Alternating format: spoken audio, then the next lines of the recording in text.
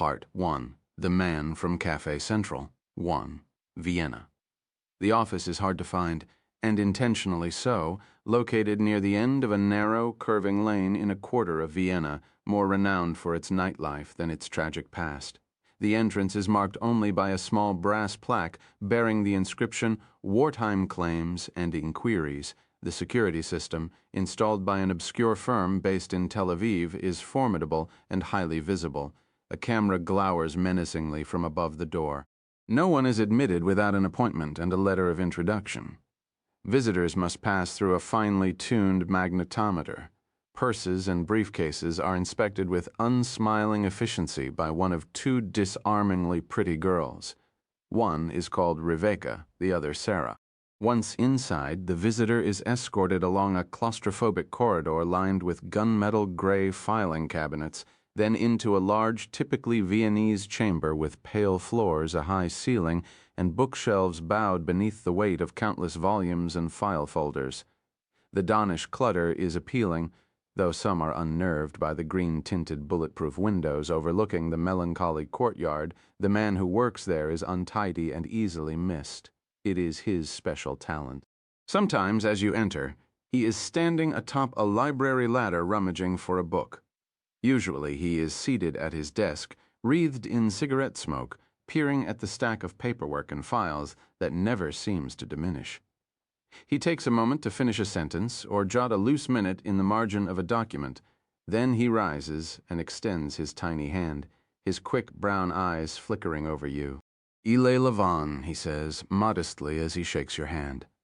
Though everyone in Vienna knows who runs Wartime Claims and Inquiries were it not for Levin's well-established reputation, his appearance, a shirt front chronically smeared with ash, a shabby burgundy-colored cardigan with patches on the elbows and a tattered hem, might prove disturbing. Some suspect he is without sufficient means, others imagine he is an ascetic or even slightly mad. One woman who wanted help winning restitution from a Swiss bank concluded he was suffering from a permanently broken heart. How else to explain that he had never been married? The air of bereavement that is sometimes visible when he thinks no one is looking. Whatever the visitor's suspicions, the result is usually the same. Most cling to him for fear he might float away. He points you toward the comfortable couch. He asks the girls to hold his calls, then places his thumb and forefinger together and tips them toward his mouth. "Coffee, please?" Out of earshot, the girls quarrel about whose turn it is. Rebecca is an Israeli from Haifa, olive-skinned and black-eyed, stubborn and fiery. Sarah is a well-heeled American Jew from the Holocaust Studies program at Boston University, more cerebral than Rebecca and therefore more patient. She is not above resorting to deception or even outright lies to avoid a chore she believes is beneath her. Rebecca, honest and temperamental, is easily outmaneuvered, and so it is usually Rebecca who joylessly plunks a silver tray on the coffee table and retreats in a sulk. Levin has no set formula for how to conduct his meetings. He permits the visitor to determine the course.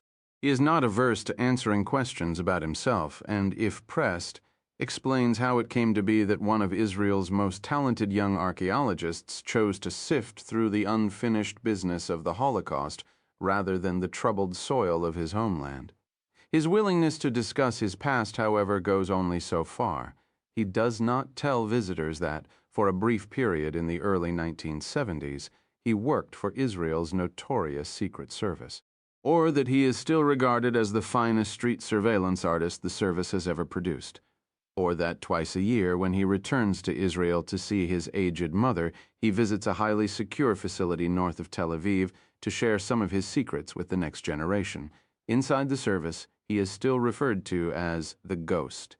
His mentor, a man called Ari Shamron, always said that Eli Levin could disappear while shaking your hand. It was not far from the truth.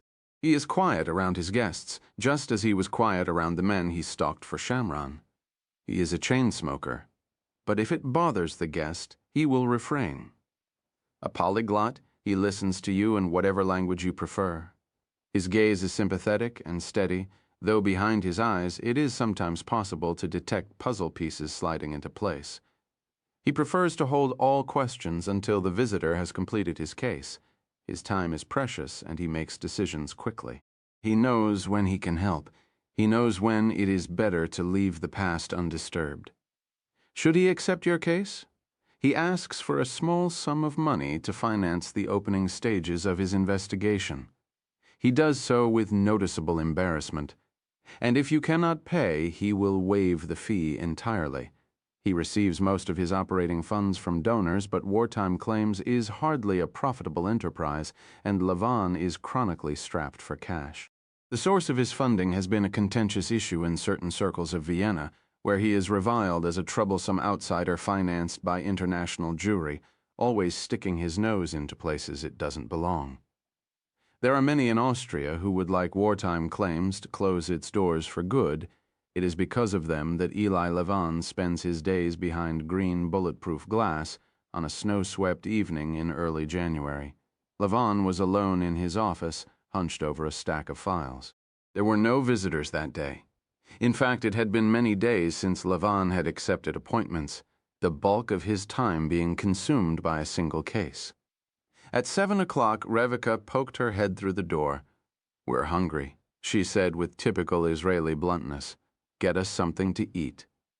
Levin's memory, while impressive, did not extend to food orders without looking up from his work. He waved his pen in the air as though he were writing. "Make me a list, Revika." A moment later, he closed the file and stood up. He looked out his window and watched the snow settling gently onto the black bricks of the courtyard. Then he pulled on his overcoat, wrapped a scarf twice around his neck, and placed a cap atop his thinning hair. He walked down the hall to the room where the girls worked. Rebecca's desk was a skyline of German military files. Sarah, the eternal graduate student, was concealed behind a stack of books. As usual, they were quarreling. Rebecca wanted Indian from a takeaway just on the other side of the Danube Canal. Sarah craved pasta from an Italian cafe on the Kärntnerstrasse. Levin, oblivious, studied the new computer on Sarah's desk. "When did that arrive?" he asked, interrupting their debate. "This morning." "Why do we have a new computer?" "Because you bought the old one when the Habsburgs still ruled Austria. Did I authorize the purchase of a new computer?" The question was not threatening. The girls managed the office. Papers were placed beneath his nose, and usually he signed them without looking. "No, Eli, you didn't approve the purchase. My father paid for the computer." Levin smiled. "Your father is a generous man. Please thank him on my behalf." The girls resumed their debate. As usual, it resolved in Sarah's favor. Rebecca wrote out the list and threatened to pin it to Levin's sleeve. Instead, she stuffed it into his coat pocket for safekeeping and gave him a little shove to send him on his way. "And don't stop for a coffee," she said. "We're starving." It was almost as difficult to leave wartime claims and inquiries as it was to enter. Levin punched a series of numbers into a keypad on the wall next to the entrance. When the buzzer sounded, he pulled open the interior door and stepped into the security chamber. The outer door would not open until the inner door had been closed for 10 seconds. Levin put his face to the bulletproof glass and peered out. On the opposite side of the street, concealed in the shadows at the entrance of a narrow alleyway, stood a heavy-shouldered figure with a fedora hat and Macintosh raincoat. Eli Levin could not walk the streets of Vienna, or any other city for that matter, without ritualistically checking his tail and recording faces that appeared too many times in too many disparate situations. It was a professional affliction. Even from a distance, and even in the poor light, he knew that he had seen the figure across the street several times during the last few days. He sorted through his memory almost as a librarian would sort through a card index until he found references to previous sightings. "Yes, here it is. The Judenplatz 2 days ago. It was you who was following me after I had coffee with that reporter from the States." He returned to the index and found a second reference. The window of a bar along the Sterngasse. Same man without the fedora hat, gazing casually over his Pilsner as Levin hurried through a biblical deluge after a perfectly wretched day at the office. The third reference took him a bit longer to locate, but he found it nonetheless. The number 2 streetcar evening rush. Levin is pinned against the doors by a florid-faced Viennese who smells of bratwurst and apricot schnapps. Fedora has somehow managed to find a seat, and is calmly cleaning his nails with his ticket stub. He is a man who enjoys cleaning things. Levon had thought at the time, perhaps he cleans things for a living. Levon turned round and pressed the intercom. No response. Come on, girls. He pressed it again, then looked over his shoulder. The man in the fedora and Macintosh coat was gone. A voice came over the speaker. Rebecca. Did you lose the list already, Eli? Levon pressed his thumb against the button. Get out now. A few seconds later, Levon could hear the trample of footfalls in the corridor. The girls appeared before him, separated by a wall of glass. Rebecca coolly punched in the code. Sarah stood by silently, her eyes locked on Levon's, her hand on the glass. He never remembered hearing the explosion. Rebecca and Sarah were engulfed in a ball of fire, then were swept away by the blast wave. The door blew outward. Levon was lifted like a child's toy, arms spread wide, back arched like a gymnast. His flight was dreamlike. He felt himself turning over and over again. He had no memory of impact. He knew only that he was lying on his back in snow in a hailstorm of broken glass. My girls, he whispered, as he slid slowly into blackness. My beautiful girls. To Venice. It was a small terracotta church, built for a poor parish in the Cistiere of Cannaregio. The restorer paused at the side portal beneath a beautifully proportioned lunette and fished a set of keys from the pocket of his oilskin coat. He unlocked the studded oaken door and slipped inside. A breath of cold air, heavy with damp and old candle wax, caressed his cheek. He stood motionless in the half-light for a moment, then headed across the intimate Greek cross nave toward the small chapel of St. Jerome on the right side of the church. The restorer's gait was smooth and seemingly without effort. The slight outward bend to his legs suggested speed and sure-footedness. The face was long and narrow at the chin, with a slender nose that looked as if it had been carved from wood. The cheekbones were wide, and there was a hint of the Russian steppes in the restless green eyes.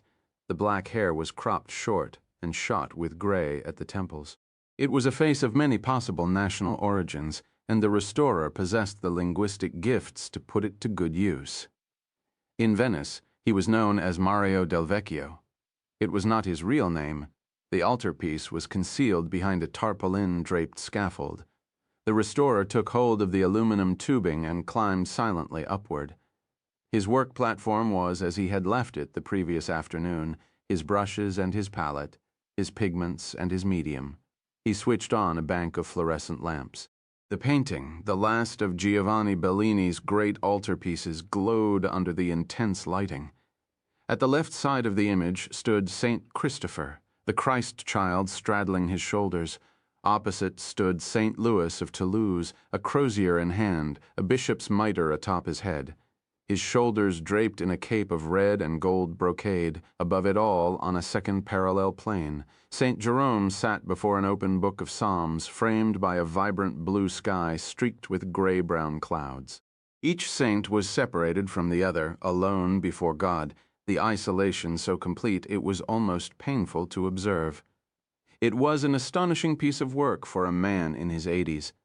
The restorer stood motionless before the towering panel, like a fourth figure rendered by Bellini's skilled hand, and allowed his mind to float away into the landscape. After a moment he poured a puddle of Mawolith 20 medium onto his palette, added pigment, then thinned the mixture with Arcosolve until the consistency and intensity felt right. He looked up again at the painting. The warmth and richness of the colors had led the art historian Raymond van Marle to conclude the hand of Titian was clearly in evidence. The restorer believed Van Marle, with all due respect, was sadly mistaken. He had retouched works by both artists and knew their brushwork like the sun lines around his own eyes. The altarpiece in the church of San Giovanni Crisostomo was Bellini's, and Bellini's alone. Besides, at the time of its production, Titian was desperately attempting to replace Bellini as Venice's most important painter. The restorer sincerely doubted Giovanni would have invited the young, headstrong Titian to assist in so important a commission. Van Marle, had he done his homework, would have saved himself the embarrassment of so ludicrous an opinion. The restorer slipped on a pair of binomags and focused on the rose-colored tunic of St. Christopher. The painting had suffered from decades of neglect, wild temperature swings, and the continuous onslaught of incense and candle smoke. Christopher's garments had lost much of their original luster and were scarred by the islands of pentimenti that had pushed their way to the surface. The restorer had been granted authority to carry out an aggressive repair. His mission was to restore the painting to its original glory. His challenge was to do so without making it look as though it had been churned out by a counterfeiter. In short, he wished to come and go leaving no trace of his presence, to make it appear as if the retouching had been performed by Bellini himself. For 2 hours, the restorer worked alone. The silence, broken only by the shuffle of feet outside in the street and the rattle of rising aluminum storefronts. The interruptions began at 10 o'clock with the arrival of the renowned Venetian altar cleaner, Adriana Zanetti. She poked her head around the restorer's shroud and wished him a pleasant morning. Annoyed, he raised his magnifying visor and peered down over the edge of his platform. Adriana had positioned herself in such a way that it was impossible to avoid gazing down the front of her blouse at her extraordinary breasts. The restorer nodded solemnly, then watched her slither up her scaffolding with feline assurance. Adriana knew he was living with another woman, a Jewess from the old ghetto, yet she still flirted with him at every opportunity, as if one more suggestive glance or one more accidental touch would be the one to topple his defenses. Still, he envied the simplicity with which she viewed the world. Adriana loved art and Venetian food, and being adored by men, little else mattered to her. A young restorer called Antonio Politi came next, wearing sunglasses and looking hung over, a rock star arriving for yet another interview he wished to cancel. Antonio did not bother to wish the restorer good morning. Their dislike was mutual. For the Crisostomo project, Antonio had been assigned Sebastiano del Piombo's main altarpiece. The restorer believed the boy was not ready for the piece, and each evening, before leaving the church, he secretly scaled Antonio's platform to inspect his work. Francesco Tiepolo, the chief of the San Giovanni Crisostomo project, was the last to arrive, a shambling, bearded figure dressed in a flowing white shirt and silk scarf round his thick neck on the streets of Venice. Tourists mistook him for Luciano Pavarotti. Venetians rarely made such a mistake, for Francesco Tiepolo ran the most successful restoration company in the entire Veneto region. Among the Venetian art set, he was an institution. Buongiorno. Tiepolo sang, his cavernous voice echoing high in the central dome. He seized the restorer's platform with his large hand and gave it one violent shake. The restorer peered over the side like a gargoyle. "You almost ruined an entire morning's work, Francesco. That's why we use isolating varnish." Tiepolo held up a white paper sack. "Cornetto? Come on up." Tiepolo put a foot on the first rung of the scaffolding and pulled himself up. The restorer could hear the aluminum tubing straining under Tiepolo's enormous weight. Tiepolo opened the sack, handed the restorer an almond cornetto, and took one for himself. Half of it disappeared in one bite. The restorer sat on the edge of the platform with his feet dangling over the side. Tiepolo stood before the altarpiece and examined his work. "If I didn't know better, I would have thought old Giovanni slipped in here last night and did the in-painting himself. That's the idea, Francesco. Yes, but few people have the gifts to actually pull it off." The rest of the cornetto disappeared into his mouth. He brushed powdered sugar from his beard. "When will it be finished? 3 months, maybe 4. From my vantage point, 3 months would be better than 4, but heaven forbid I should rush the great Mario del Vecchio. Any travel plans?"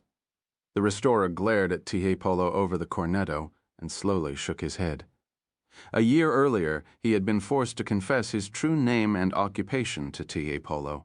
The Italian had preserved that trust by never revealing the information to another soul, though from time to time, when they were alone, he still asked the restorer to speak a few words of Hebrew, just to remind himself that the legendary Mario del Vecchio truly was an Israeli from the valley of Jezreel named Gabriel Allen.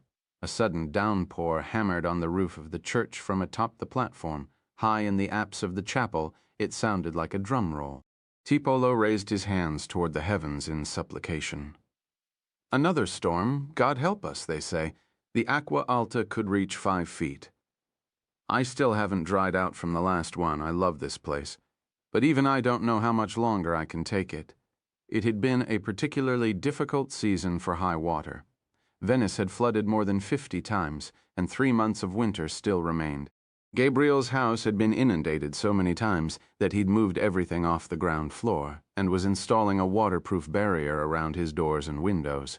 "You'll die in Venice, just like Bellini," Gabriel said, "and I'll bury you beneath a cypress tree on San Michele, in an enormous crypt befitting a man of your achievements." Tea Paolo seemed pleased with this image, even though he knew that, like most modern Venetians, he would have to suffer the indignity of a mainland burial. "And what about you, Mario? Where will you die?" "With a bit of luck, it will be at the time and place of my own choosing.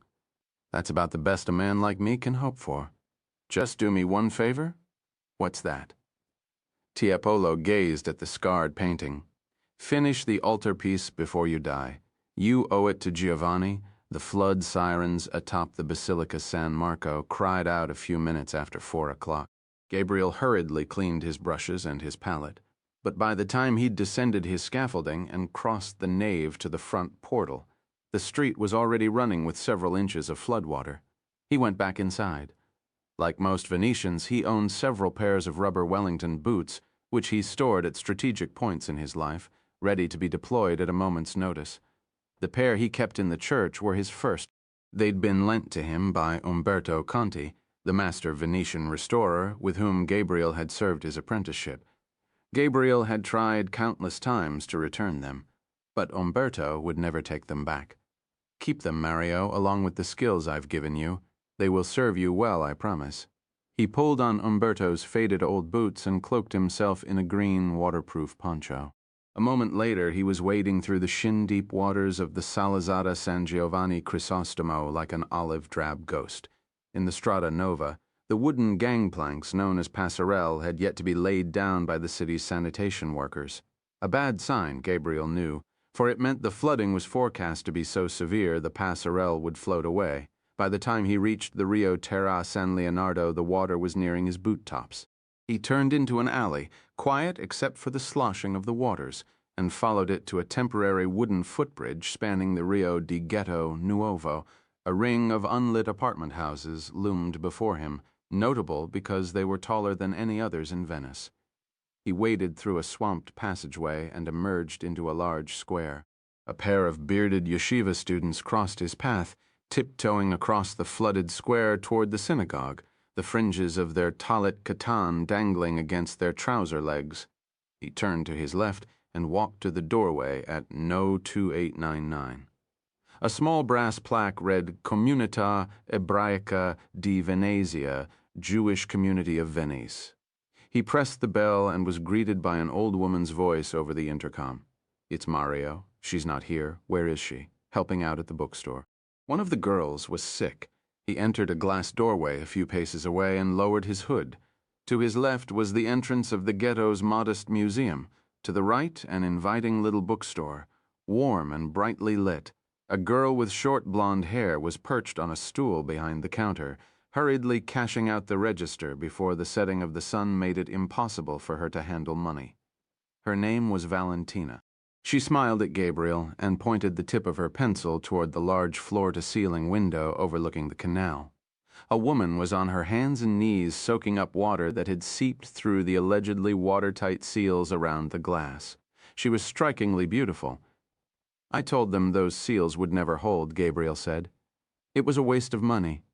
Kyra looked up sharply. Her hair was dark and curly and shimmering with highlights of auburn and chestnut. Barely constrained by a clasp at the nape of her neck, it spilled riotously about her shoulders. Her eyes were caramel and flecked with gold. They tended to change color with her mood. "Don't just stand there like an idiot. Get down here and help me. Surely you don't expect a man of my talent." The soaking white towel, thrown with surprising force and accuracy, struck him in the center of the chest. Gabriel wrung it out into a bucket and knelt next to her. "There's been a bombing in Vienna," Chiara whispered, her lips pressed to Gabriel's neck. "He's here. He wants to see you." The floodwaters lapped against the street entrance of the canal house. When Gabriel opened the door, water rippled across the marble hall. He surveyed the damage, then wearily followed Chiara up the stairs. The living room was in heavy shadow. An old man stood in the rain-spattered window overlooking the canal, as motionless as a figure in the Bellini. He wore a dark business suit and silver necktie. His bald head was shaped like a bullet. His face, deeply tanned and full of cracks and fissures, seemed to be fashioned of desert rock. Gabriel went to his side. The old man did not acknowledge him. Instead, he contemplated the rising waters of the canal. His face set in a fatalistic frown, as though he were witnessing the onset of the great flood come to destroy the wickedness of man. Gabriel knew that Ari Shamron was about to inform him of death. Death had joined them in the beginning, and death remained the foundation of their bond. 3. Venice. In the corridors and conference rooms of the Israeli intelligence services, Ari Shamron was a legend. Indeed, he was the service made flesh. He had penetrated the courts of kings, stolen the secrets of tyrants, and killed the enemies of Israel, sometimes with his bare hands. His crowning achievement had come on a rainy night in May 1960, in a squalid suburb north of Buenos Aires, when he leapt from the back of a car and seized Adolf Eichmann. In September 1972, Prime Minister Golda Meir had ordered him to hunt down and assassinate the Palestinian terrorists who had kidnapped and murdered 11 Israelis at the Munich Olympic Games. Gabriel, then a promising student at the Bezalel Academy of Art in Jerusalem, reluctantly joined Shamron's venture, fittingly codenamed Wrath of God, in the Hebrew-based lexicon of the operation. Gabriel was an Aleph. Armed only with a .22 caliber Beretta, he had quietly killed 6 men. Shamron's career had not been an unbroken ascent to greater glory. There had been deep valleys along the way and mistaken journeys into operational wasteland. He developed a reputation as a man who shot first and worried about the consequences later. His erratic temperament was one of his greatest assets. It struck fear into friends and enemies alike. For some politicians, Shamron's volatility was too much to bear. Rabin often avoided his calls, fearing the news he might hear. Perez thought him a primitive and banished him into the Judean wilderness of retirement. Barak, when the office was foundering, had rehabilitated Shamron and brought him back to right the ship. Officially, he was retired now, and his beloved office was in the hands of a thoroughly modern and conniving technocrat called Lev. But among many quarters, Shamron would always be the Mamune, the one in charge. The current prime minister was an old friend and fellow traveler. He'd given Shamron a vague title and just enough authority to make a general nuisance of himself. There were some at King Saul Boulevard who swore that Lev was secretly praying for Shamron's rapid demise, and that Shamron, stubborn and steel-willed Shamron, was keeping himself alive merely to torment him. Now, standing before the window, Shamron calmly told Gabriel what he knew about the events in Vienna. A bomb had exploded the previous evening, inside wartime claims and inquiries. Eli Levon was in a deep coma in the intensive care ward of the Vienna General Hospital. The odds of survival 1 in 2 at best. His 2 research assistants, Reveka Gazit and Sarah Greenberg, had been killed in the blast. An offshoot of bin Laden's al-Qaeda organization, a shadowy group called the Islamic Fighting Cells, had claimed responsibility. Shamron spoke to Gabriel in his murderously accented English. Hebrew was not permitted in the Venice Canal House. Chiara brought coffee and rugelach to the sitting room and settled herself between Gabriel and Shamron of the 3. Only Chiara was currently under office discipline, known as a bat leveha. Her work involved posing as the lover or spouse of a case officer in the field. Like all office personnel, she was trained in the art of physical combat and in the use of weaponry. The fact that she had scored higher than the great Gabriel Allen on her final firing range exam was a source of some tension in their household. Her undercover assignments often required a certain intimacy with her partner, such as showing affection in restaurants and nightclubs and sharing the same bed in hotel rooms or safe flats. Romantic relationships between case officers and escort agents were officially forbidden, but Gabriel knew that the close living quarters and natural stress of the field often drew them together. Indeed, he had once had an affair with his bat leveha while in Tunis. She'd been a beautiful Marseilles Jew named Jacqueline Delacroix, and the affair had nearly destroyed his marriage. Gabriel, when Chiara was away, often pictured her in the bed of another man. Though not prone to jealousy, he secretly looked forward to the day King Saul Boulevard decided she was too overexposed for fieldwork. "Who exactly are the Islamic fighting cells?" he asked. Shamron made a face. They're small-time operators mainly, active in France and a couple of other European countries. They enjoy setting fire to synagogues, desecrating Jewish cemeteries, and beating up Jewish children on the streets of Paris. Was there anything useful in the claim of responsibility? Shamron shook his head. Just the usual drivel about the plight of the Palestinians and the destruction of the Zionist entity. It warns of continuous attacks against Jewish targets in Europe until Palestine is liberated. Lavan's office was a fortress. How did a group that usually uses Molotov cocktails and spray paint cans manage to get a bomb inside wartime claims and inquiries? Shamron accepted a cup from Chiara. The Austrian Staatspolizei aren't sure yet, but they believe it may have been concealed in a computer delivered to the office earlier that day. Do we believe the Islamic fighting cells have the ability to conceal a bomb in a computer and smuggle it into a secure building in Vienna? Shamron stirred sugar violently into his coffee and slowly shook his head. So, who did it? Obviously, I'd like to know the answer to that question. Shamron removed his coat and rolled up his shirt sleeves. The message was unmistakable. Gabriel looked away from Shamron's hooded gaze and thought of the last time the old man had sent him to Vienna. It was January 1991. The office had learned that an Iraqi intelligence agent operating from the city was planning to direct a string of terrorist attacks against Israeli targets to coincide with the First Persian Gulf War. Shamron had ordered Gabriel to monitor the Iraqi and, if necessary, take preemptive action. Unwilling to endure another long separation from his family, Gabriel had brought his wife, Leah, and young son, Danny, along with him. Though he didn't realize it, he had walked into a trap laid by a Palestinian terrorist named Tariq al-Orani. Gabriel, lost in thought for a long moment, finally looked up at Shamron. "Have you forgotten that Vienna is the forbidden city for me?"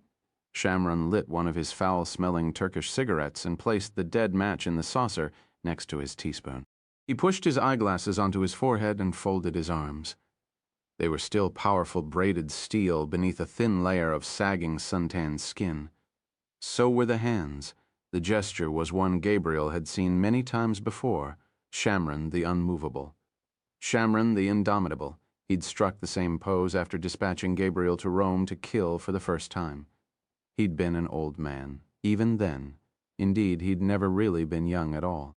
Instead of chasing girls on the beach at Netanya, he'd been a unit commander in the Palmach, fighting the first battle in Israel's war without end. His youth had been stolen from him. In turn, he had stolen Gabriel's. I volunteered to go to Vienna myself, but Lev wouldn't hear of it. He knows that because of our regrettable history there, I'm something of a pariah. He reckoned the Staatspolizei would be more forthcoming if we were represented by a less polarizing figure. So your solution is to send me? Not in any official capacity, of course. These days, Shamron did almost nothing in an official capacity, but I would feel much more comfortable if someone I trusted was keeping an eye on things. We have office personnel in Vienna. Yes, but they report to Lev. He is the chief. Shamron closed his eyes, as if he were being reminded of a painful subject. Lev has too many other problems at the moment to give this the attention it deserves. The boy emperor in Damascus is making troublesome noises. The mullahs of Iran are trying to build Allah's bomb, and Hamas is turning children into bombs and detonating them on the streets of Tel Aviv and Jerusalem. One minor bombing in Vienna is not going to get the attention it deserves, even though the target was Eli Lavan. Shamron stared compassionately at Gabriel over the rim of his coffee cup. I know you have no desire to go back to Vienna, especially after another bombing, but your friend is lying in a Viennese hospital fighting for his life. I would think you'd like to know who put him there. Gabriel thought of the half-completed Bellini altarpiece in the church of San Giovanni Crisostomo and could feel it slipping away from him. Chiara had turned away from Shamron and was eyeing him intently. Gabriel avoided her gaze. "If I went to Vienna," he said quietly, "I would need an identity." Shamron shrugged, as if to say there were ways, obvious ways, dear boy, of getting around a small problem such as cover. Gabriel had expected this would be Shamron's response. He held out his hand. Shamron opened his briefcase and handed over a manila envelope. Gabriel lifted the flap and poured the contents on the coffee table: airline tickets, a leather billfold, a well-traveled Israeli passport. He opened the cover of the passport and saw his own face staring back at him. His new name was Gideon Argov. He'd always liked the name Gideon. "What does Gideon do for a living?" Shamron inclined his head toward the billfold. Among the usual items, credit cards, a driver's license, a health club, and video club membership. He found a business card. Gideon Argov, wartime claims and inquiries. 17 Mendel Streets, Jerusalem, 92147, 5427618. Gabriel looked up at Shamron. "I didn't know Eli had an office in Jerusalem." "He does now. Try the number." Gabriel shook his head. "I believe you. Does Lev know about this?" "Not yet, but I plan on telling him, once you're safely on the ground in Vienna. So we're deceiving the Austrians and the office. That's impressive even for you, Ari." Shamron gave a sheepish smile. Gabriel opened the airline jacket and examined his travel itinerary. "I don't think it would be a good idea for you to travel directly to Vienna from here. I'll accompany you back to Tel Aviv in the morning. Separate seats, of course. You'll turn around and catch the afternoon flight into Vienna." Gabriel lifted his gaze and stared at Shamron, his expression dubious. "And if I'm recognized at the airport and dragged into a room for some special Austrian attention?" "That's always a possibility, but it has been 13 years. Besides, you've been to Vienna recently. I recall a meeting we had in Eli's office last year concerning an imminent threat to the life of His Holiness, Pope Paul VII. "I have been back to Vienna," Gabriel conceded, holding up the false passport, "but never like this, and never through the airport." Gabriel spent a long moment appraising the false passport with his restorer's eye. Finally, he closed the cover and slipped it into his pocket. Chira stood and walked out of the room. Shamron watched her go, then looked at Gabriel. "It seems I've managed to disrupt your life once again. Why should this time be any different? Do you want me to talk to her?" Gabriel shook his head. "She'll get over it," he said. "She's a professional." There were moments of Gabriel's life, fragments of time which he rendered on canvas and hung in the cellar of his subconscious. To this gallery of memory he added Chiara as he saw her now, seated astride, his body bathed in a Rembrandt light, from the street lamps beyond their bedroom window, a satin duvet bunched at her hips, her breasts bared, other images intruded. Shamron had opened the door to them, and Gabriel, as always, was powerless to push them back. There was Waddle Edel Zweiter, a skinny intellectual in a plaid jacket, whom Gabriel had killed in the foyer of an apartment house in Rome. There was Ali Abdel Hamidi, who had died by Gabriel's hand in a Zurich alley, and Mahmoud al-Orani, older brother of Tariq al-Orani, whom Gabriel had shot through the eye in Cologne as he lay in the arms of a lover. A mane of hair fell across Chiara's breasts. Gabriel reached up and gently pushed it away. She looked at him.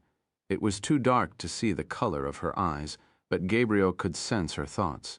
Shamron had trained him to read the emotions of others, just as Umberto Conti had taught him to mimic the old masters. Gabriel, even in the arms of a lover, could not suspend his ceaseless search for the warning signs of betrayal. "I don't want you to go to Vienna." She placed her hands on Gabriel's chest. Gabriel could feel his heart beating against the cool skin of her palm. "It's not safe for you there. Of all people, Shamron should know that. Shamron is right. It was a long time ago." "Yes, it was, but if you go there and start asking questions about the bombing, you'll rub up against the Austrian police and security services. Shamron is using you to keep his hand in the game. He doesn't have your best interests in mind. You sound like a Lev man. It's you I care about." She bent down and kissed his mouth. Her lips tasted of blossom. "I don't want you to go to Vienna and become lost in the past." After a moment's hesitation, she added, "I'm afraid I'll lose you." "To who?" She lifted the duvet to her shoulders and covered her breasts. Leah's shadow fell between them. It was Chiara's intention to let her into the room. Chiara only talked about Leah in bed, where she believed Gabriel would not lie to her. Gabriel's entire life was a lie with his lovers. He was always painfully honest. He could make love to a woman only if she knew that he had killed men on behalf of his country. He never told lies about Leah. He considered it his duty to speak honestly of her, even to the women who had taken her place in his bed. "Do you have any idea how hard this is for me?" Chiara asked. "Everyone knows about Leah. She's an office legend, just like you and Shamron. How long am I supposed to live with the fear that one day you'll decide you can't do this anymore? What do you want me to do? Marry me, Gabriel, stay in Venice and restore paintings. Tell Shamron to leave you alone. You have scars all over your body. Haven't you given enough to your country?"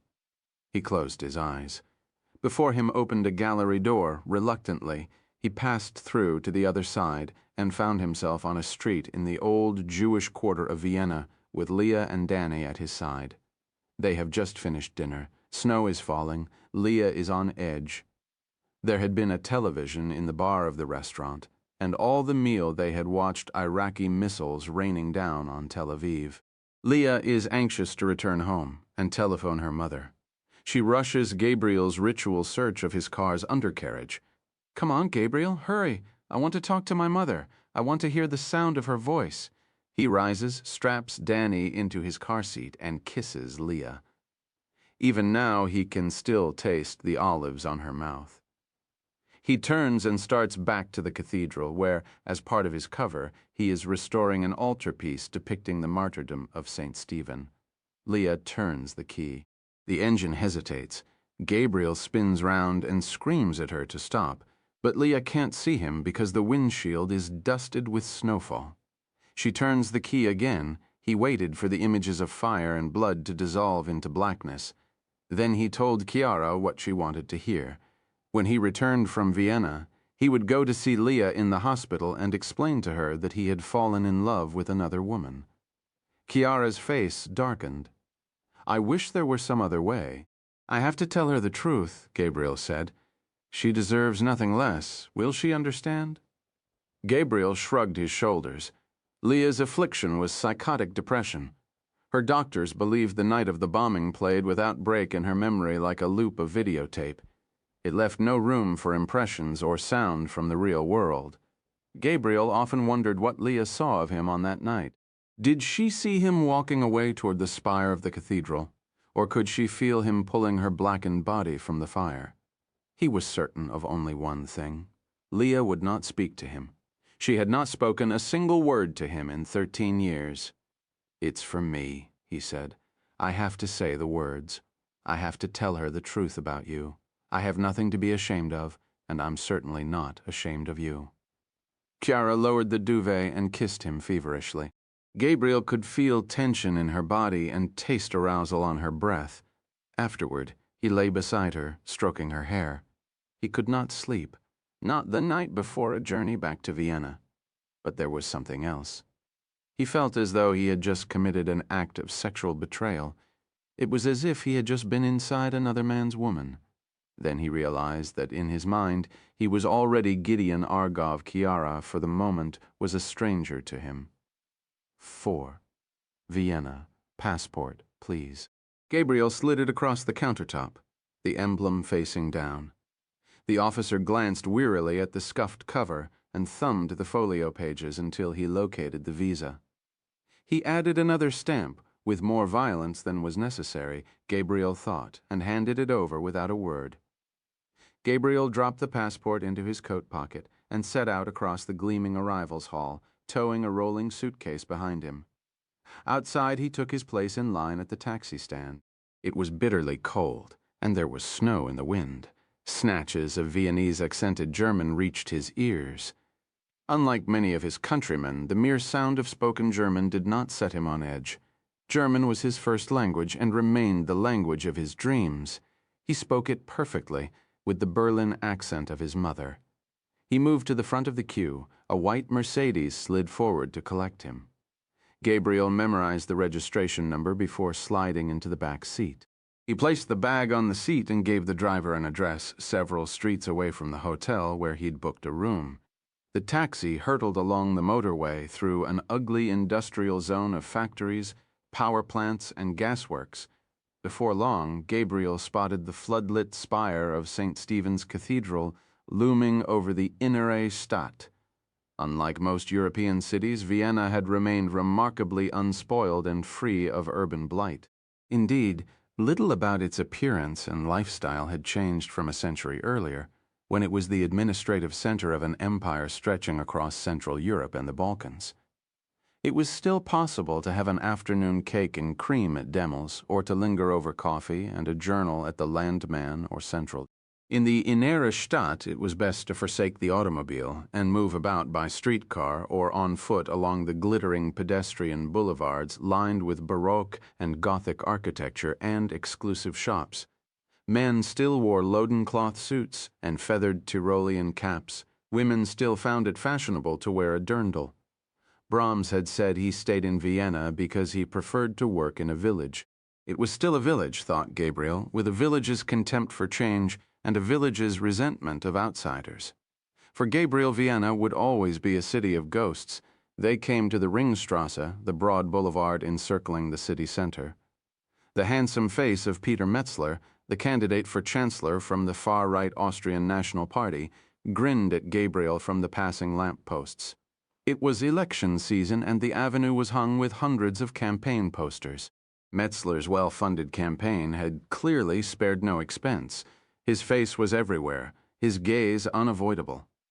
So was his campaign slogan, Ein new Ordnung für ein neues Österreich, a new order for a new Austria. The Austrians, thought Gabriel, were incapable of subtlety. Gabriel left the taxi near the State Opera House and walked a short distance to a narrow street called the Weheborgasse. It appeared no one was following him, though from experience he knew expert watchers were almost impossible to detect. He entered a small hotel. The concierge, upon seeing his Israeli passport, adopted a posture of bereavement and murmured a few sympathetic words about the terrible bombing in the Jewish quarter. Gabriel, playing the role of Gideon Argoff, spent a few minutes chatting with the concierge in German before climbing the stairs to his room on the second floor. It had wood floors the color of honey and French doors overlooking a darkened interior courtyard. Gabriel drew the curtains and left the bag on the bed in plain sight. Before leaving, he placed a telltale in the door jamb that would signal whether the room had been entered in his absence. He returned to the lobby. The concierge smiled as if they had not seen each other in 5 years instead of 5 minutes. Outside it had begun to snow. He walked the darkened streets of the Innere Stadt, checking his tail for surveillance. He paused at shop windows to glance over his shoulder, ducked into a public telephone, and pretended to place a call while scanning his surroundings. At a newsstand, he bought a copy of Die Presse, then, 100 meters farther on, dropped it into a rubbish bin. Finally convinced he was not being followed, he entered the Stephansplatz U-Bahn station. He had no need to consult the brightly lit maps of the Vienna transport system, for he knew it from memory. He purchased a ticket from a vending machine, then passed through the turnstile and headed down to the platform. He boarded a carriage and memorized the faces around him. 5 stops later, at the Westbahnhof, he transferred to a northbound train on the U6 line. Vienna General Hospital had its own station stop. An escalator bore him slowly upward to a snowy quadrangle a few paces from the main entrance at Währinger Gürtel, 1820. A hospital had occupied this plot of ground in West Vienna for more than 300 years. In 1693, Emperor Leopold I, concerned by the plight of the city's destitute, had ordered the construction of the Home for the Poor and Invalid. A century later, Emperor Joseph II renamed the facility the General Hospital for the Sick. The old building remained a few streets over on the Alserstrasse, but around it had risen a modern university hospital complex spread over several city blocks. Gabriel knew it well. A man from the embassy was sheltering in the portico beneath an inscription that read, Saluti et solatio aegrorum, to heal and comfort the sick. He was a small, nervous-looking diplomat called Zvi. He shook Gabriel's hand and, after briefly examining his passport and business card, expressed his sorrow over the death of his two colleagues. They stepped into the main lobby. It was deserted except for an old man with a sparse white beard, sitting at one end of a couch with his ankles together and his hat on his knees like a traveler waiting for a long-delayed train. He was muttering to himself. As Gabriel walked past, the old man looked up, and their eyes met briefly. Then Gabriel entered a waiting elevator, and the old man disappeared behind a pair of sliding doors. When the elevator doors opened on the 8th floor, Gabriel was greeted by the comforting sight of a tall, blonde Israeli wearing a two-piece suit and a wire in his ear. At the entrance of the intensive care unit stood another security man. A third, small and dark, and dressed in an ill-fitting suit, was outside the door of Eli's room. He moved aside so Gabriel and the diplomat could enter. Gabriel stopped and asked why he wasn't being searched. "You're with Ziva. I don't need to search you." Gabriel held up his hands. "Search me." The security man tilted his head and consented. Gabriel recognized the frisk pattern. It was by the book. The crotch search was more intrusive than necessary, but then Gabriel had it coming. When it was over, he said, "Search everyone who comes into this room." Zivi, the embassy man, watched the entire scene. Clearly, he no longer believed the man from Jerusalem was Gideon Argov of wartime claims and inquiries. Gabriel didn't much care. His friend was lying helpless on the other side of the door. Better to ruffle a few feathers than to let him die because of complacency. He followed Zvi into the room. The bed was behind a glass partition. The patient didn't look much like Eli, but then Gabriel wasn't surprised. Like most Israelis, he had seen the toll a bomb can take on a human body. Eli's face was concealed behind the mask of a ventilator, his eyes bound by gauze, his head heavily bandaged. The exposed portion of his cheeks and jaw showed the after effects of glass exploding into his face. A nurse with short black hair and very blue eyes was checking the intravenous drip. She looked into the visitor's room and briefly held Gabriel's gaze before resuming her work. Her eyes betrayed nothing. Zvi, after giving Gabriel a moment to himself, walked over to the glass and brought him up to date on his colleague's condition. He spoke with the precision of a man who had watched too many medical dramas on television. Gabriel, his eyes fastened on Eli's face, heard only half of what the diplomat was saying, enough to realize that his friend was near death and that even if he lived, he might never be the same. For the moment, Zivi said in conclusion, he's being kept alive by the machines. Why are his eyes bandaged? Glass fragments. They were able to get most of them, but he still has a half-dozen or so lodged in his eyes. Is there a chance he'll be blind? They won't know until he regains consciousness, Zivi said. Then he added pessimistically, if he regains consciousness, a doctor came into the room. He looked at Gabriel and Zivi and nodded once briskly, then opened the glass door and stepped into the ward. The nurse moved away from the bedside and the doctor assumed her place. She came around the end of the bed and stood before the glass. For a second time, her eyes met Gabriel's. Then she drew the curtain closed with a sharp jerk of her wrist. Gabriel walked into the hall, followed by Zvi. "You all right?" "I'll be fine. I just need a minute to myself." The diplomat went back inside. Gabriel clasped his hands behind his back like a soldier at ease and drifted slowly along the familiar corridor. He passed the nurse's station. The same trite Vienna streetscape hung next to the window. The smell was the same, too, the smell of disinfectant and death. He came to a half-open door bearing the number 2602C. He pushed it gently with his fingertips, and the door swung silently open. The room was dark and unoccupied. Gabriel glanced over his shoulder. There were no nurses about. He slipped inside and closed the door behind him. He left the lights off and waited for his eyes to grow accustomed to the dark. Soon the room came into focus, the empty bed, the bank of silent monitors, the vinyl-covered chair, the most uncomfortable chair in all of Vienna. He'd spent 10 nights in that chair, most of them sleepless. Only once had Leah regained consciousness. She'd asked about Danny, and Gabriel unwisely told her the truth. Tears spilled onto her ruined cheeks. She never spoke to him again. "You're not supposed to be in here." Gabriel, startled, turned quickly around. The voice belonged to the nurse who'd been at Eli's side a moment earlier. She spoke to him in German. He responded in the same language. "I'm sorry, I know what you're doing." She allowed a silence to fall between them. "I remember you." She leaned against the door and folded her arms. Her head fell to one side. Were it not for her baggy nurse's uniform and the stethoscope hanging around her neck, Gabriel would have thought she was flirting with him. "Your wife was the one who was involved in the car bombing a few years back. I was a young nurse then, just starting out. I took care of her at night." "You don't remember?" Gabriel looked at her for a moment. Finally, he said, "I believe you're mistaken. This is my first time in Vienna, and I've never been married. I'm sorry," he added hastily, heading toward the door. "I shouldn't have been in here. I just needed a place to gather my thoughts." He moved past her. She put her hand on his arm.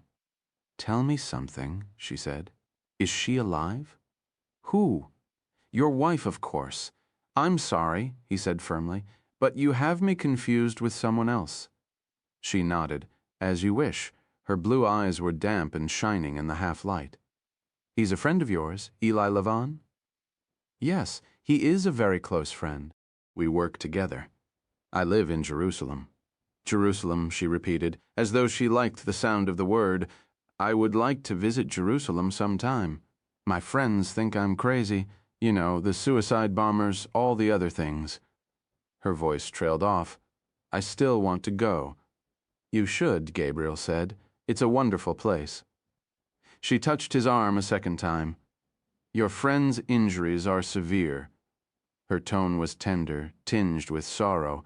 "He's going to have a very tough time of it." "Is he going to live?" "I'm not allowed to answer questions like that. Only the doctors can offer a prognosis. But if you want my opinion, spend some time with him. Tell him things. You never know. He might be able to hear you." He stayed for another hour, staring at Eli's motionless figure through the glass. The nurse returned. She spent a few minutes checking Eli's vital signs, then motioned for Gabriel to come inside the room. "It's against the rules," she said conspiratorially. "I'll stand watch at the door." Gabriel didn't speak to Eli, just held his bruised and swollen hand. There were no words to convey the pain he felt at seeing another loved one lying in a Viennese hospital bed. After 5 minutes, the nurse came back, laid her hand on Gabriel's shoulder, and told him it was time to leave.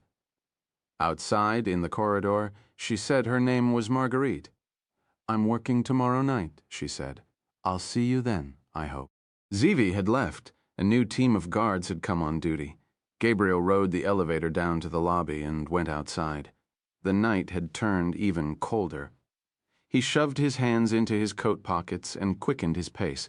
He was about to head down the escalator into the U-Bahn station when he felt a hand on his arm. He turned around expecting to see Marguerite, but instead found himself face to face with the old man who'd been talking to himself in the lobby when Gabriel arrived. "I heard you speaking Hebrew to that man from the embassy." His Viennese German was frantically paced, his eyes wide and damp. "You're Israeli?" "Yes, a friend of Eli Lavon's." He didn't wait for an answer. "My name is Max Klein, and this is all my fault. Please, you must believe me. This is all my fault. Vin Max Klein lived a streetcar ride away, in a graceful old district just beyond the Ringstrasse. His was a fine old Biedermeier apartment building with a passageway leading to a big interior courtyard. The courtyard was dark, lit only by the soft glow of lights burning in the apartments overhead. A second passageway gave onto a small, neat foyer. Gabriel glanced at the tenant list. Halfway down, he saw the words, M. Klein, 3B. There was no elevator. Klein clung to the wood banister as he climbed stubbornly upward, his feet heavy on the well-trodden runner. On the third-floor landing were 2 wooden doors with peepholes. Gravitating toward the one on the right, Klein removed a set of keys from his coat pocket. His hand shook so badly the keys jingled like a percussion instrument. He opened the door and went inside. Gabriel hesitated just beyond the threshold. It had occurred to him sitting next to Klein on the streetcar that he had no business meeting with anyone under circumstances such as these. Experience and hard lessons had taught him that even an obviously Jewish octogenarian had to be regarded as a potential threat, any anxiety. Gabriel was feeling quickly evaporated, however, as he watched Klein turn on practically every light in the apartment. It was not the action of a man laying a trap, he thought. Max Klein was frightened. Gabriel followed him into the apartment and closed the door. In the bright light, he finally got a good look at him. Klein's red, rheumy eyes were magnified by a pair of thick black spectacles. His beard, wispy and white, no longer concealed the dark liver spots on his cheeks. Gabriel knew even before Klein told him that he was a survivor. Starvation, like bullets and fire, leaves scars. Gabriel had seen different versions of the face in his farming town in the Jezreel Valley. He had seen it on his parents. "I'll make tea," Klein announced before disappearing through a pair of double doors into the kitchen. Tea at midnight, thought Gabriel. It was going to be a long night. He went to the window and parted the blinds. The snow had stopped for now, and the street was empty. He sat down. The room reminded him of Eli's office, the high Biedermeier ceiling, the haphazard way in which the books lay on the shelves. Elegant, intellectual clutter. Klein returned and placed a silver tea service on a low table. He sat down opposite Gabriel and regarded him silently for a moment. "You speak German very well," he said finally. "In fact, you speak it like a Berliner." "My mother was from Berlin," Gabriel said truthfully, "but I was born in Israel." Klein studied him carefully as if he too were looking for the scars of survival. Then he lifted his palms quizzically, an invitation to fill in the blanks. Where was she? How did she survive? Was she in a camp, or did she get out before the madness? "They stayed in Berlin and were eventually deported to the camps," Gabriel said. "My grandfather was a rather well-known painter. He never believed that the Germans, a people he believed were among the most civilized on earth, would go as far as they did." "What was your grandfather's name?" "Frankl," Gabriel said, again veering toward the truth. "Viktor Frankl." Klein nodded slowly in recognition of the name. "I've seen his work. He was a disciple of Max Beckmann, was he not? Extremely talented." "Yes, that's right. His work was declared degenerate by the Nazis early on, and much of it was destroyed. He also lost his job at the Art Institute where he was teaching in Berlin. But he stayed." Klein shook his head. No one believed it could happen. He paused a moment, his thoughts elsewhere. "So what happened to them?" "They were deported to Auschwitz. My mother was sent to the women's camp at Birkenau and managed to survive for more than 2 years before she was liberated." "And your grandparents?" "Gassed on arrival." "Do you remember the date?" "I believe it was January 1943, Gabriel said. Klein covered his eyes. "Is there something significant about that date, Herr Klein?" "Yes," Klein said absently. "I was there the night those Berlin transports arrived. I remember it very well. You see, Mr. Argov, I was a violinist in the Auschwitz camp orchestra. I played music for devils in an orchestra of the damned. I serenaded the condemned as they trudged slowly toward the gas." Gabriel's face remained placid. Max Klein was clearly a man suffering from enormous guilt. He believed he bore some responsibility for the deaths of those who had filed past him on the way to the gas chambers. It was madness, of course. He was no more guilty than any of the Jews who had toiled in the slave labor factories or in the fields of Auschwitz in order to survive one more day. But that's not the reason you stopped me tonight at the hospital. You wanted to tell me something about the bombing at Wartime Claims and Inquiries? Klein nodded. "As I said, this is all my doing. I'm the one responsible for the deaths of those 2 beautiful girls. I'm the reason your friend Eli Lavon is lying in that hospital bed near death. Are you telling me you planted the bomb?" Gabriel's tone was intentionally heavy with incredulity. The question was meant to sound preposterous. "Of course not," Klein snapped. "But I'm afraid I set in motion the events that led others to place it there." "Why don't you just tell me everything you know, Herr Klein? Let me judge who's guilty." Only God can judge, Klein said. Perhaps, but sometimes even God needs a little help. Klein smiled and poured tea. Then he told the story from the beginning. Gabriel bided his time and didn't rush the proceedings along. Eli Lavon would have played it the same way. For the old one's memory is like a stack of china, Lavon always said. If you try to pull a plate from the middle, the whole thing comes crashing down. The apartment had belonged to his father. Before the war, Klein had lived there along with his parents and 2 younger sisters. His father, Solomon, was a successful textile merchant, and the Kleins lived a charmed, upper-middle-class existence. Afternoon strudels at the finest Vienna coffeehouses, evenings at the theater or the opera, summers at the modest family villa in the south. Young Max Klein was a promising violinist, not quite ready for the symphony or the opera. Mind you, Mr. Argoff, but good enough to find work in smaller Viennese chamber orchestras. My father, even when he was tired from working all day, rarely missed a performance. Klein smiled for the first time at the memory of his father watching him play. The fact that his son was a Viennese musician made him extremely proud. Their idyllic world had come to an abrupt end on March 12, 1938. It was a Saturday, Klein remembered, and for the overwhelming majority of Austrians, the sight of Wehrmacht troops marching through the streets of Vienna had been a cause for celebration. For the Jews, Mr. Argov, for us only dread. The worst fears of the community were quickly realized. In Germany, the assault on the Jews had been a gradual undertaking. In Austria, it was instantaneous and savage. Within days, all Jewish-owned businesses were marked with red paint. Any non-Jew who entered was assaulted by brown shirts and SS. Many were forced to wear placards that declared, "I, Aryan swine, have bought in a Jewish shop."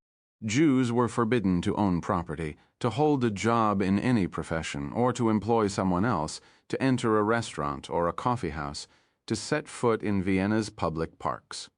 Jews were forbidden to possess typewriters or radios because those could facilitate communication with the outside world. Jews were dragged from their homes and their synagogues and beaten on the streets. On March 14th, the Gestapo broke down the door of this very apartment and stole our most prized possessions, our rugs, our silver, our paintings, even our Shabbat candlesticks. My father and I were taken briefly into custody and forced to scrub sidewalks with boiling water and a toothbrush.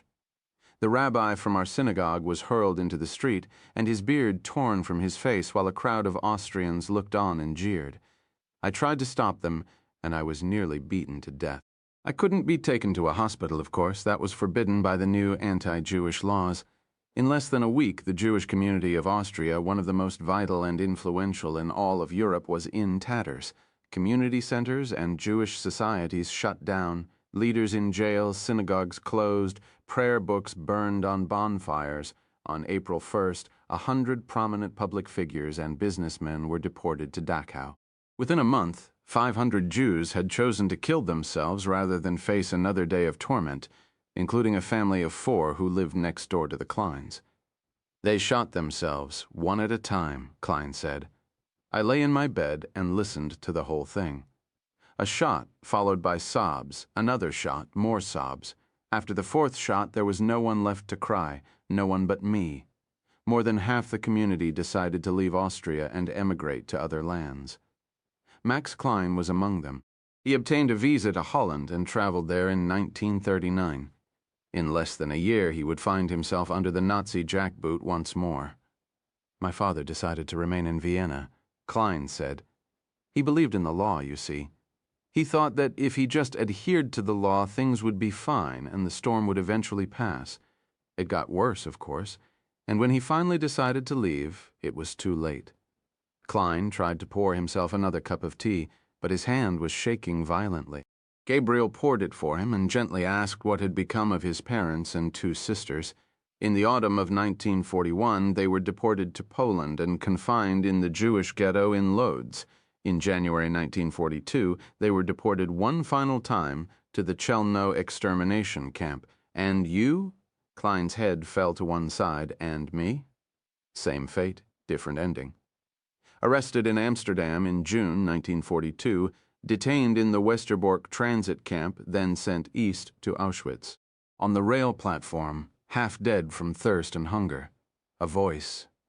A man in prison clothing is asking whether there are any musicians on the arriving train.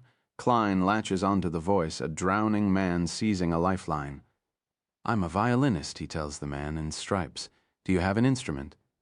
He holds up a battered case, the only thing he had brought from Westerbork. "Come with me. This is your lucky day, my lucky day," Klein repeated absently. "For the next 2.5 years, while more than 1 million go up in smoke, my colleagues and I play music. We play on the selection ramp to help the Nazis create the illusion that the new arrivals have come to a pleasant place. We play as the walking dead file into the disrobing chambers.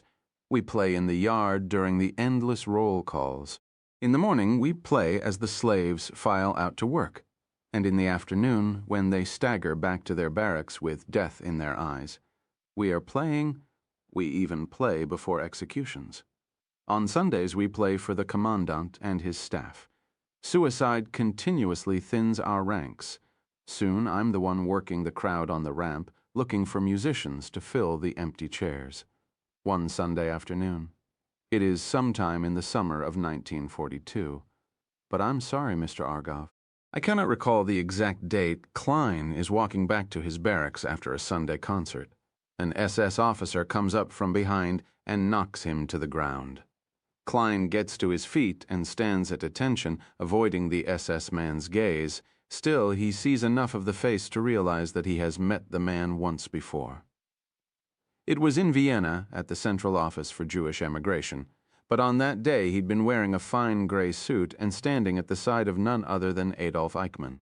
"The Sturmbannführer told me that he would like to conduct an experiment," Klein said. "He orders me to play Brahms's Sonata, No. 1 for violin and piano in G major. I take my violin from its case and begin to play. An inmate walks past. The Sturmbannführer asks him to please name the piece I am playing. The inmate says he does not know. The Sturmbannführer draws his sidearm and shoots the inmate through the head. He finds another inmate and poses the same question. What piece is this fine violinist playing? And on it goes for the next hour. Those who can answer the question correctly are spared. Those who can't, he shoots through the head. By the time he's finished, 15 bodies are lying at my feet. When his thirst for Jewish blood is quenched, the man in black smiles and walks away. I lay down with the dead and said mourners' Kaddish for them." Klein lapsed into a long silence. A car hissed past in the street. Klein lifted his head and began to speak again. He was not quite ready to make the connection between the atrocity at Auschwitz and the bombing of wartime claims and inquiries, though by now Gabriel had a clear sense of where the story was headed. He continued chronologically, one china plate at a time, as Levon would have said. Survival at Auschwitz, liberation, his return to Vienna. The community had numbered 185,000 before the war, he said. 65,000 had perished in the Holocaust. 1,700 broken souls stumbled back into Vienna in 1945, only to be greeted by open hostility and a new wave of anti-Semitism. Those who'd emigrated at the point of a German gun were discouraged from returning. Demands for financial restitution were met by silence, or were sneeringly referred to Berlin.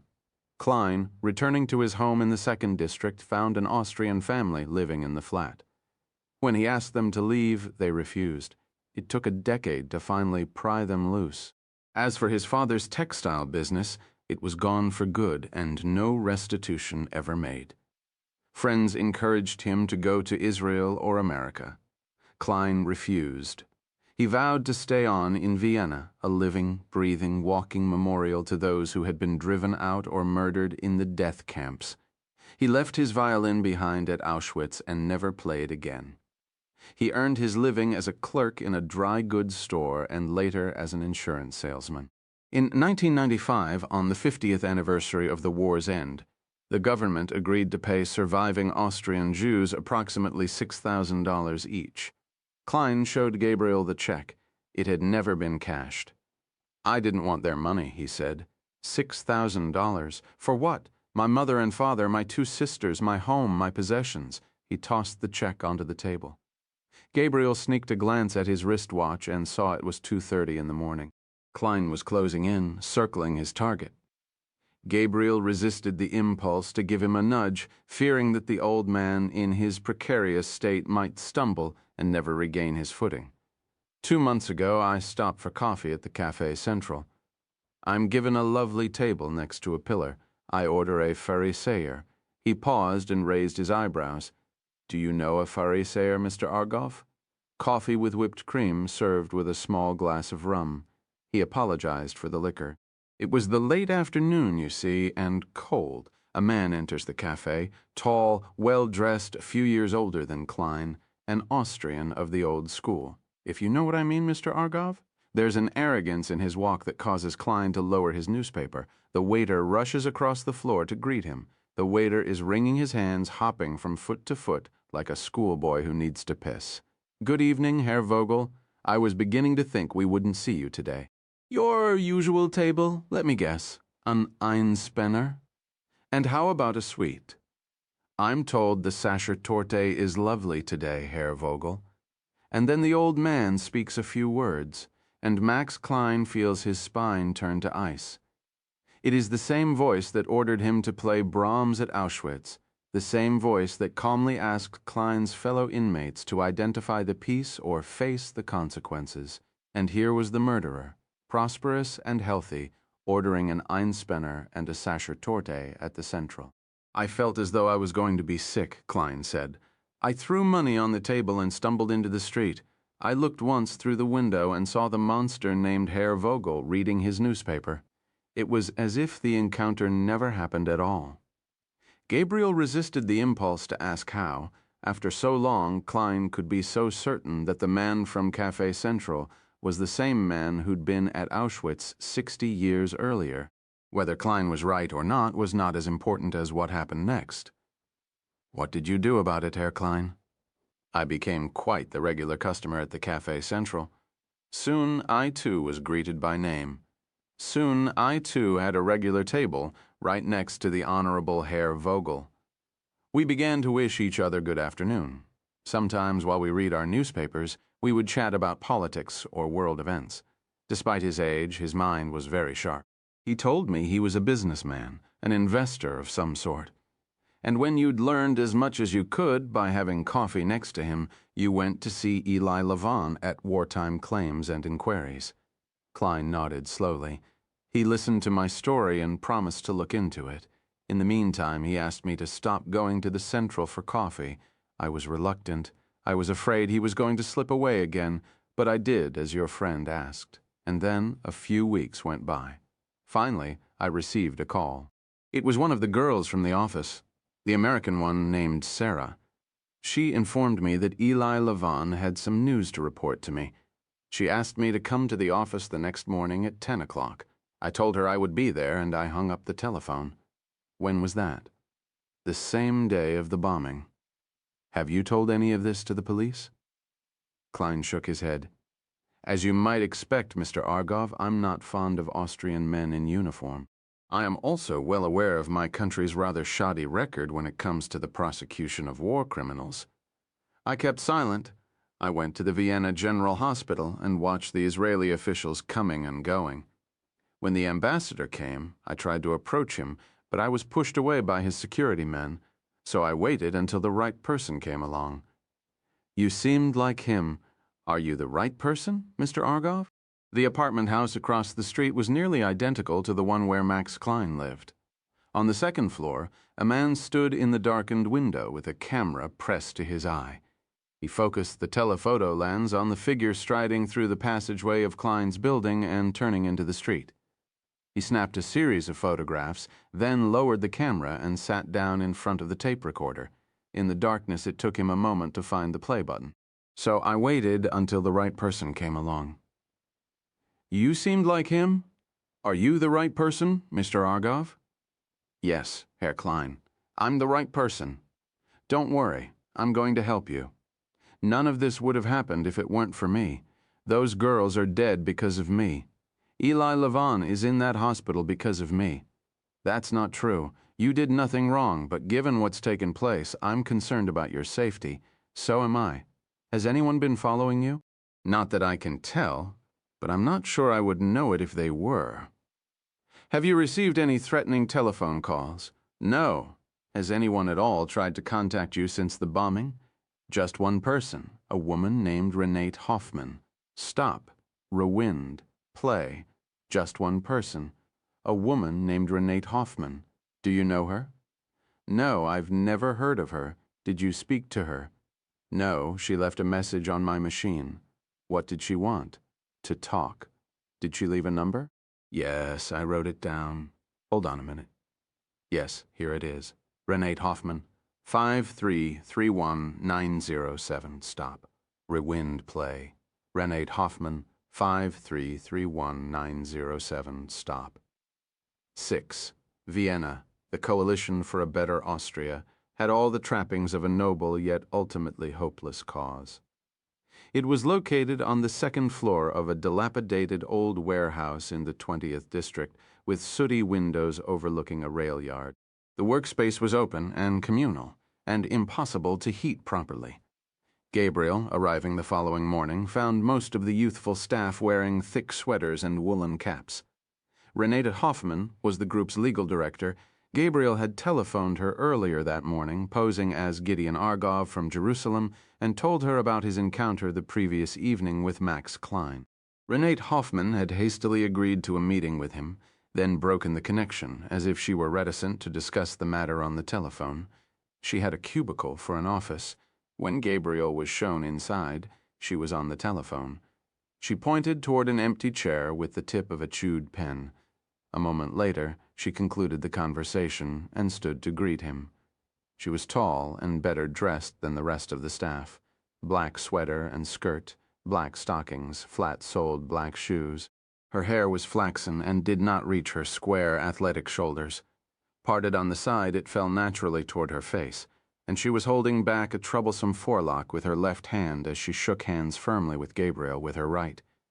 She wore no rings on her fingers, no makeup on her attractive face, and no scent other than tobacco.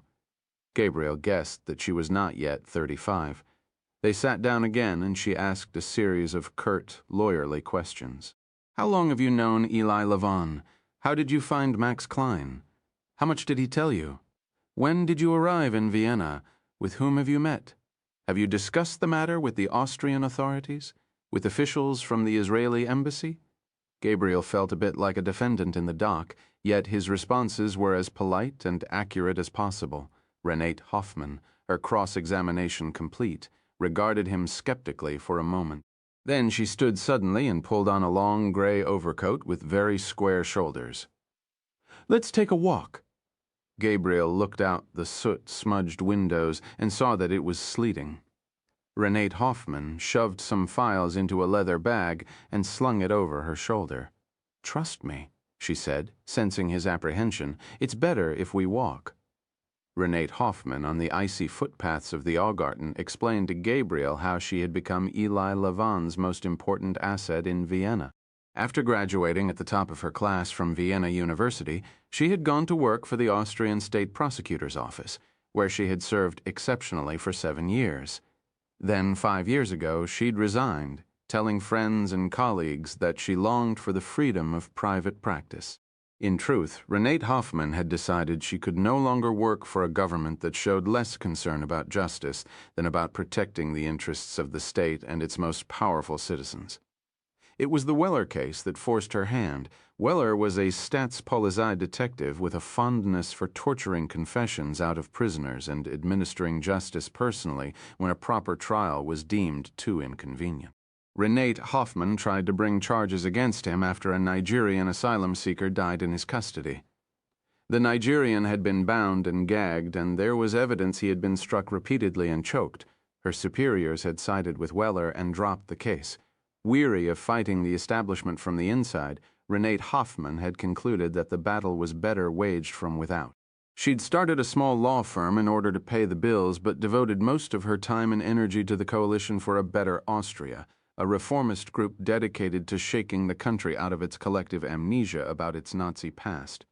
Simultaneously, she also formed a quiet alliance with Eli Lavon's wartime claims and inquiries. Renate Hoffman still had friends inside the bureaucracy, friends who were willing to do favors for her. These friends gave her access to vital government records and archives that were closed to Lavon. Why the secrecy? Gabriel asked, the reluctance to talk on the telephone. The long walks in the park when the weather is perfectly dreadful. Because this is Austria, Mr. Argov. Needless to say, the work we do is not popular in many quarters of Austrian society, just as Eli's wasn't. She caught herself using the past tense and quickly apologized. The extreme right in this country doesn't like us, and they're well represented in the police and security services. She brushed some sleet pellets from a park bench, and they both sat down. Eli came to me about 2 months ago.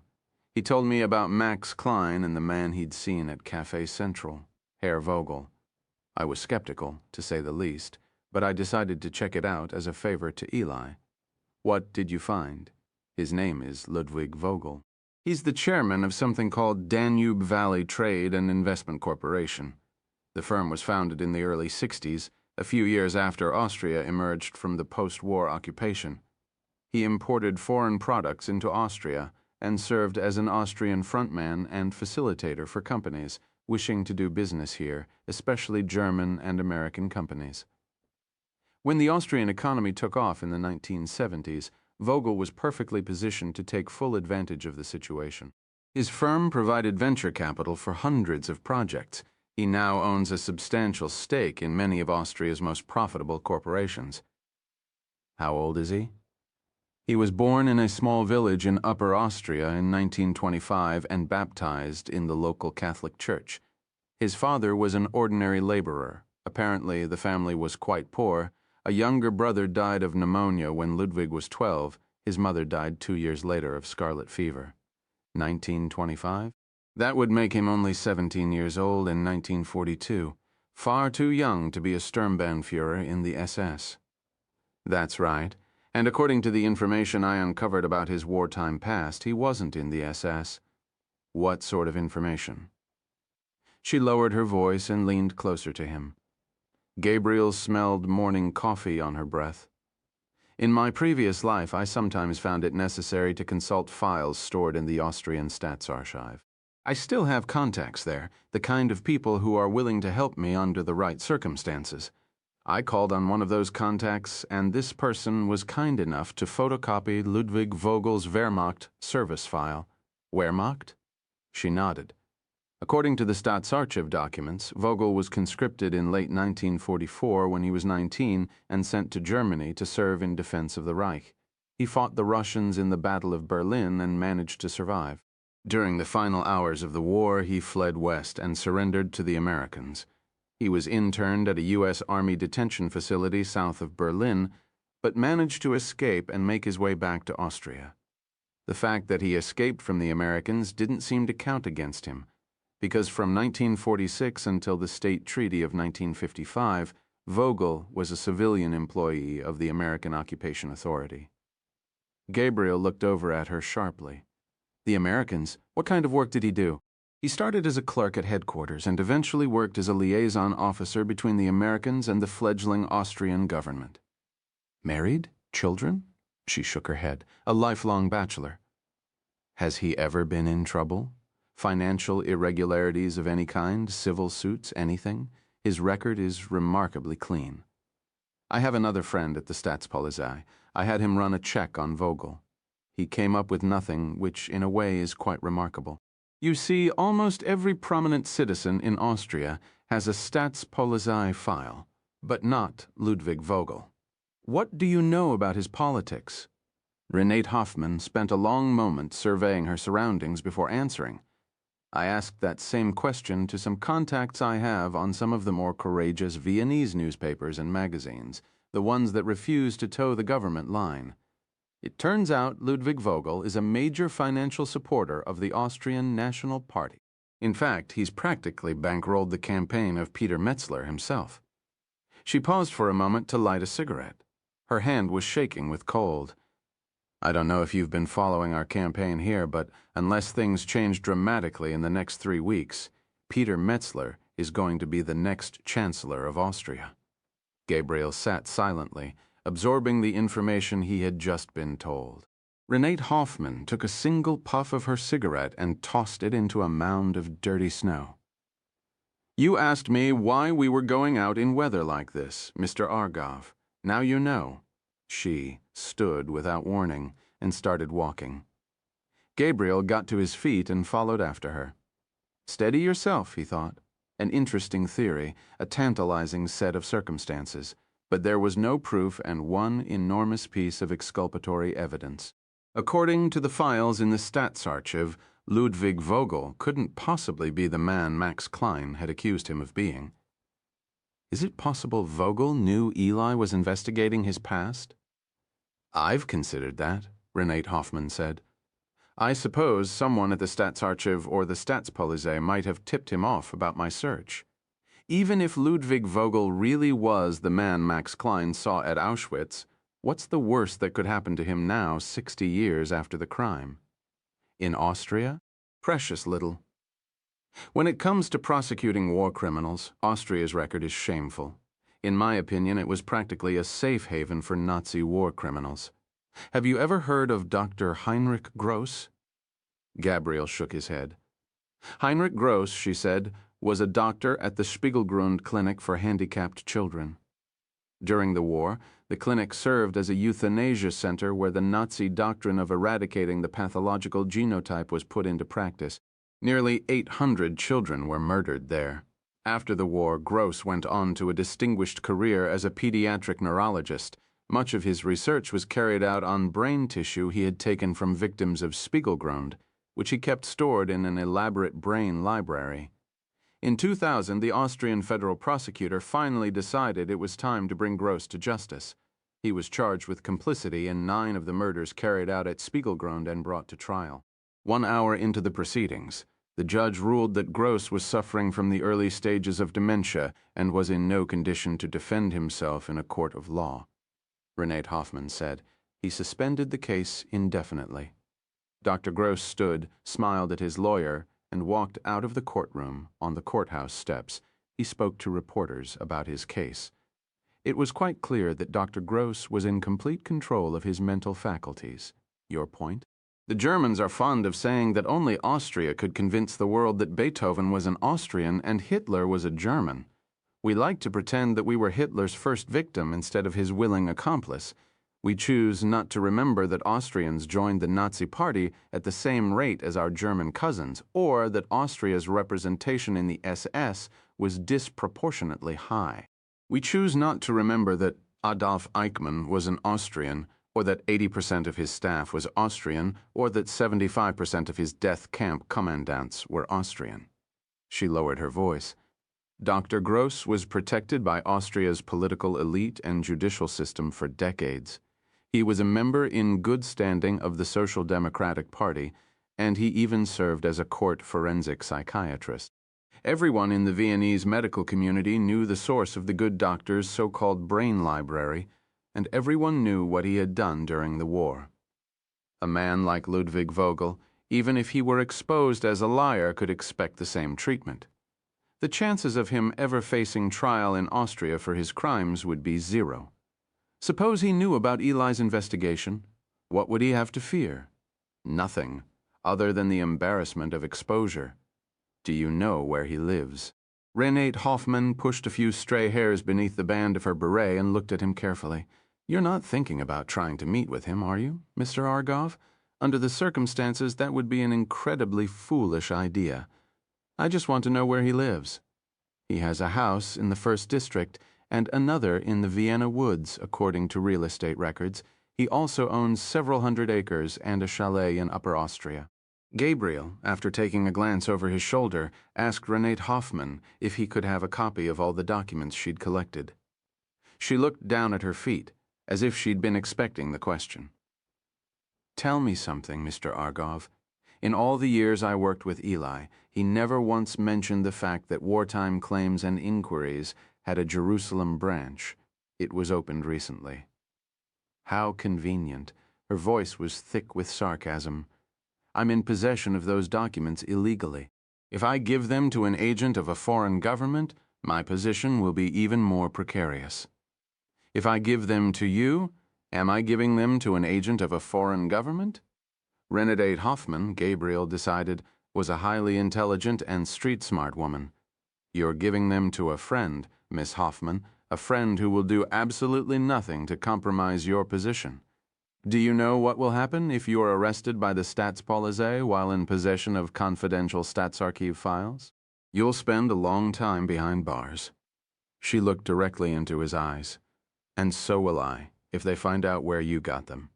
I don't intend to be arrested by the Staatspolizei. No one ever does. But this is Austria, Mr. Argov. Our police don't play by the same rules as their European counterparts. She reached into her handbag, withdrew a manila envelope, and handed it to Gabriel. It disappeared into the opening of his jacket, and they kept walking. I don't believe you're Gideon Argov from Jerusalem. That's why I gave you the file. There's nothing more I can do with it, not in this climate. Promise me you'll tread carefully, though. I don't want the coalition and its staff to suffer the same fate as wartime claims. She stopped walking and turned briefly to face him. And one more thing, Mr. Argov, please don't call me again. The surveillance van was parked on the edge of the Augerton, on the Wasnergasse. The photographer sat in the back, concealed behind one-way glass. He snapped one final shot as the subjects separated, then downloaded the pictures to a laptop computer and reviewed the images. The one that showed the envelope changing hands had been shot from behind. Nicely framed, well lit, a thing of beauty. 7 Vienna, 1 hour later, in an anonymous neo-Baroque building on the Ringstrasse, the photograph was delivered to the office of a man named Manfred Kruse. Contained in an unmarked manila envelope, it was handed to Kruse without comment by his attractive secretary. As usual, he was dressed in a dark suit and white shirt. His placid face and sharp cheekbones, combined with his habitual somber dress, gave him a cadaverous air that unnerved underlings. His Mediterranean features, the nearly black hair, the olive skin, and coffee-colored eyes had given rise to rumors within the service that a gypsy, or perhaps even a Jew, lurked in his lineage. It was a libel advanced by his legion of enemies, and Kruse did not find it amusing. He was not popular among the troops, but then he didn't much care. Kruse was well connected. Lunch with the minister once a week, friends among the wealthy and the political elite. Make an enemy of Kruse, and you could find yourself writing parking tickets in the backwoods of Carinthia. His unit was known officially as Department 5, but among senior Staatspolizei officers and their masters at the Interior Ministry, it was referred to simply as Kruse's gang. In moments of self-aggrandizement, a misdemeanor to which Kruse willingly pleaded guilty, he imagined himself the protector of all things Austrian. It was Kruse's job to make certain that the rest of the world's problems didn't seep across the borders into the tranquil Österreich. Department 5 was responsible for counter-terrorism, counter-extremism, and counter-intelligence. Manfred Kruse possessed the power to bug offices and tap telephones, to open mail and conduct physical surveillance.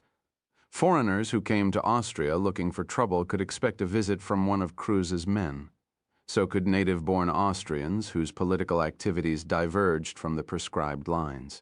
Little took place inside the country that he didn't know about, including the recent appearance in Vienna of an Israeli who claimed to be a colleague of Eli Lavon from Wartime Claims and Inquiries. Kruse's innate mistrust of people extended to his personal secretary. He waited until she had left the room before prizing open the envelope and shaking the print onto his blotter. It fell face down. He turned it over, placed it in the sharp white light of his halogen lamp, and carefully examined the image. Kruse was not interested in Renate Hoffman. She was the subject of regular surveillance by Department 5, and Kruse had spent more time than he cared to remember studying surveillance photographs and listening to transcripts of proceedings inside the premises of the Coalition for a Better Austria.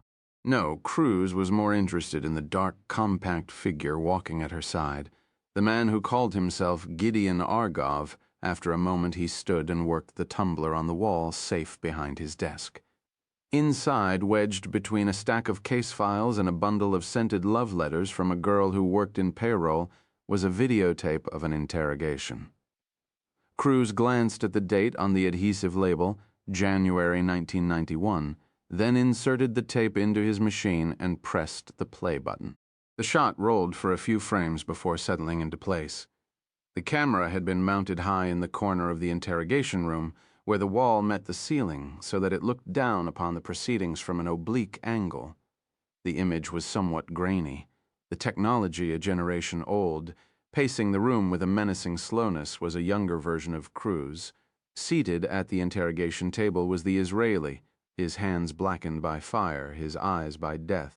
Cruz was quite certain it was the same man who was now calling himself Gideon Argov. Uncharacteristically, it was the Israeli, not Cruz, who posed the first question. Now, as then, Cruz was taken aback by the perfect German, spoken in the distinctive accent of a Berliner. "Where's my son?" "I'm afraid he's dead." "What about my wife? Your wife has been severely injured. She needs immediate medical attention." "Then why isn't she getting it?" "We need to know some information first before she can be treated. Why isn't she being treated now?" "Where is she?" "Don't worry, she's in good hands. We just need some questions answered." "Like what?" "You can begin by telling us who you really are. And please, don't lie to us anymore. Your wife doesn't have much time. I've been asked my name 100 times. You know my name. My God, get her the help she needs." "We will. But first, tell us your name. Your real name, this time. No more aliases, pseudonyms, or cover names." "We haven't the time. Not if your wife is going to live. My name is Gabriel, you bastard." "Is that your first name or your last?" "My first and your last." Allen, that's a Hebrew name, is it not? You're Jewish. You are also, I suspect, Israeli. Yes, I'm Israeli. If you are an Israeli, what are you doing in Vienna with an Italian passport? Obviously, you're an agent of Israeli intelligence. Who do you work for, Mr. Allen? What are you doing here? Call the ambassador. He'll know who to contact. We'll call your ambassador and your foreign minister and your prime minister. But right now, if you want your wife to get the medical treatment she so desperately needs, you're going to tell us who you work for and why you're in Vienna. Call the ambassador. Help my wife, God damn it. Who do you work for? You know who I work for. Help my wife. Don't let her die. Her life is in your hands, Mr. Allen. You're dead, you motherfucker. If my wife dies tonight, you're dead. Do you hear me? You're fucking dead. The tape dissolved to a blizzard of silver and black. Cruz sat for a long time, unable to take his eyes from the screen. Finally, he switched his telephone to secure and dialed a number from memory. He recognized the voice that greeted him. They exchanged no pleasantries. "I'm afraid we have a problem." "Tell me," Cruz did, "why don't you arrest him? He's in this country illegally on a forged passport and in violation of an agreement made between your service and his. And then what?" "Hand him over to the state prosecutor's office so they can put him on trial. Something tells me he might want to use a platform like that to his advantage." "What are you suggesting?" "Something a bit more subtle. Consider the Israeli your problem, Manfred. Deal with it." "And what about Max Klein?" The line went dead. Cruz hung up the phone. In a quiet backwater of the Stephansdom quarter, in the very shadow of the cathedral's north tower, there is a lane too narrow for anything but pedestrian traffic. At the head of the lane, on the ground floor of a stately old Baroque house, there is a small shop that sells nothing but collector-quality antique clocks. The sign over the door is circumspect, the shop hours unpredictable. Some days it does not open for business at all. There are no employees other than the owner. To one set of exclusive clients, he is known as Herr Gruber, to another the clockmaker. He was short of stature and muscular in build. He preferred pullovers and loose-fitting tweed jackets, because formal shirts and ties did not fit him particularly well. He was bald, with a fringe of cropped gray hair, and his eyebrows were thick and dark. He wore round spectacles with tortoise-shell frames. His hands were larger than most in his field, but dexterous and highly skilled. His workshop was as orderly as an operating room. On the work table, in a pool of clean light, lay a 200-year-old Neuchatel wall clock. The three-part case, decorated in floral-patterned cameos, was in perfect condition, as was the enamel dial with Roman numerals. The clockmaker had entered the final stages of an extensive overhaul of the two-train Neuchatel movement. The finished piece would fetch close to $10,000. A buyer, a collector from Lyon, was waiting. The bell at the front of the shop interrupted the clockmaker's work. He poked his head around the door frame and saw a figure standing outside in the street, a motorcycle courier, his wet leather jacket gleaming with rain like a seal's skin. There was a package under his arm. The clockmaker went to the door and unlocked it. The courier handed over the package without a word, then climbed onto the bike and sped away. The clockmaker locked the door again and carried the package to his worktable. He unwrapped it slowly. Indeed, he did almost everything slowly, and lifted the cover of a cardboard packing case. Inside lay a Louis XV French wall clock, quite lovely. He removed the casing and exposed the movement. The dossier and photograph were concealed inside.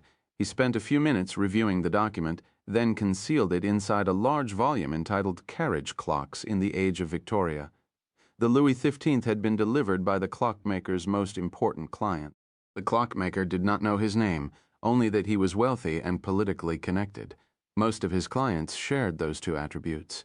This one was different, though. A year ago, he'd given the clockmaker a list of names, men scattered from Europe to the Middle East to South America.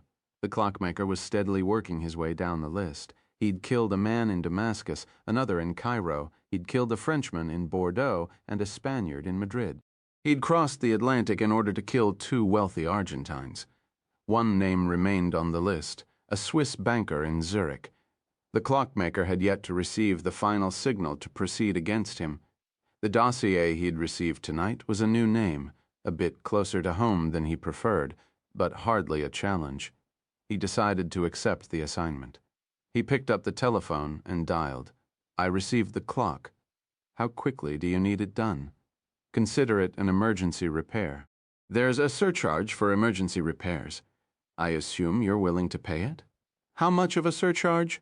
"My usual fee plus half." "For this job? Do you want it done or not?" "I'll send over the first half in the morning." "No, you'll send it tonight if you insist." The clockmaker hung up the telephone as 100 chimes simultaneously told 4:08 Vienna. Gabriel had never been fond of Viennese coffeehouses. There was something in the smell, the potion of stale tobacco, smoke, coffee, and liqueur, that he found offensive. And although he was quiet and still by nature, he did not enjoy sitting for long periods, wasting valuable time. He did not read in public because he feared old enemies might be stalking him. He drank coffee only in the morning to help him wake, and rich desserts made him ill. Witty conversation annoyed him, and listening to the conversations of others, especially pseudo-intellectuals, drove him to near madness. Gabriel's private hell would be a room where he would be forced to listen to a discussion of art led by people who knew nothing about it. It had been more than 30 years since he had been to Café Central.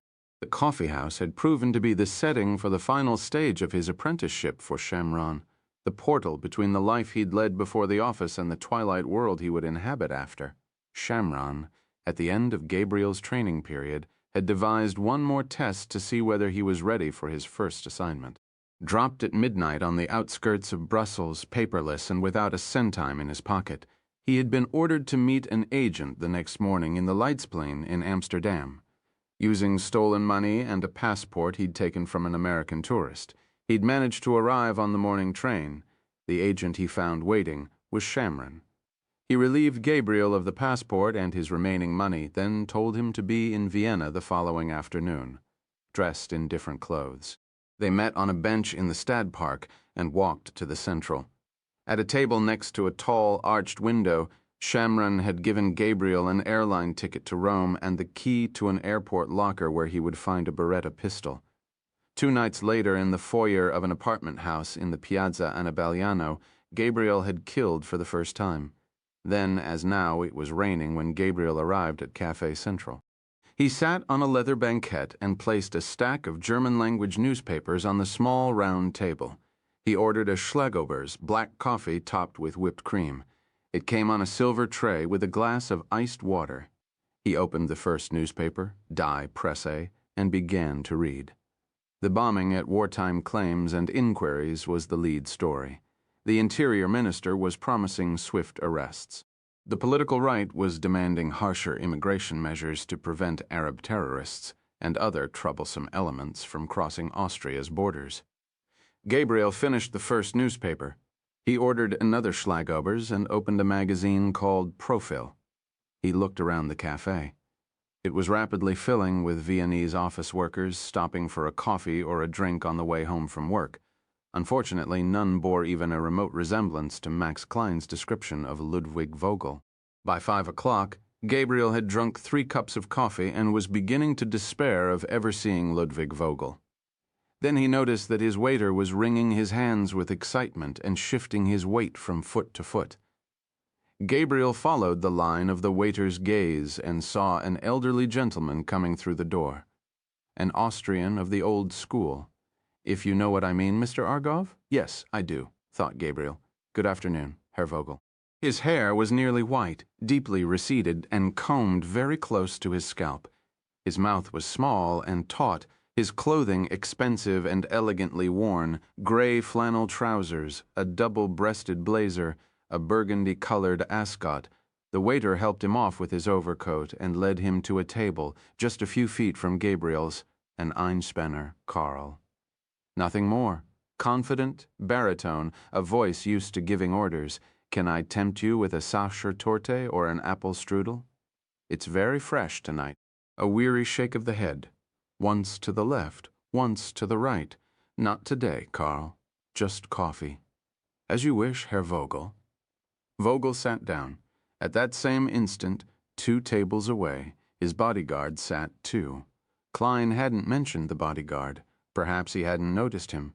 Perhaps he was a new addition. Gabriel forced himself to look down at his magazine. The seating arrangements were far from optimal. As luck would have it, Vogel was facing Gabriel directly. A more oblique angle would have allowed Gabriel to observe him without fear of being noticed. What's more, the bodyguard was seated just behind Vogel, his eyes on the move. Judging from the bulge in the left side of his suit jacket, he was carrying a weapon in a shoulder holster. Gabriel considered changing tables, but feared it would arouse Vogel's suspicion, so he stayed put and sneaked glances at him over the top of his magazine, and on it went for the next 45 minutes. Gabriel finished the last of his reading material and started in on Die Presse again. He ordered a 4th Schlagobers. At some point, he became aware that he too was being watched, not by the bodyguard, but by Vogel himself. A moment later, he heard Vogel say, "It's damned cold tonight, Karl. How about a small glass of brandy before I leave?" "Of course, Herr Vogel. And one for the gentleman at that table over there, Karl." Gabriel looked up and saw 2 pairs of eyes studying him, the small, dull eyes of the fawning waiter, and Vogel's, which were blue and bottomless. His small mouth had curled into a humorless smile. Gabriel didn't know quite how to react, and Ludwig Vogel was clearly enjoying his discomfort. "I was just leaving," Gabriel said in German, "but thank you very much. As you wish." Vogel looked at the waiter. "Come to think of it, Karl, I think I'll be going too." Vogel stood suddenly. He handed the waiter a few bills, then walked to Gabriel's table. "I offered to buy you a brandy because I noticed you were looking at me," Vogel said. "Have we ever met before?" "No, I don't think so," Gabriel said. "And if I was looking at you, I meant nothing by it. I just enjoy looking at faces in Viennese coffee houses." He hesitated, then added, "One never knows whom one might run into." "I couldn't agree more." Another humorless smile. "Are you sure we've never met before? Your face seems very familiar to me." "I sincerely doubt it." "You're new to the Central," Vogel said with certainty. "I come here every afternoon. You might say I'm Karl's best customer. I know I've never seen you here before. I usually take my coffee at Spurl." "Ah, Spurl. Their strudel is good, but I'm afraid the sound of the billiards tables intrudes on my concentration. I must say, I'm fond of the Central. Perhaps we'll see each other again." "Perhaps," Gabriel said noncommittally. "There was an old man who used to come here often. He was about my age. We used to have lovely conversations. He hasn't come for some time. I hope he's all right. When one is old, things have a way of going wrong very quickly. Gabriel shrugged. Maybe he's just moved on to another coffee house. Perhaps, Vogel said. Then he wished Gabriel a pleasant evening and walked into the street. The bodyguard followed discreetly after him. Through the glass, Gabriel saw a Mercedes sedan slide forward. Vogel shot one more glance in Gabriel's direction before lowering himself into the back seat. Then the door closed and the car sped away. Gabriel sat for a moment, turning over the details of the unexpected encounter. Then he paid his check and walked into the frigid evening. He knew he had just been sent a warning. He also knew that his time in Austria was limited. The American was the last to depart Café Central.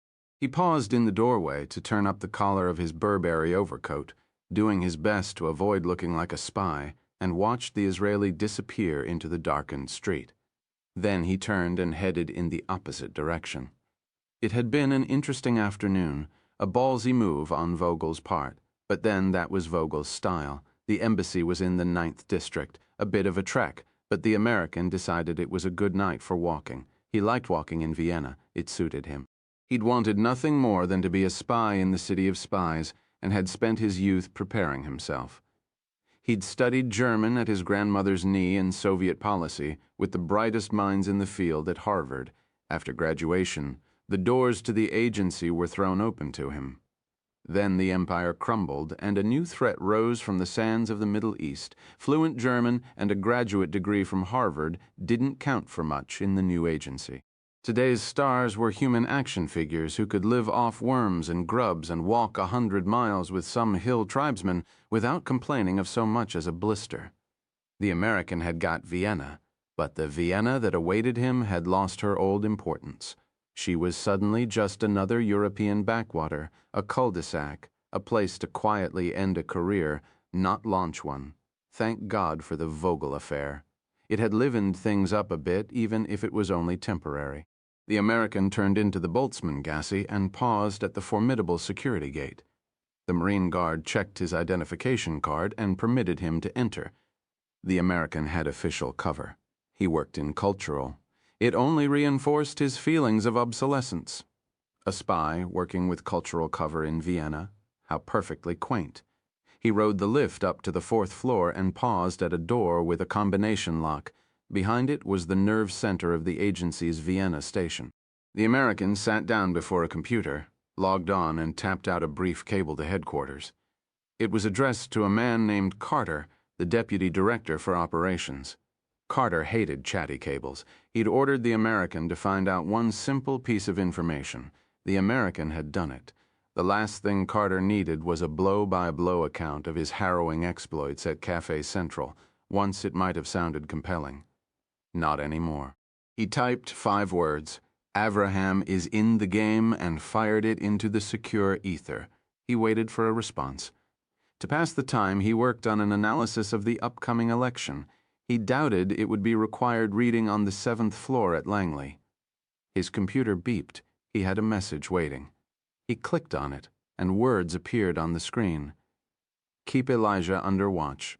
The American hastily tapped out another message. "What if Elijah leaves town?" 2 minutes later, "Keep Elijah under watch." The American logged off. He put aside the report on the election. He was back in the game, at least for now. Gabriel spent the rest of that evening at the hospital. Marguerite, the night nurse, came on duty an hour after he arrived.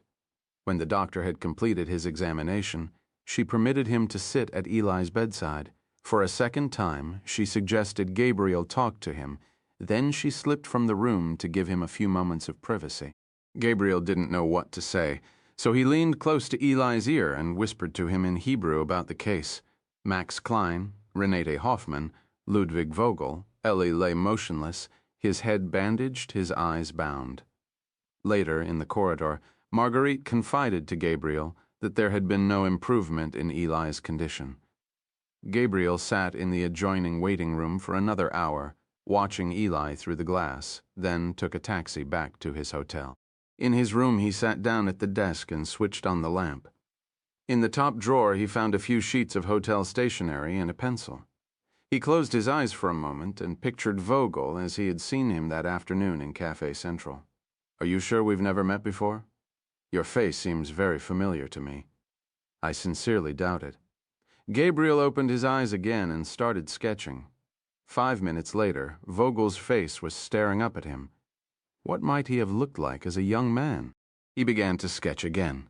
He thickened the hair, removed the hoods and crinkles from the eyes. He smoothed the furrows from the forehead, tightened the skin on the cheeks, and along the jawline erased the deep troughs leading from the base of the nose to the corners of the small mouth. Satisfied, he placed the new sketch next to the first. He began a third version of the man, this time with the high-collared tunic and peaked cap of an SS man. The image, when it was complete, set fire to the skin of his neck. He opened the file Renate Hoffman had given him and read the name of the village where Vogel had his country house. He located the village on a tourist map he found in the desk drawer, then dialed a rental car office and reserved a car for the morning. He carried the sketches to the bed and, with his head propped on the pillow, stared at the 3 different versions of Vogel's face. The last, the one of Vogel in the uniform of the SS, seemed vaguely familiar to him. He had the nagging sensation he had seen the man someplace before. After an hour, he sat up and carried the sketches into the bathroom. Standing at the sink, he burned the images in the same order he had sketched them: Vogel as prosperous Viennese gentleman, Vogel 50 years younger, Vogel as SS murderer. 9. Vienna. The following morning Gabriel went shopping in the Kärntner Strasse. The sky was a dome of pale blue streaked with alabaster, crossing the Stephansplatz. He was nearly toppled by the wind. It was an Arctic wind chilled by the fjords and glaciers of Norway, strengthened by the icy plains of Poland, and now it was hammering against the gates of Vienna like a barbarian horde. He entered a department store, glanced at the directory, and rode the escalator up to the floor that sold outerwear. There he selected a dark blue ski jacket, a thick fleece pullover, heavy gloves, and waterproof hiking boots.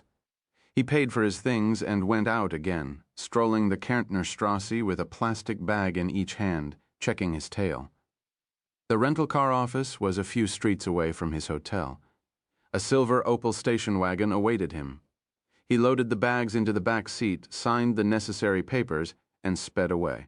He drove in circles for a half hour, looking for signs of surveillance, then made his way to the entrance of the A1 motorway and headed west. The clouds thickened gradually. The morning sun vanished. By the time he reached Linz, it was snowing heavily. He stopped at a gas station and changed into the clothing he'd bought in Vienna, then pulled back onto the A1 and made the final run into Salzburg. It was mid-afternoon when he arrived. He left the Opel in a car park and spent the remainder of the afternoon wandering the streets and squares of the old city, playing the part of a tourist. He climbed the carved steps leading up the Munksberg and admired the view of Salzburg from the height of the church steeples. Then it was over to the Universitätsplatz to see the Baroque masterpieces of Fischer von Erlach. When darkness fell, he went back down to the old city and dined on Tyrolean ravioli in a quaint restaurant with hunting trophies on the dark-paneled walls. By 8 o'clock, he was behind the wheel of the Opel again, heading east out of Salzburg into the heart of the Salzkammergut. The snowfall grew heavier as the highway climbed steadily into the mountains. He passed through a village called Hof on the southern shore of the Fuscholsee. Then, a few miles farther on, he came to the Wolfgang See. The town for which it was named, St. Wolfgang, stood on the opposite shore of the lake. He could just make out the shadowed spire of the pilgrimage church. He remembered it contained one of the finest Gothic altarpieces in all of Austria. In the sleepy village of Zickenbach, he made a right turn into a narrow lane that rose sharply up the slope of the mountain. The town fell away behind him. There were cottages along the road with snow-covered roofs and smoke curling from the chimneys. A dog ran out from one of them and barked as Gabriel passed. He drove across a one-lane bridge, then slowed to a stop. The road seemed to have given up in exhaustion.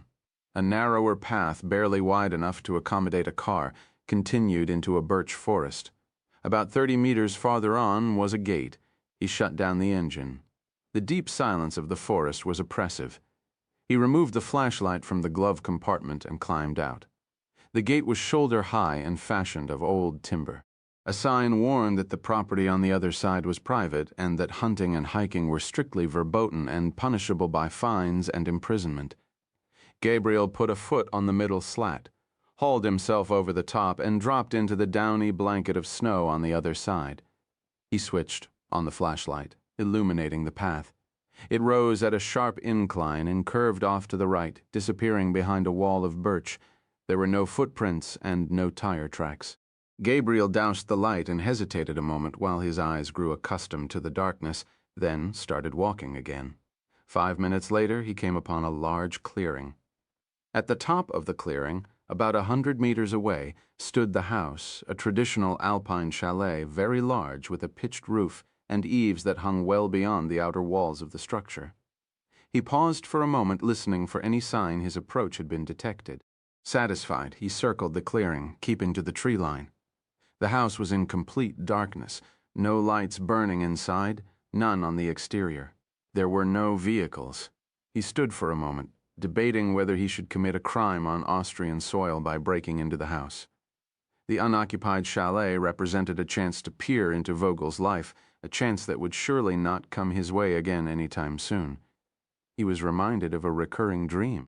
Titian wishes to consult with Gabriel on a restoration, but Gabriel keeps putting Titian off because he's hopelessly behind schedule and can't take the time for a meeting.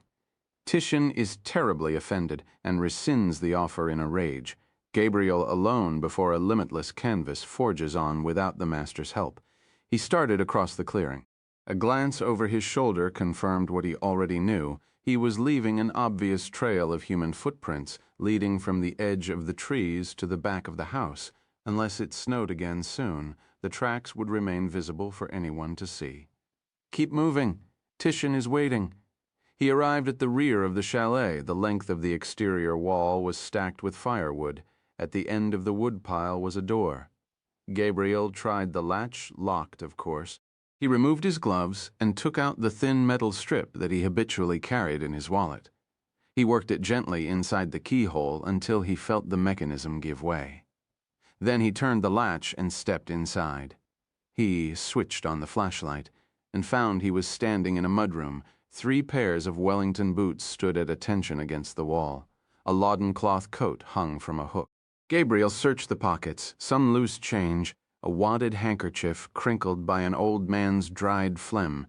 He stepped through a doorway and was confronted by a flight of stairs. He climbed swiftly upward, flashlight in hand, until he came to another door. This one was unlocked. Gabriel eased it open. The groan of the dry hinges echoed in the vast silence of the house. He found himself in a pantry, which looked as though it had been looted by an army in retreat. The shelves were nearly bare and covered in a fine layer of dust. The adjoining kitchen was a combination of modern and traditional German-made appliances with stainless steel fronts, cast iron pots hanging over a large open hearth. He opened the refrigerator. A half-drunk bottle of Austrian white wine, a lump of cheese green with mold, a few jars of ancient condiments. He walked through a dining room into a large great room. He played the light around the room and stopped when it fell upon an antique writing table. There was one drawer, warped by the cold. It was wedged tightly shut. Gabriel pulled hard and nearly tore it off the runners. He shone the light inside. Pens and pencils, rusted paper clips, a stack of business stationery from Danube Valley Trade and Investment, personal stationery. From the desk of Ludwig Vogel, Gabriel closed the drawer and shone the light on the surface of the desk. In a wooden paper tray was a stack of correspondence. He leafed through the pages, a few private letters, documents that appeared to be related to Vogel's business dealings. Attached to some of the documents were memoranda, all written in the same spidery script. He seized the papers, folded them in half, and pushed them down the front of his jacket. The telephone was equipped with a built-in answering machine and digital display. The clock was set to the wrong time. Gabriel lifted the cover, exposing a pair of mini cassettes. It had been his experience that telephone machines never completely erased tapes, and that much valuable information was often left behind, easily accessible to a technician with proper equipment. He removed the cassettes and slipped them into his pocket, Then he closed the lid and pressed the redial button. There was a burst of dial tone, followed by the dissonant song of the automatic dialer. The number flashed across the display window, 5112-41124, a Vienna number. Gabriel committed it to memory. The next sound was the one-note ring of an Austrian telephone, followed by a second. Before the line could ring a third time, a man picked up. "Hello, hello, who's there, Ludwig? Is that you?" "Who is this?" Gabriel reached down and severed the connection. H.E. mounted the main staircase. How long did he have before the man at the other end of the line realized his mistake? How quickly could he marshal his forces and mount a counterattack? Gabriel could almost hear a clock ticking. At the top of the stairs was an alcove-like foyer, furnished as a small seating area. Next to the chair was a stack of books, and resting on the books was an empty snifter. On each side of the alcove was a doorway leading to a bedroom. Gabriel entered the one to his right. The ceiling was at an angle, reflecting the pitch of the roof. The walls were bare, except for a large crucifix hanging over the unmade bed. The alarm clock on the nightstand flashed 1200, 1200, 12. Coiled snake-like in front of the clock was a black beaded rosary. A television set stood on a pedestal at the foot of the bed. Gabriel dragged his gloved fingertip across the screen and left a dark line in the dust. There was no closet, only a large Edwardian-style wardrobe. Gabriel opened the door and played his flashlight around the interior. Stacks of neatly folded sweaters, jackets, dress shirts, and trousers hanging from the rod. He pulled open a drawer. Inside was a felt-lined jewelry case, tarnished cufflinks, signet rings, an antique watch with a cracked black leather band.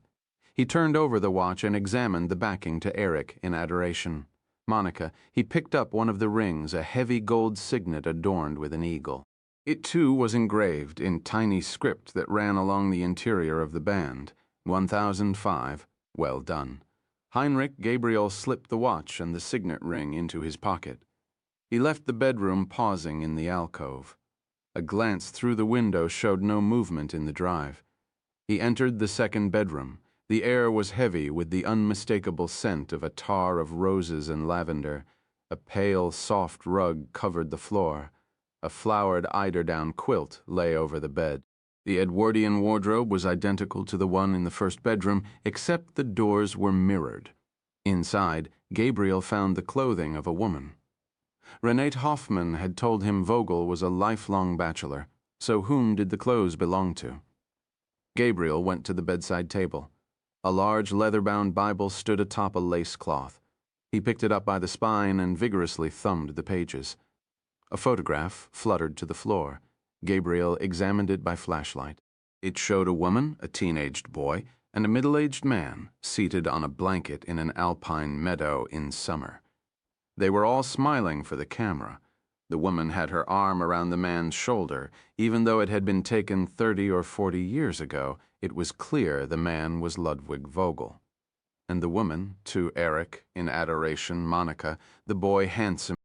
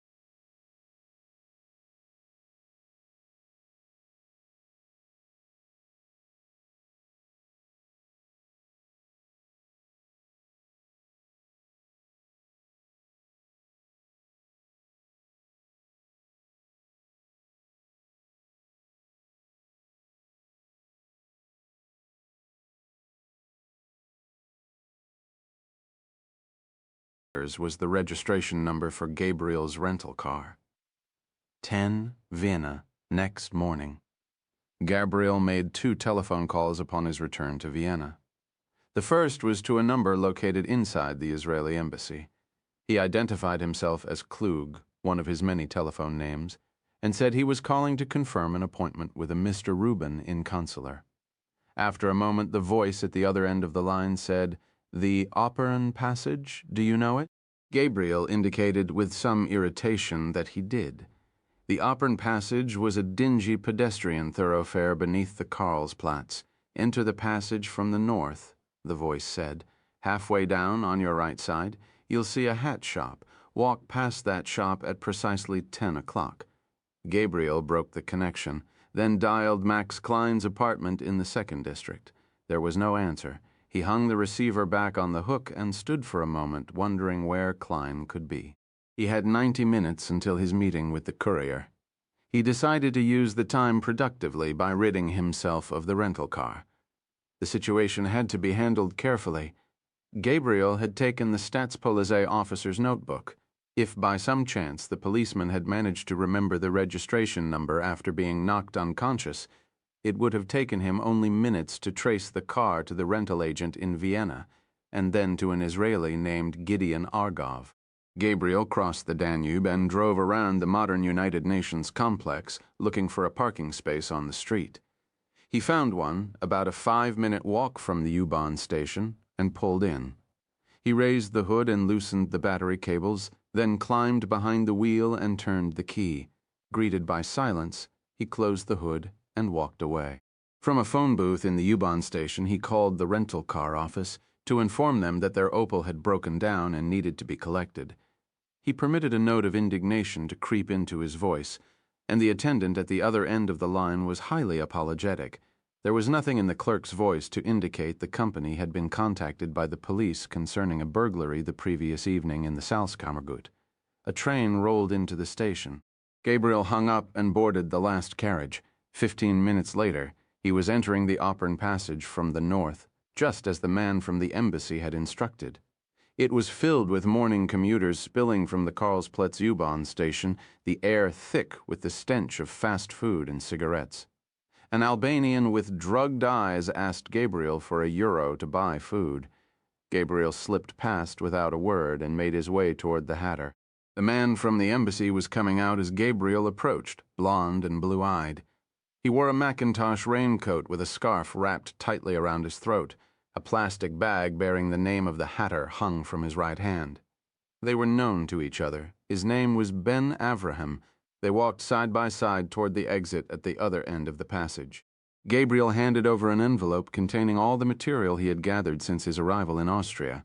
The dossier given to him by Renate Hoffman, the watch and the ring taken from Ludwig Vogel's armoire, the photograph concealed in the Bible.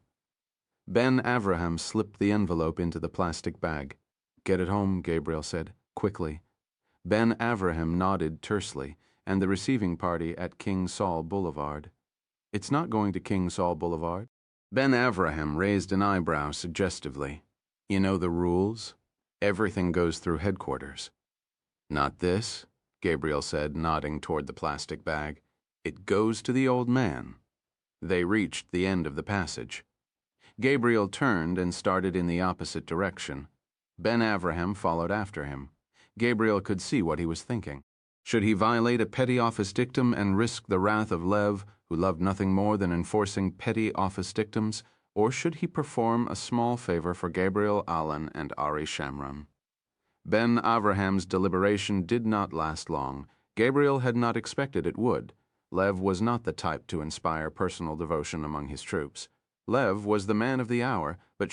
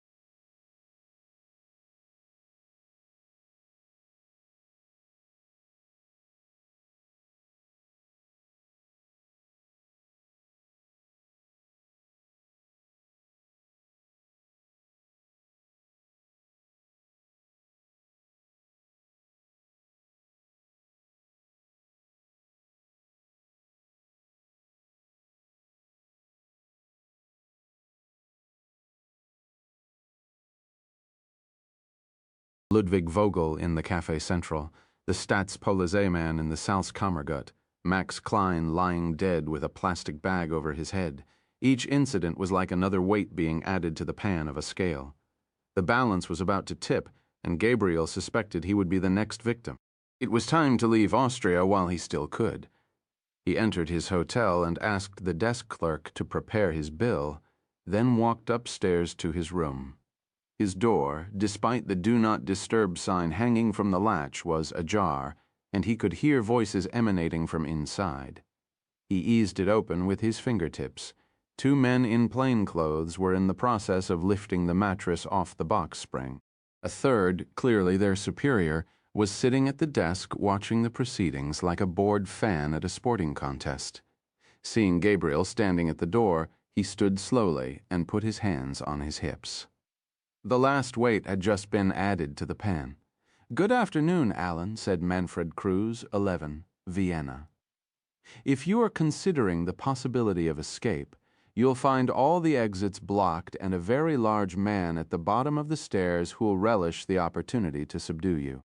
Kruse's body was turned slightly.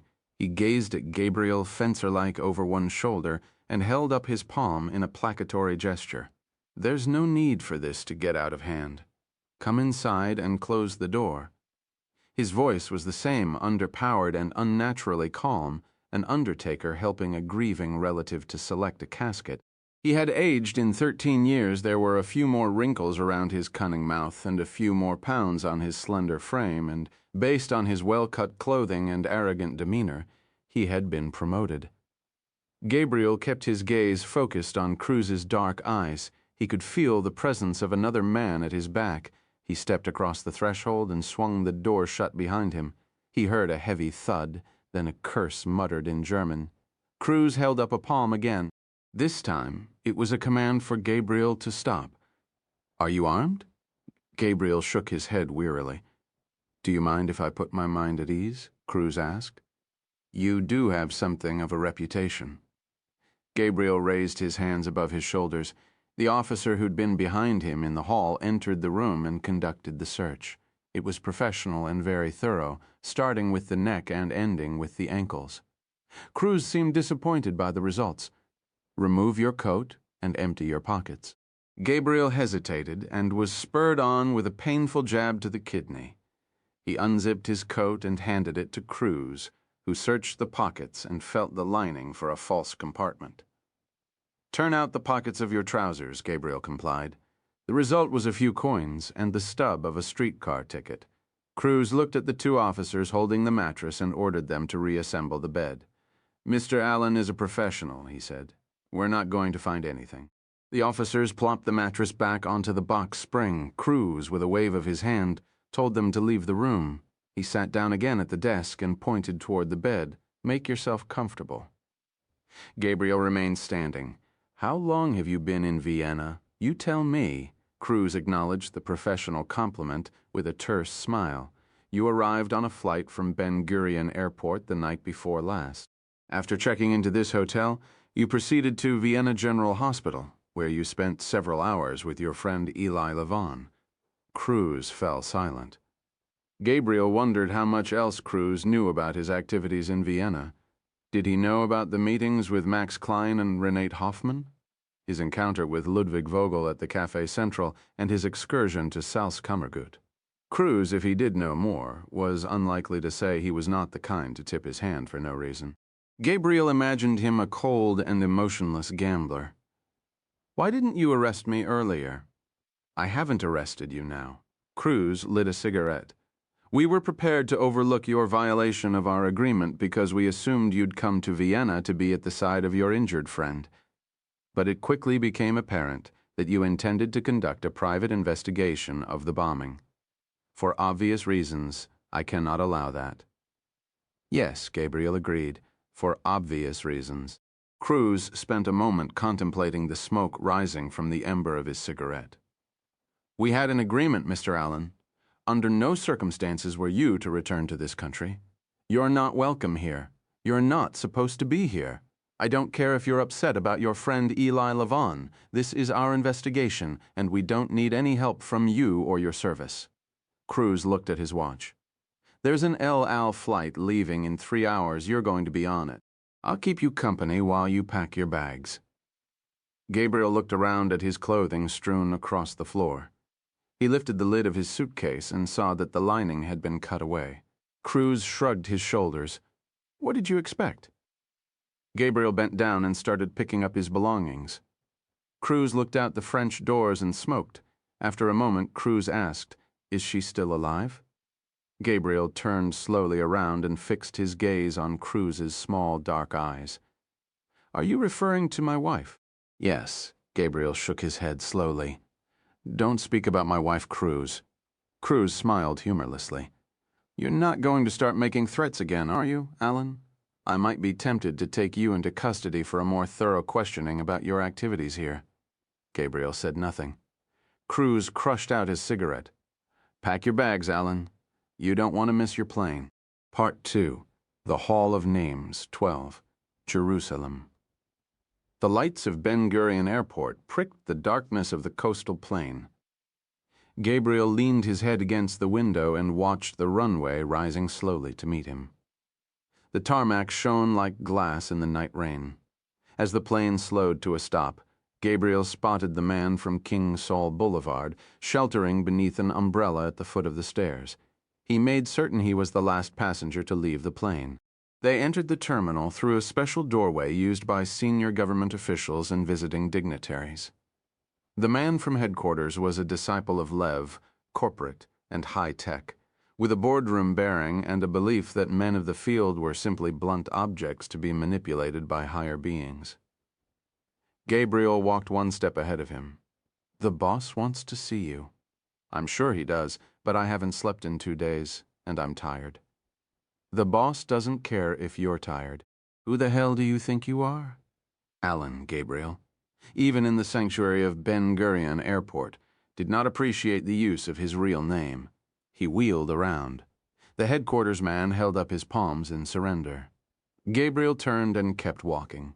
The headquarters man had the good sense not to follow outside. Rain was hammering against the pavement. Lev's doing, no doubt. Gabriel sought shelter beneath the taxi stand and thought about where to go. He had no residence in Israel. The office was his only home. Usually he stayed at a safe flat or Shamron's villa in Tiberias. A black Peugeot turned into the traffic circle. The weight of the armor made it ride low on the heavy-duty suspension. It stopped in front of Gabriel. The bulletproof rear window slid down. Gabriel smelled the bitter, familiar scent of Turkish tobacco. Then he saw the hand, liver-spotted and blue-veined, gesturing wearily for him to come out of the rain. The car lurched forward even before Gabriel could close the door. Shamron was never one for standing still. He crushed out his cigarette for Gabriel's sake and lowered the windows for a few seconds in order to clear the air. When the windows were closed again, Gabriel told him of Lev's hostile reception. He spoke to Shamron in English at first. Then, remembering where he was, he switched to Hebrew. Apparently, he wants to have a word with me. Yes, I know, Shamron said. He'd like to see me as well. How did he find out about Vienna? It seems Manfred Cruz paid a courtesy call on the embassy after your deportation and threw something of a fit. I'm told it wasn't pretty. The foreign ministry is furious, and the entire top floor of King Saul Boulevard is baying for my blood and yours. What can they do to me? Nothing, which is why you are my perfect accomplice. That and your obvious talents, of course. The car sped out of the airport and turned onto the highway. Gabriel wondered why they were heading toward Jerusalem, but was too exhausted to care. After a while, they began to climb into the Judean mountains. Soon the car was filled with the scent of eucalyptus and wet pine. Gabriel looked out the rain-spattered window and tried to remember the last time he had set foot in his country. It was after he had hunted down Tariq al-Orani. He'd spent a month in a safe flat just outside the walls of the old city, recovering from a bullet wound in his chest.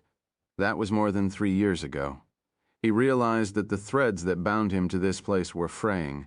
He wondered whether he, like Francesco Tiepolo, would die in Venice and suffer the indignity of a mainland burial. Something tells me Lev and the foreign ministry are going to be slightly less annoyed with me when they find out what's inside this. Shamron held up an envelope. Looks like you were a very busy boy during your brief stay in Vienna. Who's Ludwig Vogel? Gabriel, his head propped against the window, told Shamron everything, beginning with his encounter with Max Klein and ending with his tense confrontation with Manfred Cruz in his hotel room. Shamron was soon smoking again, and though Gabriel could not see his face clearly in the back of the darkened limousine, the old man was actually smiling.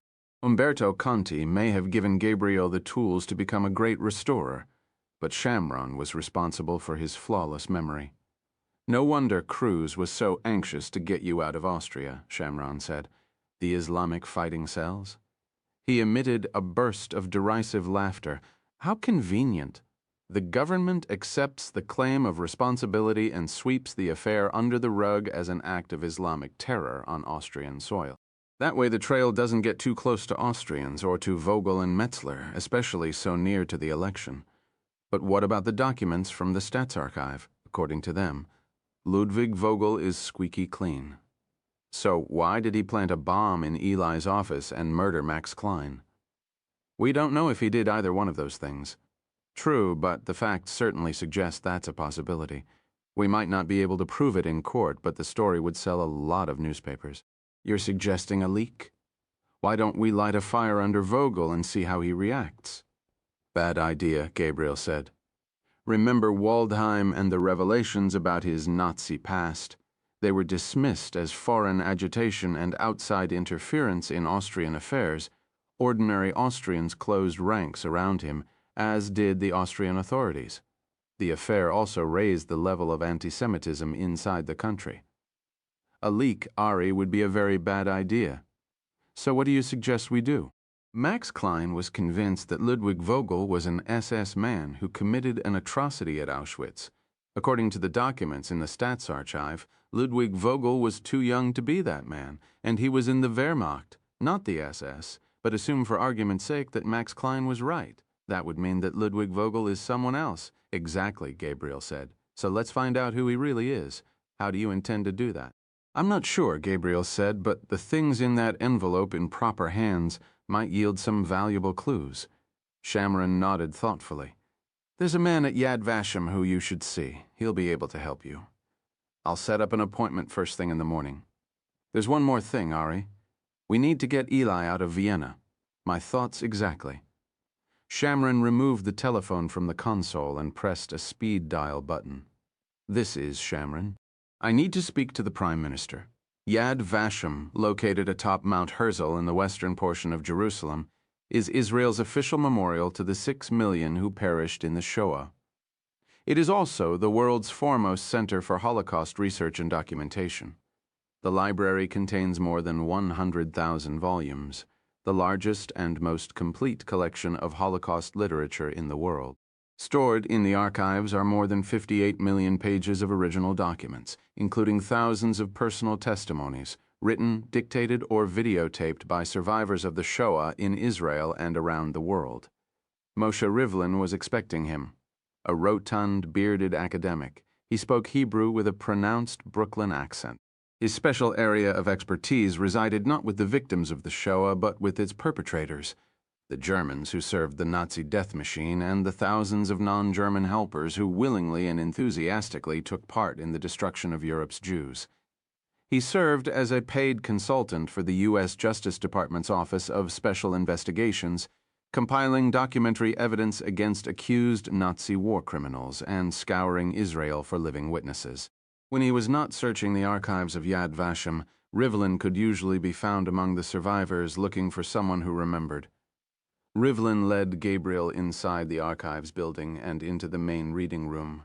It was a surprisingly cramped space, brightly lit by large floor-to-ceiling windows overlooking the hills of West Jerusalem. A pair of scholars sat hunched over open books, another stared transfixed into the screen of a microfilm reader. When Gabriel suggested something a bit more private, Rivlin led him into a small side room and closed the thick glass door. The version of events Gabriel provided was well sanitized, but thorough enough so that nothing important was lost in translation.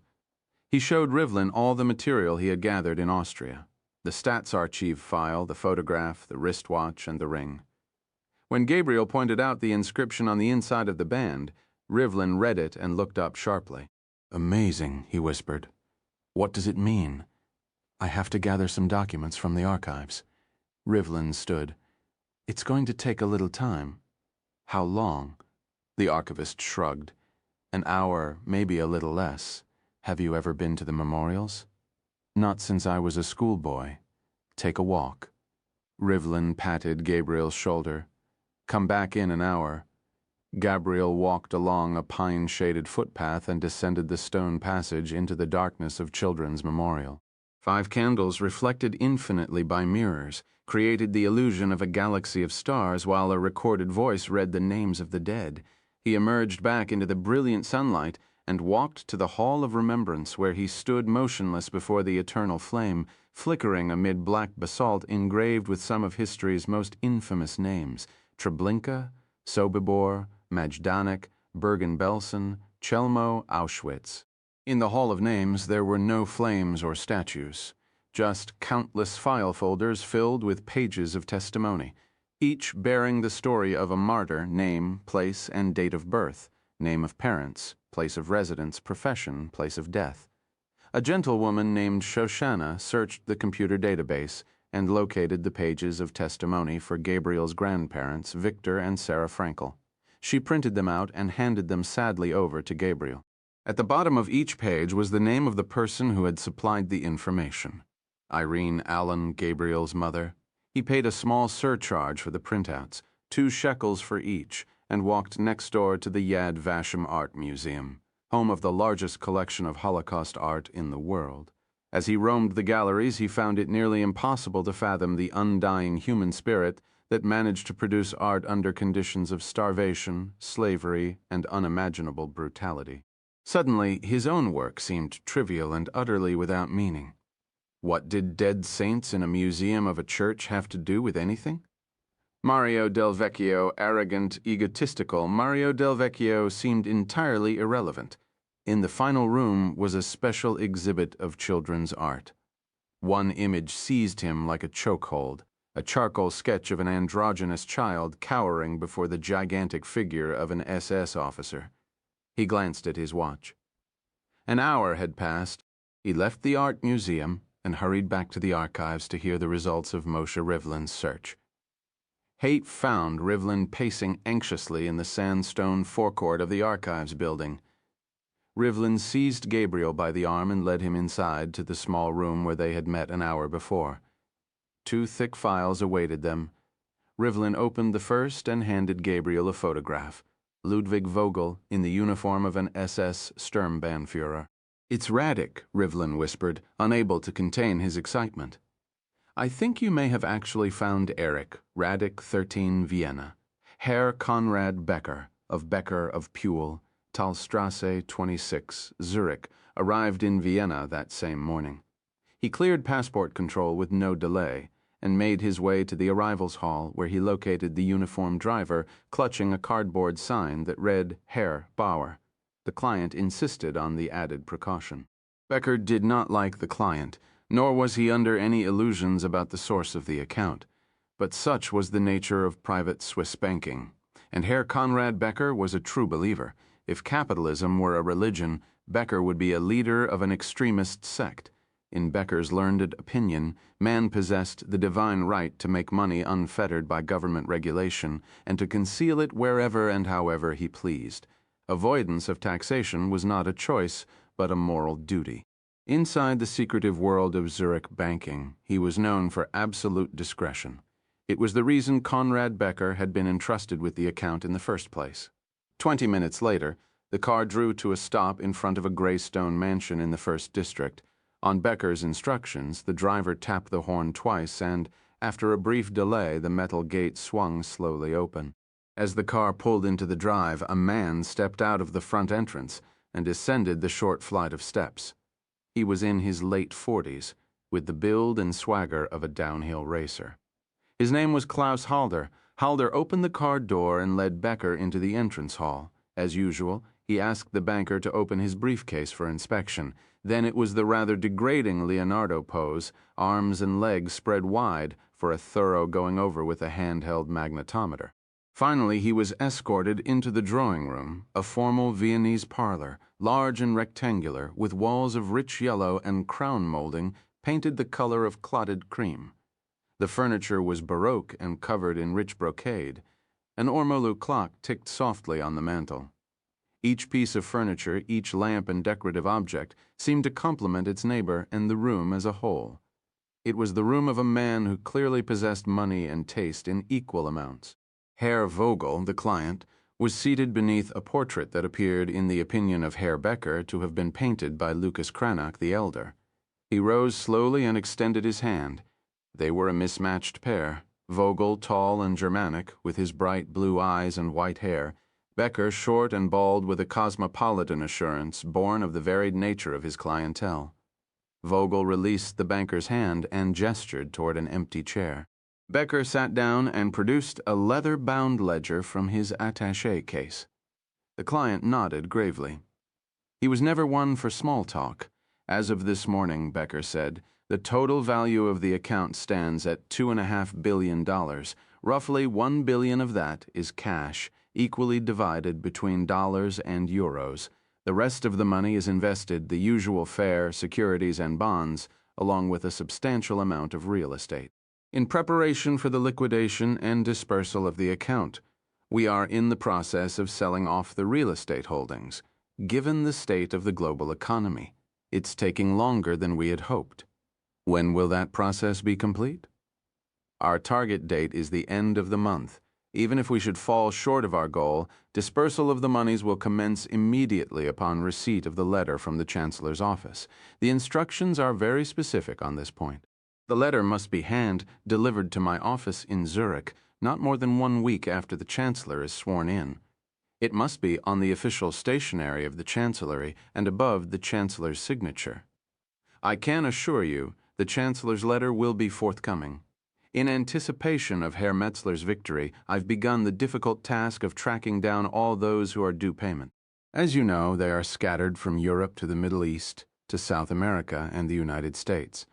I've also had contact with the head of the Vatican Bank. As you might expect, given the current financial state of the Holy See, he was very pleased to take my call, and why not?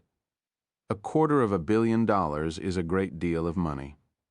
From the banker, a vigilant smile. Yes, but not even the Holy Father will know the true source of the money. As far as the Vatican is concerned, it is from a wealthy donor who wishes to remain anonymous. And then there's your share, said Vogel. The bank's share is $100 million payable upon dispersal of all the funds. $100 million plus all the transaction fees you've collected over the years and the percentage you take from the annual profit.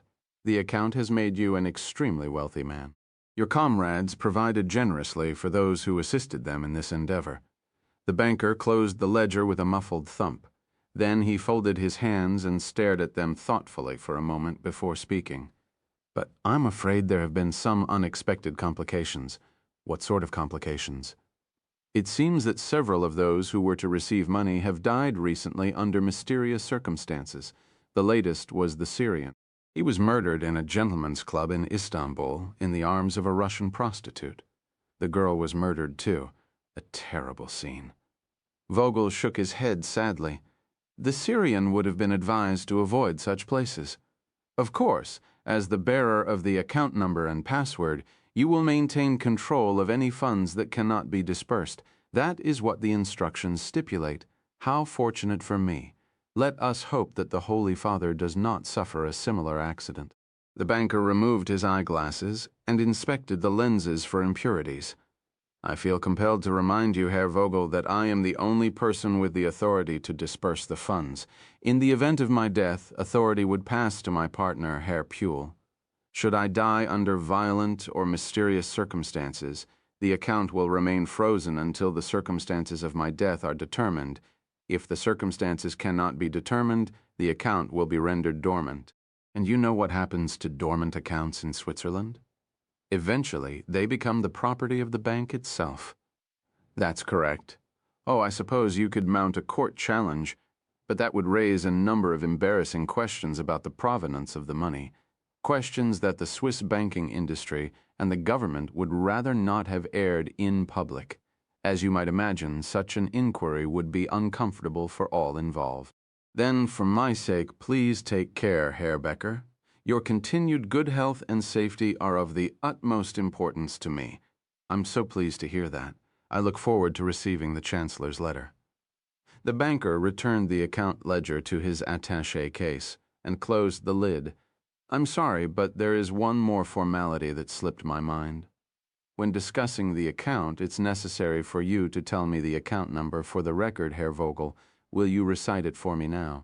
Yes, of course. Then, with Germanic precision, 6297435, and the password 1005. Thank you, Herr Vogel. 10 minutes later, Becker's car stopped outside the Ambassador Hotel. Wait here, the banker said to the driver. I won't be more than a few minutes. He crossed the lobby and rode the elevator to the 4th floor. A tall American in a wrinkled blazer and striped tie admitted him into room 417. He offered Becker a drink, which the banker refused, then a cigarette, which he also declined. Becker never touched tobacco. Maybe he would start. The American held out his hand toward the briefcase. Becker handed it over. The American lifted the lid and pried loose the false leather lining, exposing the micro-cassette recorder. Then he removed the tape and placed it into a small playback machine. He pressed rewind, then play. The sound quality was remarkable. For the record, Herr Vogel, will you recite it for me now? Yes, of course. 6297435. And the password? 1005. Thank you, Herr Vogel. Stop. The American looked up and smiled. The banker looked as though he had just been caught betraying his wife with her best friend. You've done very well, Herr Becker. We're grateful. I've just committed more violations of the Swiss banking secrecy laws than I can count. True, but they're shitty laws. And besides, you still get $100 million in your bank. But it's not my bank any longer, is it? It's your bank now. The American sat back and folded his arms. He didn't insult Becker with a denial 14. Jerusalem. Gabriel had no idea who Erich Radek was. Rivlin told him Erich Wilhelm Radek had been born in 1917 in the village of Alberndorf, 30 miles north of Vienna. The son of a police officer, Radek had attended a local gymnasium and showed a marked aptitude for mathematics and physics. He won a scholarship to attend the University of Vienna, where he studied engineering and architecture. According to university records, Radek was a gifted student who received high marks. He was also active in right-wing Catholic politics. In 1937, he applied for membership in the Nazi Party. He was accepted and assigned the party number 579845567. Radek also became affiliated with the Austrian Legion, an illegal Nazi paramilitary organization. In March 1938, at the time of the Anschluss, he applied to join the SS, blond and blue-eyed, with a lean, athletic build. Radek was declared pure Nordic by the SS Racial Commission, and after a painstaking check of his ancestry, was deemed to be free of Jewish and other non-Aryan blood and accepted into the elite brotherhood.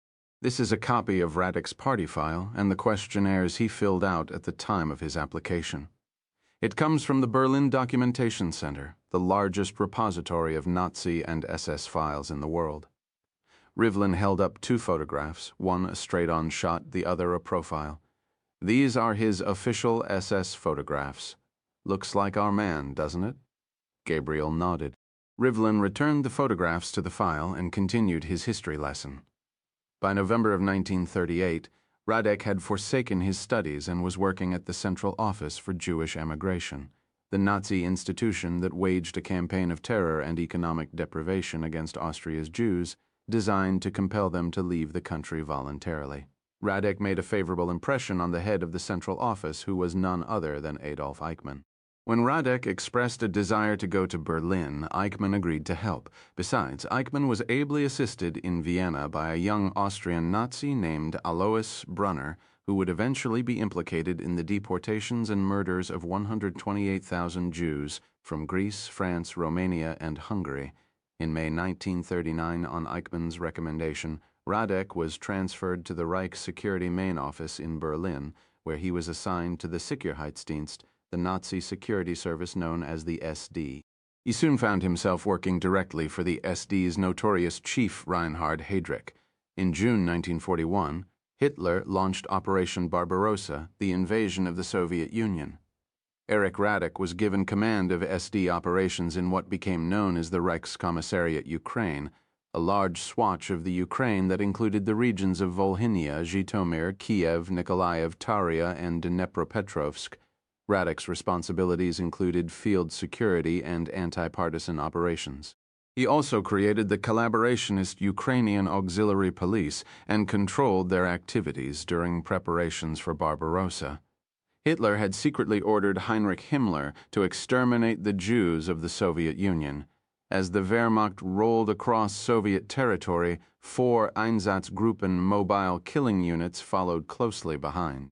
Jews were rounded up and transported to isolated sites, usually located near anti-tank ditches, abandoned quarries, or deep ravines, where they were murdered by machine gun fire and hastily buried in mass graves. Erich Radek was well aware of the activities of the Einsatzgruppen units in the Reichskommissariat, Rivlin said. It was, after all, his turf, and he was no bureaucratic desk murderer by all accounts. Radek actually enjoyed watching Jews being murdered by the thousands. But his most significant contribution to the Shoah still lay ahead. What was that? You have the answer to that question in your pocket. It's engraved on the inside of that ring you took from the house in Upper Austria. Gabriel dug the ring from his pocket and read the inscription, 1005. Well done, Heinrich. I suspect that Heinrich is none other than Heinrich Müller, the chief of the Gestapo. But for our purposes, the most important information contained in the inscription are those 4 numbers at the beginning, 1005. What do they mean? Rivlin opened the second file. It was labeled Ekatron 1005. It began, oddly enough, with a complaint from the neighbors. Early in 1942, spring runoff exposed a series of mass graves in the Warthegau district of western Poland along the Nür River. Thousands of corpses floated to the surface, and a horrible stench spread for miles around the site. A German living nearby sent an anonymous letter to the Foreign Office in Berlin complaining about the situation. Alarm bells sounded. The graves contained the remains of thousands of Jews murdered by the mobile gas vans, then being used at the Chelmno extermination camp. The final solution, Nazi Germany's most closely guarded secret, was in danger of being exposed by snowmelt. The first reports of the mass killings of Jews had already begun reaching the outside world. Thanks to a Soviet diplomatic cable that alerted the Allies to the horrors being carried out by German forces on Polish and Soviet soil, Martin Luther, who handled Jewish affairs on behalf of the German Foreign Office, knew that the exposed graves near Chelmno represented a serious threat to the secrecy of the final solution. He forwarded a copy of the anonymous letter to Heinrich Müller of the Gestapo and requested immediate action. Rivlin had a copy of Müller's response to Martin Luther. He laid it on the table, turned it so Gabriel could see, and pointed at the relevant passage. The anonymous letter sent to the Foreign Office concerning the apparent solution of the Jewish question in the Warthegau district, which was submitted by you to me on 6 February 1942, I immediately transmitted for proper treatment. The results will be forthcoming in due course. In a place where wood is chopped, splinters must fall, and there is no avoiding this. Rivlin pointed to the citations in the upper left-hand corner of the memo. IVB4 4342 GRs, Adolf Eichmann almost certainly received a copy of Müller's response to Martin Luther. You see, Eichmann's Department of the Reich Security main office appears in the address line. The numbers 4340 Stus represent the date, the 43rd day of 1942, or February 28th. The initials GRS signify that the matter is Geheime Reichssache, a top-secret Reich matter. And here, in brackets at the end of the line, are the 4 numbers that would eventually be used as the code name for the top-secret action, 1005. Rivlin returned the memo to the file. Shortly after Müller sent that letter to Martin Luther, Erich Radek was relieved of his command in the Ukraine and transferred back to the Reich Security main office in Berlin. He was assigned to Eichmann's department and embarked on a period of intense study and planning. You see, concealing the greatest case of mass murder in history was no small undertaking. In June, he returned to the East operating under Muller's direct authority and went to work. Radek established the headquarters of his Sonderkommando 1005 in the Polish city of Lodz, about 50 miles southeast of the Chelmno death camp. The exact address was Geheime Reichssache and unknown except to a few senior SS figures. All correspondence was routed through Eichmann's department in Berlin. Radek settled on cremation as the most effective method of disposing of the bodies. Burning had been attempted before, usually with flamethrowers, but with unsatisfactory results. Radek put his engineering training to good use, devising a method of burning corpses 2,000 at a time in towering aerodynamic pyres.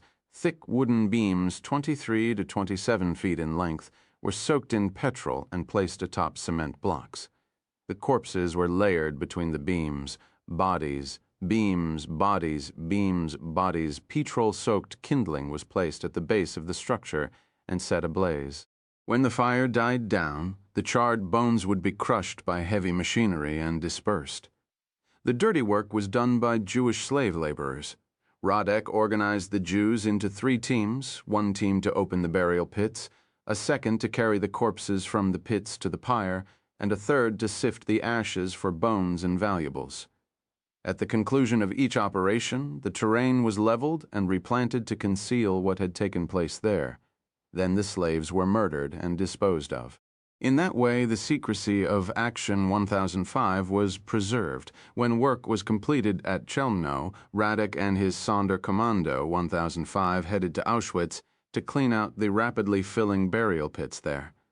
By the end of the summer of 1942, serious contamination and health problems had arisen at Belzec, Sobibor, and Treblinka, wells near the camps which supplied drinking water to guards and nearby Wehrmacht units had been contaminated by the proximity of the mass graves. In some cases, the thin layer of covering soil had burst open, and noxious odors were spewing into the air.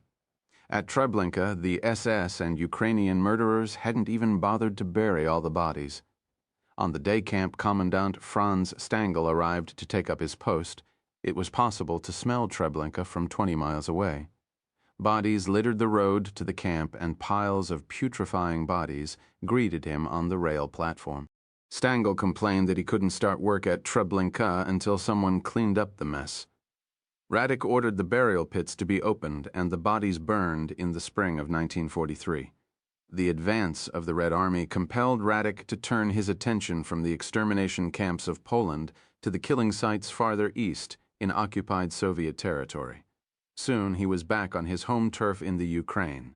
Radek knew where the bodies were buried, quite literally, because 2 years earlier he had coordinated the operations of the Einsatzgruppen killing squads. In late summer, the Sonderkommando 1005 moved from the Ukraine to Byelorussia, and by September it was active in the Baltic states of Lithuania and Latvia, where entire Jewish populations had been wiped out. Rivlin closed the file and pushed it away in disgust. We'll never know how many bodies Radek and his men disposed of. The crime was far too enormous to conceal completely. But Action 1005 managed to efface much of the evidence and make it virtually impossible after the war to arrive at an accurate estimate of the dead. So thorough was Radek's work that in some cases the Polish and Soviet commissions investigating the Shoah could find no traces of the mass graves. At Babi Yar, Radek's cleanup was so complete that after the war, the Soviets were able to turn it into a park. And now, unfortunately, the lack of physical remains of the dead has given inspiration to the lunatic fringe who claim the Holocaust never happened. Radek's actions haunt us to this day.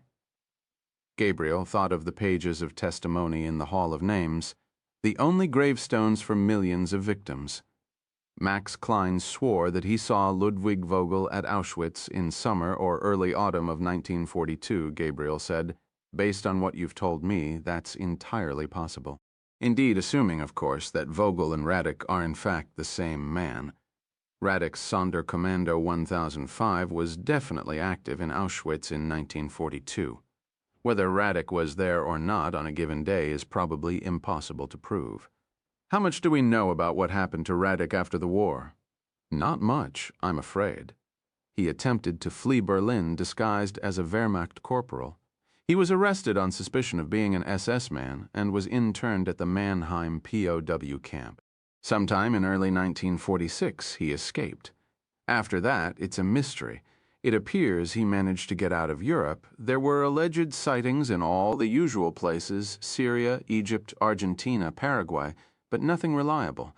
The Nazi hunters were after big fish like Eichmann, Bormann, Mengele, and Müller. Radek managed to fly below the radar. Besides, the secret of Action 1005 was so well kept that the subject barely arose at the Nuremberg trials. No one really knew much about it. Who ran Mannheim? It was an American camp. Do we know how he managed to escape Europe? No. But we should assume that he had help, the Odessa. It might have been the Odessa or one of the other secret Nazi aid networks. Rivlin hesitated, then said, or it might have been a highly public and ancient institution based in Rome that operated the most successful rat line of the post-war period. The Vatican? Rivlin nodded. The Odessa couldn't hold a candle to the Vatican when it came to financing and running an escape route from Europe. Because Radek was an Austrian, he would almost certainly have been assisted by Bishop Hudel. Who's Hudel? Alois Hudel was an Austrian native, an anti-Semite, and a fervent Nazi. He used his position as rector of the Pontificio Santa Maria dell'Anima, the German seminary in Rome, to help hundreds of SS officers escape justice, including Franz Stangl, the commandant of Treblinka. What kind of assistance did he provide them? For starters, a Red Cross passport in a new name and an entrance visa to a country far away. He also gave them a bit of pocket money and paid for their passage. Did he keep records? Apparently so, but his papers are kept under lock and key at the Anima. I need everything you have on Bishop Alois Hudal. I'll assemble a file for you. Gabriel picked up Radek's photograph and looked at it carefully. There was something familiar about the face. It had been clawing at him throughout Rivlin's briefing. Then he thought of the charcoal sketches he'd seen that morning at the Holocaust Art Museum, the child cowering before an SS monster, and he knew at once where he'd seen Radek's face before. He stood suddenly, toppling his chair. "What's wrong?" Rivlin asked. "I know this man," Gabriel said, eyes on the photo. "How?" Gabriel ignored the question. "I need to borrow this," he said. Then, without waiting for Rivlin's answer, he slipped out the door and was gone. 15 Jerusalem in the old days. He would have taken the fast road north through Ramallah, Nablus, and Jenin. Now, even a man with the survival skills of Gabriel would be foolhardy to attempt such a run without an armored car and battle escort. So he took the long way round, down the western slope of the Judean mountains toward Tel Aviv, up the coastal plain to Hadera, then northeast, through the Mount Carmel Ridge to El Megiddo, Armageddon. The valley opened before him, stretching from the Cimmerian hills in the south to the slopes of the Galilee in the north, a green-brown patchwork of row crops, orchards, and forest lands planted by the earliest Jewish settlers in Mandate Palestine. He headed toward Nazareth, then east, to a small farming town on the edge of the Balfour Forest called Ramat David. It took him a few minutes to find the address. The bungalow that had been built for the Allens had been torn down and replaced by a California-style sandstone rambler with a satellite dish on the roof and an American-made minivan in the front drive. As Gabriel looked on, a soldier stepped from the front door and walked briskly across the front lawn. Gabriel's memory flashed. He saw his father making the same journey on a warm evening in June, and though he had not realized it then, it would be the last time Gabriel would ever see him alive. He looked at the house next door. It was the house where Tsiona had lived. The plastic toys littering the front lawn indicated that Tsiona, unmarried and childless, did not live there anymore. Still, Israel was nothing if not an extended quarrelsome family, and Gabriel was confident the new occupants could at least point him in the right direction. He rang the bell. The plump young woman who spoke Russian-accented Hebrew did not disappoint him. Tsiona was living up in Safed. The Russian woman had a forwarding address. Jews had been living in the center of Safed since the days of antiquity. After the expulsion from Spain in 1492, the Ottoman Turks allowed many more Jews to settle there, and the city flourished as a center of Jewish mysticism, scholarship, and art. During the War of Independence, Safed was on the verge of falling to superior Arab forces when the besieged community was reinforced by a platoon of Palmach fighters who stole into the city after making a daring night crossing from their garrison on Mount Canaan. The leader of the Palmach unit negotiated an agreement with Safed's powerful rabbis to work over Passover to reinforce the city's fortifications. His name was Ari Shamran. Tziona's apartment was in the artist's quarter, at the top of a flight of cobblestone steps. She was an enormous woman draped in a white kaftan, with wild gray hair and so many bracelets that she clanged and clattered when she threw her arms around Gabriel's neck. She drew him inside into a space that was both a living room and potter's studio, and sat him down on the stone terrace to watch the sunset over the Galilee. The air smelled of burning lavender oil. A plate of bread and hummus appeared, along with olives and a bottle of Golan wine. Gabriel relaxed instantly. Tziona Levin was the closest thing to a sibling he had. She had cared for him when his mother was working or was too sick from depression to get out of bed. Some nights he would climb out his window and steal next door into Tziona's bed. She would caress and hold him in a way his mother never could. When his father was killed in the June War, it was Tziona who wiped away his tears. The rhythmic, hypnotic sound of Ma'ariv prayers floated up from a nearby synagogue. Tziona added more lavender oil to the lamp. She talked of the Matzav, the situation, of the fighting in the territories, and the terror in Tel Aviv and Jerusalem. Of friends lost to the Shahid and friends who had given up trying to find work in Israel and had moved to America instead. Gabriel drank his wine and watched the fiery sun sink into the Galilee. He was listening to Tziona, but his thoughts were of his mother. It had been nearly 20 years since her death, and in the intervening time he had found himself thinking of her less and less. Her face, as a young woman, was lost to him, stripped of pigment and abraded, like a canvas faded by time and exposure to corrosive elements. Only her death mask could he conjure. After the tortures of cancer, her emaciated features had settled into an expression of serenity, like a woman posing for a portrait. She seemed to welcome death. It had finally given her deliverance from the torments raging inside her memory. Had she loved him? Yes, he thought now, but she had surrounded herself with walls and battlements that he could never scale. She was prone to melancholia and violent mood swings. She did not sleep well at night. She could not show pleasure on festive occasions and could not partake of rich food and drink. She wore a bandage always on her left arm over the faded numbers tattooed into her skin. She referred to them as her mark of Jewish weakness, her emblem of Jewish shame. Gabriel had taken up painting to be closer to her. She soon resented this as an unwarranted intrusion on her private world. Then, when his talents matured and began to challenge hers, she begrudged his obvious gifts. Gabriel pushed her to new heights. Her pain, so visible in life, found expression in her work. Gabriel grew obsessed with the nightmarish imagery that flowed from her memory onto her canvases. He began to search for the source.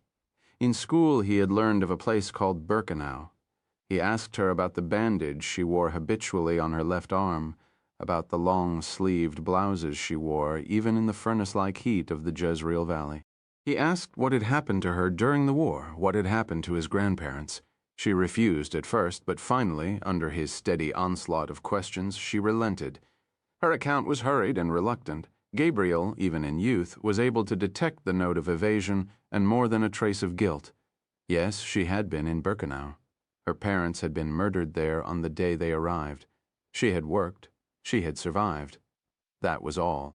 Gabriel, hungry for more details about his mother's experience, began to concoct all manner of scenarios to account for her survival.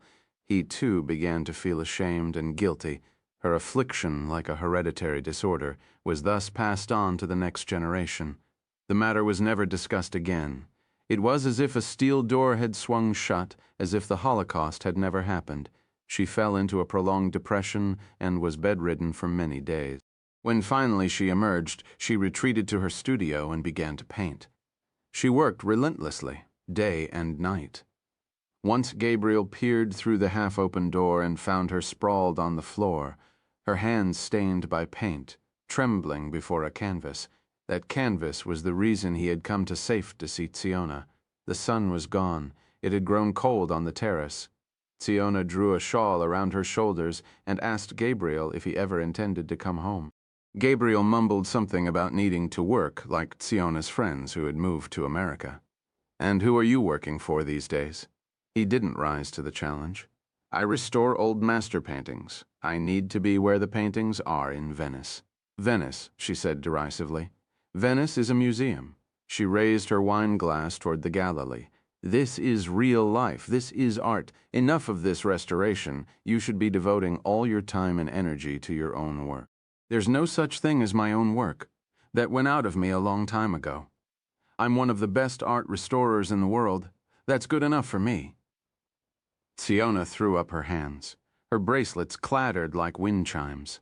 "It's a lie. You're a lie. You're an artist, Gabriel. Come to Safed and find your art. Find yourself." Her prodding was making him uncomfortable.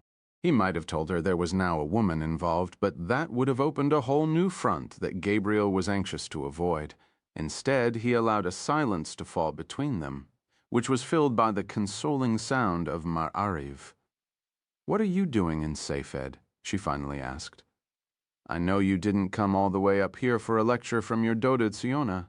He asked whether Tziona still had his mother's paintings and sketches. "Of course, Gabriel. I've been keeping them all these years, waiting for you to come and claim them. I'm not ready to take them off your hands yet. I just need to see them." She held a candle to his face. "You're hiding something from me, Gabriel. I'm the only person in the world who can tell when you're keeping secrets. It was always that way, especially when you were a boy." Gabriel poured himself another glass of wine and told Tziona about Vienna. She pulled open the door of the storeroom and yanked down on the drawstring of the overhead light. The closet was filled floor to ceiling with canvases and sketches. Gabriel began leafing through the work. He'd forgotten how gifted his mother was. He could see the influence of Beckmann, Picasso, Egon Schiele, and, of course, her father, Viktor Frankl. There were even variations on themes Gabriel had been exploring in his own work at the time. His mother had expanded on them, or in some cases utterly demolished them. She had been breathtakingly talented. Tziona pushed him aside and came out with a stack of canvases and 2 large envelopes filled with sketches. Gabriel crouched on the stone floor and examined the works, while Tziona looked on over his shoulder. There were images of the camps. Children crowded into bunks, women slaving over machinery in the factories, bodies stacked like cordwood waiting to be hurled into the fire. A family huddled together while the gas gathered round them. The final canvas depicted a solitary figure, an SS man dressed head to toe in black. It was the painting he had seen that day in his mother's studio. While the other works were dark and abstract, here she strove for realism and revelation. Gabriel found himself marveling at her impeccable draftsmanship and brushwork before his eyes finally settled on the face of the subject. It belonged to Erich Radek. Gina made a bed for Gabriel on the living room couch and told him the midrash of the broken vessel. Before God created the world, there was only God. When God decided to create the world, God pulled back in order to create a space for the world. It was in that space that the universe was formed, but now, in that space, there was no God. God created divine sparks, light, to be placed back into God's creation. When God created light and placed light inside of creation, special containers were prepared to hold it, but there was an accident, a cosmic accident.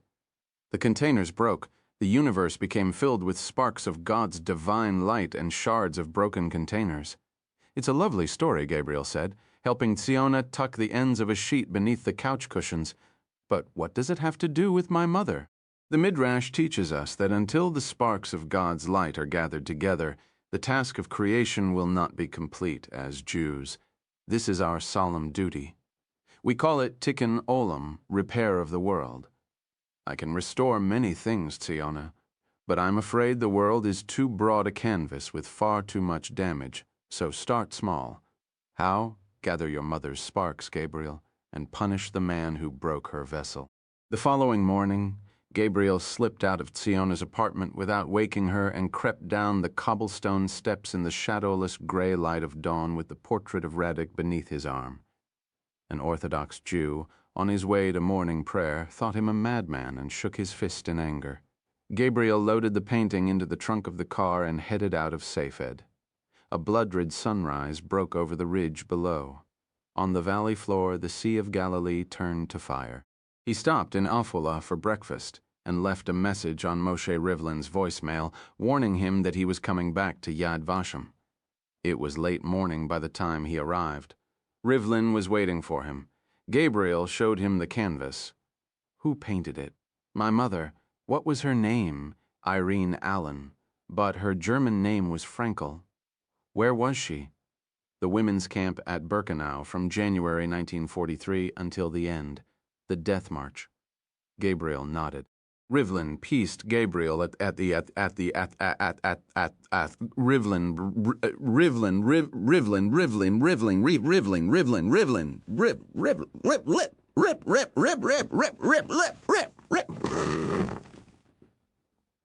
in you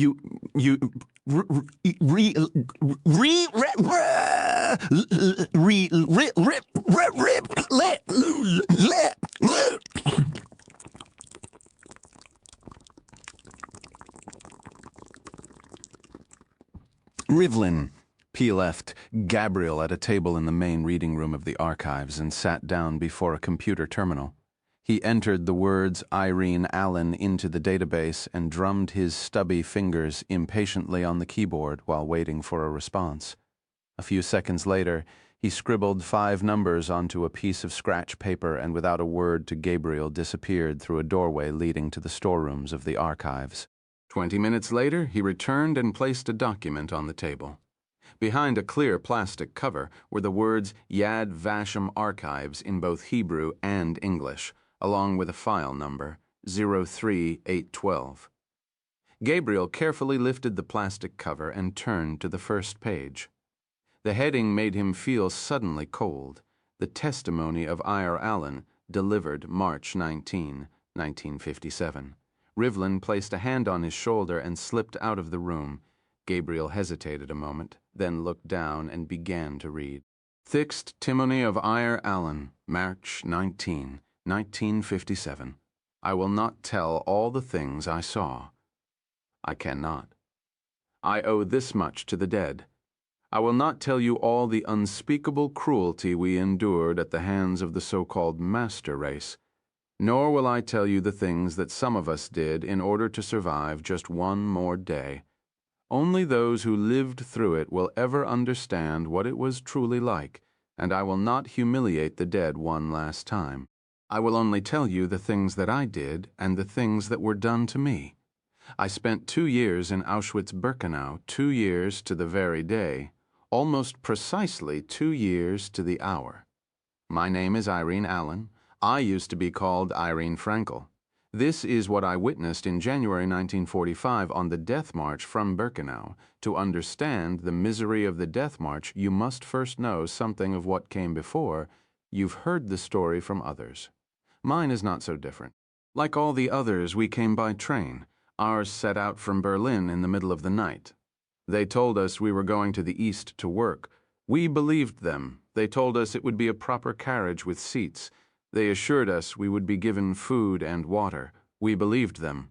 My father, the painter Victor Frankl, had packed a sketch pad and some pencils.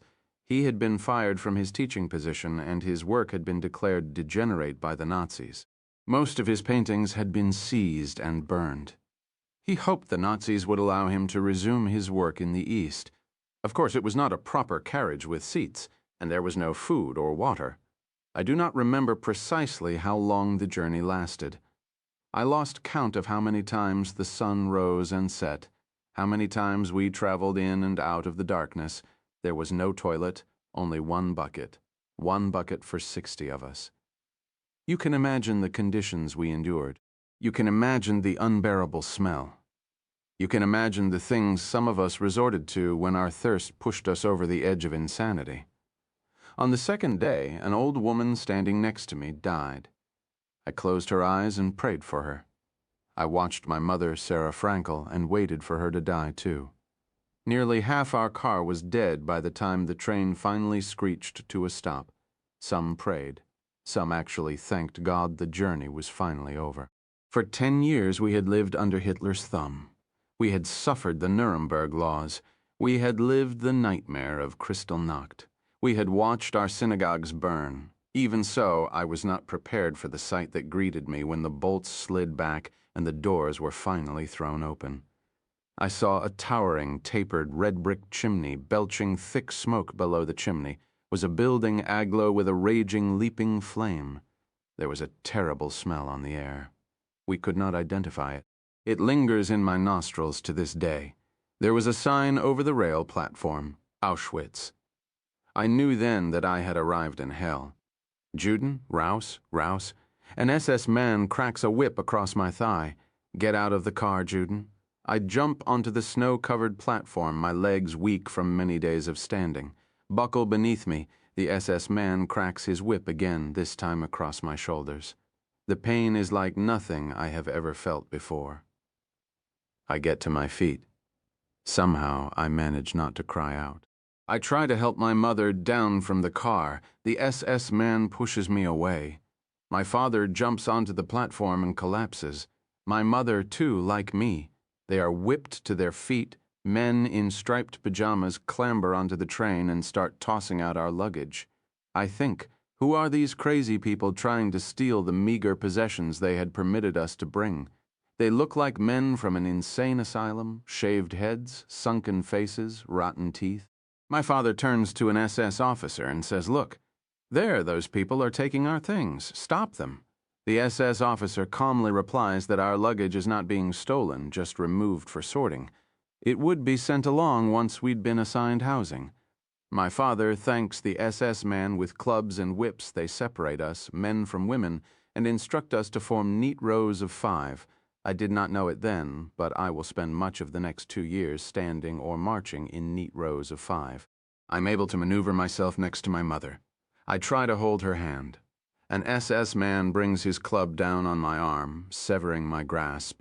I hear music somewhere. A chamber orchestra is playing Schubert. At the head of the line is a table and a few SS officers. One in particular stands out. He has black hair and skin the color of alabaster. He wears a pleasant smile on his handsome face. His uniform is neatly pressed. His riding boots shine in the bright lights of the rail platform. Kid gloves cover his hands, spotless and white. He is whistling the Blue Danube Waltz. To this day, I cannot bear to hear it later. I will learn his name. His name is Mengele, the chief doctor of Auschwitz. It is Mengele who decides who is capable of work and who will go immediately to the gas, right and left, life and death. My father steps forward. Mengele, whistling, glances at him, then says pleasantly to the left, "Please." I was assured I would be going to a family camp, my father says. "Will my wife be coming with me?" "Is that what you wish?" "Yes, of course. Which one is your wife?" My father points to my mother. Mengele says, "You there, get out of line and join your husband on the left. Hurry, please, we haven't got all night." I watch my parents walk away to the left, following the others, old people and small children. That's who goes to the left. Young and healthy are being sent to the right. I step forward to face the beautiful man in his spotless uniform. He looks me up and down, seems pleased, and wordlessly points to the right. But my parents went to the left. The devil smiles. There is a gap between his 2 front teeth. "You'll be with them soon enough, but trust me, for now, it's better you go to the right." He seems so kind, so pleasant. I believe him. I go to the right. I look over my shoulder for my parents, but they have been swallowed by the mass of filthy, exhausted humanity, trudging quietly toward the gas in neat rows of 5. I cannot possibly tell you everything that took place during the next 2 years. Some of it I cannot remember. Some of it I have chosen to forget. There was a merciless rhythm to Birkenau, a monotonous cruelty that ran on a tight and efficient schedule. Death was constant, yet even death became monotonous. We are shorn, not just our heads, but everywhere, our arms, our legs, even our pubic hair. They don't seem to care that the shears are cutting our skin. They don't seem to hear our screams. We are assigned a number and tattooed on our left arm, just below the elbow. I ceased to be Irene Frankel. Now I'm a tool of the Reich known as 29395. They spray us with disinfectant. They give us prison clothing made from heavy, rough wool. Mine smells of sweat and blood. I try not to breathe too deeply. Our shoes are wooden blocks with leather straps. We cannot walk in them. Who could? We are given a metal bowl and are ordered to carry it at all times. Should we misplace our bowl? We are told we will be shot immediately. We believe them. We are taken to a barracks not fit for animals. The women who await us are something less than human. They are starving. Their stares are vacant, their movements slow and listless. I wonder how long it will be before I look like them. One of these half-humans points me toward an empty bunk. 5 girls crowd onto a wooden shelf with only a bit of bug-infested straw for bedding. We introduce ourselves. 2 are sisters, Rosa and Regina. The others are called Lene and Rachel. We are all German. We have all lost our parents on the selection ramp. We form a new family that night. We hold each other and pray. None of us sleeps. We are awakened at 4 o'clock the next morning. I will wake at 4 o'clock every morning for the next 2 years, except on those nights when they order a special nighttime roll call and make us stand at attention in the freezing yard for hours on end. We are divided into commandos and sent out to work. Most days, we march out into the surrounding countryside to shovel and sift sand for construction or to work in the camp agricultural projects. Some days, we build roads or move stone from place to place. Not a single day passes that I am not beaten. A blow with a club, a whip across my back, a kick in the ribs. The offense can be dropping a stone or resting too long on the handle of my shovel. The 2 winters are bitterly cold. They give us no extra clothing to protect us from the weather, even when we are working outside. The summers are miserably hot. We all contract malaria. The mosquitoes do not discriminate between German masters and Jewish slaves. Even Mengele comes down with malaria. They do not give us enough food to survive, only enough so that we would starve slowly and still be of service to the Reich. I lose my period, then I lose my breasts. Before long, I too look like one of the half-humans I'd seen that first day in Birkenau. For breakfast, it's gray water they call tea, for lunch, rancid soup, which we eat in the place where we are working. Sometimes, there might be a small morsel of meat. Some of the girls refuse to eat it because it is not kosher. I do not abide by the dietary laws while I am at Auschwitz, Birkenau. There is no God in the death camps, and I hate God for abandoning us to our fate. If there is meat in my bowl, I eat it. For supper, we are given bread. It is mostly sawdust. We learn to eat half the bread at night and save the rest for the morning, so that we have something in our stomachs before we march to the fields to work. If you collapse at work, they beat you. If you cannot get up, they toss you onto the back of a flatbed and carry you to the gas. This is our life in the women's camp of Birkenau. We wake. We remove the dead from their bunks, the lucky ones who perish peacefully in their sleep. We drink our gray tea. We go to roll call. We march out to work in neat rows of 5. We eat our lunch. We are beaten. We come back to camp. We go to roll call. We eat our bread. We sleep and wait for it all to begin again. They make us work on Shabbat. On Sundays, their holy day, there is no work. Every 3rd Sunday, they shave us. Everything runs on a schedule. Everything except the selections. We learn to anticipate them like animals. Our survival senses are highly tuned. The camp population is the most reliable warning sign. When the camp is too full, there will be a selection. There is never a warning. After roll call, we are ordered to line up on the Lagerstrasse to await our turn before Mengele and his selection team, to await our chance to prove we are still capable of work, still worthy of life. The selections take an entire day. They give us no food and nothing to drink. Some never make it to the table where Mengele plays God. They are selected by the SS sadists long before. A brute named Taube enjoys making us do exercises while we wait, so we will be strong for the selectors. He forces us to do push-ups, then orders us to put our faces in the mud and stay there. Taube has a special punishment for any girl who moves. He steps on her head with all his weight and crushes her skull. Finally, we stand before our judge. He looks us up and down, takes note of our number. Open your mouth, Jew. Lift your arms.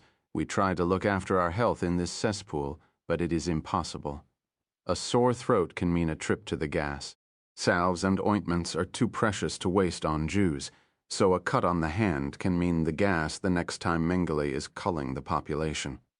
If we pass visual inspection, our judge has one final test. He points toward a ditch and says, "Jump, Jew."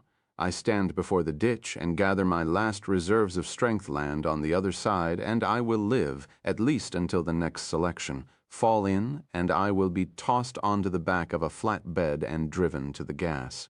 The first time I go through this madness, I think I'm a German Jewish girl from Berlin, from a good family. My father was a renowned painter. Why am I jumping this trench after that? I think of nothing but reaching the other side and landing on my feet. Rosa is the first of our new family to be selected. She has the misfortune of being very sick with malaria at the time of a big selection, and there is no way to conceal it from Mengele's expert eyes. Regina begs the devil to take her too, so that her sister will not have to die alone in the gas. Mengele smiles, revealing his gapped teeth. You'll go soon enough, but you can work a little longer first. Go to the right. For the only time in my life, I am glad not to have a sister. Regina stops eating. She doesn't seem to notice when they beat her at work. She has crossed over the line. She is already dead. At the next big selection, she waits patiently on the endless line. She endures Taube's exercises and keeps her face in the mud so he will not crush her skull. When finally she reaches the selection table, she flies at Mengele and tries to stab him through the eye with the handle of her spoon. An SS man shoots her in the stomach. Mengele is clearly frightened. Don't waste any gas on her. Throw her into the fire alive, up the chimney with her. They toss Regina into a wheelbarrow. We watch her go and pray she dies before she reaches the crematorium. In the autumn of 1944, we begin hearing the Russian guns. In September, the camp's air raid sirens sound for the first time. 3 weeks later, they sound again, and the camp's anti-aircraft guns fire their first shots. That same day, the Sonderkommando at Crematorium 5 revolt. They attack their SS guards with pickaxes and hammers and manage to set fire to their barracks and the crematoria before being machine-gunned. A week later, bombs fall into the camp itself. Our masters show signs of stress. They no longer look so invincible. Sometimes they even look a little frightened. This gives us a certain pleasure and a modicum of hope. The gassings stop. They still kill us, but they have to do it themselves. Selected prisoners are shot in the gas chambers or near Crematorium V. Soon they begin dismantling the crematoria. Our hope of survival increases. The situation deteriorates throughout that autumn and winter. Food is in short supply. Each day, many women collapse and die of starvation and exhaustion. Typhus takes a terrible toll. In December, Allied bombs fall on the IG Farben synthetic fuel and rubber plant. A few days later, the Allies strike again, but this time, several bombs fall on an SS sickbay barracks inside Birkenau. 5 SS are killed. The guards grow more irritable, more unpredictable. I avoid them. I try to make myself invisible. The new year comes. 1944 turns to 1945. We can sense Auschwitz is dying. We pray it will be soon. We debate what to do. Should we wait for the Russians to free us? Should we try to escape? And if we manage to get across the wire, where will we go? The Polish peasants hate us just as much as the Germans. We wait. What else can we do? In mid-January, I smell smoke. I look out the barracks door. Bonfires are raging all over the camps. The smell is different. For the first time, they're not burning people. They're burning paper. They're burning the evidence of their crimes. The ash drifts over Birkenau like snowfall. I smile for the first time in 2 years. On January 17, Mengele leaves. The end is near. Shortly after midnight, there is a roll call. We are told the entire Auschwitz camp is being evacuated. The Reich still requires our bodies. The healthy will evacuate on foot. The sick will stay behind to meet their fate. We fall into rank and march out in neat rows of 5. At 1 o'clock in the morning, I pass through the gates of hell for the last time, 2 years to the day after my arrival. Almost 2 years to the hour. I am not free yet. I have one more test to endure. The snowfall is heavy and relentless. In the distance, we can hear the thunder of an artillery duel. We walk a seemingly endless chain of half-humans, dressed in our striped rags and our clogs. The shooting is as relentless as the snow. We try to count the shots. 100, 200, 3, 4, 5. We stop counting after that. Each shot represents one more life extinguished, one more murder. We number several thousand when we set out. I fear we will all be dead before we reach our destination. Lean walks on my left, Rachel on my right. We dare not stumble. Those who stumble are shot on the spot and thrown into a ditch. We dare not fall out of formation and lag behind. Those who do are shot too. The road is littered with the dead. We step over them and pray we do not falter. We eat snow to quench our thirst. There is nothing we can do about the horrible cold. A woman takes pity on us and throws boiled potatoes. Those foolish enough to pick them up are shot dead. We sleep in barns or in abandoned barracks. Those who cannot rise quickly enough when awakened are shot dead. My hunger seems to be eating a hole in my stomach. It is much worse than the hunger of Birkenau. Somehow, I summoned the strength to keep placing one foot in front of the other.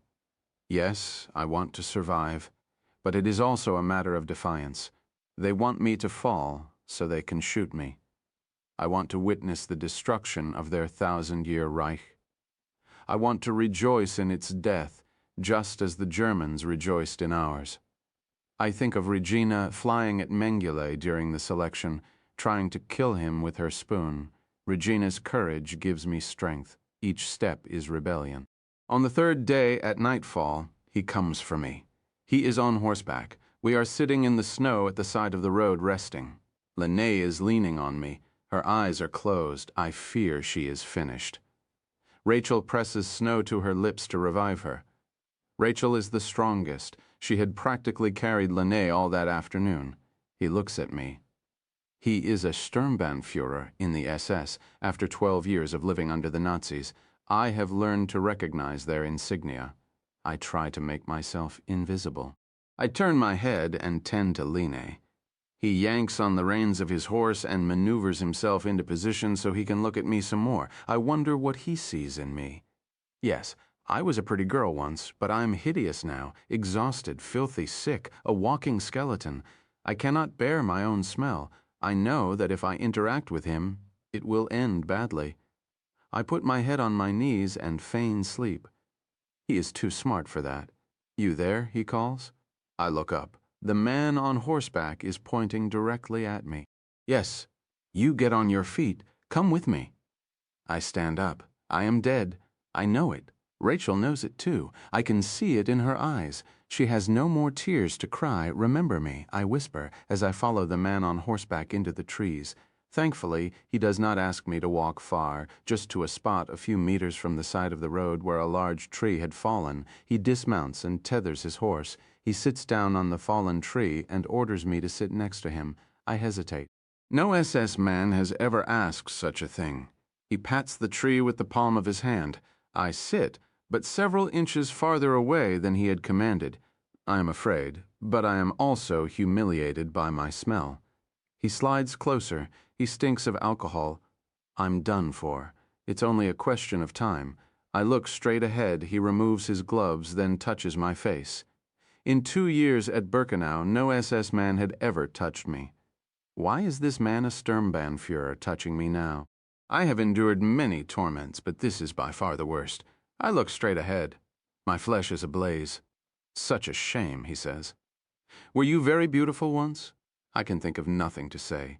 2 years at Birkenau has taught me that in situations like these, there is never a right answer. If I answer yes, he'll accuse me of Jewish arrogance and kill me. If I answer no, he'll kill me for lying. I'll share a secret with you. I've always been attracted to Jewesses.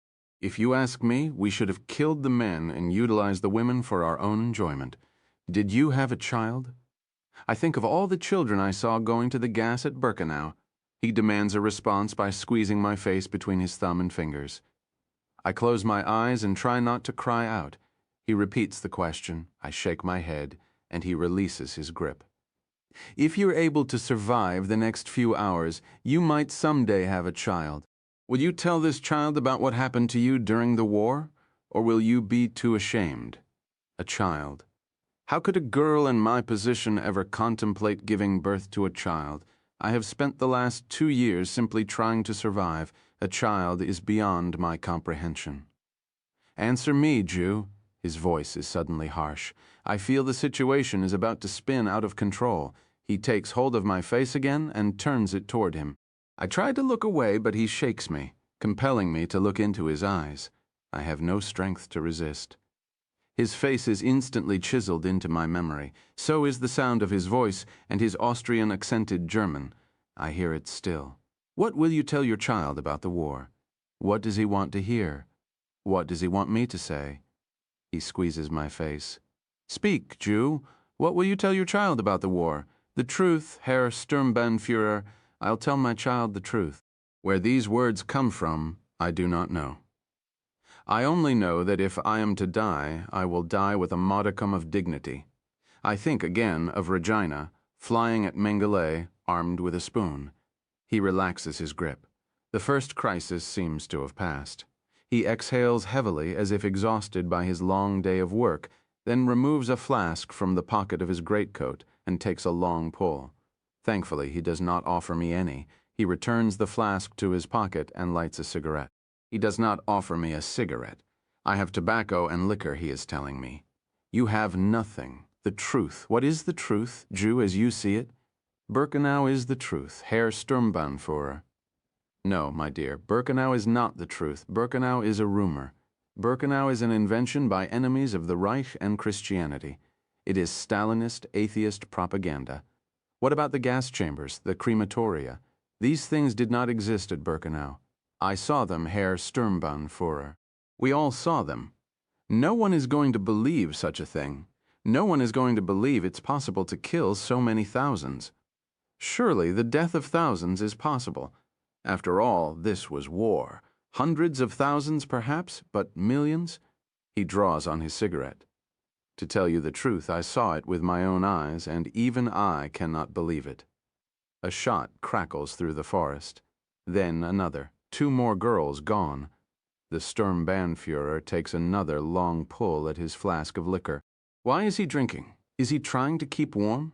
Or is he steeling himself before he kills me?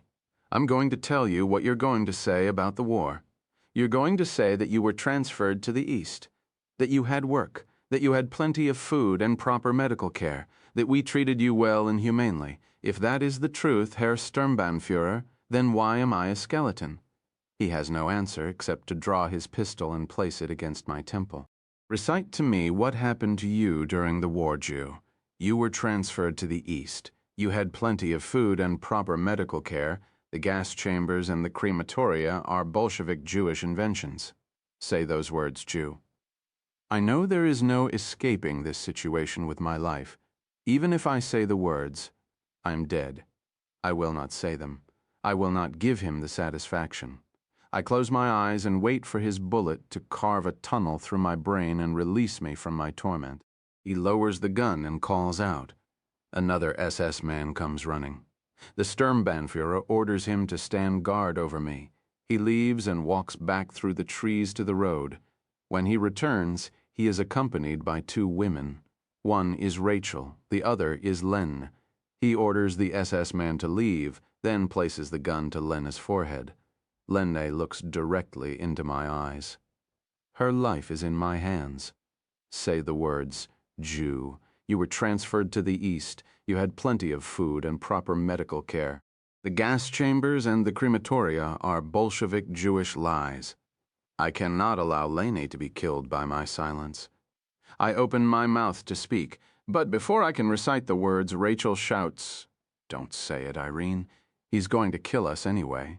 Don't give him the pleasure. The Sturmbannführer removes the gun from Lene's head and places it against Rachel's. You say it, Jewish bitch. Rachel looks him directly in the eye and remains silent. The Sturmbannführer pulls his trigger, and Rachel falls dead into the snow. He places the gun against Lené's head, and once again commands me to speak. Lené slowly shakes her head. We say goodbye with our eyes. Another shot, and Lené falls next to Rachel. It is my turn to die. The Sturmbannführer points the gun at me. From the road comes the sound of shouting.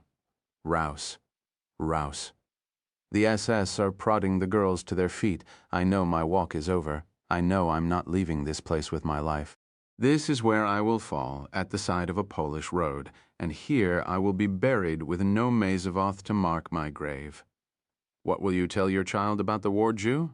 The truth, Herr Sturmbannführer. I'll tell my child the truth. No one will believe you. He holsters his pistol. Your column is leaving. You should join them. You know what happens to those who fall behind? He mounts his horse and jerks on the reins. I collapse in the snow next to the bodies of my two friends. I pray for them and beg their forgiveness. The end of the column passes by. I stagger out of the trees and fall into place. We walk that entire night, in neat rows of 5. I shed tears of ice. 5 days after walking out of Birkenau, we come to a train station in the Silesian village of Władysław. We are herded onto open coal cars and travel through the night, exposed to the vicious January weather. The Germans had no need to waste any more of their precious ammunition on us. The cold kills half of the girls on my car alone. We arrive at a new camp, Ravensbrück, but there is not enough food for the new prisoners. After a few days, some of us move on, this time by flatbed truck. I end my odyssey in a camp in Neustadt Glu. On May 2nd, 1945, we wake to discover that our SS tormentors have fled the camp. Later that day, we are liberated by American and Russian soldiers. It has been 12 years. Not a day passes that I don't see the faces of Rachel and Lené and the face of the man who murdered them. Their deaths weigh heavily upon me. Had I recited the Sturmbannführer's words, perhaps they would be alive and I would be lying in an unmarked grave next to a Polish road, just another nameless victim. On the anniversary of their murders, I say mourners Kaddish for them. I do this out of habit, but not faith. I lost my faith in God in Birkenau. My name is Irene Allen. I used to be called Irene Frankel. In the camp, I was known as prisoner number 29395, and this is what I witnessed in January 1945 on the death march from Birkenau. 17 Tiberias, Shabbat. Shamron ordered Gabriel to come to Tiberias for supper. As Gabriel drove slowly along the steeply sloped drive, he looked up at Shamron's terrace and saw gaslights dancing in the wind from the lake, and then he glimpsed Shamron, the eternal sentinel, pacing slowly amid the flames. Gila, before serving them food, lit a pair of candles in the dining room and recited the blessing. Gabriel had been raised in a home without religion, but at that moment he thought the sight of Shamron's wife, her eyes closed, her hands drawing the candlelight toward her face, was the most beautiful he'd ever seen. Shamron was withdrawn and preoccupied during the meal and in no mood for small talk. Even now he would not speak of his work in front of Gila, not because he didn't trust her, but because he feared she would stop loving him if she knew all the things he had done. Gila filled the long silences by talking about her daughter, who'd moved to New Zealand to get away from her father and was living with a man on a chicken farm. She knew Gabriel was somehow linked to the office, but suspected nothing of the true nature of his work. She thought him a clerk of some sort who spent a great deal of time abroad and enjoyed art. She served them coffee and a tray of cookies and dried fruit, then cleared the table and saw to the dishes. Gabriel, over the sound of running water and clinking china emanating from the kitchen, brought Shamron up to date. They spoke in low voices with the Shabbat candles flickering between them. Gabriel showed him the files on Eric Radek and Action 1005. Shamron held the photograph up to the candlelight and squinted, then pushed his reading glasses onto his bald head and settled his hard gaze on Gabriel once more. "How much do you know about what happened to my mother during the war?" Shamron's calculated look, delivered over the rim of a coffee cup, made it plain there was nothing he did not know about Gabriel's life, including what had happened to his mother during the war. She was from Berlin, Shamron said. She was deported to Auschwitz in January 1943 and spent 2 years in the women's camp at Birkenau. She left Birkenau on a death march. Unlike thousands of others, she managed to survive and was liberated by Russian and American troops at Neustadt Glu. Am I forgetting anything? Something happened to her on the death march, something she would never discuss with me. Gabriel held up the photograph of Erich Radek. When Rivlin showed me this at Yad Vashem, I knew I'd seen the face somewhere before. It took me a while to remember, but finally I did. I saw it when I was a boy on canvases in my mother's studio, which is why you went to Safed, to see Tzion 11. How do you know? Shamron sighed and sipped his coffee. Gabriel, unnerved, told Shamron about his second visit to Yad Vashem that morning. When he placed the pages of his mother's testimony on the table, Shamron's eyes remained fixed on Gabriel's face, and then Gabriel realized that Shamron had read it before. The Mimone knew about his mother. The Mimone knew everything. You were being considered for one of the most important assignments in the history of the office, Shamron said. His voice contained no trace of remorse. I needed to know everything I could about you. Your Army's psychological profile described you as a lone wolf, egotistical with the emotional coldness of a natural killer. My first visit with you provided confirmation of this, though I also found you unbearably rude and clinically shy. I wanted to know why you were the way you were. I thought your mother might be a good place to start. So you looked up her testimony at Yad Vashem? He closed his eyes and nodded once. Why didn't you ever say anything to me? It wasn't my place, Shamron said without sentiment. Only your mother could tell you about such a thing. She obviously carried a terrible burden of guilt until the day she died. She didn't want you to know she wasn't alone. There were many survivors just like your mother who could never bring themselves to truly confront their memories. In the years after the war, before you were born, it seemed as though a wall of silence had been erected in this country. The Holocaust? It was discussed endlessly, but those who actually endured it tried desperately to bury their memories and move on. It was another form of survival. Unfortunately, their pain was passed on to the next generation, the sons and daughters of the survivors. People like Gabriel Allen. Shamron was interrupted by Gila, who poked her head into the room and asked whether they needed more coffee. Shamron held up his hand. Gila understood they were discussing work and slipped back into the kitchen. Shamron folded his arms on the table and leaned forward. Surely you must have suspected she'd given testimony. Why didn't that natural curiosity of yours lead you to Yad Vashem to have a look for yourself? Shamron, greeted only by Gabriel's silence, answered the question for himself. Because like all children of survivors, you were always careful not to disturb your mother's fragile emotional state. You were afraid that if you pushed too hard, you might send her into a depression from which she might never return. He paused. Or was it because you feared what you might find? Were you actually afraid to know the truth? Gabriel looked up sharply but made no reply. Shamron contemplated his coffee for a moment before speaking again. To be honest with you, Gabriel, when I read your mother's testimony, I knew that you were perfect. You work for me because of her. She was incapable of loving you completely. How could she? She was afraid she would lose you. Everyone she'd ever loved had been taken from her. She lost her parents on the selection ramp, and the girls she befriended at Birkenau were taken from her because she would not say the words an SS Sturmbannführer wanted her to say. I would have understood if she'd tried to tell me. Shamron slowly shook his head. No, Gabriel, no one can truly understand. The guilt, the shame. Your mother managed to find her way in this world after the war, but in many ways her life ended that night on the side of a Polish road. He brought his palm down on the table, hard enough to rattle the remaining dishes. So what do we do? Do we wallow in self-pity?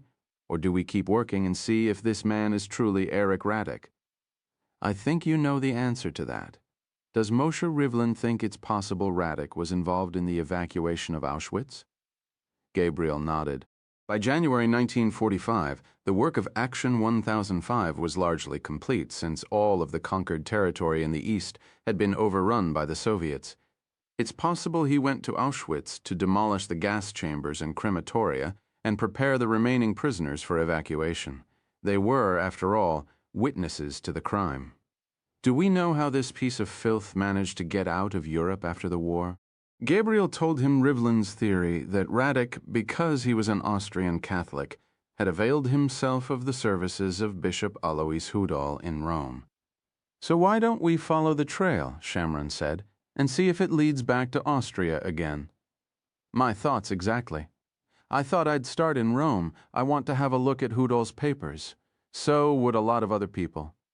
But they don't have the private number of the man who lives on the top floor of the Apostolic Palace." Shamron shrugged. "This is true. I need a clean passport." "Not a problem. I have a very good Canadian passport you can use. How's your French these days?"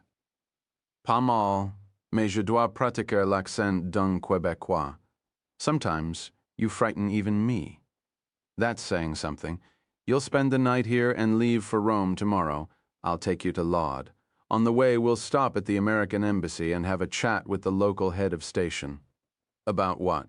According to the file from the Stats Archive, Vogel worked for the Americans in Austria during the occupation period. I've asked our friends in Langley to have a look through their files and see if Vogel's name pops up. It's a long shot, but maybe we'll get lucky. Gabriel looked down at his mother's testimony. "I will not tell all the things I saw. I cannot. I owe this much to the dead. Your mother was a very brave woman, Gabriel. That's why I chose you. I knew you came from excellent stock." "She was much braver than I am." "Yes," Shamron agreed. "She was braver than all of us." Bruce Crawford's real occupation was one of the worst-kept secrets in Israel. The tall patrician American was the chief of the CIA's Tel Aviv station, declared to both the Israeli government and the Palestinian Authority. He often served as a conduit between the two warring sides. Seldom was the night Crawford's telephone didn't ring at some hideous hour.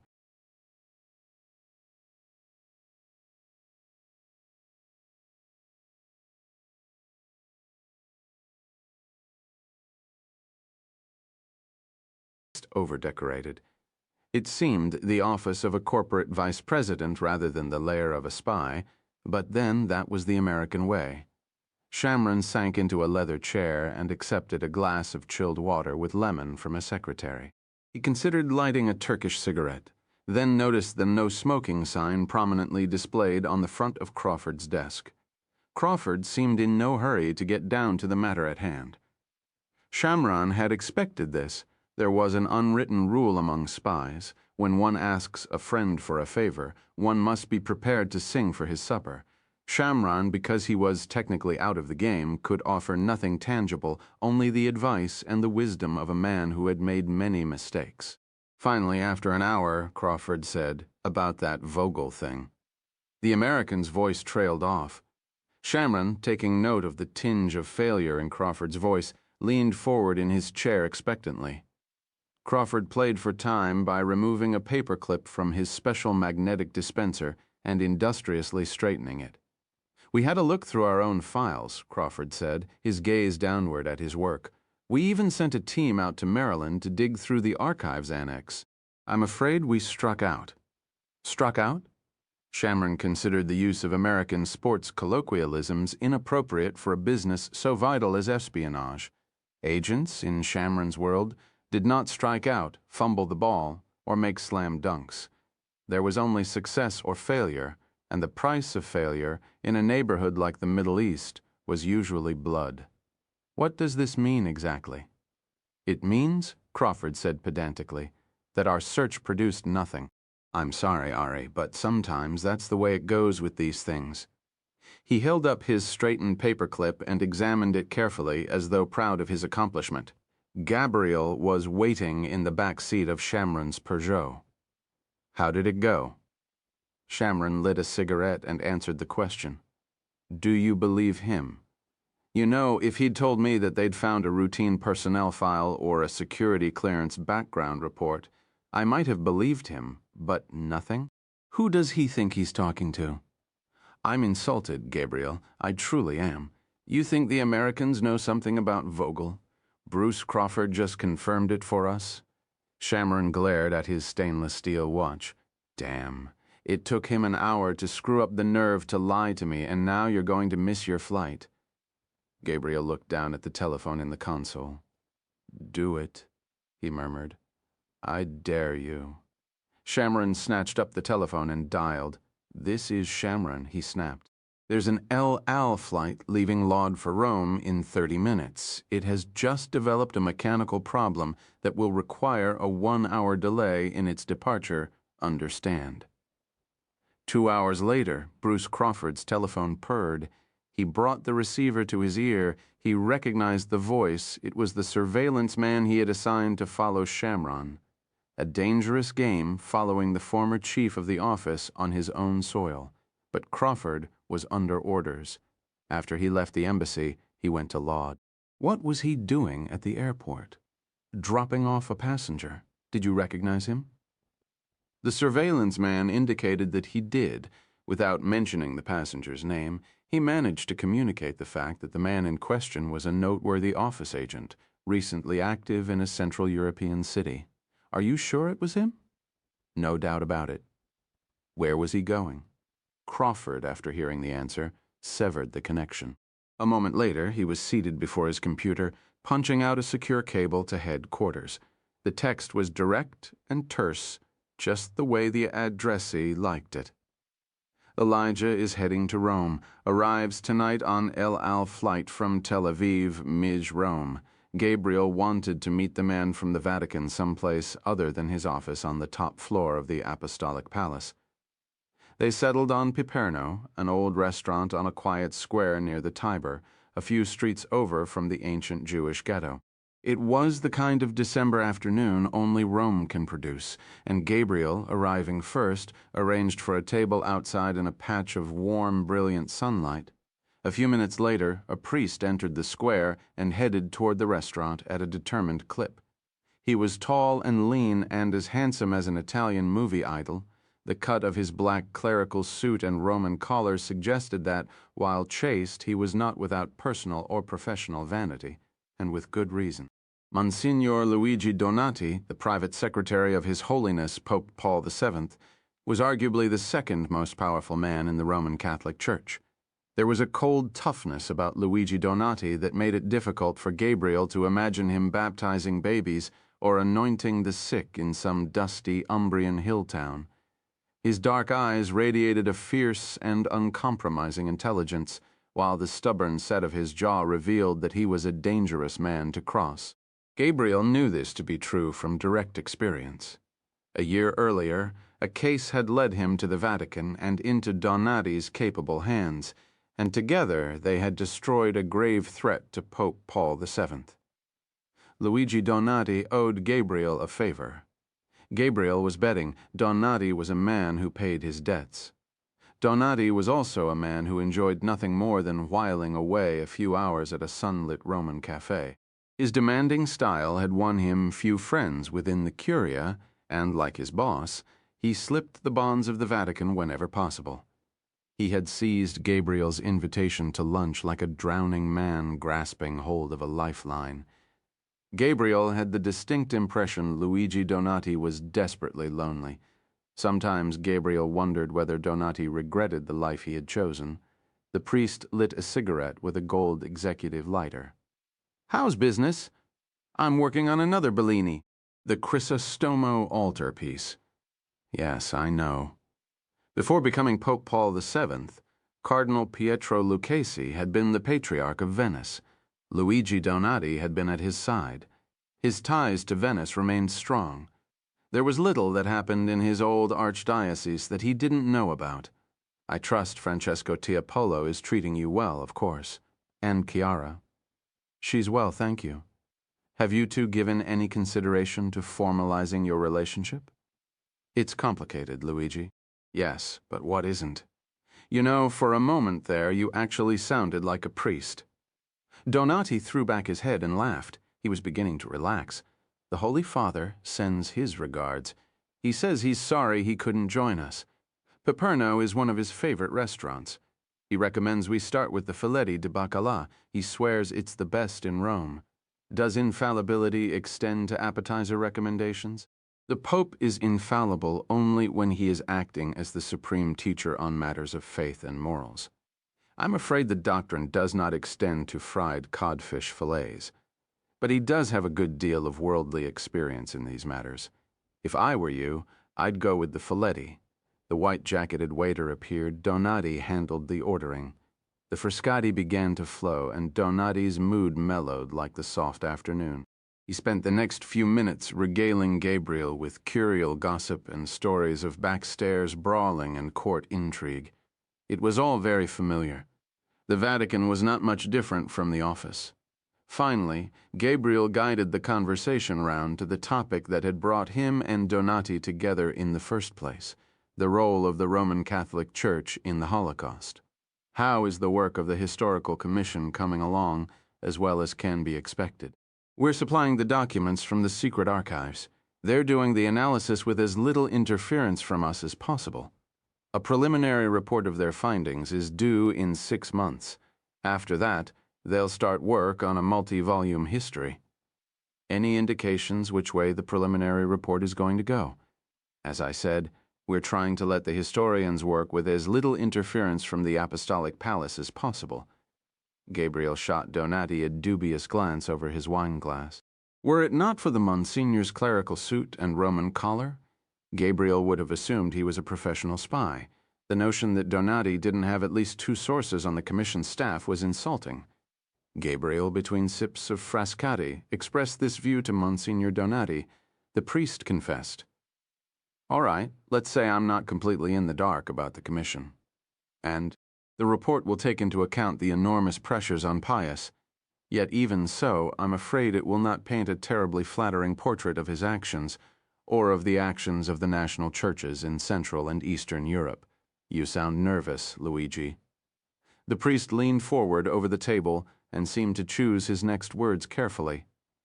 We've opened a Pandora's box, my friend. Once a process like this is set in motion, it's impossible to predict where it will end and what other areas of the Church it will affect. The liberals have seized on the Holy Father's actions and are pleading for more, a Third Vatican Council. The reactionaries are screaming heresy. Anything serious? Again, the Monsignor took an inordinate amount of time before answering.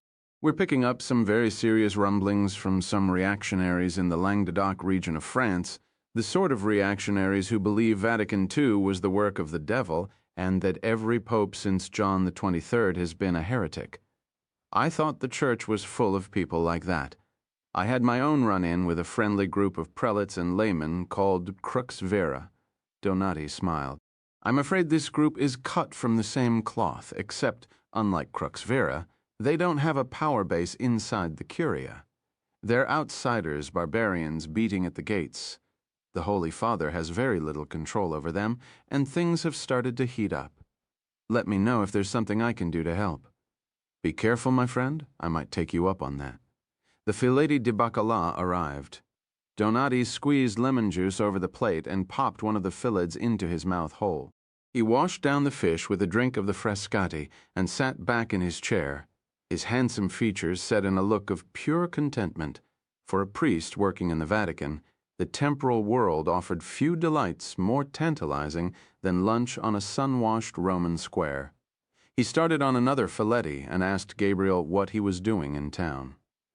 I guess you could say I'm working on a matter related to the work of the Historical Commission. How so? I have reason to suspect that shortly after the war ended, the Vatican may have helped a wanted SS man named Erich Radek escape Europe. Donati stopped chewing, his face suddenly serious. Be careful with the terms you use and the assumptions you make, my friend. It's quite possible this man Radek received help from someone in Rome, but it wasn't the Vatican. We believe it was Bishop Hoodle of the Anima. The tension in Donati's face eased. Unfortunately, the good bishop did help a number of fugitive Nazis. There's no denying that. What makes you think he helped this man Radek? An educated guess?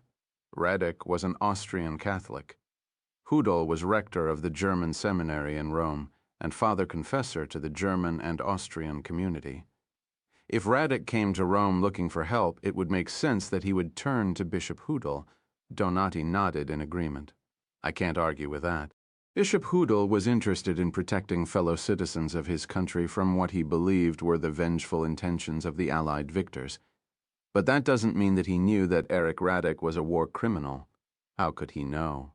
Italy was flooded with millions of displaced persons after the war, all of them looking for help. If Radek came to Hoodle and told him a sad story, it's likely he would have been given sanctuary and help. Shouldn't Hoodle have asked a man like Radek why he was on the run? Perhaps he should have, but you're being naive if you assumed that Radek would have answered the question truthfully. He would have lied, and Bishop Hoodle would have had no way of knowing otherwise. A man doesn't become a fugitive for no reason, Luigi, and the Holocaust was no secret. Bishop Hoodle should have realized he was helping war criminals escape justice. Donati waited to respond while the waiter served a pasta course. What you have to understand is that there were many organizations and individuals at the time who assisted refugees, inside the church and outside. Hoodle wasn't the only one. Where did he get the money to finance his operation? He claimed it. All came from the accounts of the seminary. And you believe that? Each SS man Hoodle assisted required pocket money, passage on a ship, a visa, and a new life in a foreign country, not to mention the cost of providing them sanctuary in Rome until they could be shipped off. Hoodle is thought to have helped hundreds of SS men in this way. That's a lot of money, Luigi, hundreds of thousands of dollars. I find it hard to believe the Anima had that kind of spare change lying around. So you're assuming he was given money by someone? Donati said, expertly twirling pasta onto his fork. Someone like the Holy Father, for example. The money had to come from somewhere. Donati laid down his fork and folded his hands thoughtfully. There is evidence to suggest that Bishop Hoodle did receive Vatican funds to pay for his refugee work. They weren't refugees, Luigi. Not all of them, at least. Many of them were guilty of unspeakable crimes. Are you telling me Pius had no idea Hoodle was helping wanted war criminals escape justice? Let us just say that, based on available documentary evidence and testimony from surviving witnesses, it would be very difficult to prove that charge. I didn't know you'd studied canon law, Luigi. Gabriel repeated the question slowly, with a prosecutorial emphasis on the relevant words. Did the Pope know Hoodle was helping war criminals escape justice? His Holiness opposed the Nuremberg trials because he believed they would only serve to further weaken Germany and embolden the communists. He also believed the Allies were after vengeance and not justice. It's quite possible. The Holy Father knew Bishop Hoodle was helping Nazis and that he approved. Proving that contention, however, is another matter. Donati aimed the prongs of his fork at Gabriel's untouched pasta. You'd better eat that before it gets cold. I'm afraid I've lost my appetite. Donati plunged his fork into Gabriel's pasta.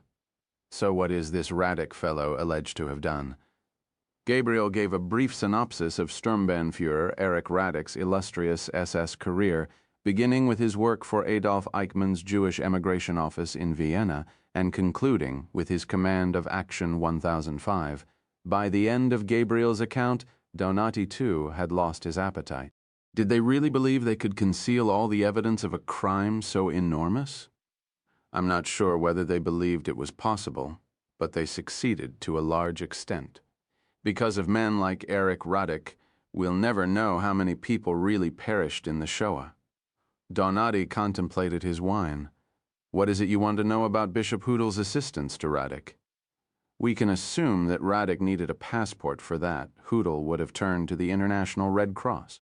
I want to know the name on that passport. Radek would have also needed a place to go. He would have needed a visa. Gabriel paused. I know it was a long time ago, but Bishop Hoodle kept records, didn't he? Donati nodded slowly. Bishop Hoodle's private papers are stored in the archives of the Anima. As you might expect, they are sealed. If there's anyone in Rome who can unseal them, it's you, Luigi. We can't just barge into the Anima and ask to see the bishop's papers. The current rector is Bishop Theodor Drexler, and he's no fool. We'd need an excuse, a cover story, as they say in your trade. We have one. What's that? The Historical Commission. You're suggesting we tell the rector that the commission has requested Hoodle's papers. Precisely. And if he balks, then we name drop, and who are you supposed to be? Gabriel reached into his pocket and produced a laminated identification card, complete with a photograph.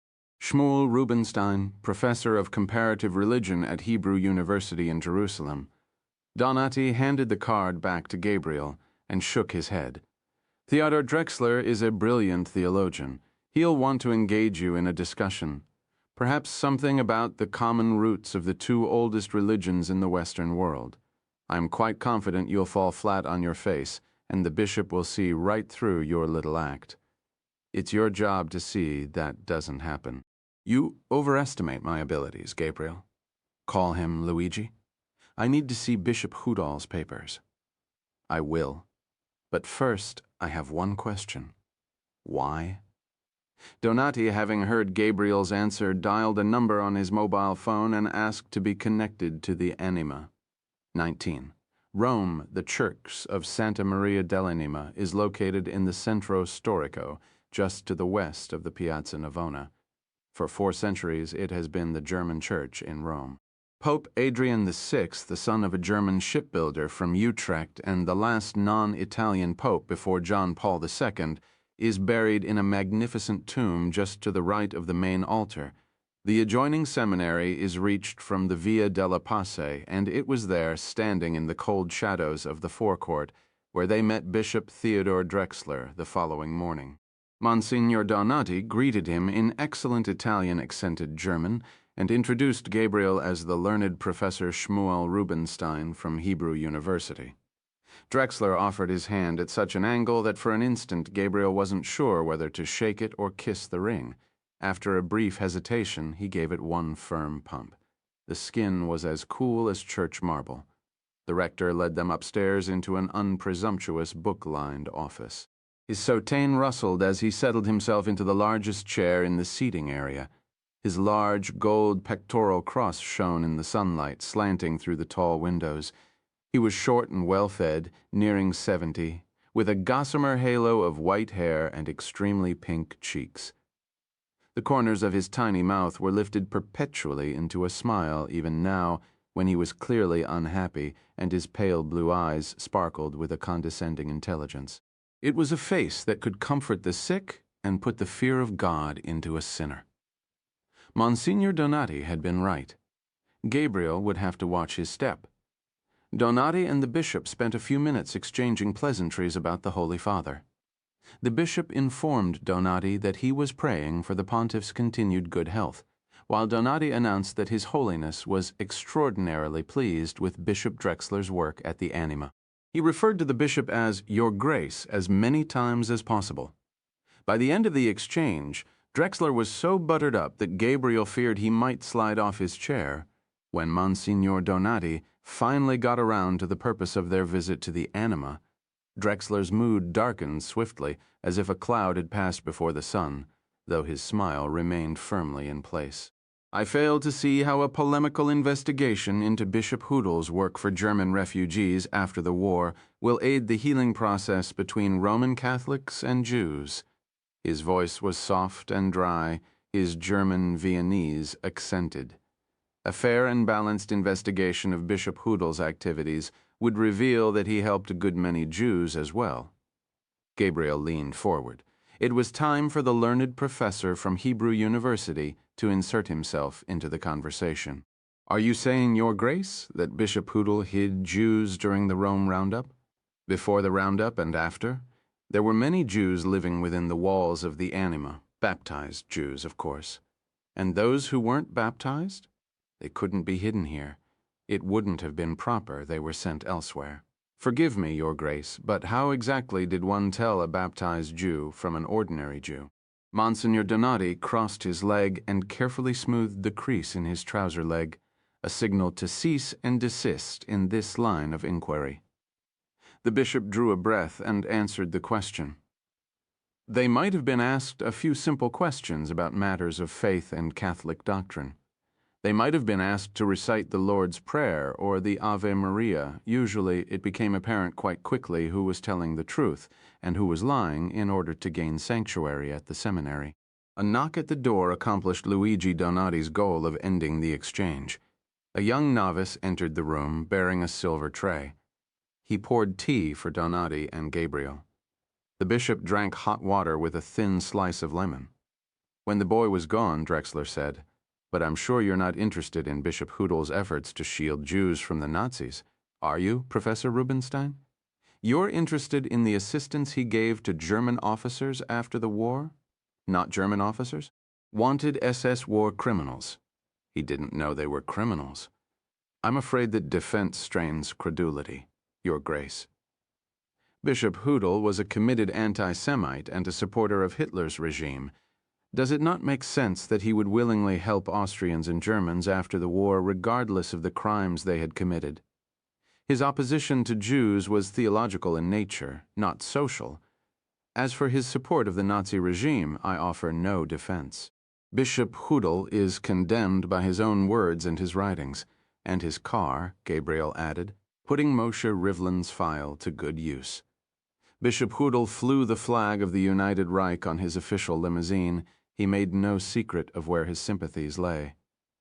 Drexler sipped his lemon water and turned his frozen gaze on Donati. Like many others within the church, I had my concerns about the Holy Father's historical commission, but I kept those concerns to myself out of respect for His Holiness. Now, it seems the anima is under the microscope. I must draw the line. I will not have the reputation of this great institution dragged through the mud of history. Monsignor Donati pondered his trouser leg for a moment, then looked up. Beneath the calm exterior, the papal secretary was seething at the rector's insolence. The bishop had pushed. Donati was about to push back. Somehow he managed to keep his voice to a chapel murmur. "Regardless of your concerns on this matter, Your Grace, it is the Holy Father's." A deep silence hung over the room. Drexler fingered his pectoral cross, looking for an escape hatch. There was none. Resignation was the only honorable course of action. He toppled his king. "I have no wish to defy His Holiness on this matter. You leave me no choice but to cooperate." "Holy Father will not forget this, Bishop Drexler." "Nor will I, Monsignor." Donati flashed an ironic smile. "It is my understanding that the bishop's personal papers remain here at the Anima." "That is correct. They are stored in our archives. It will take a few days to locate them all and organize them in such a fashion that they can be read and understood by a scholar such as Professor Rubinstein." "How very thoughtful of you, Your Grace," said Monsignor Donati. "But we'd like to see them now." He led them down a corkscrew stone stairway with time-worn steps as slick as ice. At the bottom of the stairs was a heavy oaken door with cast-iron fittings. It had been built to withstand a battering ram, but had proved no match for a clever priest from the Veneto and the professor from Jerusalem. Bishop Drexler unlocked the door and shouldered it open. He groped in the gloom for a moment, then threw a switch that made a sharp, echoing snap. A series of overhead lights burst on, buzzing and humming with the sudden flow of electricity, revealing a long subterranean passage with an arched stone ceiling. The bishop silently beckoned them forward. The vault had been constructed for smaller men. The diminutive bishop could walk the passage without altering his posture. Gabriel had only to dip his head to avoid the light fixtures, but Monsignor Donati, at well over 6 feet in height, was forced to bend at the waist like a man suffering from severe curvature of the spine. Here resided the institutional memory of the Anima and its seminary, 4 centuries worth of baptismal records, marriage certificates, and death notices, the records of the priests who'd served here and the students who'd studied within the walls of the seminary. Some of it was stored in pinewood file cabinets, some in crates or ordinary cardboard boxes. The newer editions were kept in modern plastic file containers. The smell of damp and rot was pervasive, and from somewhere in the walls came the trickle of water. Gabriel, who knew something about the detrimental effects of cold and damp on paper, rapidly lost hope of finding Bishop Hootel's papers intact.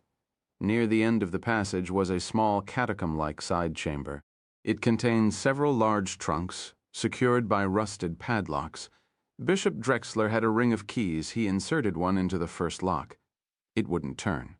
He struggled for a moment before finally surrendering the keys to Professor Rubinstein, who had no problem prying open the old locks. Bishop Drexler hovered over them for a moment and offered to assist in their search of the documents. Monsignor Donati patted him on the shoulder and said they could manage on their own. The portly little bishop made the sign of the cross and padded slowly away down the arched passageway. It was Gabriel. 2 hours later, who found it? Erich Radek had arrived at the Anima on March 3, 1948.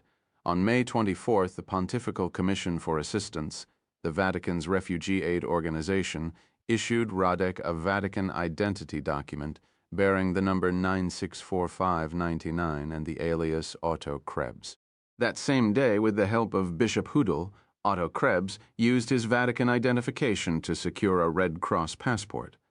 The following week, he was issued an entrance visa by the Arab Republic of Syria. He purchased second-class passage with money given to him by Bishop Hudel and set sail from the Italian port of Genoa in late June. Krebs had $500 in his pocket. A receipt for the money, bearing Radek's signature, had been kept by Bishop Hudel. The final item in the Radek file was a letter with a Syrian stamp and Damascus postmark that thanked Bishop Hudel and the Holy Father for their assistance and promised that one day the debt would be repaid. It was signed Otto Krebs, 20 Rome. Bishop Drexler listened to the audio tape one final time, then dialed the number in Vienna. "I'm afraid we have a problem." What sort of problem? Drexler told the man in Vienna about the visitors to the Anima that morning, Monsignor Donati and a professor from Hebrew University in Jerusalem. What did he call himself? Rubinstein. He claimed to be a researcher on the Historical Commission. He was no professor. I gathered that, but I was hardly in a position to challenge his bona fides. Monsignor Donati is a very powerful man within the Vatican. There's only one more powerful, and that's the heretic he works for. What were they after? Documentation about assistance given by Bishop Hudel to a certain Austrian refugee after the war. There was a long silence before the man posed his next question. Have they left the Anima? Yes, about an hour ago. Why did you wait so long to telephone? I was hoping to provide you with some information that can be put to good use. Can you? Yes, I believe so. Tell me. The professor is staying at the Cardinal Hotel on the Via Giulia, and he's checked into the room in the name of René Duran with a Canadian passport. I need you to collect a clock in Rome. When? Immediately? Where is it? There's a man staying at the Cardinal Hotel on the Via Giulia. He's registered in the name of René Duran, but sometimes he's using the name of Rubinstein. How long will he be in Rome? Unclear, which is why you need to leave now. There's an Alitalia flight leaving for Rome in 2 hours. A business-class seat has been reserved in your name. If I'm traveling by plane, I won't be able to bring the tools I'll need for the repair. I'll need someone to supply me those tools in Rome. I have just the man. He recited a telephone number which the clockmaker committed to memory. He's very professional and, most important, extremely discreet. I wouldn't send you to him otherwise. Do you have a photograph of this gentleman, Duran? It will be coming over your fax machine momentarily. The clockmaker hung up the phone and switched off the lights at the front of the shop. Then he entered his workshop and opened a storage cabinet. Inside was a small overnight bag containing a change of clothing and a shaving kit. The fax machine rang. The clockmaker pulled on an overcoat and hat while the face of a dead man eased slowly into view. 21.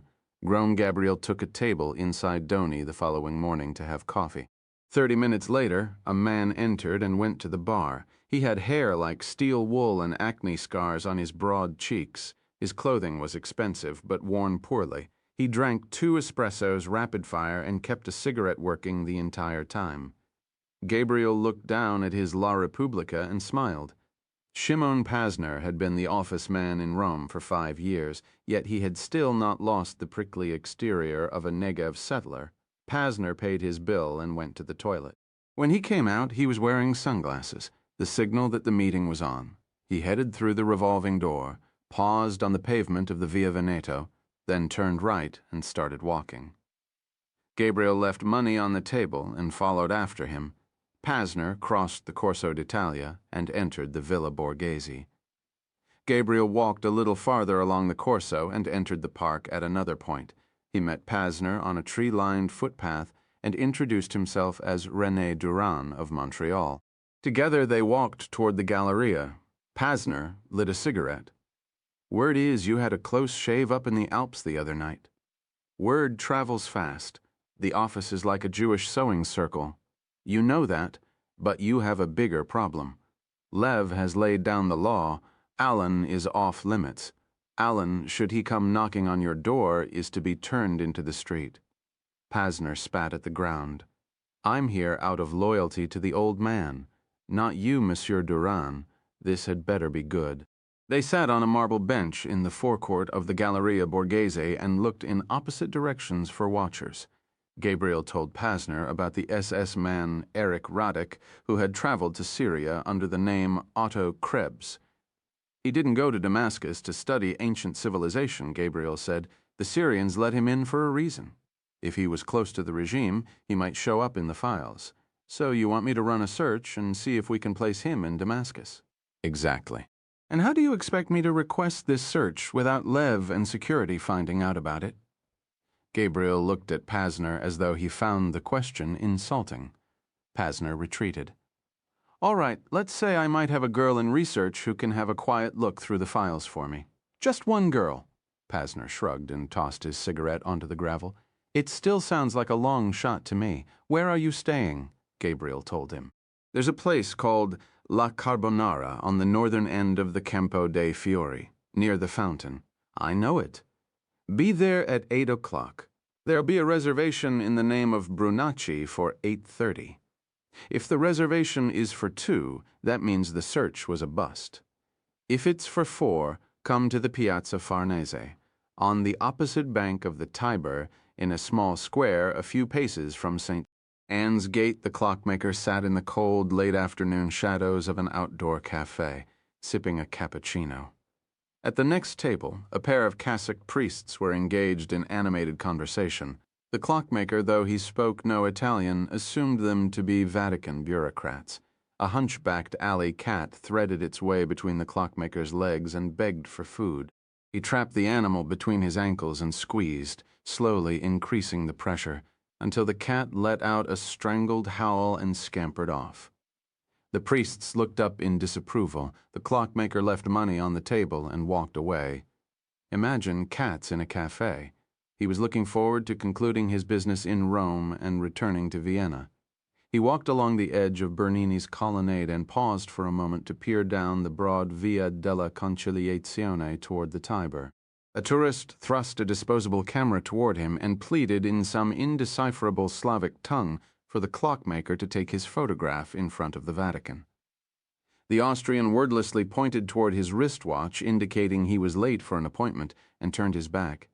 He crossed the large, thunderous square just beyond the opening in the colonnade. It bore the name of a recent pope. The clockmaker, though he had few interests other than antique timepieces, knew that this pope was a rather controversial figure. He found the intrigue swirling about him rather amusing. So he did not help the Jews during the war. Since when was it the responsibility of a pope to help Jews? They were, after all, the enemies of the Church. He turned into the mouth of a narrow street leading away from the Vatican toward the base of the Janiculum Park. It was deeply shadowed and lined with ochre-colored buildings covered in a powdery dust. The clockmaker walked the cracked pavement, searching for the address he had been given earlier that morning by telephone. He found it, but hesitated before entering. Stenciled to the sooty glass were the words Articoli Religiosi. Below, in smaller letters, was the name Gius Pip Mondiani. The clockmaker consulted the slip of paper where he'd written the address. Number 22, Via Borgo Santo Spirito. He had come to the right place. He pressed his face to the glass. The room on the other side was cluttered with crucifixes.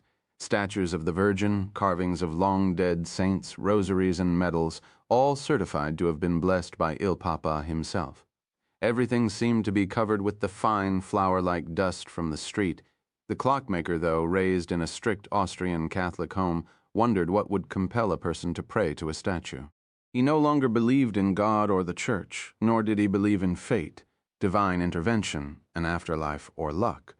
He believed men controlled the course of their lives, just as the wheelwork of a clock controlled the motion of the hands. He pulled open the door and stepped inside, accompanied by the tinkle of a small bell. A man emerged from a back room, dressed in an amber V-neck sweater with no shirt beneath and tan gabardine trousers that no longer held a crease. His limp, thinning hair was waxed into place atop his head. The clockmaker, even from several paces away, could smell his offensive aftershave. He wondered whether the men of the Vatican knew their blessed religious articles were being dispensed by so reprehensible a creature. "May I help you?" "I'm looking for Signor Mondiani." He nodded, as if to say the clockmaker had found the man he was looking for. A watery smile revealed the fact that he was missing several teeth. "You must be the gentleman from Vienna," Mondiani said. "I recognize your voice." He held out his hand. It was spongy and damp, just as the clockmaker had feared. Mondiani locked the front door and hung a sign in the window that said in English and Italian that the shop was now closed. Then he led the clockmaker through a doorway and up a flight of rickety wooden stairs. At the top of the steps was a small office. The curtains were drawn and the air was heavy with the scent of a woman's perfume, and something else, sour and ammonia-like. Mondiani gestured toward the couch. The clockmaker looked down, an image flashed before his eyes. He remained standing. Mondiani shrugged his narrow shoulders. "As you wish." The Italian sat down at his desk, straightened some papers, and smoothed his hair. It was dyed an unnatural shade of orange-black. The clockmaker, balding with a salt and pepper fringe, seemed to be making him more self-conscious than he already was. "Your colleague from Vienna said you required a weapon."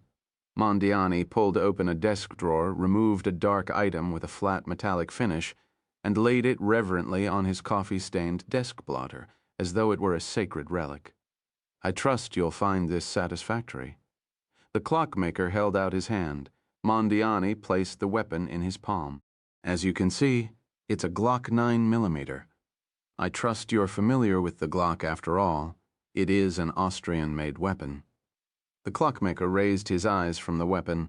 "Has this been blessed by the Holy Father, like the rest of your inventory?" Mondiani, judging from his dark expression, did not find the remark humorous. He reached into the open drawer once again and produced a box of ammunition. "Do you require a second cartridge?"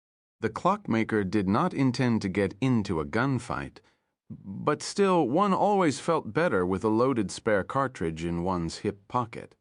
He nodded. A second appeared on the blotter. The clockmaker broke open the box of ammunition and began thumbing rounds into the cartridges. Mondiani asked whether he required a silencer. The clockmaker, his gaze down, nodded in the affirmative. "Unlike the weapon itself, this is not manufactured in Austria.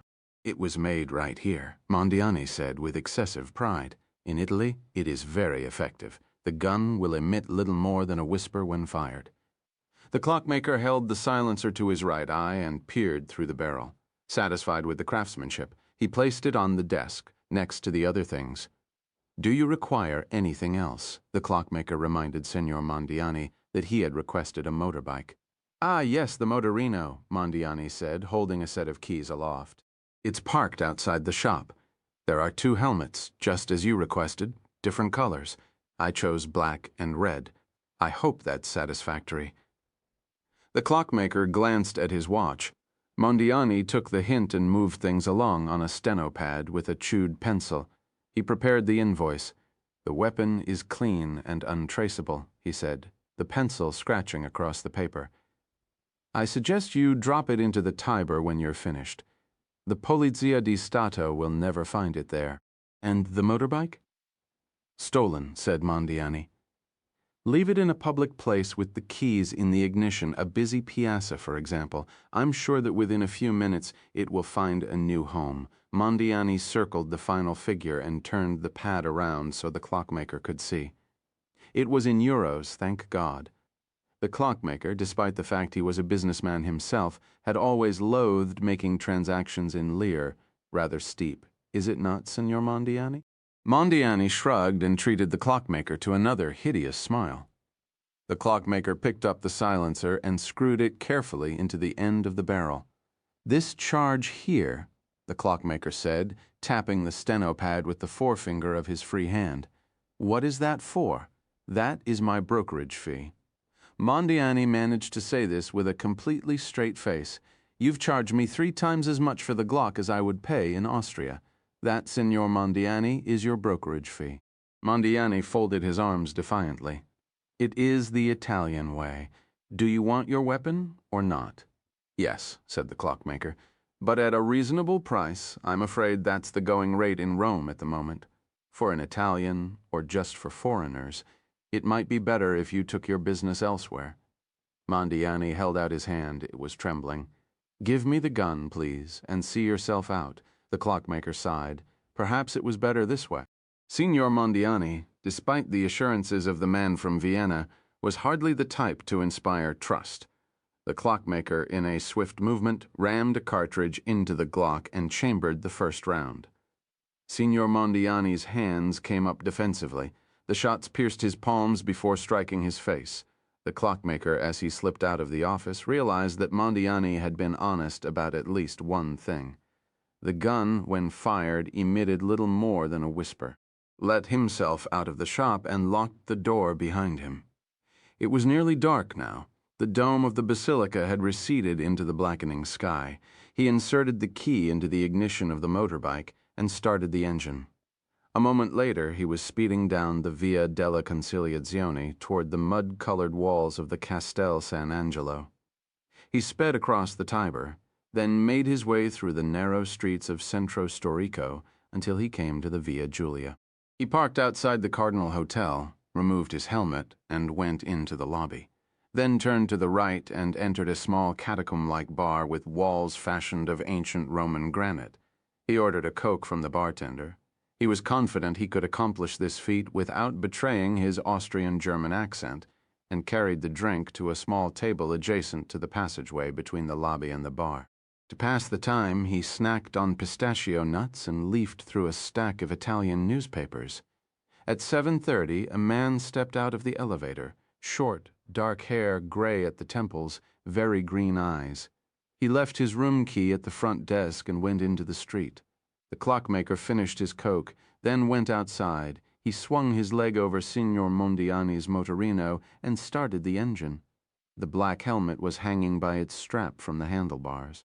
The clockmaker removed the red helmet from the rear storage compartment and put it on, then placed the black one into the compartment and closed the lid. He looked up and watched the figure of the green-eyed man retreating steadily into the darkness of the Via Giulia. Then he pulled back on the throttle and eased slowly after him. 22, Rome, the reservation at La Carbonara was for 4. Gabriel walked to the Piazza Farnese and found Pasner waiting near the French embassy. They walked to Al Pompiere and took a quiet table in the back. Pasner ordered red wine and polenta and handed Gabriel a plain envelope.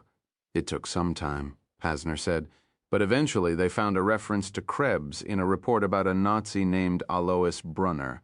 Know much about Brunner?" "He was a top aide to Eichmann," Gabriel replied, "a deportation expert highly skilled in the art of herding Jews into ghettos and then to the gas chambers. He'd worked with Eichmann on the deportation of the Austrian Jews.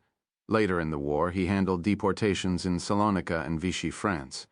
Pasner, clearly impressed, impaled a piece of polenta. "And after the war he escaped to Syria, where he lived under the name George Fisher and served as a consultant to the regime. For all intents and purposes, the modern Syrian intelligence and security services were built by Alois Brunner." Was Krebs working for him?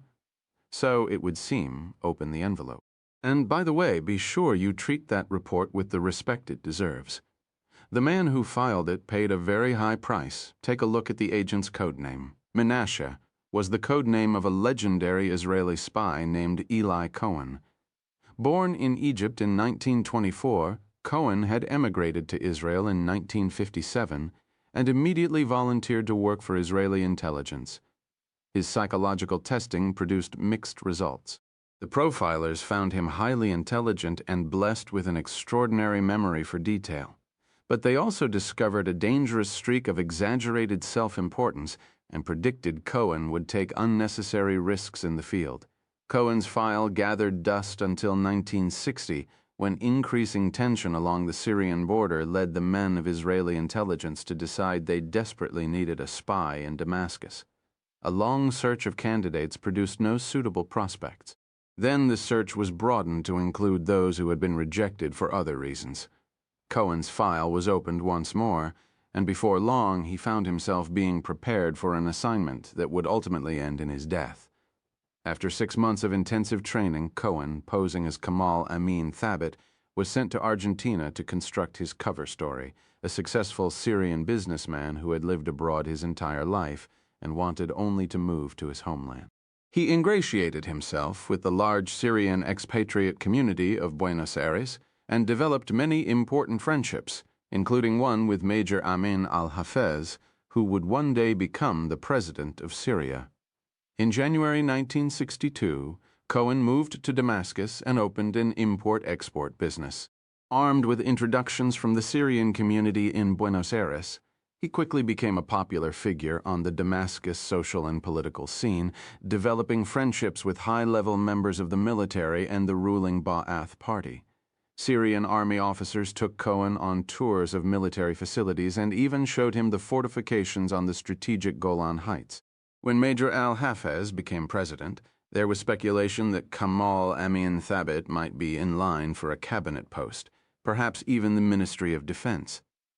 Syrian intelligence had no idea that the affable Thabit was in reality an Israeli spy who was sending a steady stream of reports to his masters across the border. Urgent reports were sent via coded Morse radio transmissions. Longer and more detailed reports were written in invisible ink, hidden in crates of Damascene furniture, and shipped to an Israeli front in Europe. Intelligence provided by Cohen gave Israeli military planners a remarkable window on the political and military situation in Damascus. In the end, the warnings about Cohen's penchant for risk proved correct.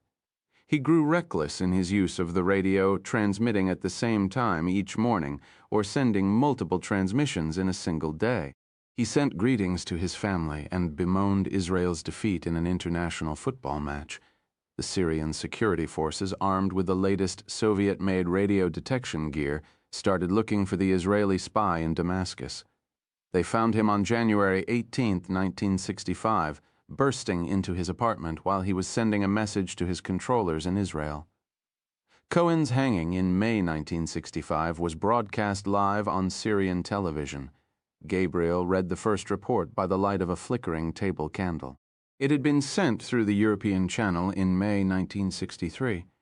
Contained within a detailed report on internal Ba'ath Party politics and intrigue was a paragraph devoted to Alois Brunner. I met Herr Fischer at a cocktail party hosted by a senior figure in the Ba'ath Party. Herr Fischer was not looking particularly well, having recently lost several fingers on one hand to a letter bomb in Cairo. He blamed the attempt on his life on vengeful Jewish filth in Tel Aviv. He claimed that the work he was doing in Egypt would more than settle his account with the Israeli agents who had tried to murder him. Herr Fischer was accompanied that evening by a man called Otto Krebs. I had never seen Krebs before. He was tall and blue-eyed, very Germanic in appearance, unlike Brunner. He drank whiskey heavily and seemed a vulnerable sort, a man who might be blackmailed or turned by some other method. "That's it?" Gabriel asked. "One sighting at a cocktail party?" "Apparently so, but don't be discouraged. Cohen gave you one more clue. Look at the next report." Gabriel looked down and read it. "I saw Herr Fischer last week at a reception at the Ministry of Defense.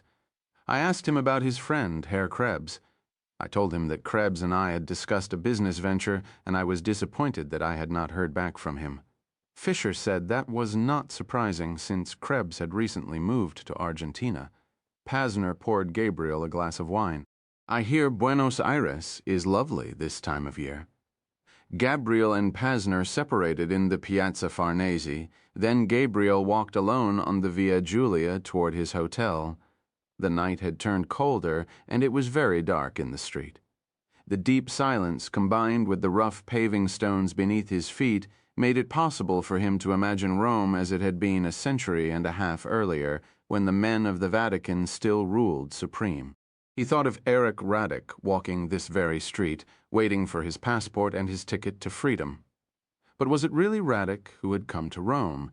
According to Bishop Hoodel's files, Radek had come to the Anima in 1948 and had left soon after as Otto Krebs. Eli Cohen had placed Krebs in Damascus as late as 1963. Then Krebs reportedly moved on to Argentina. The facts had exposed a glaring and perhaps irreconcilable contradiction in the case against Ludwig Vogel.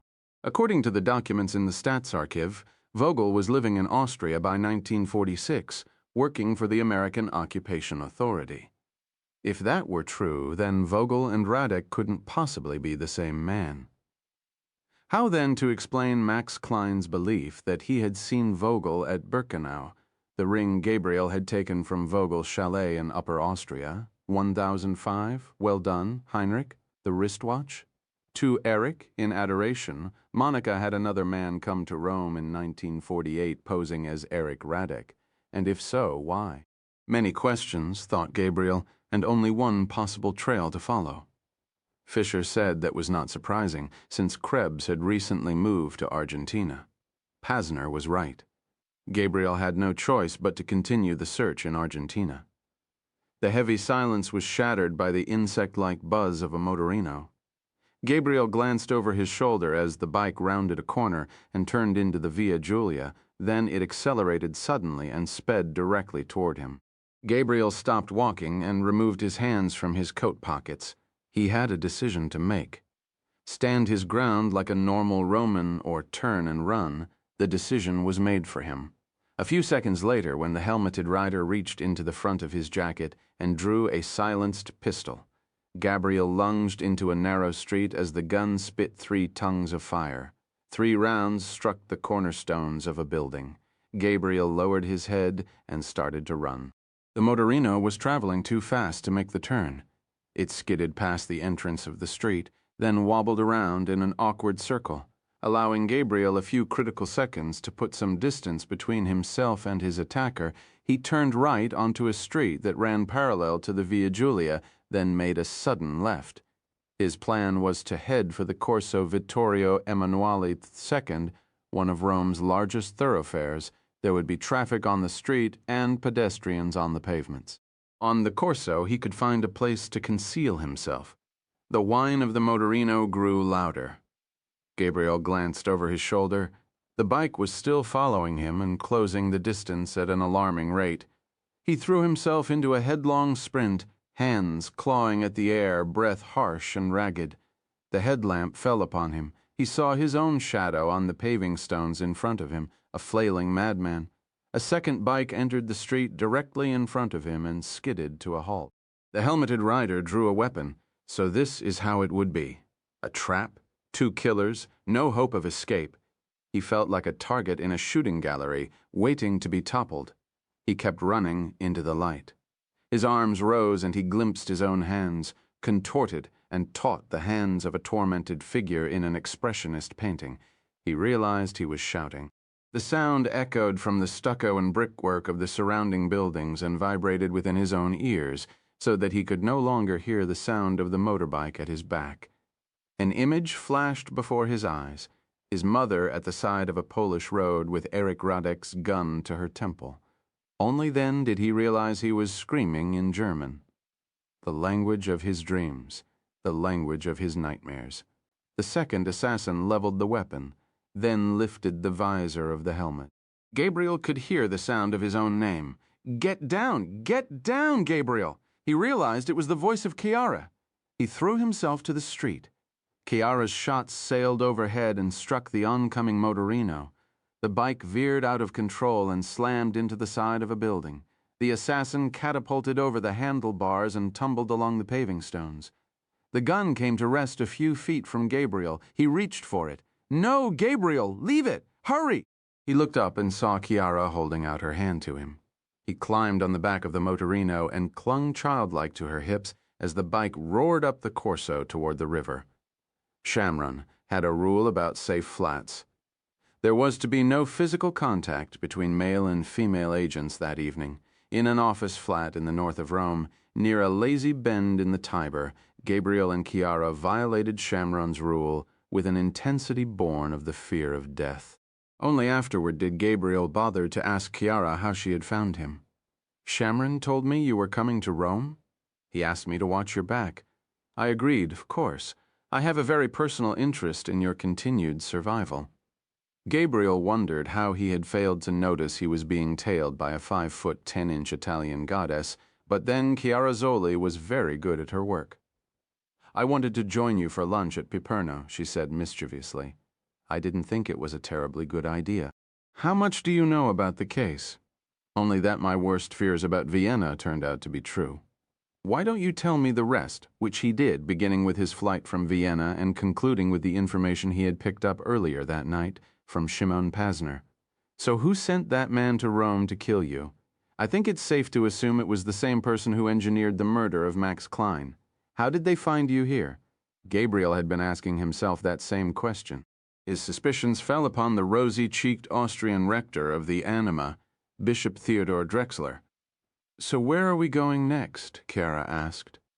"We? Shamron told me to watch your back? You want me to disobey a direct order from the Memone?" "He told you to watch me in Rome. It was an open-ended assignment," she replied, her tone defiant. Gabriel lay there for a moment, stroking her hair. Truth was, he could use a traveling companion and a second pair of eyes in the field. Given the obvious risks involved, he would have preferred someone other than the woman he loved. But then she had proven herself a valuable partner. There was a secure telephone on the bedside table. He dialed Jerusalem and woke Moshe Rivlin from a heavy sleep. Rivlin gave him the name of a man in Buenos Aires, along with a telephone number and an address in the Barrio San Telmo. Then Gabriel called Aerolíneas Argentinas and booked 2 business-class seats on a flight the following evening. He hung up the receiver. Chiara rested her cheek against his chest. "You were shouting something back there in that alley when you were running toward me," she said. "Do you remember what you were saying?" He couldn't.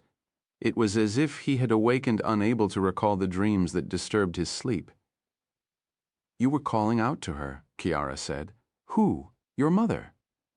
He remembered the image that had flashed before his eyes during that mind-bending flight from the man on the motorino. He supposed it was indeed possible he had been calling out to his mother. Since reading her testimony, he had been thinking of little else. "Are you sure it was Erich Radek who murdered those poor girls in Poland, as sure as one can be 60 years after the fact? And if Ludwig Vogel is actually Erich Radek..." Gabriel reached up and switched off the lamp. 23. Rome, the Via della Pace, was deserted. The clockmaker stopped at the gates of the Anima and shut down the engine of the motorino.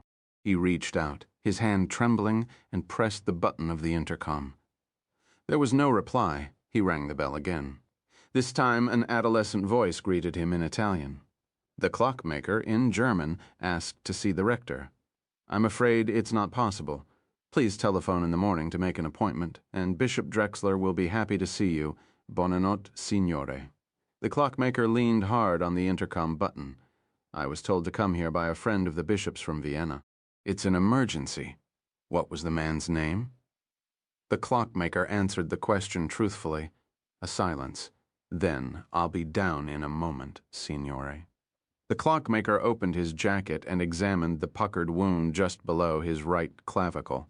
The heat of the round had cauterized the vessels near the skin. There was little blood, just an intense throbbing and the chills of shock and fever. A small caliber weapon, he guessed, most likely a .22, not the kind of weapon to inflict serious internal damage. Still, he needed a doctor to remove the round and thoroughly clean the wound before sepsis set in. He looked up. A cassocked figure appeared in the forecourt and warily approached the gate, a novice, a boy of perhaps 15, with the face of an angel. "The rector says it is not convenient for you to come to the seminary at this time," the novice said. "The rector suggests that you find somewhere else to go tonight." The clockmaker drew his Glock and pointed it at the angelic face. "Open the gate," he whispered. "Now." "Yes? But why did you have to send him here?" The bishop's voice rose suddenly, as if he were warning a congregation of souls about the dangers of sin. It would be better for all involved if he left Rome immediately. "He can't travel, Theodore. He needs a doctor and a place to rest. I can see that." His eyes settled briefly on the figure seated on the opposite side of his desk, the man with salt and pepper hair and the heavy shoulders of a circus strongman. "But you must realize that you're placing the anima in a terribly compromising position. The position of the anima will look much worse if our friend Professor Rubinstein is successful." The bishop sighed heavily. "He can remain here for 24 hours, not a minute more. And you'll find him a doctor, someone discreet. I know just the fellow. He helped me a couple of years ago when one of the boys got into a bit of a scrape with a Roman tough. I'm sure I can count on his discretion in this matter, though a bullet wound is hardly an everyday occurrence at a seminary. I'm sure you'll think of some way to explain it. You have a very nimble mind, Theodore. May I speak with him a moment?" The bishop held out the receiver. The clockmaker grasped it with a blood-stained hand. Then he looked up at the prelate and, with a sideways nod of his head, sent him fleeing from his own office. The assassin brought the telephone to his ear. The man from Vienna asked what had gone wrong. "You didn't tell me the target was under protection. That's what went wrong." The clockmaker then described the sudden appearance of the second person on a motorcycle. There was a moment of silence on the line. Then the man from Vienna spoke in a confessional tone. "In my rush to dispatch you to Rome, I neglected to relay an important piece of information about the target. In retrospect, that was a miscalculation on my part." "An important piece of information? And what might that be?" The man from Vienna acknowledged that the target was once connected to Israeli intelligence. Judging from the events tonight in Rome, he said, "Those connections remain as strong as ever." "For the love of God," thought the clockmaker. An Israeli agent? It was no minor detail. He had a good mind to return to Vienna and leave the old man to deal with the mess himself. He decided instead to turn the situation to his own financial advantage, but there was something else. Never before had he failed to execute the terms of a contract. It wasn't just a question of professional pride and reputation. He simply didn't think it was wise to leave a potential enemy lying about, especially an enemy connected with an intelligence service as ruthless as Israel's. His shoulder began to throb. He looked forward to putting a bullet into that stinking Jew and his friend. "My price for this assignment just went up," the clockmaker said substantially. "I expected that," replied the man from Vienna. "I will double the fee." "Triple," countered the clockmaker, and after a moment's hesitation, the man from Vienna consented. "But can you locate him again? We hold one significant advantage." "What's that?" "We know the trail he's following, and we know where he's going next. Bishop Drexler will see that you get the necessary treatment for your wound. In the meantime, get some rest. I'm quite confident you'll be hearing from me again shortly." 24. Buenos Aires. Alfonso Ramírez should have been dead long ago. He was without a doubt one of the most courageous men in Argentina and all of Latin America. A crusading journalist and writer, he had made it his life's work to chip away at the walls surrounding Argentina and its murderous past. Considered too controversial and dangerous to be employed by Argentine publications, he published most of his work in the United States and Europe. Few Argentines beyond the political and financial elite ever read a word Ramírez wrote. He had experienced Argentine brutality firsthand. During the Dirty War, his opposition to the military junta had landed him in jail, where he spent 9 months and was nearly tortured to death. His wife, a left-wing political activist, was kidnapped by a military death squad and thrown alive from an airplane into the freezing waters of the South Atlantic. Were it not for the intervention of Amnesty International, Ramírez would certainly have suffered the same fate. Instead, he was released, shattered, and nearly unrecognizable, to resume his crusade against the generals. In 1983, they stepped aside and a democratically elected civilian government took their place. Ramírez helped prod the new government into putting dozens of army officers on trial for crimes committed during the Dirty War. Among them was the captain who'd thrown Alfonso Ramirez's wife into the sea. In recent years, Ramirez had devoted his considerable skills to exposing another unpleasant chapter of Argentine history that the government, the press, and most of its citizenry had chosen to ignore. Following the collapse of Hitler's Reich, thousands of war criminals, German, French, Belgian, and Croatian, had streamed into Argentina with the enthusiastic approval of the Perón government and the tireless assistance of the Vatican. Ramirez was despised in Argentine quarters, where the influence of the Nazis still ran deep, and his work had proven to be just as hazardous as investigating the generals. Twice his office had been firebombed, and his mail contained so many letter bombs that the Postal Service refused to handle it. Were it not for Moshe Rivlin's introduction? Gabriel doubted Ramirez would have agreed to meet with him. As it turned out, Ramirez readily accepted an invitation to lunch and suggested a neighborhood cafe in San Telmo. The cafe had a black and white checkerboard floor with square wooden tables arranged in no discernible pattern. The walls were whitewashed and fitted with shelves lined with empty wine bottles. Large doors opened onto the noisy street, and there were tables on the pavement beneath a canvas awning. 3 ceiling fans stirred the heavy air. A German shepherd lay at the foot of the bar, panting. Gabriel arrived on time at 2:30. The Argentine was late. January is high summer in Argentina, and it was unbearably hot. Gabriel, who'd been raised in the Jezreel Valley and spent summers in Venice, was used to heat, but only a few days removed from the Austrian Alps. The contrast in climate took his body by surprise. Waves of heat rose from the traffic and flowed through the open doors of the cafe. With each passing truck, the temperature seemed to rise a degree or two. Gabriel kept his sunglasses on. His shirt was plastered to his spinal cord. He drank cold water and chewed on a lemon rind, looking into the street. His gaze settled briefly on Chiara. She was sipping a Camparian soda and nibbling listlessly at a plate of empanada. She wore short pants, her long legs stretched into the sunlight, and her thighs were beginning to burn. Her hair was twisted into a haphazard bun. A trickle of perspiration was inching its way down the nape of her neck into her sleeveless blouse. Her wristwatch was on her left hand. It was a prearranged signal. Left hand meant that she had detected no surveillance, though Gabriel knew that even an agent of Chiara's skill would be hard-pressed to find a professional in the midday crowds of San Telmo. Ramirez didn't arrive until 3. He made no apology for being late. He was a large man with thick forearms and a dark beard. Gabriel looked for the scars of torture but found none. His voice, when he ordered 2 steaks and a bottle of red wine, was affable, and so loud it seemed to rattle the bottles on the shelves. Gabriel wondered whether steak and red wine was a wise choice, given the intense heat. Ramirez looked as though he found the question deeply scandalous. "Beef is the one thing about this country that's true," he said.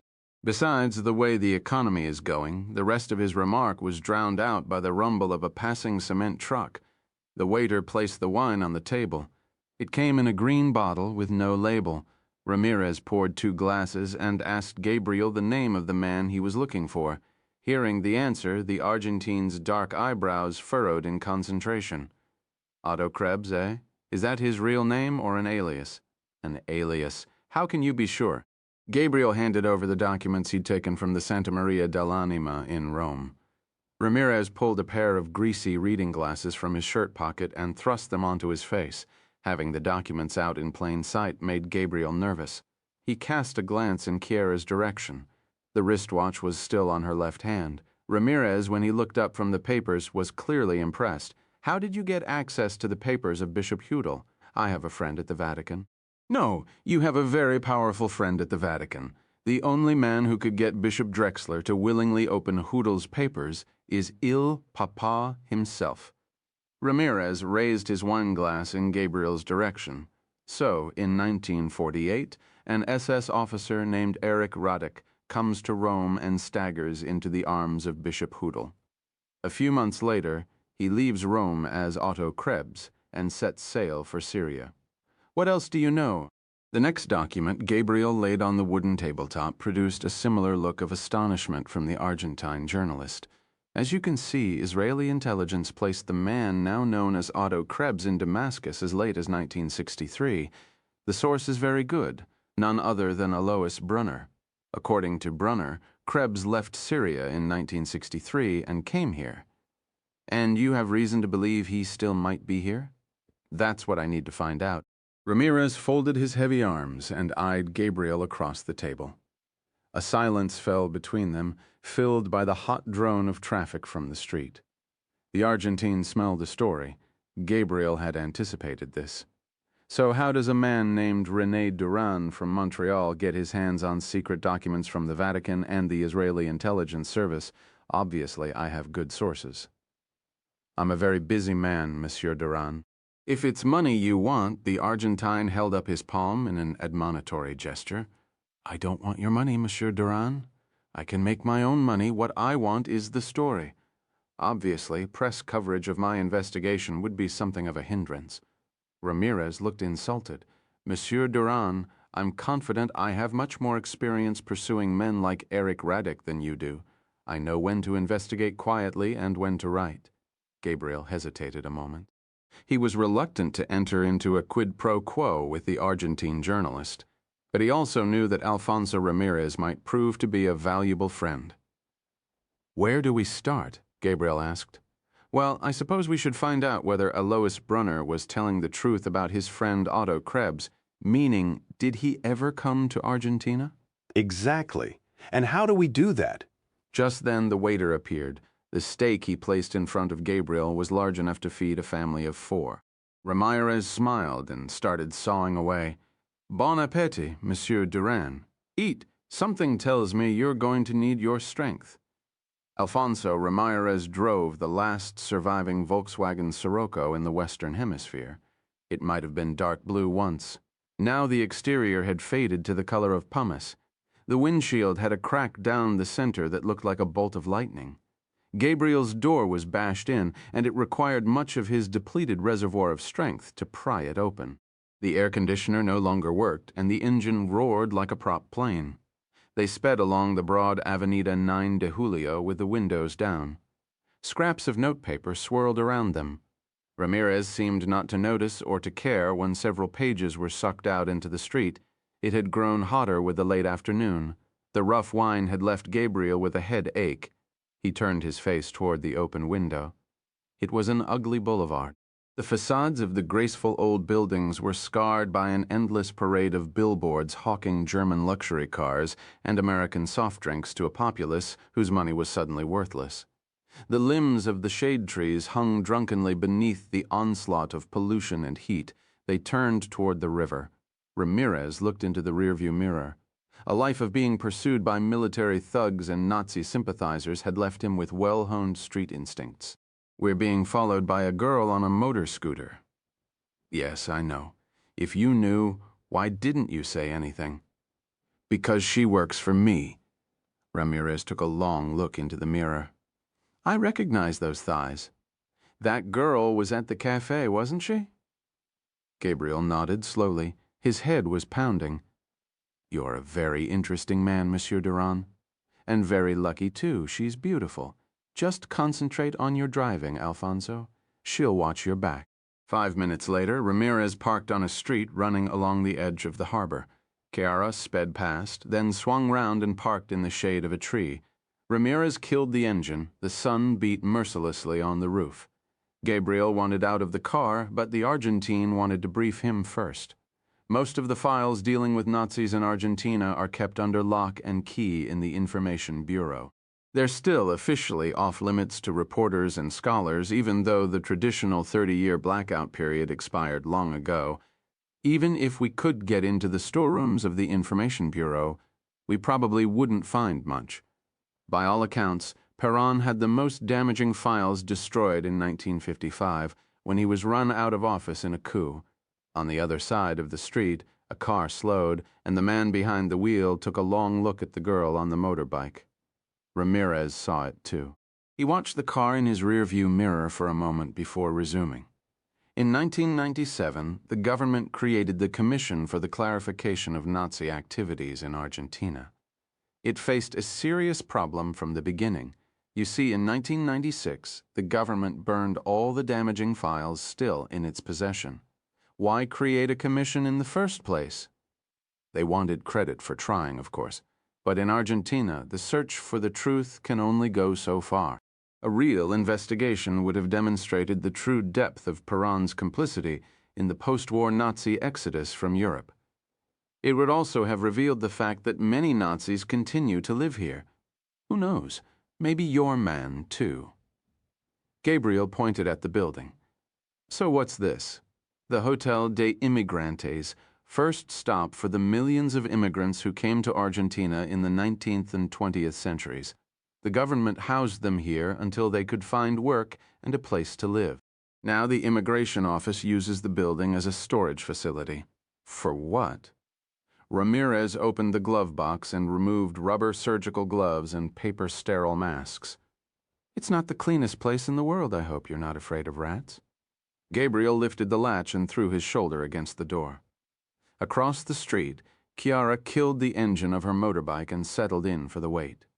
A bored policeman stood watch at the entrance. A girl in uniform sat before a rotating fan at the registrar's desk, reading a fashion magazine. She slid the logbook across the dusty desk. Ramirez signed and added the time. 2 laminated tags with alligator clips appeared. Gabriel was no 16.5. He affixed the badge to the top of his shirt pocket and followed Ramirez toward the elevator. 2 hours till closing time, the girl called out. Then she turned another page of her magazine. They boarded a freight elevator. Ramirez pulled the screen shut and pressed the button for the top floor. The elevator swayed slowly upward. A moment later, when they shuddered to a stop, the air was so hot and thick with dust it was difficult to breathe. Ramirez pulled on his gloves and mask. Gabriel followed suit. The space they entered was roughly 2 city blocks long and filled with endless ranks of steel shelves sagging beneath the weight of wooden crates. Gulls were flying in and out of the broken windows. Gabriel could hear the scratching of tiny clawed feet and the mewing of a catfight. The smell of dust and decaying paper seeped through the protective mask. The subterranean archive of the anima in Rome seemed a paradise compared to this squalid place. What are these? The things Perron and his spiritual successors in the Menem government didn't think to destroy. This room contains the immigration cards filled out by every passenger who disembarked at the port of Buenos Aires from the 1920s to the 1970s. 1 floor down are the passenger manifests from every ship. Mengele, Eichmann, they all left their fingerprints here. Maybe Otto Krebs, too. Why is it such a mess? Believe it or not, it used to be worse. A few years ago, a brave soul named Chala alphabetized the cards year by year. They call this the Chala room now. The immigration cards for 1963 are over here, follow me. Ramirez paused and pointed toward the floor. Watch out for the cat shit. They walked half a city block. The immigration cards for 1963 filled several dozen of the steel shelves. Ramirez located the wooden boxes containing cards with passengers whose last name began with K. Then he removed them from the shelf and placed them carefully on the floor. He found 4 immigrants with the last name Krebs. None had the first name Otto. Could it be misfiled, of course? Is it possible someone removed it? This is Argentina, my friend. Anything is possible. Gabriel leaned against the shelves, dejected. Ramirez returned the immigration cards to the box and the box to its place on the steel shelf. Then he looked at his watch. We have 1 hour and 45 minutes till they close up for the night. You work forward from 1963. I'll work backward. Loser buys the drinks. A thunderstorm moved down from the river. Gabriel, through a broken window, glimpsed heat lightning flickering amid the cranes of the waterfront. The heavy cloud blocked out the late-day sun. Inside the Chala room, it became nearly impossible to see. The rain began like an explosion. It swept through the gaping windows and soaked the precious files. Gabriel, the restorer, pictured running ink, images forever lost. He found the immigration cards of 3 more men named Krebs, 1 in 1965, 2 more in 1969. None bore the first name Otto. The darkness slowed the pace of his search to a crawl. In order to read the immigration cards, he had to lug the boxes near a window where there was still some light. There he would crouch, his back to the rain, fingers working. The girl from the registrar's desk wandered up and gave them a 10-minute warning. Gabriel had only searched through 1972. He didn't want to come back tomorrow. He quickened his pace. The storm ceased as suddenly as it began. The air was cooler and washed clean. It was quiet, except for the sound of rainwater gurgling in the gutters. Gabriel kept searching. 1973, 1974, 1975, 1976. No more passengers named Krebs. Nothing. The girl returned, this time to chase them out for the night. Gabriel carried his last crate back to the shelf, where he found Ramirez and the girl chatting away in Spanish. "Anything?" Gabriel asked. Ramirez shook his head. "How far did you get?" "All the way, you?" Gabriel told him. "Think it's worth coming back tomorrow?" "Probably not." He put his hand on Gabriel's shoulder. "Come on, I'll buy you a beer." The girl collected their laminated badges and accompanied them down in the freight elevator. The windows of the Sirocco had been left open. Gabriel, depressed by failure, sat on the sodden car seat. The thunderous roar of the engine shattered the quiet of the street. Chiara followed as they drove away. Her clothing was drenched from the rain. 2 blocks from the archives, Ramirez reached into his shirt pocket and produced an immigration card. "Cheer up, Monsieur Duran," he said, handing the card to Gabriel. "Sometimes, in Argentina, it pays to use the same underhanded tactics as the men in charge.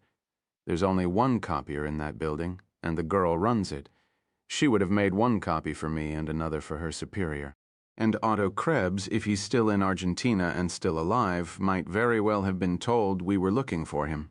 "Exactly." Gabriel held up the card. "Where was it?" 1949. I suppose Cella stuck one in the wrong box." Gabriel looked down and began to read. Otto Krebs arrived in Buenos Aires in December 1963 on a boat bound from Athens. Ramirez pointed to a number written in hand at the bottom, 245-276-60 Stu. "That's the number of his landing permit. It was probably issued by the Argentine consulate in Damascus.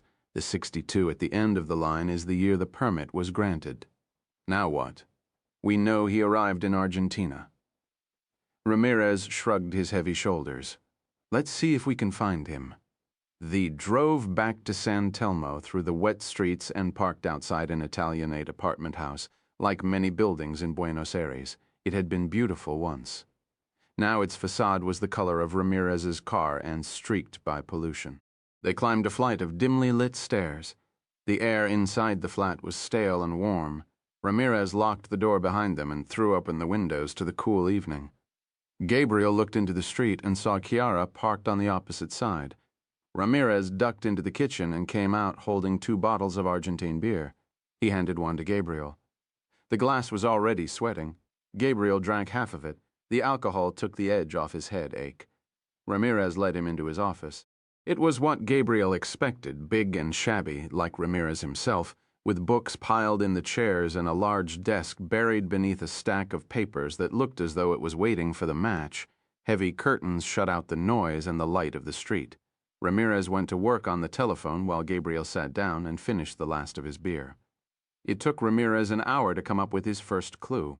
In 1964, Otto Krebs had registered with the National Police in Bariloche in northern Patagonia. 45 minutes later, another piece of the puzzle.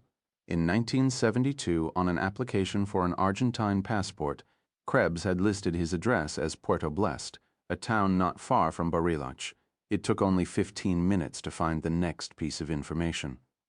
In 1982, the passport was rescinded. "Why?" Gabriel asked.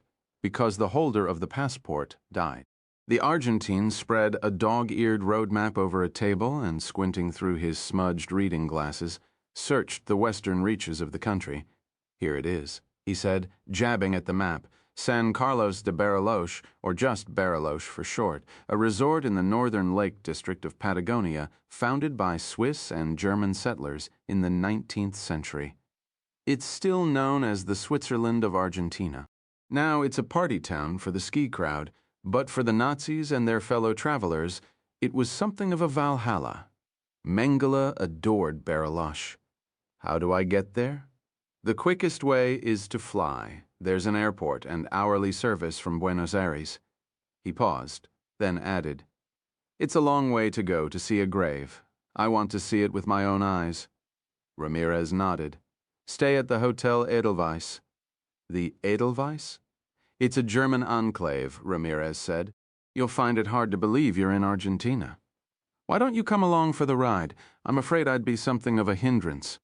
I'm persona non grata among certain segments of the Bariloche community.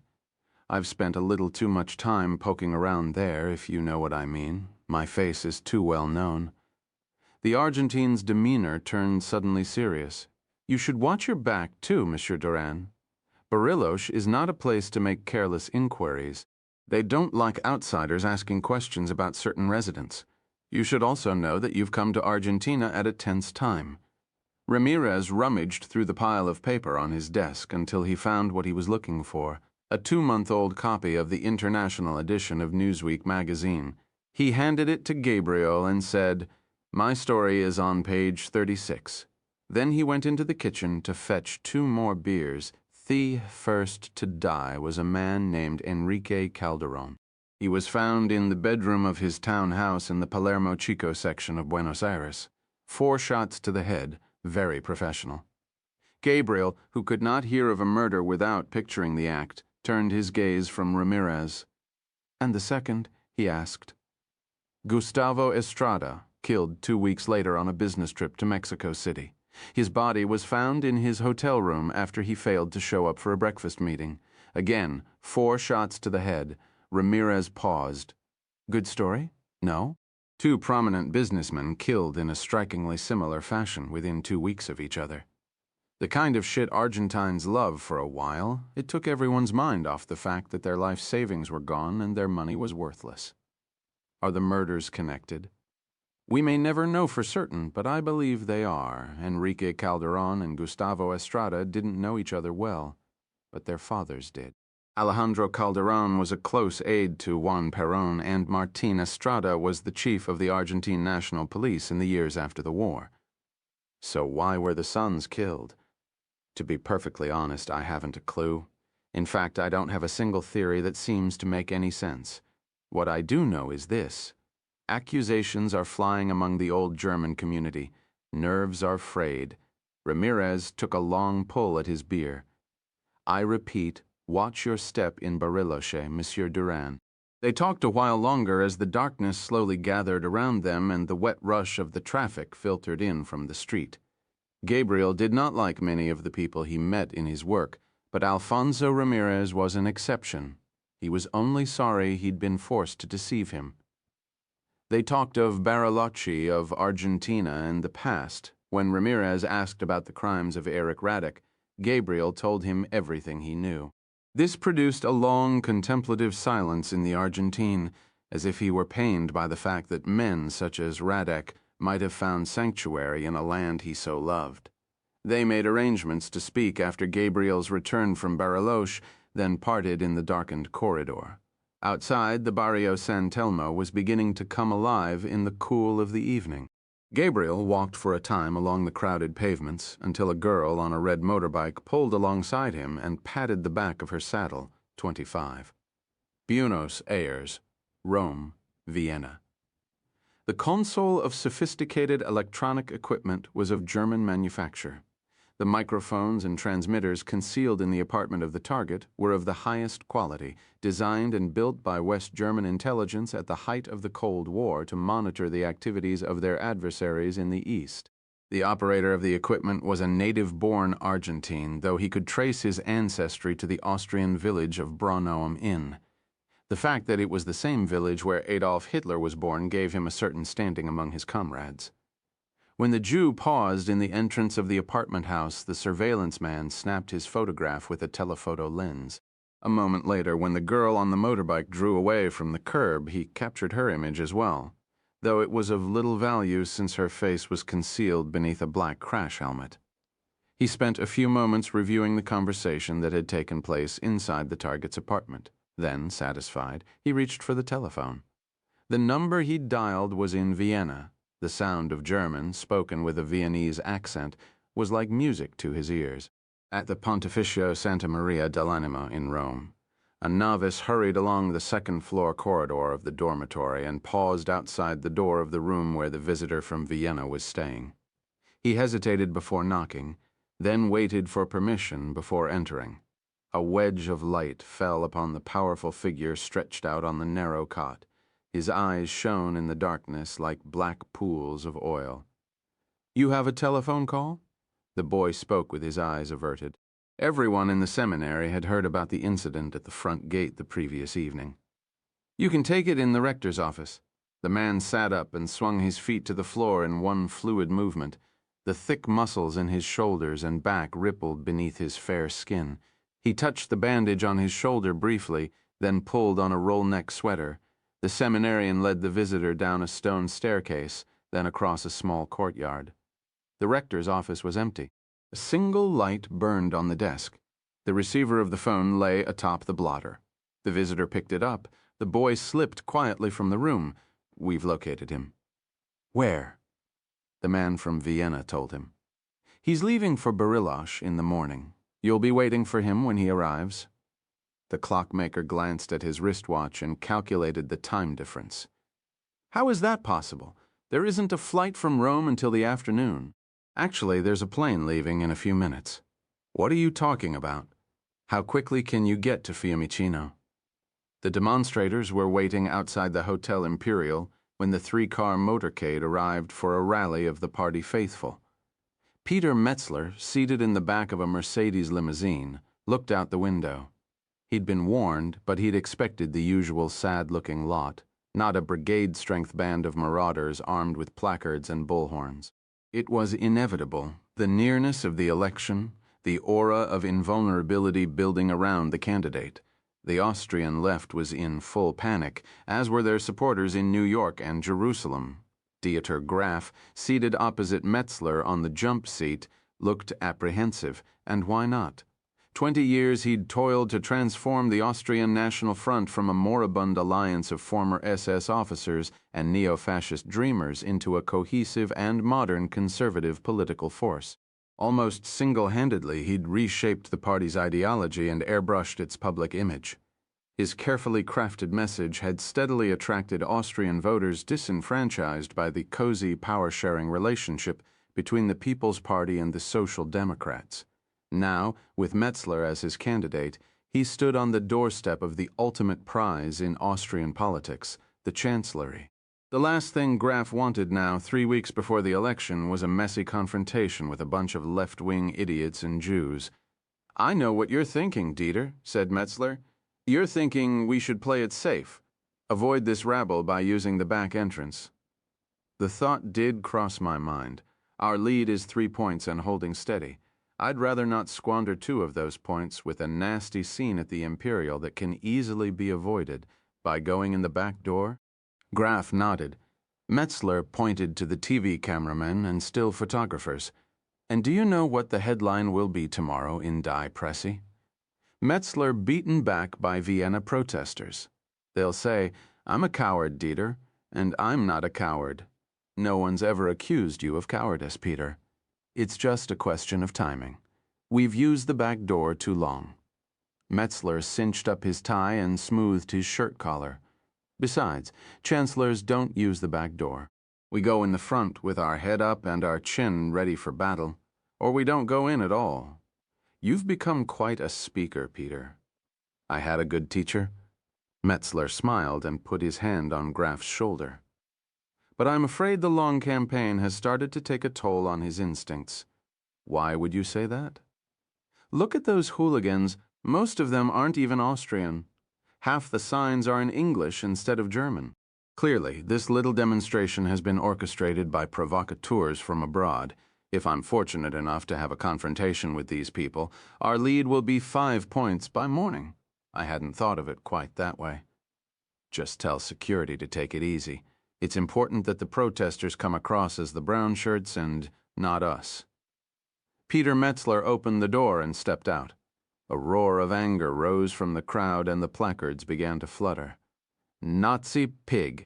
Reichsfuhrer Metzler. The candidate strode forward as though oblivious to the turmoil around him. A young girl, armed with a rag soaked in red paint, broke free of the restraint. She hurled the rag toward Metzler, who avoided it so deftly that he barely seemed to break stride. The rag struck a Staatspolizei officer. To the delight of the demonstrators, the girl who had thrown it was seized by a pair of officers and hustled away. Metzler, unruffled, entered the hotel lobby and made his way to the ballroom, where 1,000 supporters had been waiting 3 hours for his arrival. He paused for a moment outside the doors to gather himself, then strode into the room to tumultuous cheers. Graff detached himself and watched his candidate wade into the adoring crowd. The men pressed forward to clutch his hand or slap his back. The women kissed his cheek. Metzler had definitely made it sexy to be a conservative again. The journey to the head of the room took 5 minutes. As Metzler mounted the podium, a beautiful girl in a dirndl handed him a huge stein of lager. He raised it overhead and was greeted by a delirious roar of approval. He swallowed some of the beer, not a photo opportunity sip, but a good long Austrian pull, then stepped before the microphone. I want to thank all of you for coming here tonight, and I also want to thank our dear friends and supporters for arranging such a warm welcome outside the hotel. A wave of laughter swept over the room. What these people don't seem to understand is that Austria is for Austrians, and that we will choose our own future based on Austrian morals and Austrian standards of decency. Outsiders and critics from abroad have no say in the internal affairs of this blessed land of ours. We will forge our own future, an Austrian future, and that future begins 3 weeks from tonight. Pandemonium. 26. Bariloche, Argentina, the receptionist at the Barilocher Tageblatt, eyed Gabriel with more than a passing interest as he stepped through the door and strode toward her desk. She had short, dark hair and bright blue eyes set off by an attractive, sun-tanned face. "May I help you?" she said in German, hardly surprising, since the Tageblatt, as the name implies, is a German-language newspaper. Gabriel replied in the same language, though he adroitly concealed the fact that, like the woman, he spoke it fluently. He said he had come to Bariloche to conduct genealogical research. He was looking, he claimed, for a man he believed was his mother's brother, a man named Otto Krebs. He had reason to believe Herr Krebs died in Bariloche in October 1982. Would it be possible for him to search the archives of the newspaper for a death notice or an obituary? The receptionist smiled at him, revealing 2 rows of bright, even teeth, then picked up her telephone and dialed a 3-digit extension. Gabriel's request was put to a superior in rapid German. The woman was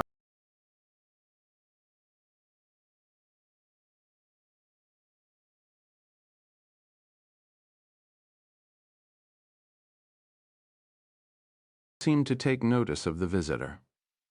The door to the archives room was ajar. The receptionist switched on the lights. We're computerized now, so all the articles are stored automatically in a searchable database. I'm afraid that goes back only as far as 1998. When did you say this man died? I believe it was 1982. You're lucky. The obituaries are all indexed by hand, of course, the old-fashioned way. She walked over to a table and lifted the cover of a thick, leather-bound ledger book. The ruled pages were filled with tiny, handwritten notations. What did you say his name was? Otto Krebs? Cribs, Otto, she said, flipping forward to the K's. Cribs, Otto? Ah, here it is. According to this, it was November 1983. Still interested in seeing the obituary? Gabriel nodded. The woman wrote down a reference number and walked over to a stack of cardboard boxes. She ran a forefinger along the labels and stopped when she arrived at the one she was looking for, then asked Gabriel to remove the boxes stacked on top of it. She lifted the lid, and the smell of dust and decaying paper rose from the contents. The clips were contained in brittle yellowing file folders. The obituary for Otto Krebs had been torn. She repaired the image with a strip of transparent tape and showed it to Gabriel. Is that the man you're looking for? I don't know, he said truthfully. She took the clip back from Gabriel and read it quickly. It says here that he was an only child. She looked at Gabriel. That doesn't mean much. A lot of them had to erase their pasts to protect their families who were still in Europe. My grandfather was lucky. At least he got to keep his own name. She looked at Gabriel, searching his eyes. He was from Croatia, she said. There was an air of complicity in her tone. After the war, the communists wanted to put him on trial and hang him. Fortunately, Perron was willing to let him come here. She carried the clip over to a photocopier and made 3 duplicates. Then she returned the original to its file and the file to its proper box. She gave the copies to Gabriel. He read while they walked. According to the obituary, he was buried in a Catholic cemetery in Puerto Blest. The receptionist nodded. It's just on the other side of the lake, a few miles from the Chilean border. He managed a large estancia up there. That's in the obituary, too. How do I get there? Follow the highway west out of Bariloche. It won't stay a highway for long. I hope you have a good car. Follow the road along the lakeshore, then head north. You'll go straight into Puerto Blest. If you leave now, you can get there before dark. They shook hands in the lobby. She wished him luck. I hope he's the man you're looking for, she said. Or maybe not. I suppose one never knows in situations like these. After the visitor was gone, the receptionist picked up her telephone and dialed. He just left. How did you handle it? I did what you told me to do. I was very friendly. I showed him what he wanted to see. And what was that? She told him. How did he react? He asked for directions to Puerto Blest. The line went dead. The receptionist slowly replaced the receiver. She felt a sudden hollowness in her stomach. She had no doubt what awaited the man in Puerto Blest. It was the same fate that had befallen others who had come to this corner of northern Patagonia in search of men who did not want to be found. She did not feel sorry for him, indeed. She thought him something of a fool. Did he really think he would fool anyone with that clumsy story about genealogical research? Who did he think he was? It was his own fault. But then, it was always that way with the Jews, always bringing trouble down on their own heads. Just then, the front door opened and a woman in a sundress entered the lobby. The receptionist looked up and smiled. May I help you? They walked back to the hotel beneath a razor-edged sun. Gabriel translated the obituary for Chiara. It says he was born in Upper Austria in 1913, that he was a police officer and that he enlisted in the Wehrmacht in 1938 and took part in the campaigns against Poland and the Soviet Union. It also says he was decorated twice for bravery, once by the Führer himself. I guess that's something to brag about in Bariloche and after the war. Nothing until his arrival in Argentina in 1963. He worked for 2 years at a hotel in Bariloche, then took a job on an estancia near Puerto Blest. In 1972, he purchased the property from the owners and ran it until his death. Any family left in the area? According to this, he was never married and had no surviving relatives. They arrived back at the Hotel Edelweiss. It was a Swiss-style chalet with a sloping roof, located 2 streets up from the lakeshore on the Avenida San Martin. Gabriel had rented a car at the airport earlier that morning, a Toyota 4-wheel drive. He asked the parking attendant to bring it up from the garage, then ducked into the lobby to find a road map of the surrounding countryside. Puerto Blest was exactly where the woman from the newspaper had said, on the opposite side of the lake, near the Chilean border. They set out along the lakeshore. The road deteriorated by degrees as they moved farther from Bariloche. Much of the time, the water was hidden by dense forest. Then Gabriel would round a bend, or the trees would suddenly thin and the lake would appear briefly below them, a flash of blue, only to disappear behind a wall of timber once more. Gabriel rounded the southernmost tip of the lake and slowed briefly to watch a squadron of giant condors circling the looming peak of the Cerro Lopez. Then he followed a 1-lane dirt track across an exposed plateau covered with gray-green thorn scrub and stands of Arayan trees. On the high meadows, flocks of hardy Patagonian sheep grazed on the summer grasses. In the distance, toward the Chilean border, lightning flickered over the Andean peaks. By the time they arrived in Puerto Blest, the sun was gone, and the village was shadowed and quiet. Gabriel went into a cafe to ask directions. The bartender, a short man with a florid face, stepped into the street and, with a series of points and gestures, showed him the way. Just inside the cafe, at a table near the door, the clockmaker drank beer from a bottle and watched the exchange taking place in the street. The slender man with short black hair and gray temples he recognized, seated in the passenger seat of the Toyota four-wheel drive, was a woman with long dark hair. Was it possible she was the one who had put the bullet in his shoulder in Rome? It didn't much matter. Even if she wasn't, she would soon be dead. The Israeli climbed behind the wheel of the Toyota and sped off. The bartender came back inside. The clockmaker in German asked, "Where are those two headed?" The bartender answered him in the same language. The clockmaker finished the last of his beer and left money on the table. Even the smallest movement, such as fishing a few bills from his coat pocket, made his shoulder pulsate with fire. He went into the street and stood for a moment in the cool evening air, then turned and walked slowly toward the church. The Church of Our Lady of the Mountains stood at the western edge of the village, a small whitewashed colonial church with a bell tower to the left side of the portico. At the front of the church was a stone courtyard, shaded by a pair of broad plane trees and enclosed by an iron fence. Gabriel walked to the back of the church.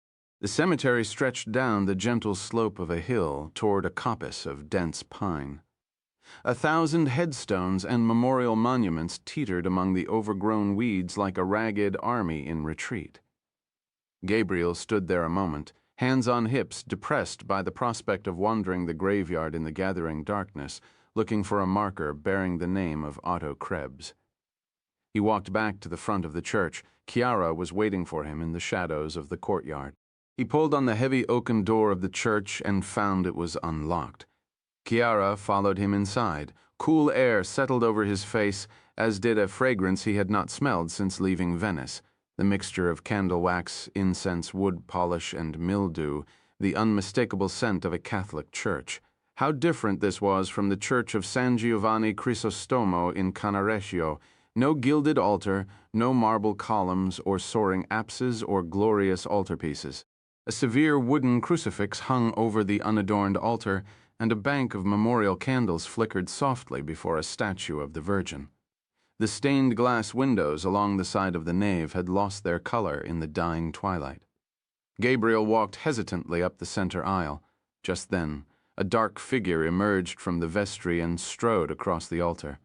He paused before the crucifix, genuflected, then turned to face Gabriel. He was small and thin, dressed in black trousers, a black short-sleeved shirt, and a Roman collar. His hair was neatly trimmed in gray at the temples, his face handsome and dark, with a hint of red across the cheeks. He did not seem surprised by the presence of two strangers in his church. Gabriel approached him slowly. The priest held out his hand and identified himself as Father Ruben Morales. "My name is René Duran," Gabriel said. "I'm from Montreal." At this, the priest nodded, as though used to visitors from abroad. "What can I do for you, Monsieur Duran?" Gabriel offered the same explanation he had given to the woman at the Bariloscher Tageblatt earlier that morning, that he had come to Patagonia looking for a man he believed was his mother's brother, a man named Otto Krebs. While Gabriel spoke, the priest folded his hands and watched him with a pair of warm and gentle eyes. How different this pastoral man seemed from Monsignor Donati, the professional church bureaucrat, or Bishop Drexler, the acid rector of the Anima. Gabriel felt badly about misleading him. "I knew Otto Krebs very well," Father Morales said, "and I'm sorry to say that he could not possibly be the man you're searching for. You see, Herr Krebs had no brothers or sisters. He had no family of any kind. By the time he managed to work himself into a position to support a wife and children, he was—" The priest's voice trailed off. How shall I put this delicately? He was no longer such a fine catch. The years had taken their toll on him. Did he ever talk to you about his family? Gabriel paused, then added, "Or the war." The priest raised his eyebrows. "I was his confessor and his friend, Monsieur Duran." We discussed a great many things in the years before his death. Herr Krebs, like many men of his era, had seen much death and destruction. He had also committed acts for which he was deeply ashamed and in need of absolution. And you granted that absolution? I granted him peace of mind, Monsieur Durand. I heard his confessions. I ordered penance. Within the confines of Catholic belief, I prepared his soul to meet Christ. But do I, a simple priest from a rural parish, really possess the power to absolve such sins? Even I'm not sure about that. May I ask you about some of the things you discussed? Gabriel asked tentatively. He knew he was on shaky theological ground, and the answer was what he expected. Many of my discussions with Herr Krebs were conducted under the seal of confession. The rest were conducted under the seal of friendship. It would not be proper for me to relate the nature of those conversations to you now, but he's been dead for 20 years. Even the dead have a right to privacy. Gabriel heard the voice of his mother, the opening line of her testimony. I will not tell all the things I saw. I cannot. I owe this much to the dead. It might help me determine whether this man is my uncle. Father Morales gave a disarming smile. I'm a simple country priest, Monsieur Durand, but I'm not a complete fool. I also know my parishioners very well. Do you really believe you're the first person to come here pretending to be looking for a lost relative? I'm quite certain that Otto Krebs could not possibly be your uncle. I'm less certain that you're really René Durand from Montreal now, if you'll excuse me. He turned to leave. Gabriel touched his arm. Will you at least show me his grave? The priest sighed, then looked up at the stained glass windows. They had turned to black. It's dark, he said. Give me a moment. He crossed the altar and disappeared into the vestry. A moment later, he emerged wearing a tan windbreaker and carrying a large flashlight. He led them out a side portal. Then, along a gravel walkway between the church and the rectory, at the end of the path was a lich gate. Father Morales lifted the latch, then switched on the flashlight and led the way into the cemetery. Gabriel walked at the priest's side along a narrow footpath overgrown with weeds. Chiara was a step behind. Did you celebrate his funeral mass, Father Morales? Yes, of course. In fact, I had to see to the arrangements myself. There was no one else to do it. A cat slipped out from behind a grave marker and paused on the footpath in front of them, its eyes reflecting like yellow beacons in the glow of the priest's flashlight. Father Morales hissed, and the cat vanished into the tall grass. They drew nearer the trees at the bottom of the cemetery. The priest turned left and led them through knee-deep grass. Here the path was too narrow to walk side by side, so they moved single file, with Chiara holding Gabriel's hand for support. Father Morales, nearing the end of a row of gravestones, stopped walking and shone his flashlight down at a 45-degree angle. The beam fell upon a simple headstone bearing the name Otto Krebs. It listed the year of his birth as 1913 and the year of his death as 1983. Above the name, beneath a small oval of scratched and weathered glass, was a photograph. Gabriel crouched and, brushing away a layer of powdery dust, examined the face. Evidently it had been taken some years before his death, because the man it depicted was middle-aged, perhaps in his late 40s. Gabriel was certain of only one thing. It was not the face of Eric Radek. I assume it's not your uncle, Monsieur Durand? Are you certain the photograph is of him? Yes, of course. I found it myself, in a strongbox containing a few of his private things. I don't suppose you'd allow me to see his things. I no longer have them, and even if I did. Father Morales, leaving the thought unfinished, handed Gabriel the flashlight. I'll leave you alone now. I can find my way without the light if you would be so kind as to leave it at the rectory door on your way out. It was a pleasure meeting you, Monsieur Durand. With that, he turned and vanished among the gravestones. Gabriel looked up at Chiara. It should be Radek's picture. Radek went to Rome and obtained a Red Cross passport in the name of Otto Krebs. Krebs went to Damascus in 1948, then emigrated to Argentina in 1963. Krebs registered with the Argentine police in this district. This should be Radek. Meaning? Someone else went to Rome posing as Radek.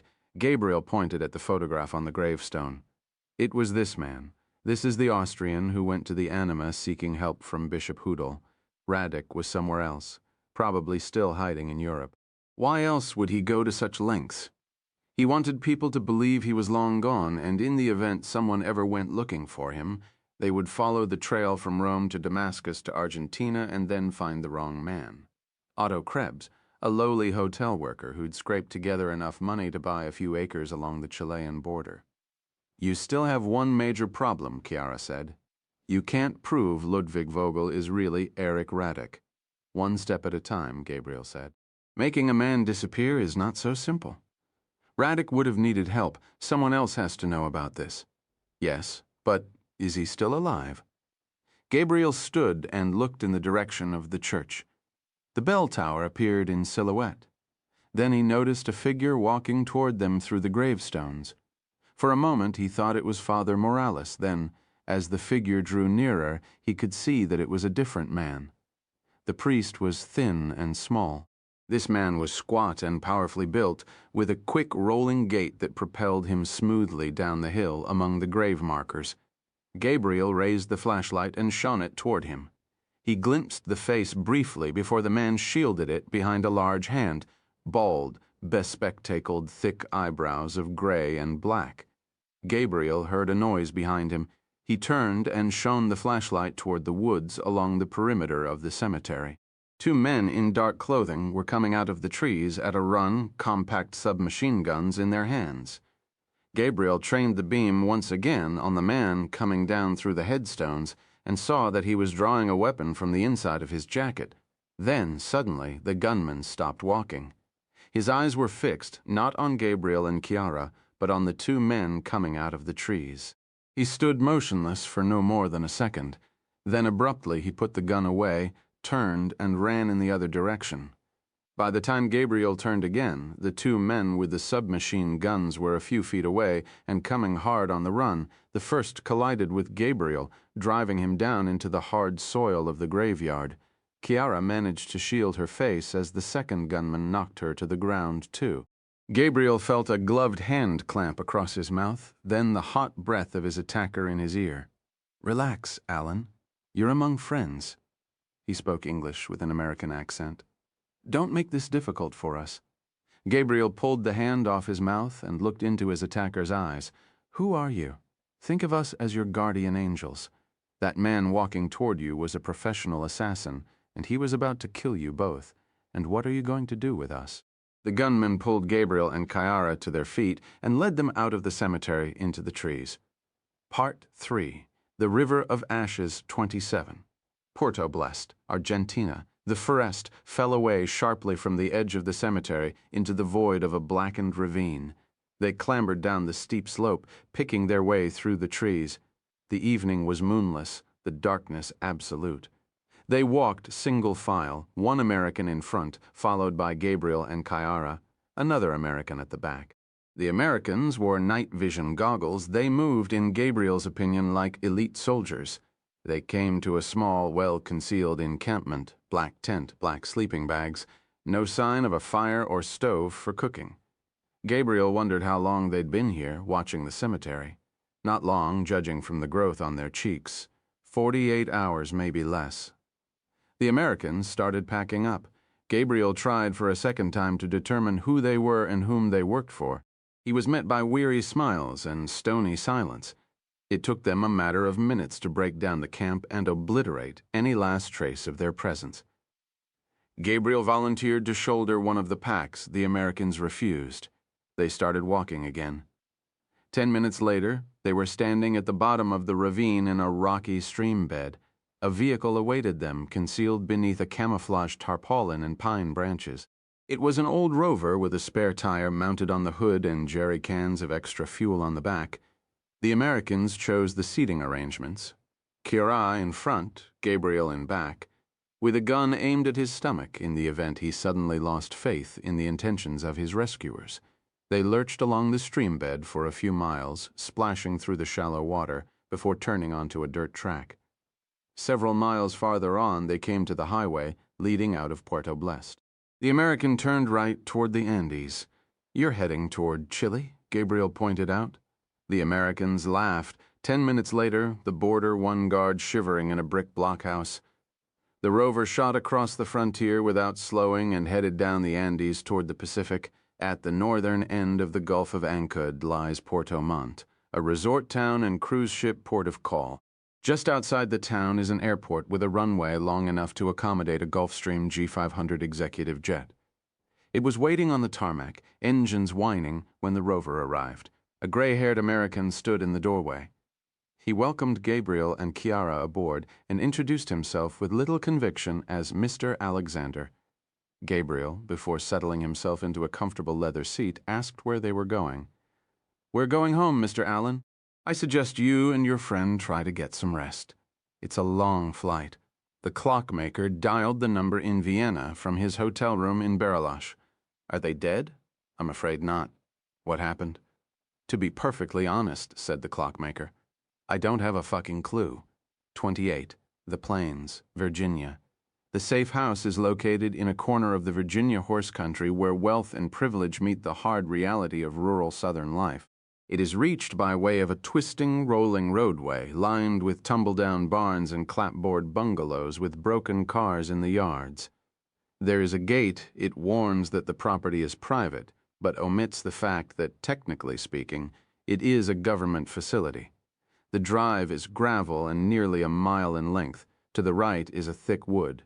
To the left, a pasture surrounded by a split-rail fence. The fence caused something of a scandal among the local craftsmen when the owner hired an outside firm to handle the construction.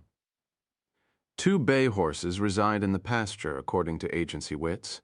They are subjected, like all other employees, to annual polygraphs to make certain they haven't gone over to the other side, whatever side that might be. The colonial-style house is located at the top of the property and surrounded by towering shade trees. It has a copper roof and a double porch. The furnishings are rustic and comfortable, inviting cooperation and camaraderie. Delegations from friendly services have stayed there, so have men who have betrayed their country. The last was an Iraqi who helped Saddam try to build a nuclear bomb. His wife was hoping for an apartment in the famous Watergate and complained bitterly throughout her stay. His sons set fire to the barn. Management was pleased to see them leave. On that afternoon, new snowfall covered the pasture. The landscape, drained of all color by the heavily tinted windows of the hulking Suburban, appeared to Gabriel as a charcoal sketch. Alexander, reclining in the front seat with his eyes closed, came suddenly awake. He yawned elaborately and squinted at his wristwatch, then frowned when he realized it was set to the wrong time. It was Chiara, seated at Gabriel's side, who noticed the bald, Senton-like figure standing at the balustrade on the upper porch. Gabriel leaned across the back seat and peered up at him. Shamron raised his hand and held it aloft for a moment before turning and disappearing into the house. He greeted them in the entrance hall. Standing at his side, dressed in corduroy trousers and a cardigan sweater, was a slight man with a halo of gray curls and a gray mustache. His brown eyes were tranquil, his handshake cool and brief. He seemed a college professor, or perhaps a clinical psychologist. He was neither. Indeed, he was the deputy director for operations of the Central Intelligence Agency, and his name was Adrian Carter. He did not look pleased, but then, given the current state of global affairs, he rarely did. They greeted each other carefully, as men of the secret world are prone to do. They used real names, since they were all known to each other, and the use of work names would have lent a farcical air to the affair. Carter's serene gaze settled briefly on Chiara, as though she were an uninvited guest for whom an extra place would have to be set. He made no attempt to suppress his frown. "I was hoping to keep this at a very senior level," Carter said. His voice was underpowered to hear him. One had to remain still and listen carefully. "I was also hoping to limit distribution of the material I'm about to share with you." "She's my partner," Gabriel said. "She knows everything, and she's not leaving the room." Carter's eyes moved slowly from Chiara to Gabriel. "We've been watching you for some time, ever since your arrival in Vienna, to be precise. We especially enjoyed your visit to Café Central. Confronting Vogel face-to-face like that was a fine piece of theater. Actually, it was Vogel who confronted me." "That's Vogel's way. Who is he? You're the one who's been digging. Why don't you tell me?" I believe he's an SS murderer named Eric Radek, and for some reason you're protecting him. If I had to guess why, I'd say he was one of your agents." Carter placed a hand on Gabriel's shoulder. "Come," he said. Obviously, it's time we had a talk. The living room was lamplit and shadowed. A large fire burned in the hearth. An institutional metal urn of coffee stood on the sideboard. Carter helped himself to some before settling with donnish detachment into a wing chair. Gabriel and Chiara shared the couch while Shamron paced the perimeter, a sentry with a long night ahead of him. "I want to tell you a story, Gabriel," Carter began.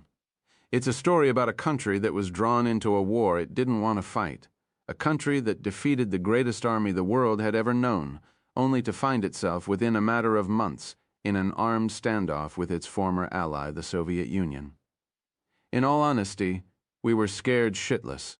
You see, before the war, we had no intelligence service, not a real one anyway. Hell, your service is as old as ours. Before the war, our intelligence operation inside the Soviet Union consisted of a couple of guys from Harvard and a teletype machine. When we suddenly found ourselves nose to nose with the Russian bogeyman, we didn't know shit about him, his strengths, his weaknesses, his intentions, and what's more, we didn't know how to find out. That another war was imminent was a foregone conclusion. And what did we have? Fuck all. No networks, no agents, nothing. We were lost wandering in the desert. We needed help. Then a Moses appeared on the horizon, a man to lead us across Sinai into the promised land. Shamron went still for a moment in order to supply the name of this Moses, General Reinhard Gehlen, head of the German General Staff's Foreign Armies East Branch, Hitler's chief spy on the Russian front. Buy that man a cigar. Carter inclined his head toward Shamron. Gehlen was one of the few men who had the balls to tell Hitler the truth about the Russian campaign. Hitler used to get so pissed at him he threatened to have him committed to an insane asylum. As the end was drawing near, Gehlen decided to save his own skin. He ordered his staff to microfilm the General Staff's archives on the Soviet Union and seal the material in watertight drums. The drums were buried in the mountains of Bavaria and Austria. Then Gehlen and his senior staff surrendered to a counterintelligence corps team. "And you welcomed him with open arms," Sherman said. "You would have done the same thing, Ari?" Carter folded his hands and spent a moment staring into the fire. Gabriel could almost hear him counting to 10 to check his anger. Gehlen was the answer to our prayers. The man had spent a career spying on the Soviet Union, and now he was going to show us the way. We brought him into this country and put him up a few miles from here at Fort Hunt. He had the entire American security establishment eating out of his hand. He told us what we wanted to hear. Stalinism was an evil unparalleled in human history. Stalin intended to subvert the countries of Western Europe from within and then move against them militarily. Stalin had global ambitions. Be not afraid. Gehlen told us, "I have networks, I have sleepers, and stay behind cells. I know everything there is to know about Stalin and his henchmen. Together we will crush him." Carter stood and went to the sideboard to warm his coffee. Gehlen held court at Fort Hunt for 10 months. He drove a hard bargain, and my predecessors were so hypnotized that they agreed to all his demands. Organization Gehlen was born. He moved into a walled compound near Pullach, Germany. We financed him, we gave him directives, he ran the org and hired the agents. Ultimately, the org became a virtual extension of the agency. Carter carried his coffee back to his chair. Obviously, since the primary target of the organization, Gehlen, was the Soviet Union, the general hired men who had some experience there. One of the men he wanted was a bright, energetic young man named Eric Radek, an Austrian who'd been chief of the SD in the Reichskommissariat Ukraine. At the time, Radek was being held by us in a detention camp in Mannheim. He was released to Gehlen and was soon behind the walls of org headquarters at Pullach, reactivating his old networks inside the Ukraine. Radek was SD, Gabriel said. The SS-SD and the Gestapo were all declared criminal organizations after the war, and all members were subject to immediate arrest. And yet you allowed Gehlen to hire him. Carter nodded slowly.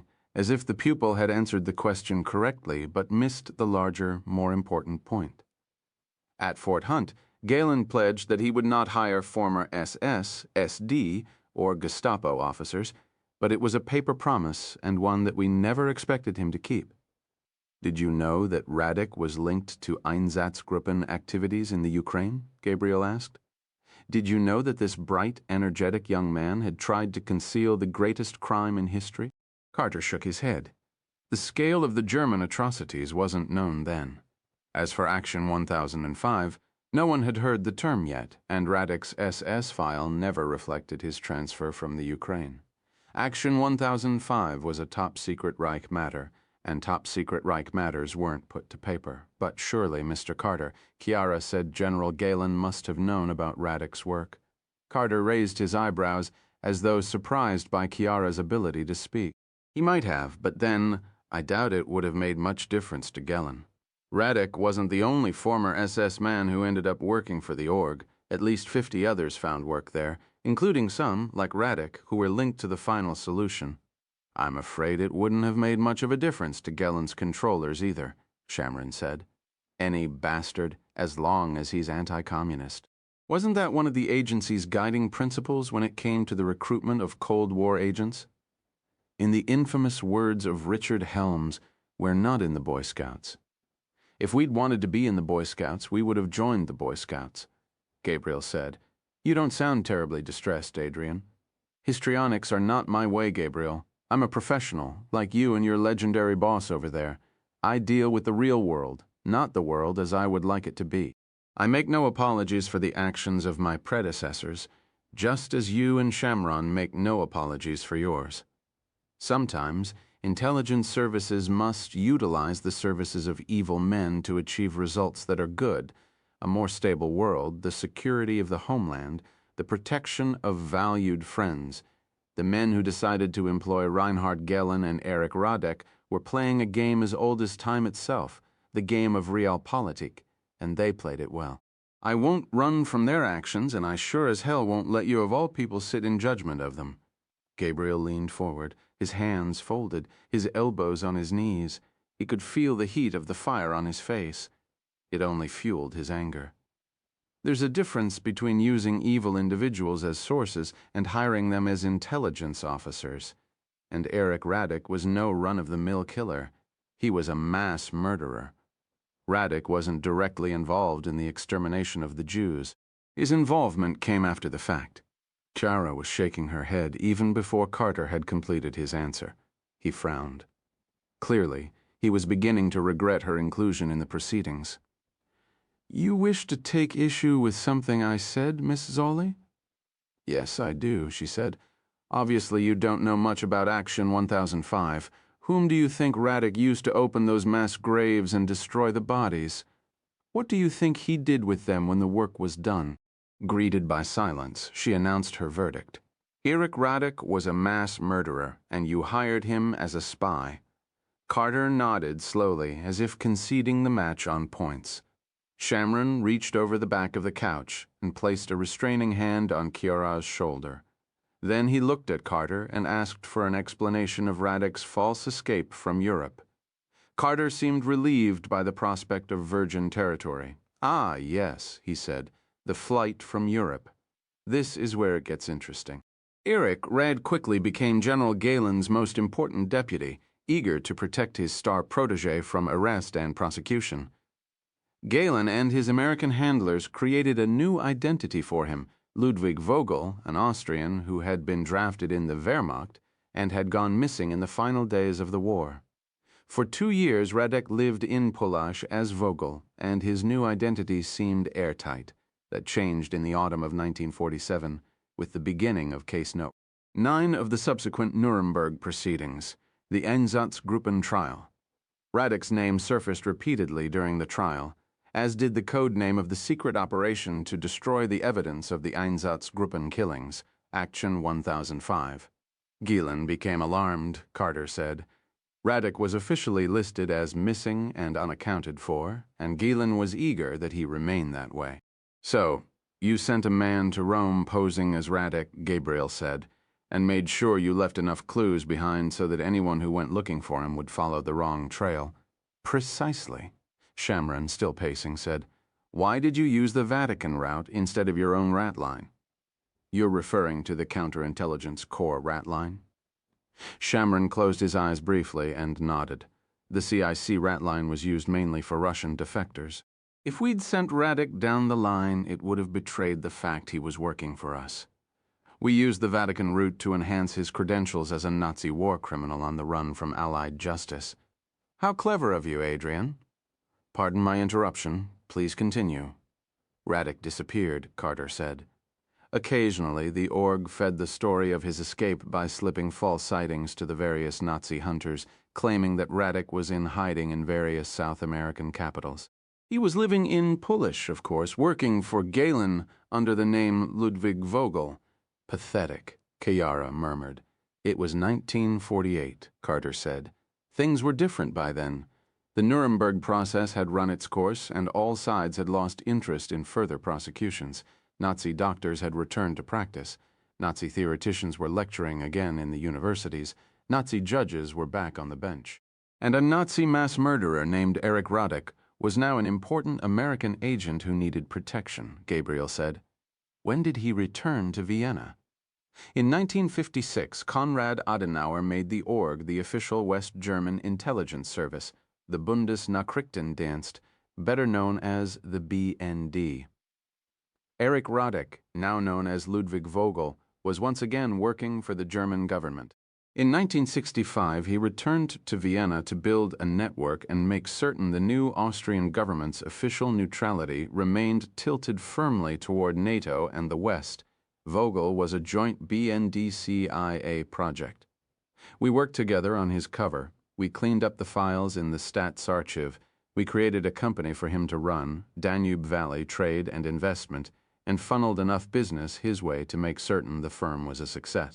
Vogel was a shrewd businessman, and before long profits from DVTI were funding all of our Austrian nets. In short, Vogel was our most important asset in Austria, and one of our most valuable in Europe. He was a master spy. When the wall came down, his work was done. He was also getting on in years. We severed our relationship, thanked him for a job well done, and parted company. Carter held up his hands, and that, I'm afraid, is where the story ends. But that's not true, Adrian, Gabriel said. Otherwise, we wouldn't be here. You're referring to the allegations made against Vogel by Max Klein. You knew? Vogel alerted us to the fact that we might have a situation in Vienna. He asked us to intercede and make the allegations go away. We informed him that we couldn't do that. So he took matters into his own hands. You're suggesting Vogel ordered the bombing at wartime claims and inquiries? I'm also suggesting he had Max Klein murdered in order to silence him. Carter took a moment before answering. If Vogel is involved, he's worked through so many cutouts and frontmen you'll never be able to pin a charge on him. Besides, the bombing and Max Klein's death are Austrian matters, not Israeli, and no Austrian prosecutor is going to open a murder investigation into Ludwig Vogel. It's a dead end. His name is Radek Adrian, not Vogel, and the question is why. Why was Radek so concerned about Eli Lavon's investigation that he would resort to murder? Even if Eli and Max Klein were able to prove conclusively that Vogel was really Erich Radek, he would have never been brought to trial by the Austrian state prosecutor. He's too old. Too much time had elapsed. There were no witnesses left, none except Klein, and there's no way Radek would have been convicted in Austria on the word of one old Jew. So why resort to violence? It sounds to me as if you have a theory. Gabriel looked over his shoulder and murmured a few words in Hebrew to Shamron. Shamron handed Gabriel a file containing all the material he had gathered in the course of the investigation. Gabriel opened it and removed a single item, the photograph he had taken from Radek's house in the Salzkammergut, Radek with a woman and a teen-aged boy. He laid it on the table and turned it so Carter could see. Carter's eyes moved to the photo, then back to Gabriel. Who is she? Gabriel asked. His wife, Monica. When did he marry her? During the war, said Carter, in Berlin. There was never a mention of an SS-approved marriage in his file. There were many things that didn't make it into Radek's SS file, and after the war, she settled in Pulich under her real name. The child was born in 1949. When Vogel moved back to Vienna, General Galen didn't think it would be safe for Monica and the son to go with him openly, and neither did the agency. A marriage was arranged for her to a man employed in Vogel's net. She lived in Vienna, in the house behind Vogel's. He visited them in the evening. Eventually, we constructed a passage between the houses so that Monica and the boy could move freely between the two residences without fear of detection. We never knew who was watching. The Russians would have dearly loved to compromise him and turn him around. What was the boy's name? Peter. And the agent that Monica Radek married? Please tell us his name. Adrian. I think you already know his name, Gabriel. Carter hesitated, then said his name was Metzler. Peter Metzler, the man who was about to be Chancellor of Austria, is the son of a Nazi war criminal named Erich Radek, and Eli Levon was going to expose that fact, so it would seem. That sounds like a motive for murder to me, Adrian. Bravo, Gabriel, Carter said. But what can you do about it? Convince the Austrians to bring charges against Radek? Good luck. Expose Peter Metzler as Radek's son. If you do that, you'll also expose the fact that Radek was our man in Vienna. It will cause the agency much public embarrassment at a time when it is locked in a global campaign against forces that wish to destroy my country and yours. It will also plunge relations between your service and mine into the deep freeze at a time when you desperately need our support. That sounds like a threat to me, Adrian. No, it's just sound advice, Carter said. It's realpolitik. Drop it. Look the other way. Wait for him to die and forget it ever happened.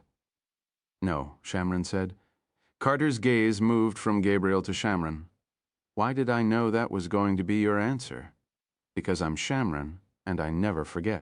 Then I suppose we need to come up with some way to deal with this situation that doesn't drag my service through the cesspool of history. Carter looked at his watch. It's getting late. I'm hungry. Let's eat, shall we? For the next hour, over a meal of roast duckling and wild rice in the candlelit dining room, Erich Radek's name was not spoken. There was a ritual about affairs such as these, Shamron always said, a rhythm that could not be broken or rushed. There was a time for hard-nosed negotiation, a time to sit back and enjoy the company of a fellow traveler who, when all is said and done, usually has your best interests at heart.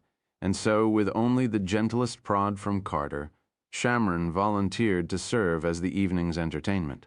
For a time, he played the role expected of him. He told stories of night crossings into hostile lands, of secrets stolen and enemies vanquished, of the fiascos and calamities that accompany any career, especially one as long and volatile as Shamron's. Carter, spellbound, laid down his fork and warmed his hands against Shamron's fire. Gabriel watched the encounter silently from his outpost at the end of the table. He knew that he was witnessing a recruitment, and a perfect recruitment, Shamron always said, is, at its heart, a perfect seduction. It begins with a bit of flirtation, a confession of feelings better left unspoken. Only when the ground has been thoroughly plowed does one plant the seed of betrayal. Shamron, over the hot apple crisp and coffee, began to talk not about his exploits, but about himself, his childhood in Poland, the sting of Poland's violent anti-Semitism, the gathering storm clouds across the border in Nazi Germany. In 1936, my mother and father decided that I would leave Poland for Palestine, Shamron said. They would remain behind with my two older sisters and wait to see if things got any better. Like so many others, they waited too long. In September 1939, we heard on the radio that the Germans had invaded. I knew I would never see my family again. Shamron sat silently for a moment. His hands, when he lit his cigarette, were trembling slightly. His crop had been sown. His demand, though never spoken, was clear. He was not leaving this house without Erich Radek in his pocket, and Adrian Carter was going to help him do it. When they returned to the sitting room for the night session, a tape player stood on the coffee table in front of the couch. Carter, Back in his chair next to the fire, loaded English tobacco into the bowl of a pipe. He struck a match and, with the stem between his teeth, nodded toward the tape machine and asked Gabriel to do the honors. Gabriel pressed the play button. Two men began conversing in German, one with the accent of a Swiss from Zurich, the other a Viennese. Gabriel knew the voice of the man from Vienna. He had heard it a week earlier in the Café Central. The voice belonged to Eric Radek. As of this morning, the total value of the account stands at $2.5 billion. Roughly $1 billion of that is cash, equally divided between dollars and euros. The rest of the money is invested, the usual fare, securities and bonds, along with a substantial amount of real estate.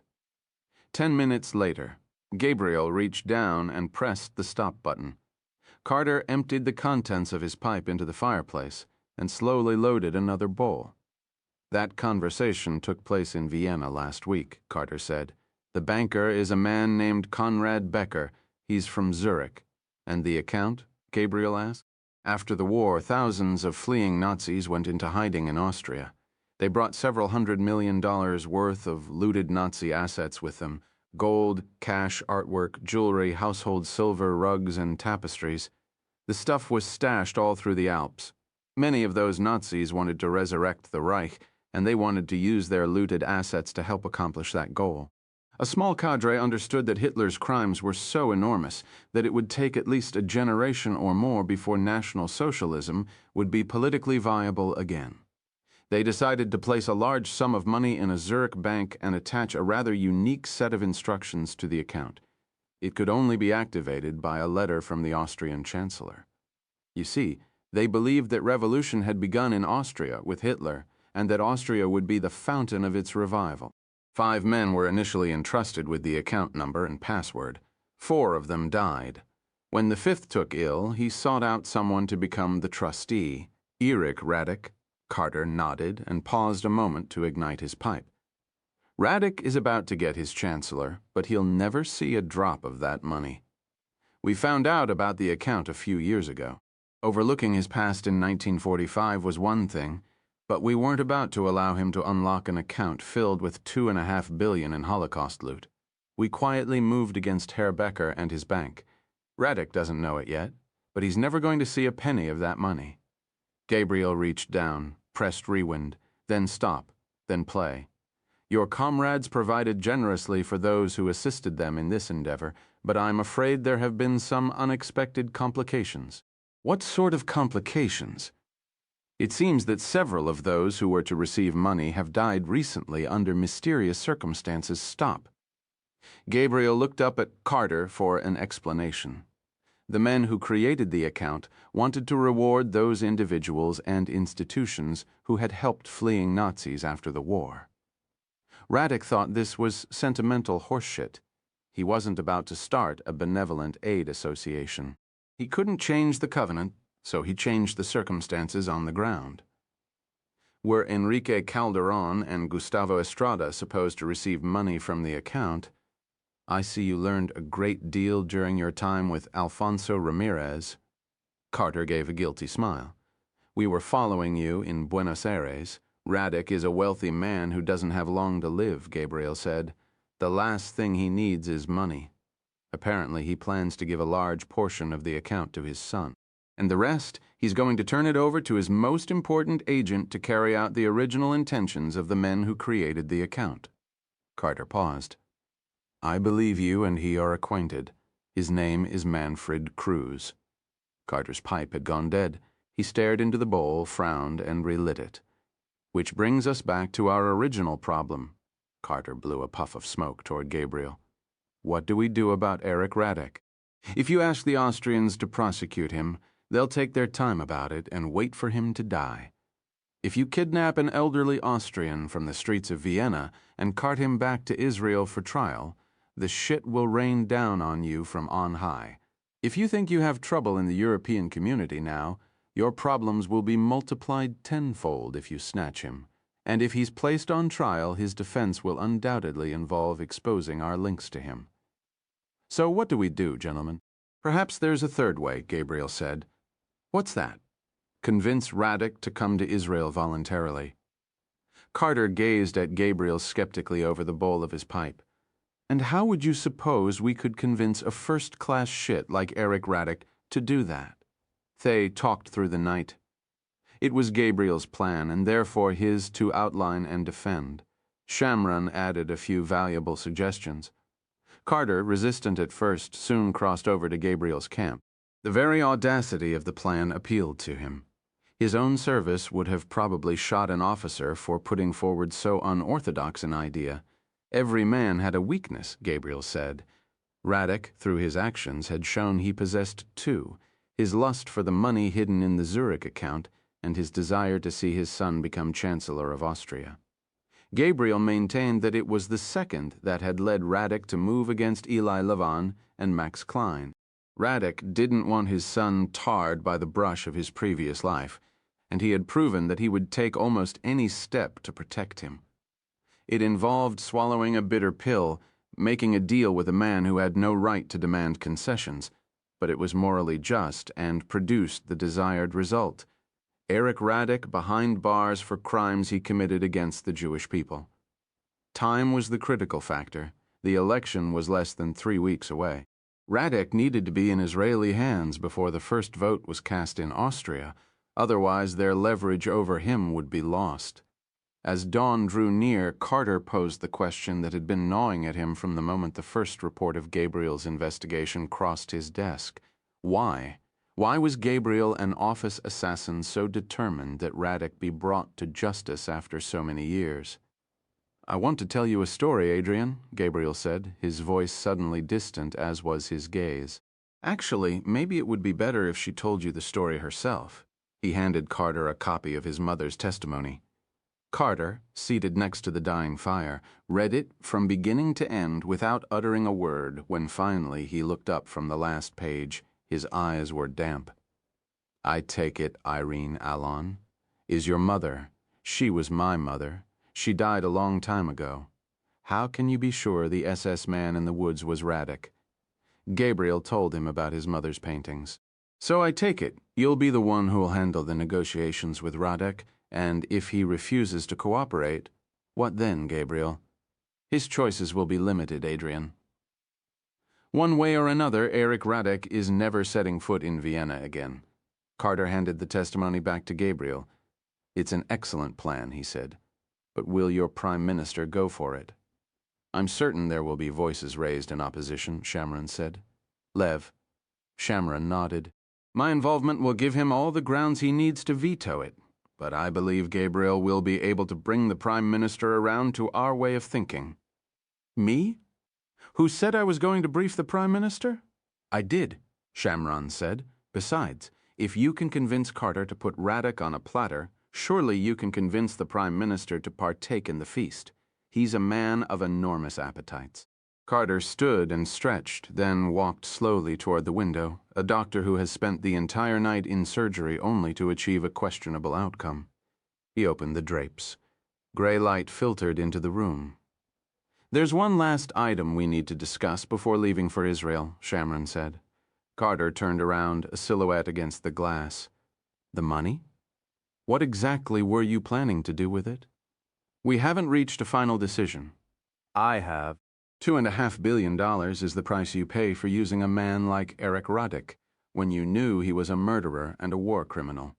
It was stolen from Jews on the way to the gas chambers, and I want it back." Carter turned once more and looked out at the snow-covered pasture. "You're a two-bit blackmail artist, Ari Shamron."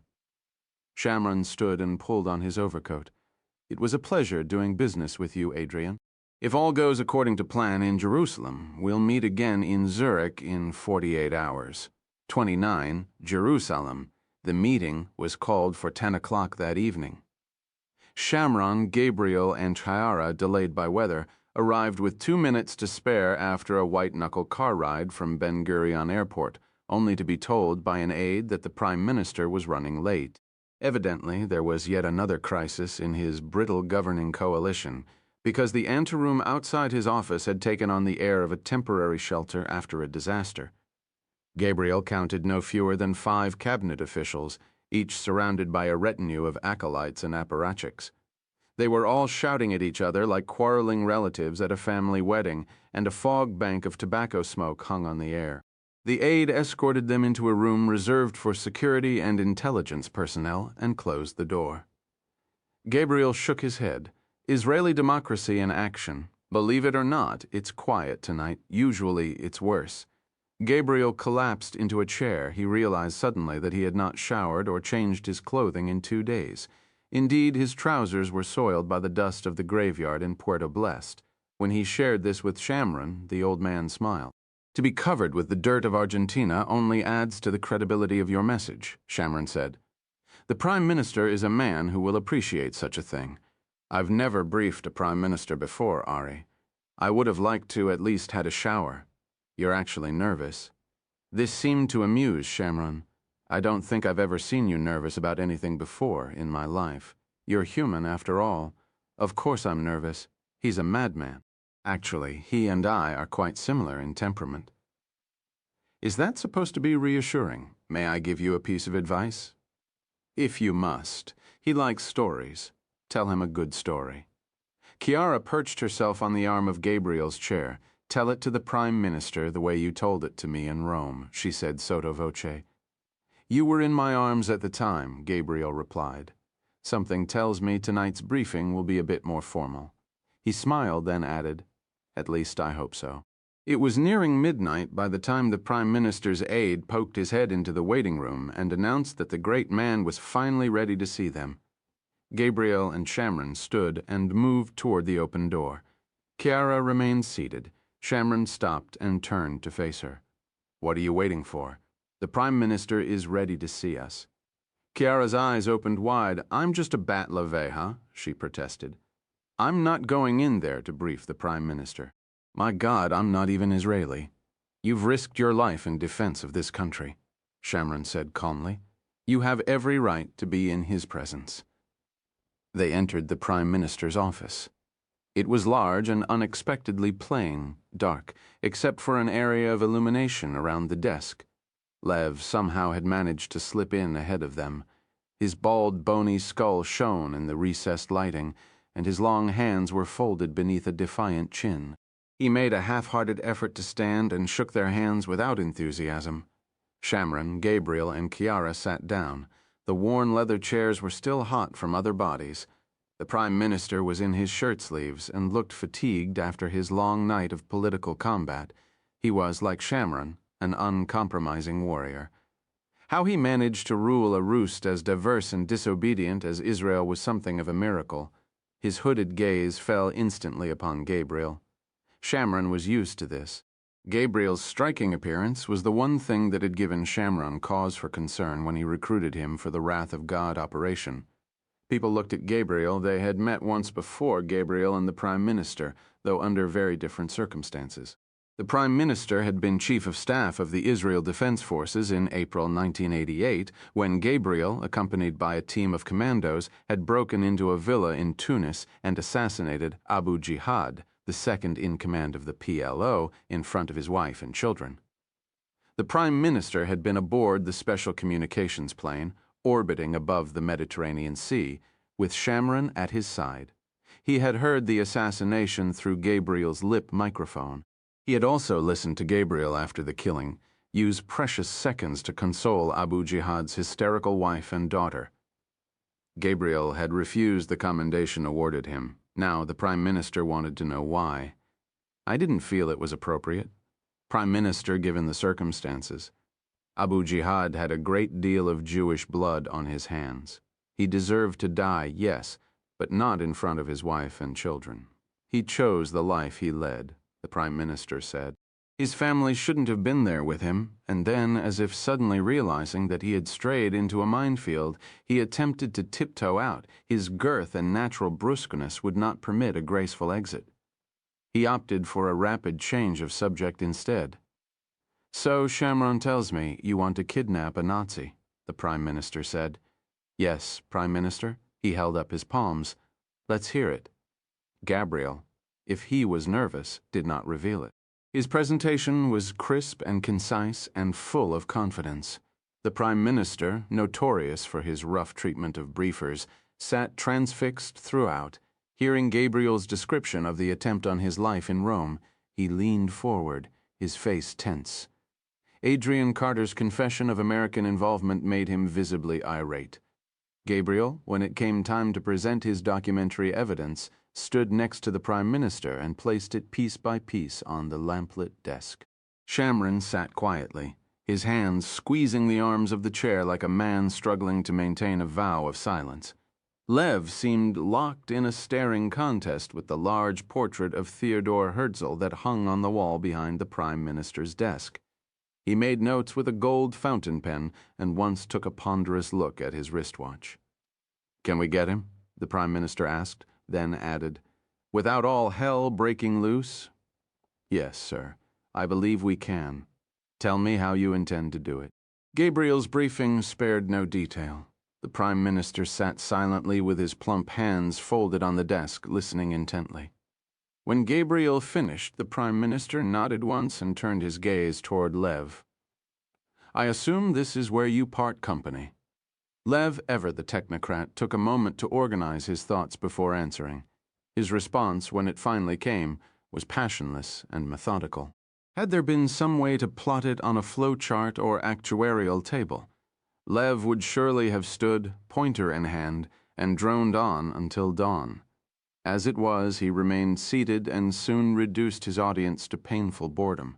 His speech was punctuated by pauses, during which he made a steeple of his forefingers and pressed them against his bloodless lips. An impressive piece of investigatory work, Lev said in a backhanded compliment to Gabriel, but now is not the time to waste precious time and political capital settling scores with aged Nazis.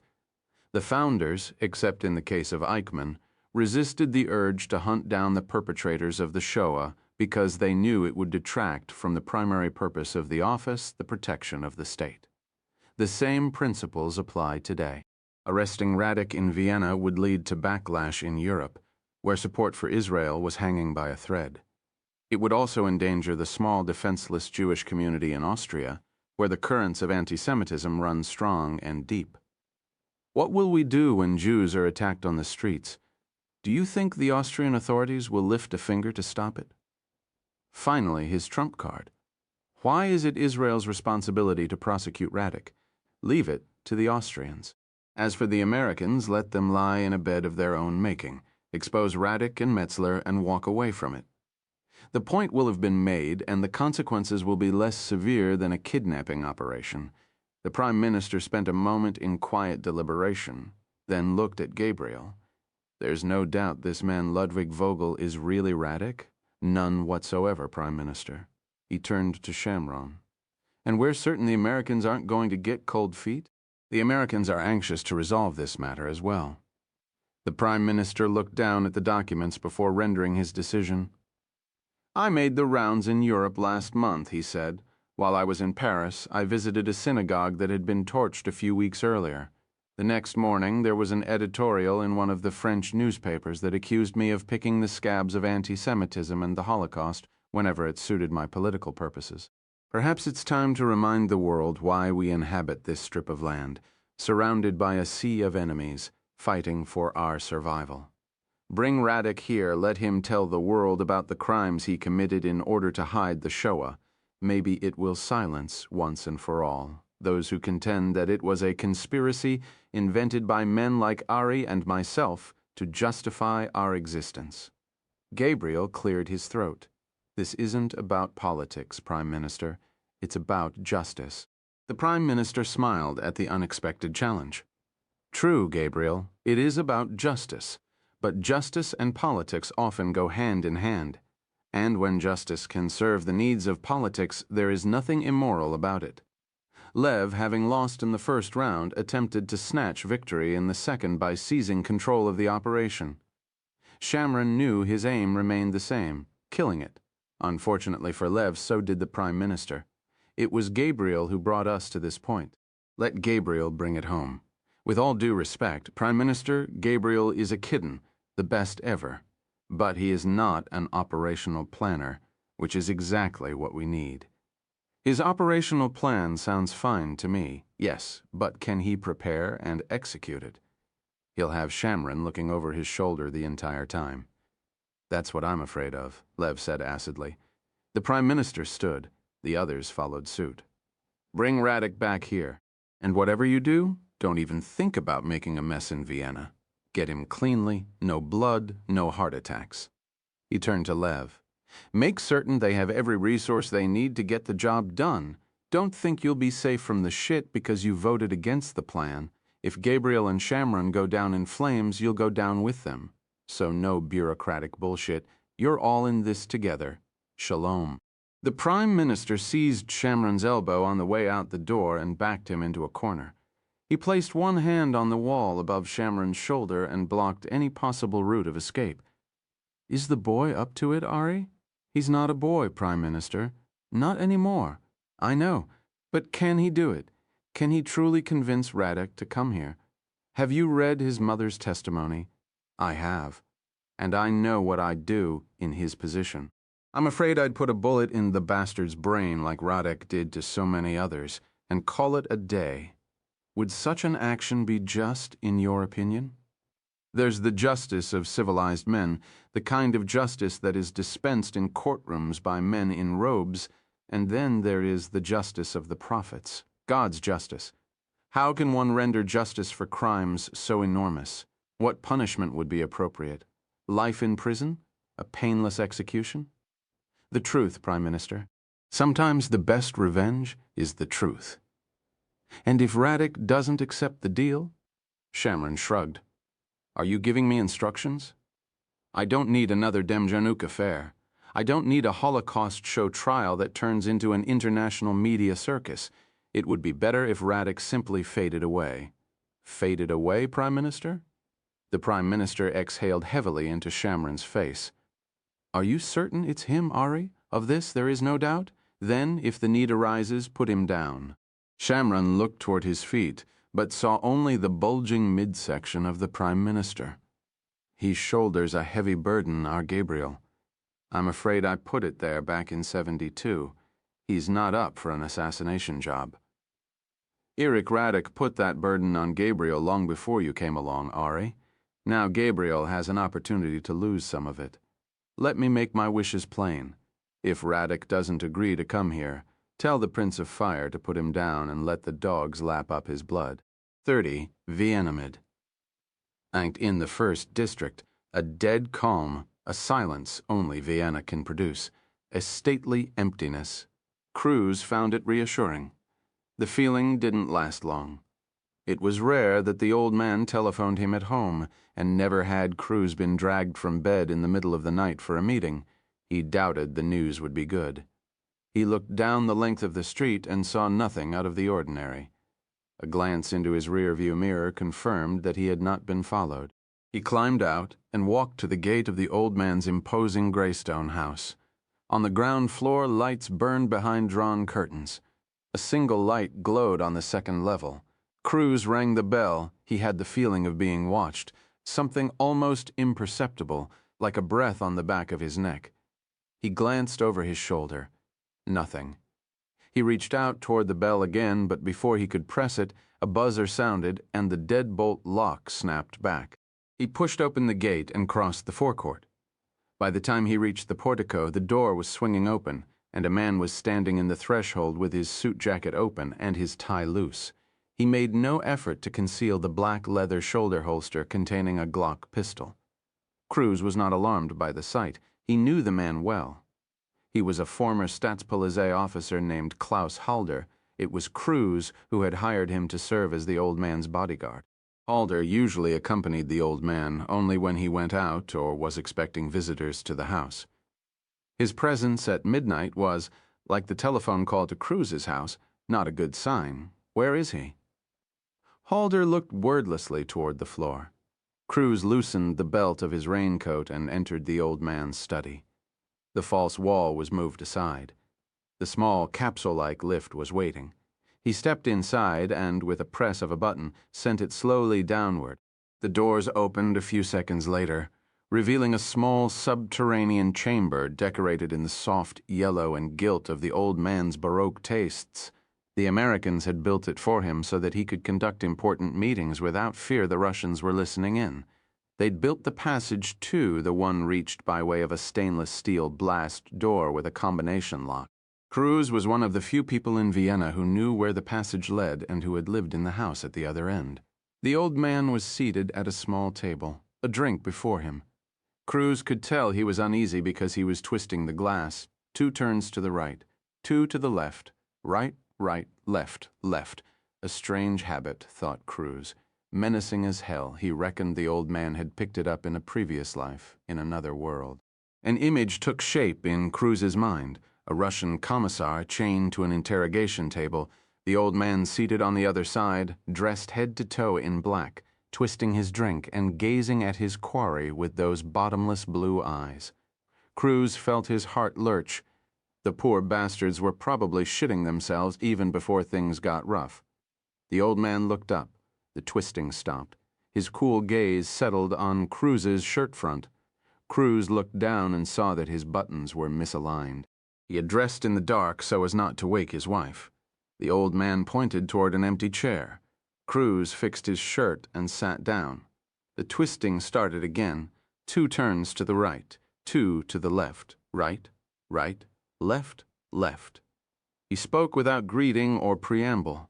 It was as if they were resuming a conversation interrupted by a knock at the door. During the past 72 hours, the old man said 2 attempts had been mounted against the life of the Israeli, the first in Rome, the second in Argentina. Unfortunately, the Israeli survived both. In Rome, he apparently was saved by the intervention of a colleague from Israeli intelligence. In Argentina, things were more complicated. There was evidence to suggest that the Americans were now involved. Cruz naturally had questions. Under normal circumstances, he would have held his tongue and waited for the old man to say his piece. Now, 30 minutes removed from his bed, he showed none of his usual forbearance. What was the Israeli doing in Argentina? The old man's face seemed to freeze, and his hand went still. Cruz had strayed over the line that separated what he knew about the old man's past and what he never would. He felt his chest tighten under the pressure of the steady gaze. It was not every day one managed to anger a man capable of orchestrating 2 assassination attempts on 2 continents in 72 hours. It's not necessary you know why the Israeli was in Argentina, or even that he was there at all. What you need to know is that this affair has taken a dangerous turn. The twisting resumed. As you might expect, the Americans know everything.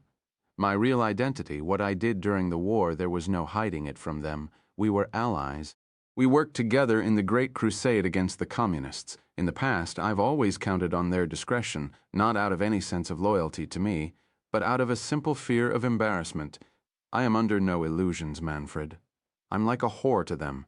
They turned to me when they were lonely and in need. But now that the Cold War is over, I am like a woman they would rather forget, and if they are now cooperating with the Israelis in some fashion, he left the thought unfinished. Do you see my point, Manfred? Cruz nodded. I assume they know about Peter. They know everything. They possess the power to destroy me and my son, but only if they are willing to endure the pain of a self-inflicted wound. I used to be quite certain they would never move against me. Now, I'm not so sure. What do you want me to do? Keep the Israeli and American embassies under constant watch, assign physical surveillance to all known intelligence personnel. Keep an eye on the airports and the train stations. Also, contact your informants at the newspapers. They might resort to a damaging press leak. I don't want to be caught off guard. Cruz looked down at the table and saw his own reflection in the polished surface. And when the minister asks me why I'm devoting so many resources to the Americans and the Israelis, what do I tell him? Do I need to remind you what's at stake, Manfred? What you say to your minister is your business. Just get it done. I will not let Peter lose this election. Do you understand me? Cruz looked up into the pitiless blue eyes and saw once again the man dressed head to toe in black. He closed his eyes and nodded once. The old man raised his glass to his lips and, before drinking, smiled. It was about as pleasant as a sudden crack in a pane of glass. He reached into the breast pocket of his blazer, produced a slip of paper, and dealt it onto the tabletop. Cruz glanced at it as it spun his way, then looked up. "What's this?" "It's a telephone number." Cruz left the paper untouched. "A telephone number? One never knows how a situation like this might resolve itself. It might be necessary to resort to violence. It's quite possible I might not be in a position to order such measures. In that case, Manfred, the responsibility will fall to you." Cruz picked up the slip of paper and held it aloft between his first two fingers. "If I dial this number, who's going to answer?" The old man smiled. "Violence, 31. Zurich, Herr Christian Ziggerli." Special events coordinator at the Dolder Grand Hotel was a good deal like the hotel itself, dignified and pompous, resolute and understated, a man who enjoyed his lofty perch in life because it allowed him to look down his nose at others. He was also a man who did not care for surprises. As a rule, he required 72 hours advance notice for special bookings and conferences.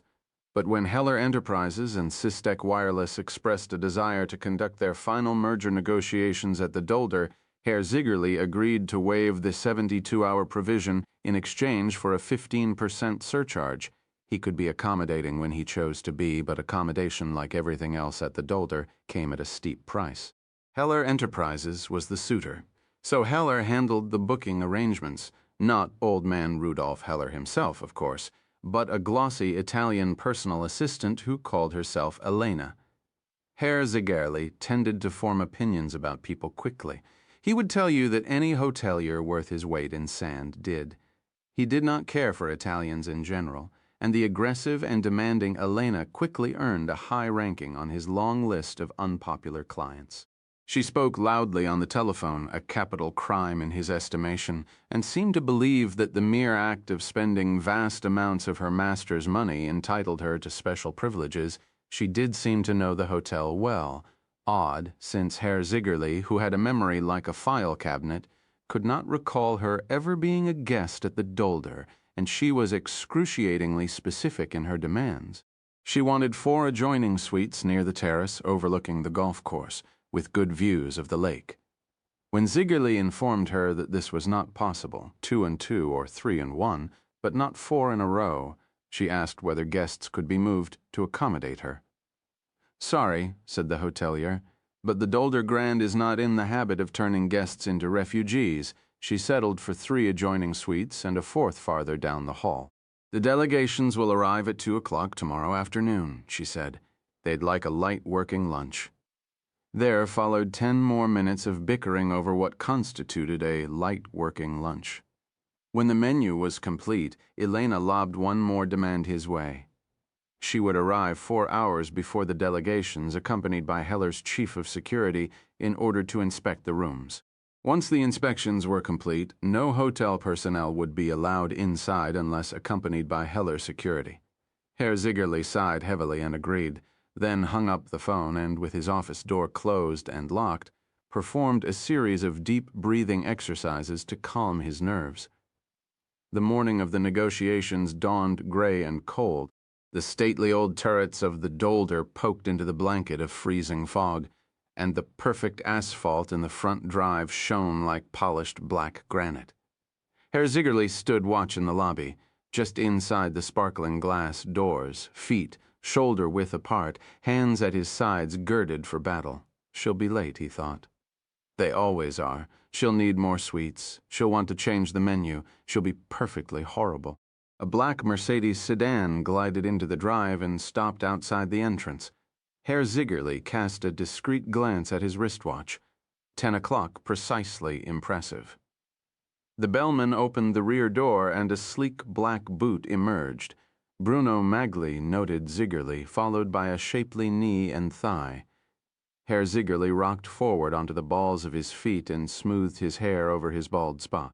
He had seen many beautiful women float through the famous doorway of the Dolder Grand, yet few had done it with any more grace or style than the lovely Elena of Heller Enterprises.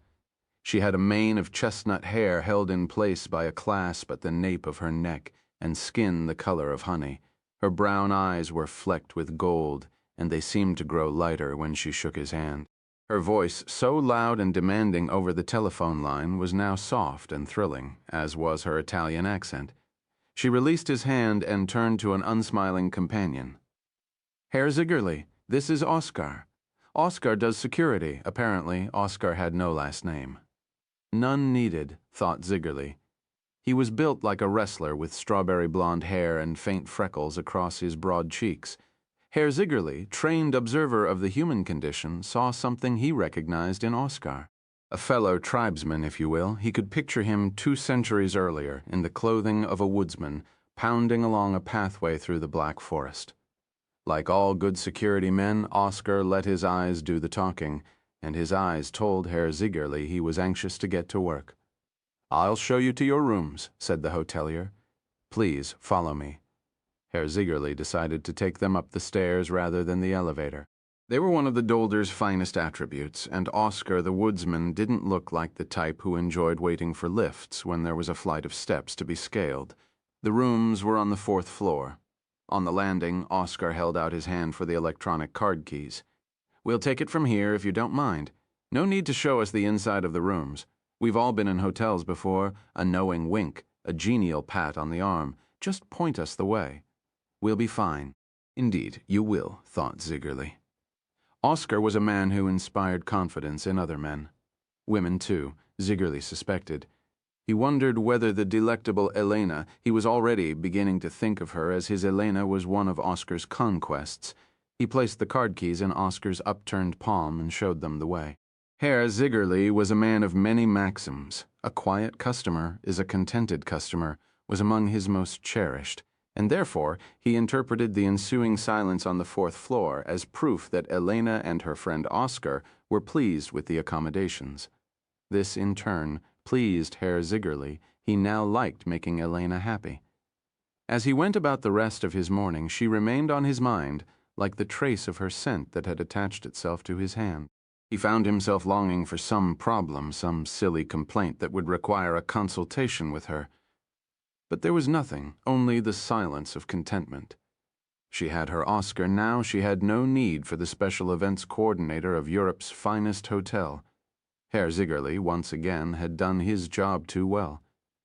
He did not hear from them or even see them until 2 o'clock that afternoon, when they congregated in the lobby and formed an unlikely welcoming party for the arriving delegations.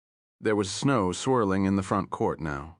Ziggerli believed the foul weather only heightened the appeal of the old hotel, a safe haven from the storm, like Switzerland itself. The first limousine pulled into the drive and disgorged 2 passengers. One was Herr Rudolf Heller himself, a small elderly man, dressed in an expensive dark suit and silver necktie. His slightly tinted spectacles suggested an eye condition. His brisk, impatient walk left the impression that, in spite of his advanced years, he was a man who could take care of himself. Herr Ziggerli welcomed him to the Dolder and shook the proffered hand. It seemed to be made of stone.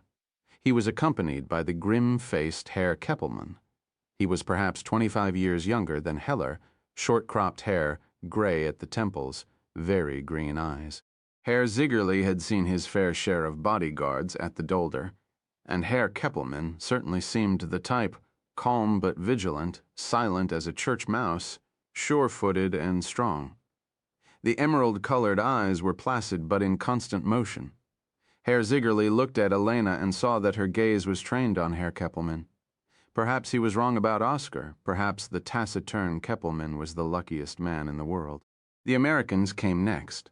Brad Cantwell and Shelby Somerset, the CEO and COO of Systech Communications, Inc. of Reston, Virginia. There was a quiet sophistication about them that Ziggerli was not used to seeing in Americans. They were not overly friendly, nor were they bellowing into cell phones as they came into the lobby. Cantwell spoke German as well as Herr Ziggerli and avoided eye contact. Somerset was the more affable of the two. The well-traveled blue blazer and slightly crumpled striped tie identified him as an Eastern preppy, as did his upper-class drawl. Herr Ziggerli made a few welcoming remarks, then receded quietly into the background. It was something he did exceptionally well. As Elena led the group toward the staircase, he slipped into his office and closed the door. An impressive group of men, he thought. He expected great things to come of this venture. His own role in the affair, however minor, had been carried off with precision and quiet competence. In today's world, such attributes were of little value, but they were the coin of Herr Ziegerli's miniature realm. He suspected the men of Heller Enterprises and Sistek Communications probably felt exactly the same way. In central Zurich, on the quiet street near the spot where the heavy green waters of the Limmat River flow into the lake, Conrad Becker was in the process of buttoning up his private bank for the evening, when the telephone on his desk purred softly. Technically, it was 5 minutes before the close of business, but he was tempted to let the machine get it. In Becker's experience, only problem clients telephoned so late in the afternoon, and his day had been difficult enough already. Instead, like a good Swiss banker, "How the hell are you?" Becker swallowed hard. Somerset was the name of the American from the CIA, at least, Somerset is what he called himself. Becker doubted very much it was his real name. "What can I do for you, Mr. Somerset?" "You can drop the formalities for starters, Conrad. And for the main course, you can walk downstairs to the Talstrasse and climb in the back seat of the silver Mercedes that's waiting there." "Why would I want to do that? We need to see you." "Where is this Mercedes going to take me?" "Somewhere pleasant, I assure you." "What's the dress code?" "Business attire will be fine. And Conrad." "Yes, Mr. Somerset?" "Don't think about playing hard to get. This is the real deal. Go downstairs, get in the car. We're watching you. We're always watching you." "How reassuring, Mr. Somerset," the banker said, but the line had already gone dead. 20 minutes later, Herr Ziegerli was standing at reception when he noticed one of the Americans, Shelby Somerset, pacing anxiously outside in the drive.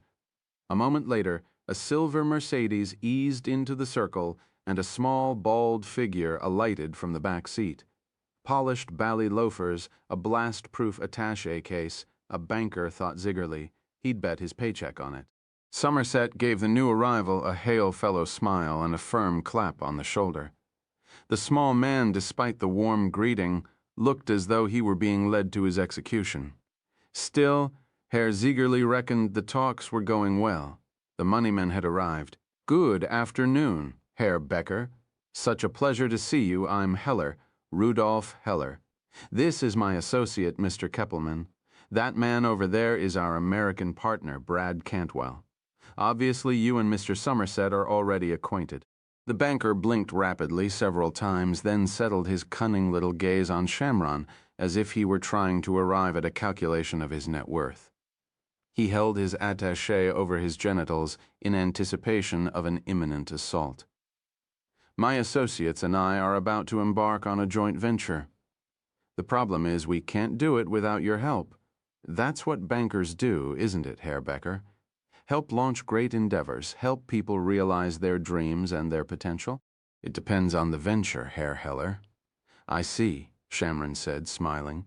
"For example, many years ago, a group of men came to you, German and Austrian men. They wanted to launch a great endeavor as well. They entrusted you with a large sum of money and granted you the power to turn it into an even larger sum. You did extraordinarily well. You turned it into a mountain of money. I assume you remember these gentlemen? I also assume you know where they got their money?" The Swiss banker's gaze hardened. He had arrived at his calculation of Shamron's worth. "You're Israeli, aren't you?" "I prefer to think of myself as a citizen of the world," replied Shamron.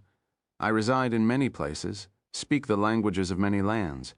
My loyalty, like my business interests, knows no national boundaries. As a Swiss, I'm sure you can understand my point of view." "I understand it," Becker said, "but I don't believe you for a minute. And if I were from Israel," Shamron asked, "would this have some impact on your decision?" "It would? How so?" "I don't care for Israelis," Becker said forthrightly, "or Jews for that matter. I'm sorry to hear that, Herr Becker, but a man is entitled to his opinions, and I won't hold it against you. I never allow politics to get in the way of business. I need help for my endeavor, and you're the only person who can help me." Becker raised his eyebrows quizzically. "What exactly is the nature of this endeavor, Herr Heller?" "It's quite simple, really. I want you to help me kidnap one of your clients. I believe, Herr Heller, that the endeavor you're suggesting would be a violation of Swiss banking secrecy laws and several other Swiss laws as well. Then I suppose we'll have to keep your involvement secret, and if I refuse to cooperate, then we'll be forced to tell the world that you were the murderer's banker, that you're sitting on $2.5 billion of Holocaust loot. We'll unleash the bloodhounds of the World Jewish Congress on you. You and your bank will be in tatters by the time they're finished with you. The Swiss banker cast a pleading look at Shelby Somerset. We had a deal. We still do, the lanky American drawled, but the outlines of the deal have changed. Your client is a very dangerous man. Steps need to be taken to neutralize him. We need you, Conrad. Help us clean up a mess. Let's do some good together. The banker drummed his fingers against the attaché case. You're right. He is a dangerous man, and if I help you kidnap him, I might as well dig my own grave. We'll be there for you, Conrad. We'll protect you. And what if the outlines of the deal change again? Who'll protect me then? Shamron interceded. You were to receive $100 million upon final dispersal of the account. Now, there will be no final dispersal of the account, because you're going to give all the money to me. If you cooperate, I'll let you keep half of what you were supposed to receive. I assume you can do the math, Herr Becker. I can. $50 million is more than you deserve, but I'm willing to let you have it in order to gain your cooperation in this matter. A man can buy a lot of security with $50 million. I wanted in writing a letter of guarantee.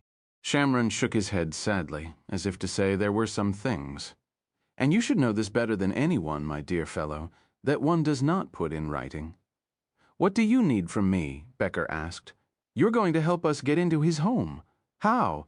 You'll need to see him rather urgently concerning some aspect of the account. Perhaps some papers need to be signed, some final details in preparation for liquidation and dispersal of the assets. And once I'm inside the house, your job is finished. Your new assistant will handle matters after that. My new assistant? Shamron looked at Gabriel. Perhaps it's time we introduced Herr Becker to his new partner. He was a man of many names and personalities. Herr Ziggerli knew him as Oscar, the chief of Heller Security. The landlord of his pied-à-terre in Paris knew him as Vincent Lafont, a freelance travel writer of Breton descent who spent most of his time living out of a suitcase. In London, he was known as Clyde Bridges, European marketing director of an obscure Canadian business software firm in Madrid. He was a German of independent means and a restless soul who idled away the hours in cafes and bars and traveled to relieve the boredom. His real name was Uzi Navot. In the Hebrew-based lexicon of the Israeli Secret Intelligence Service, Navot was a Katza, an undercover field operative and case officer. His territory was Western Europe. Armed with an array of languages, a roguish charm, and fatalistic arrogance, Navot had penetrated Palestinian terrorist cells and recruited agents in Arab embassies scattered across the continent. He had sources in nearly all the European security and intelligence services and oversaw a vast network of Sayanim, volunteer helpers recruited from local Jewish communities. He could always count on getting the best table in the grill room at the Ritz in Paris because the maître d'hôtel was a paid informant, as was the chief of the maid staff. Conrad Becker, meet Oscar Lang. The banker sat motionless for a long moment, as though he had been suddenly bronzed. Then his clever little eyes settled on Shamron, and he raised his hands in an inquiring gesture. What am I supposed to do with him? You tell us. He's very good, our Oscar. Can he impersonate a lawyer? With the right preparation, he could impersonate your mother. How long does this charade have to last? 5 minutes, maybe less, when you're with Ludwig Vogel. 5 minutes can seem like an eternity. So I've heard, Shamron said. What about Klaus? Klaus, Vogel's bodyguard. Shamron smiled. Resistance had ended. The Swiss banker had joined the team. He now swore allegiance to the flag of Herr Heller and his noble endeavor. He's very professional, Becker said. I've been to the house a half-dozen times, but he always gives me a thorough search and asks me to open my briefcase. So if you're thinking about trying to get a weapon into the house, Shamron cut him off. We have no intention of bringing weapons in the house. Klaus is always armed, you're sure. A Glock, I'd say? The banker patted the left side of his chest. Wears it right there. Doesn't make much of an effort to hide it. A lovely piece of detail, Herr Becker. The banker accepted the compliment with a tilt of his head. Details are my business, Herr Heller. Forgive my insolence, Herr Heller, but how does one actually kidnap someone who's protected by a bodyguard if the bodyguard is armed and the kidnapper isn't? Herr Vogel is going to leave his house voluntarily. A voluntary kidnapping? Becker's tone was incredulous. How unique, and how does one convince a man to allow himself to be kidnapped voluntarily? Shamron folded his arms. Just get Oscar inside the house and leave the rest to us 32. Munich. It was an old apartment house in the pretty little Munich district of La Haye, with a gate on the street and the main entrance off a tidy courtyard. The lift was fickle and indecisive, and more often than not, they simply climbed the spiral staircase to the third floor. The furnishings had a hotel room anonymity. There were 2 beds in the bedroom, and the sitting room couch was a davenport. In the storage closet were 4 extra cots. The pantry was stocked with non-perishable goods, and the cabinets contained place settings for 8. The sitting room windows overlooked the street, but the blackout shades remained drawn at all times, so that inside the flat it seemed a perpetual evening. The telephones had no ringers.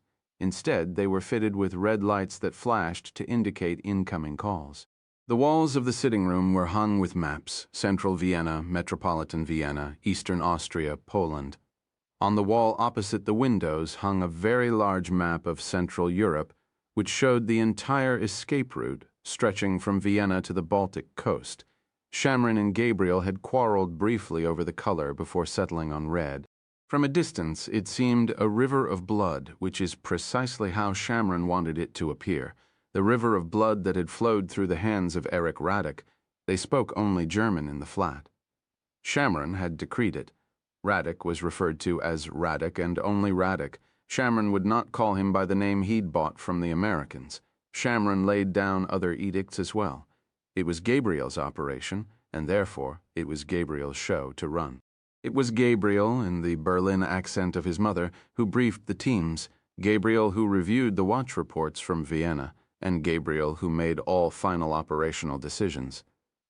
For the first few days, Shamron struggled to fit into his supporting role, but as his confidence in Gabriel grew, he found it easier to slide into the background.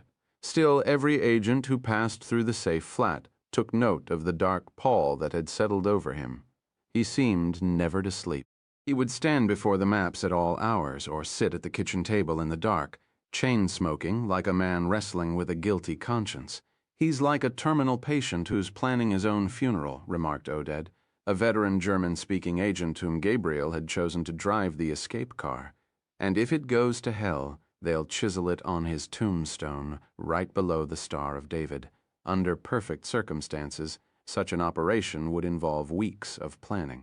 Gabriel had only days. The Wrath of God operation had prepared him well. The terrorists of Black September had been constantly on the move, appearing and disappearing with maddening frequency. When one was located and positively identified, the hit team would swing into action at light speed. Surveillance teams would swoop into place. Vehicles and safe flats would be rented. Escape routes would be planned. That reservoir of experience and knowledge served Gabriel well in Munich. Few intelligence officers knew more about rapid planning and quick strikes than he and Shamron.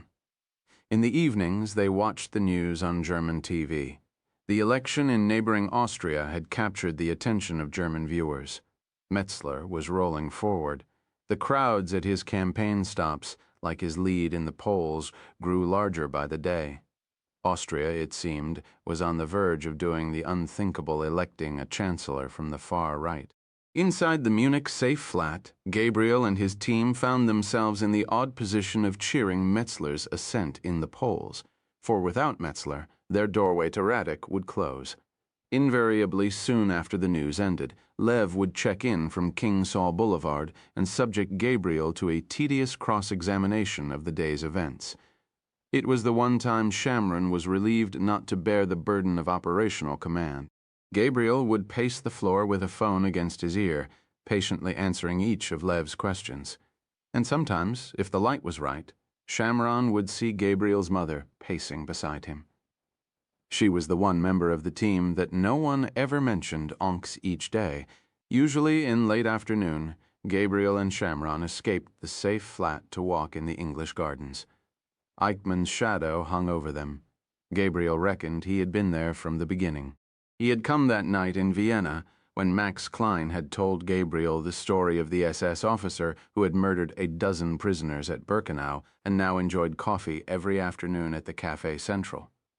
Still, Shamron had diligently avoided even speaking his name until now. Gabriel had heard the story of Eichmann's capture many times before. Indeed, Shamron had used it in September 1972 to prod Gabriel into joining the Wrath of God team. The version Shamron told during those walks along the tree-lined footpaths of the English gardens was more detailed than any Gabriel had heard before. Gabriel knew these were not merely the ramblings of an old man trying to relive past glories. Shamron was never one to trumpet his own successes, and the publishers would wait in vain for his memoirs.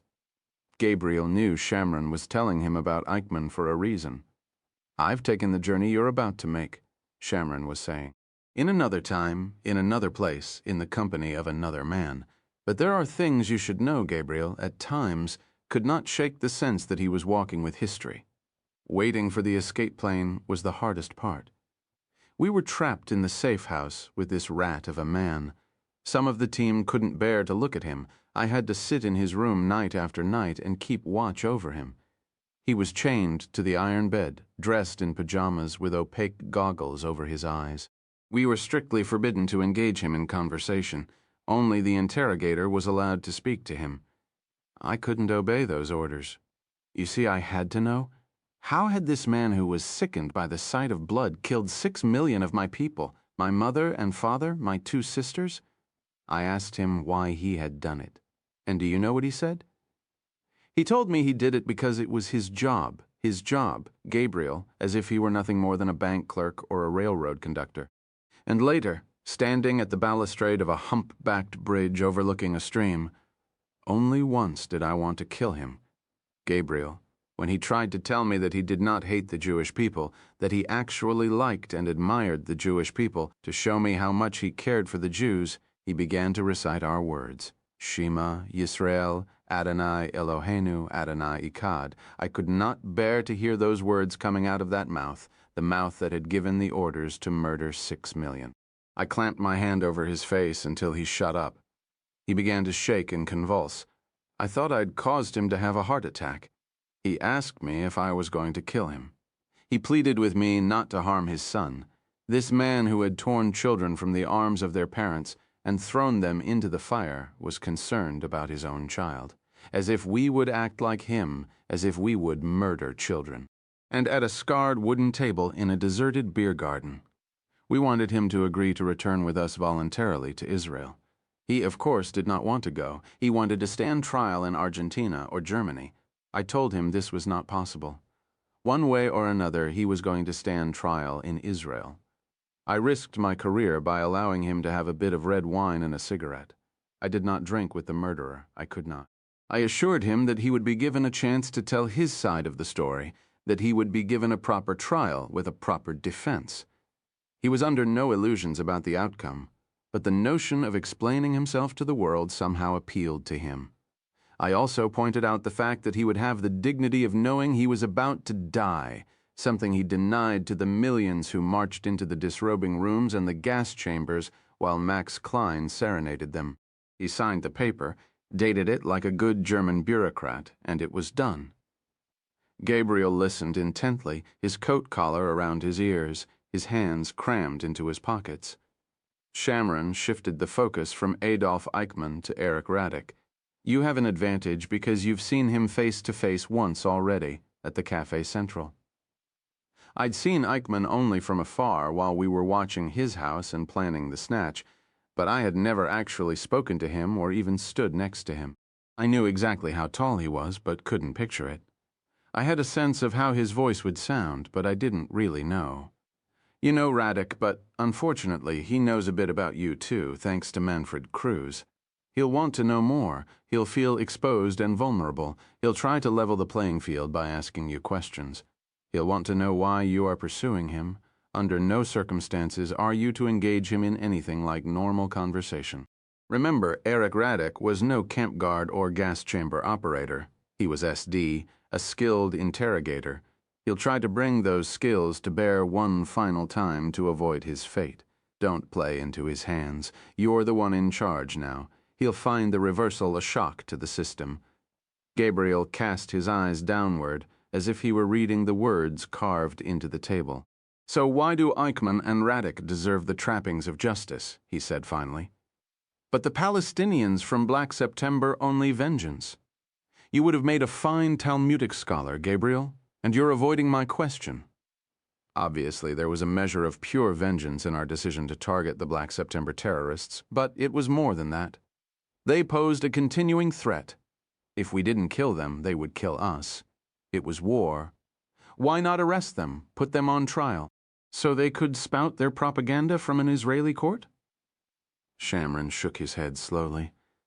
They already did that. He raised his hand and pointed to the tower rising over the Olympic Park right here in this city in front of all the world's cameras. It wasn't our job to give them another opportunity to justify the massacre of innocents. He lowered his hand and leaned across the table. It was then that he told Gabriel of the Prime Minister's wishes. His breath froze before him as he spoke. I don't want to kill an old man, Gabriel said. He's not an old man. He wears an old man's clothing and hides behind an old man's face. But he's still Eric Radek, the monster who killed a dozen men at Auschwitz because they couldn't identify a piece of Brahms. The monster who killed 2 girls by the side of a Polish road because they wouldn't deny the atrocities of Birkenau. The monster who opened the graves of millions and subjected their corpses to one final humiliation. Infirmity does not forgive such sins. Gabriel looked up and held Shamron's insistent gaze.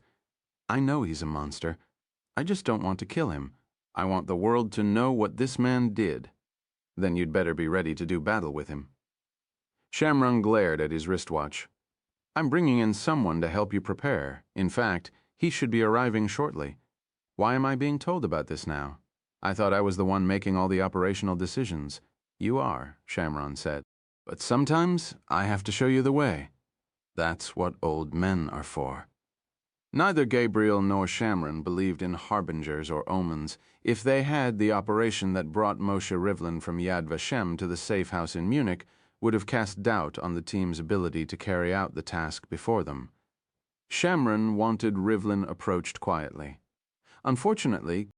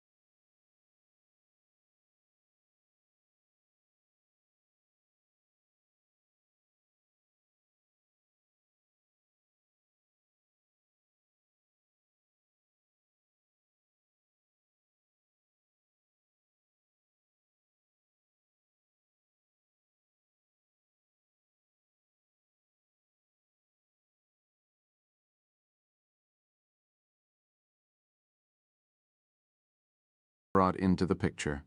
Meaning, he wants to know the game plan. You know the game plan, Adrian.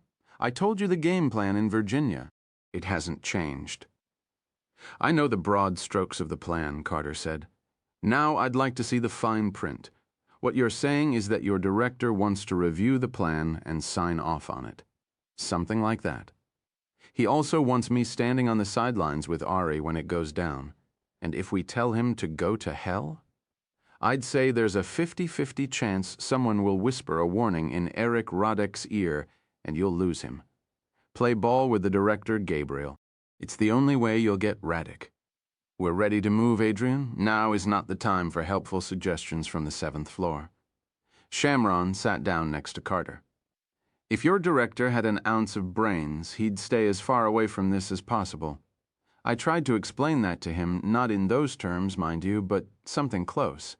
He'd have none of it. He came from Wall Street, our director. He likes to think of himself as a hands-on, take-charge sort of fellow. Always knew what every division of the company was doing. Tries to run the agency the same way. And as you know, he's also a friend of the president. If you cross him, he'll call the White House, and it'll be over. Gabriel looked to Shamron, who gritted his teeth and nodded. Carter got his briefing. Shamron remained seated for a few minutes, but soon he was up and pacing the room, a chef whose secret recipes are being given to a competitor up the street. When it was finished, Carter took a long time loading the bowl of his pipe with tobacco. "Sounds to me as if you gentlemen are ready," he said. "What are you waiting for? If I were you, I'd put it in motion before my hands-on director decides he wants to be part of the snatch team." Gabriel agreed. He picked up the telephone and dialed Uzi Navot in Zurich, 33. Vienna, Munich, Klaus, Halder knocked softly on the door of the study. The voice on the other side granted permission for him to enter. He pushed open the door and saw the old man seated in the half-light, his eyes fixed on the flickering screen of the TV, a Metzler rally that afternoon in Graz, adoring crowds talk already turning to the composition of the Metzler cabinet. The old man killed the image by remote and turned his blue eyes on the bodyguard. Halder glanced toward the telephone. A green light was winking. "Who is it?" Herr Becker, calling from Zurich. The old man picked up the receiver. "Good evening, Harald. Good evening, Herr Vogel. I'm sorry to bother you so late, but I'm afraid it couldn't wait. Is something wrong?" "Oh, no, quite the contrary. Given the recent election news from Vienna, I've decided to quicken the pace of my preparations and proceed as though Peter Metzler's victory is a fait accompli. A wise course of action, Conrad. I thought you'd agree. I have several documents that require your signature. I thought it would be best for us to start that process now rather than waiting until the last moment." "What sort of documents?"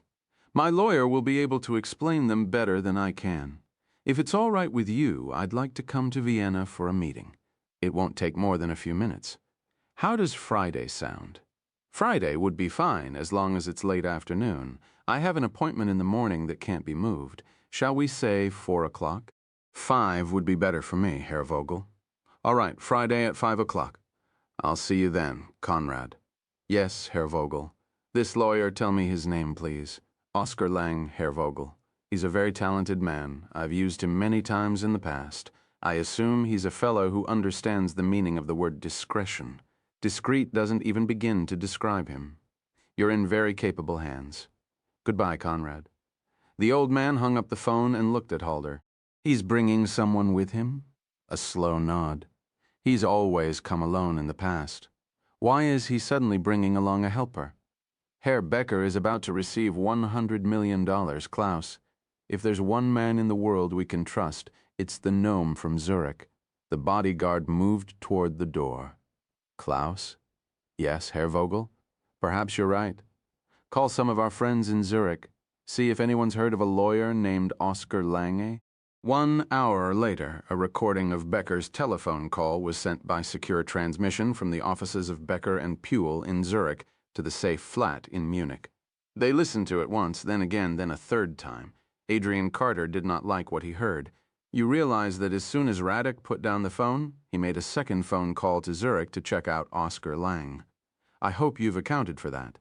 Shamron seemed disappointed in Carter. What do you think, Adrian? We've never done this sort of thing before. We're children who need to be shown the way.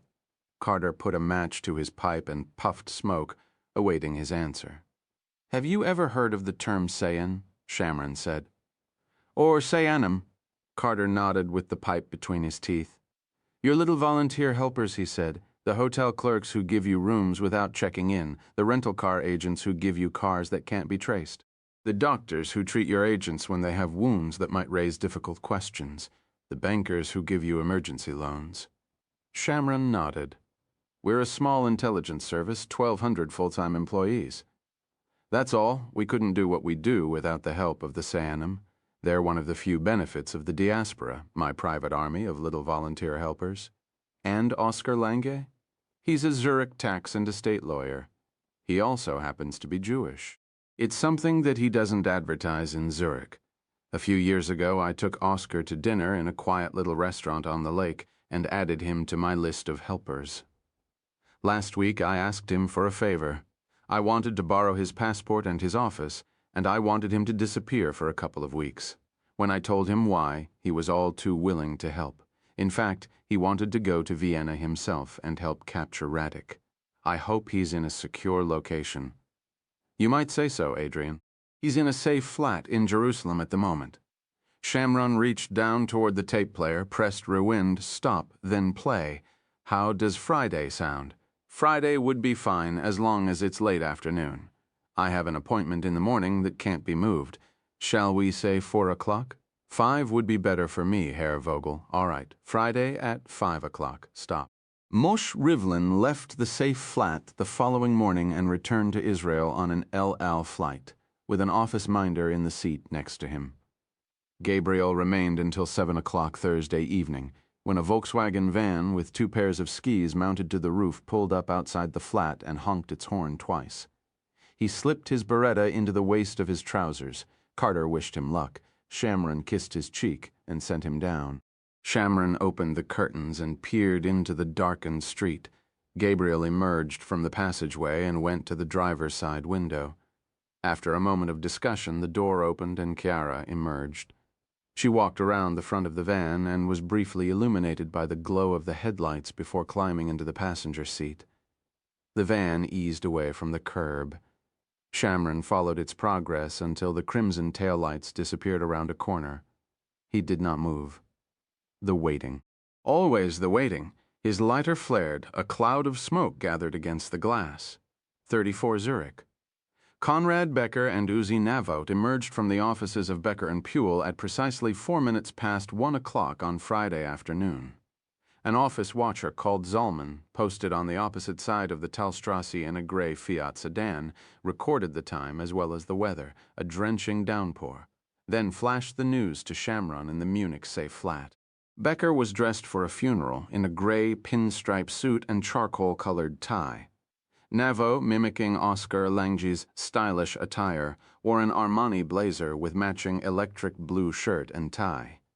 Becker had ordered a taxi to take him to the airport. Shamron would have preferred a private car with an office driver, but Becker always traveled to the airport by taxi, and Gabriel wanted his routine left, undisturbed. So it was an ordinary city taxi, driven by a Turkish immigrant, that bore them out of central Zurich and across a fog-bound river valley to Kloten Airport, with Gabriel's watcher in tow. They were soon confronted with the first glitch. A cold front had moved over Zurich, turning the rain to sleet and ice, and forcing Kloten Airport authorities to briefly suspend operations. Swiss International Airlines Flight 1578, bound for Vienna, boarded on time, then sat motionless on the tarmac. Shamron and Adrian Carter, monitoring the situation on the computers in the Munich safe flat, debated their next move. Should they instruct Becker to call Radek and warn him about the delay? What if Radek had other plans and decided to cancel the meeting and reschedule it for another time? The teams and vehicles were at final staging positions. A temporary stand-down would jeopardize operational security. Wait, counseled Shamron, and wait is what they did. By 2:30, weather conditions had improved. Kloten reopened and Flight 1578 took its place in the queue at the end of the runway. Shamron made the calculations. The flight to Vienna took less than 90 minutes. If they got off the ground soon, they could still make it to Vienna in time. At 2:45, the plane was airborne and disaster was averted. Shamron flashed the reception team at Schweichat Airport in Vienna that their package was on its way. The storm over the Alps made the flight to Vienna a good deal more turbulent than Becker would have preferred. To settle his nerves, he consumed 3 miniature bottles of Stolichnaya and visited the toilet twice, all of which was recorded by Zalman, who was seated 3 rows behind. Naveau, a picture of concentration and serenity, stared out the window at the sea of black cloud, his sparkling water untouched. They touched down at Schweichat a few minutes after 4 o'clock in a dirty gray twilight. Zalman shadowed them through the terminal toward passport control. Becker made one more visit to the toilet. Naveau, with an almost imperceptible movement of his eyes, commanded Zalman to go with him. After availing himself of the facilities, the banker spent 3 minutes primping in front of the mirror, an inordinate amount of time, thought Zalman, for a man with virtually no hair. The watcher considered giving Becker a kick in the ankle to move him along, then decided to let him have the reins instead. He was, after all, an amateur acting under duress. After clearing passport control, Becker and Naveau made their way into the arrivals hall. There, standing amid the crowds, was a tall, reedy surveillance specialist called Mordecai. He wore a drab black suit and held a cardboard sign that read Bauer. His car, a large black Mercedes sedan, was waiting in short-term parking. 2 spaces away was a silver Audi hatchback. The keys were in Zalman's pocket. Zalman gave them wide berth during the drive into Vienna. He dialed the Munich safe flat, and with a few carefully chosen words, let Shamron know that Naveau and Becker were on time and proceeding toward the target. By 4:55, Mordecai had reached the Danube Canal. By 4:50, he had crossed the line into the First District and was making his way through the rush-hour traffic along the Ringstrasse. He turned right into a narrow cobblestone street, then made the first left. A moment later, he drew to a stop in front of Erich Radek's ornate iron gate. Zalman slipped past on the left and kept driving. "Flash the lights," Becker said, "and the bodyguard will admit you." Mordecai did as he was told. The gate remained motionless for several tense seconds. Then there was a sharp metallic clank, followed by the grind of a motor engaging. As the gate swung slowly open, Radek's bodyguard appeared at the front door, the intense light of a chandelier blazing around his head and shoulders like a halo. Mordecai waited until the gate was fully open before easing forward into the small horseshoe drive. Naveau climbed out first, then Becker. The banker shook the bodyguard's hand and introduced my associate from Zurich, Herr Oskar Lang. The bodyguard nodded and gestured for them to come inside. The front door closed. Mordecai looked at his watch. 4:58. He picked up his cell phone and dialed a Vienna number. "I'm going to be late for dinner," he said. "Is everything all right?" "Yes," he said. "Everything's fine." A few seconds later in Munich, the signal flashed across Shamron's computer screen. Shamron looked at his watch. "How long are you going to give them?" Carter asked. 5 minutes, Shamron said, "and not a second more." The black Audi sedan with the tall antenna mounted to the trunk was parked a few streets over. Zalman pulled in behind it, then climbed out and walked to the passenger door. Oded was seated behind the wheel, a compact man with soft brown eyes and a pugilist's flattened nose. Zalman, settling in next to him, could smell tension on his breath. Zalman had had the advantage of activity that afternoon. Oded had been trapped in the Vienna safe flat with nothing to do but daydream about the consequences of failure. A cell phone lay on the seat, the connection already open to Munich. Zalman could hear Shamron's steady breathing. A picture formed in his mind, a younger version of Shamron marching through a drenching Argentine rain, Eichmann stepping off a city bus and walking toward him from the opposite direction. Oded started the car engine. Zalman was hauled back to the present. He glanced at the dashboard clock. 5:03. The E461, better known to Austrians as the Brunner Strasse, is a 2-lane road that runs north from Vienna through the rolling hills of the Weinviertel, Austria's wine country. It is 50 miles to the Czech border. There is a crossing, sheltered by a high arching canopy, usually manned by 2 guards who are reluctant to leave the comfort of their aluminum and glass hut to carry out even the most cursory inspection of outgoing vehicles. On the Czech side of the crossing, the examination of travel documents typically takes a bit longer, though traffic from Austria is generally welcomed with open arms. 1 mile across the border, anchored to the hills of South Moravia, stands the ancient town of Mikulov. It is a border town with a border town's siege mentality. It suited Gabriel's mood. He stood behind the brick parapet of a medieval castle, high above the red tile roofs of the old city, beneath a pair of wind-bent pine. The cold rain beaded like tears on the surface of his oilskin coat. His gaze was down the hillside, toward the border. In the blackness, only the lights of the traffic along the highway were visible, white lights rising toward him, red lights receding toward the Austrian border.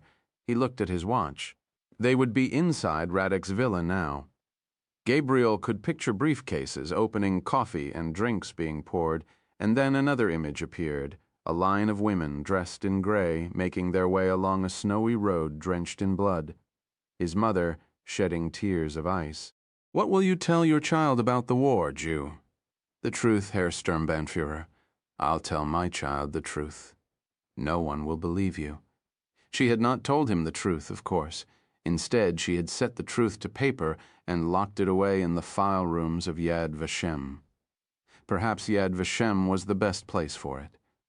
Perhaps there are some truths so appalling they are better left confined to an archive of horrors, quarantined from the uninfected. She had been unable to tell him she was Radek's victim, just as Gabriel could never tell her he was Shamron's executioner. She always knew, though. She knew the face of death, and she had seen death in Gabriel's eyes. The telephone in his coat pocket vibrated silently against his hip.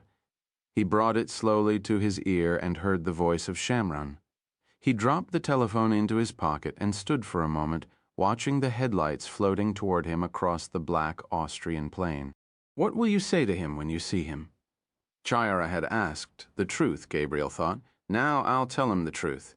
He started walking down the narrow stone streets of the ancient town into the darkness. 35 Vienna. Uzi and Nevat knew a thing or two about body searches. Klaus Halder was very good at his job. He started with Nevat's shirt collar and ended with the cuffs of his Armani trousers. Next, he turned his attention to the attaché case. He worked slowly, like a man with all the time in the world and with a monkish attention to detail. When the search was finally over, he straightened the contents carefully and snapped the latches back into place.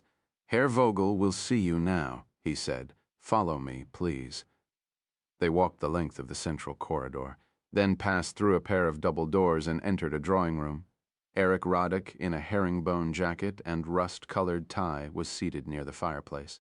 He acknowledged his guests with a single nod of his narrow head, but made no attempt to rise.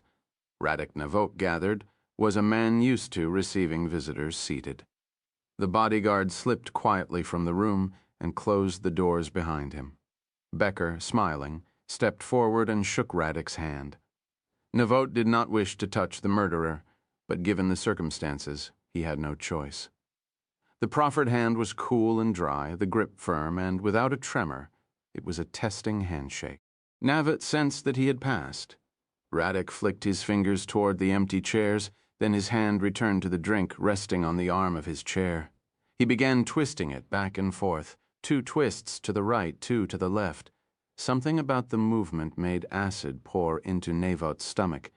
"I hear very good things about your work, Herr Lange," Radek said suddenly. "You have a fine reputation among your colleagues in Zurich. All lies, I assure you, Herr Vogel. You're too modest." He twisted his drink. "You did some work for a friend of mine a few years back, a gentleman named Helmut Schneider."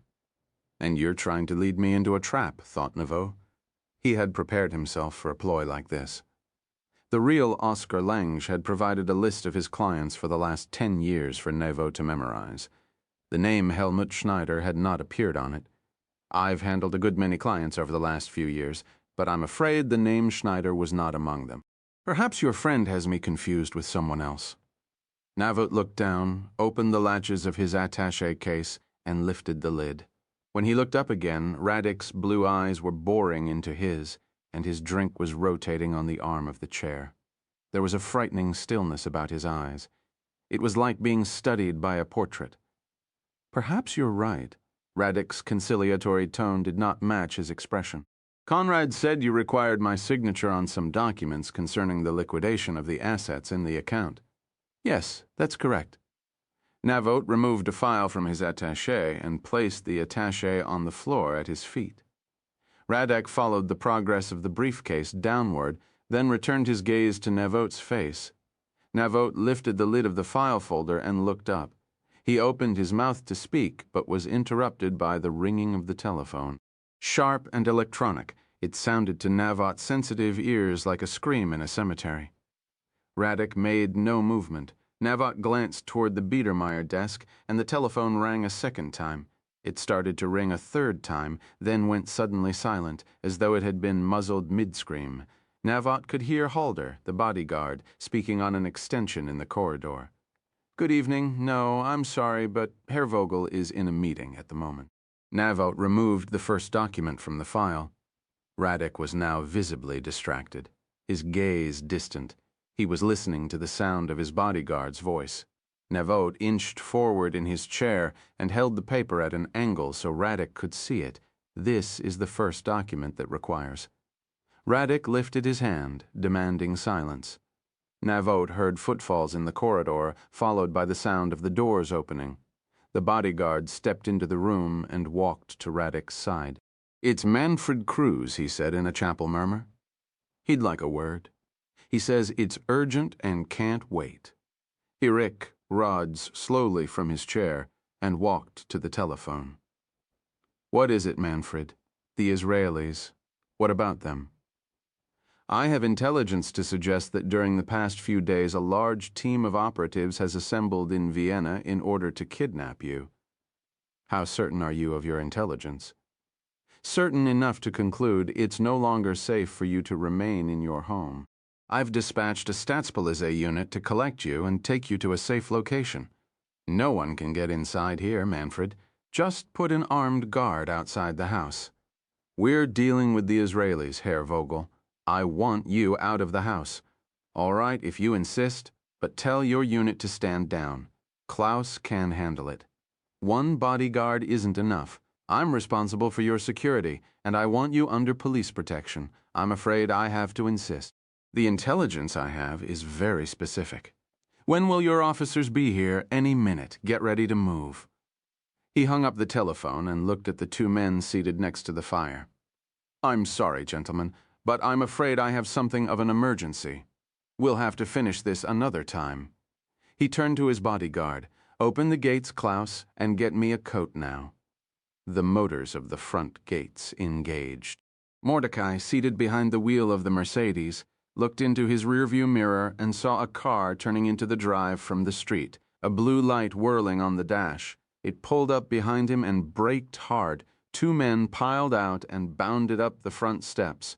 Mordecai reached down and slowly turned the ignitioner. A rick-rate went into the corridor.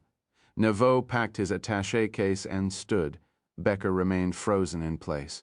Navot hooked his fingers beneath the banker's armpit and lifted him to his feet. They followed Radek into the corridor. Blue emergency lights flashed across the walls and ceilings. Radek was next to his bodyguard, speaking quietly into his ear. The bodyguard was holding an overcoat and looked tense. As he helped Radek into the coat, his eyes were on Navot. There was a knock at the door, two sharp reports that echoed from the high ceiling and marble floor of the corridor. The bodyguard released Radek's overcoat and turned the latch. Two men in plainclothes pushed past and entered the house. "Are you ready, Herr Vogel?"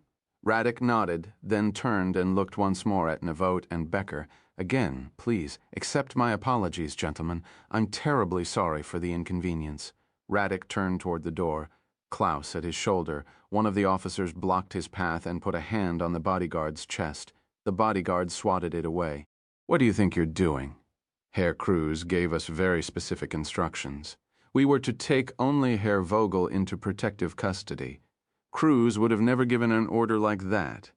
He knows that I go wherever he goes. That's the way it's always been. I'm sorry, but those were our orders. Let me see your badge and identification. There isn't time, please, Herr Vogel. Come with us. The bodyguard took a step back and reached inside his jacket. As the gun came into view, Navot lunged forward. With his left hand, he seized the bodyguard's wrist and pinned the gun against his abdomen. With his right, he delivered 2 vicious open-handed blows to the back of the neck. The first blow staggered Halder. The second caused his knees to buckle. His hand relaxed, and the Glock clattered to the marble floor. Radek looked at the gun and for an instant thought about trying to pick it up. Instead, he turned and lunged toward the open door of his study and slammed it shut. Navot tried the latch locked. He took a few steps back and drove his shoulder into the door. The wood splintered and he tumbled into the darkened room. He scrambled to his feet and saw that Radek had already moved away the false front of a bookcase and was standing inside a small phone booth-sized lift. Navot sprang forward as the elevator door started to close. He managed to get both his arms inside and grab Radek by the lapels of his overcoat. As the door slammed against Navot's left shoulder, Radek seized his wrists and tried to break free. Navot held firm. Oded and Zalman came to his aid. Zalman, the taller of the two, reached over Navot's head and pulled against the door. Oded slithered between Navot's legs and applied pressure from below. Under the onslaught, the door finally slid open again. Navot dragged Radek out of the elevator. There was no time for subterfuge or deception now. Navot clamped a hand over the old man's mouth. Zalman took hold of his legs and lifted him off the floor. Oded found the light switch and doused the chandelier. Navot glanced at Becker. "Get in the car, move, you idiot!" They bundled Radek down the steps toward the Audi. Radek was pulling at Navot's hand, trying to break the vice grip over his mouth and kicking hard with his legs. Navot could hear Zalman swearing under his breath. Somehow, even in the heat of battle, he managed to swear in German. Oded threw open the rear door before running around the back of the car and climbing behind the wheel. Navot pushed Radek headfirst into the back and pinned him to the seat. Zalman forced his way inside and closed the door. Becker climbed into the back of the Mercedes. Mordecai accelerated hard and the car lurched into the street, the Audi following closely. Radek's body went suddenly still. Navot removed his hand from Radek's mouth, and the Austrian gulped greedily of the air. "You're hurting me," he said. "I can't breathe. I'll let you up, but you have to promise to behave yourself. No more escape attempts. Do you promise? Just let me up. You're crushing me, you fool." "I will, old man. Just do me a favor first. Tell me your name, please. You know my name. My name is Vogel. Ludwig Vogel. No, not that name. Your real name. That is my real name. Do you want to sit up and leave Vienna like a man, or am I going to have to sit on you the whole way? I want to sit up. You're hurting me, damn it. Just tell me your name." He was silent for a moment. Then he murmured, "My name is Radek. I'm sorry, but I couldn't hear you. Can you say your name again, please?"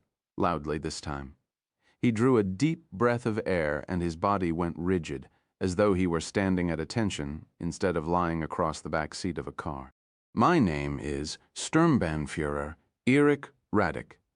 In the Munich safe flat, the message flashed across Shamron's computer screen. "Package has been received." Carter clapped him on the back. "I'll be goddamned. They got him. They actually got him." Shamron stood and walked to the map.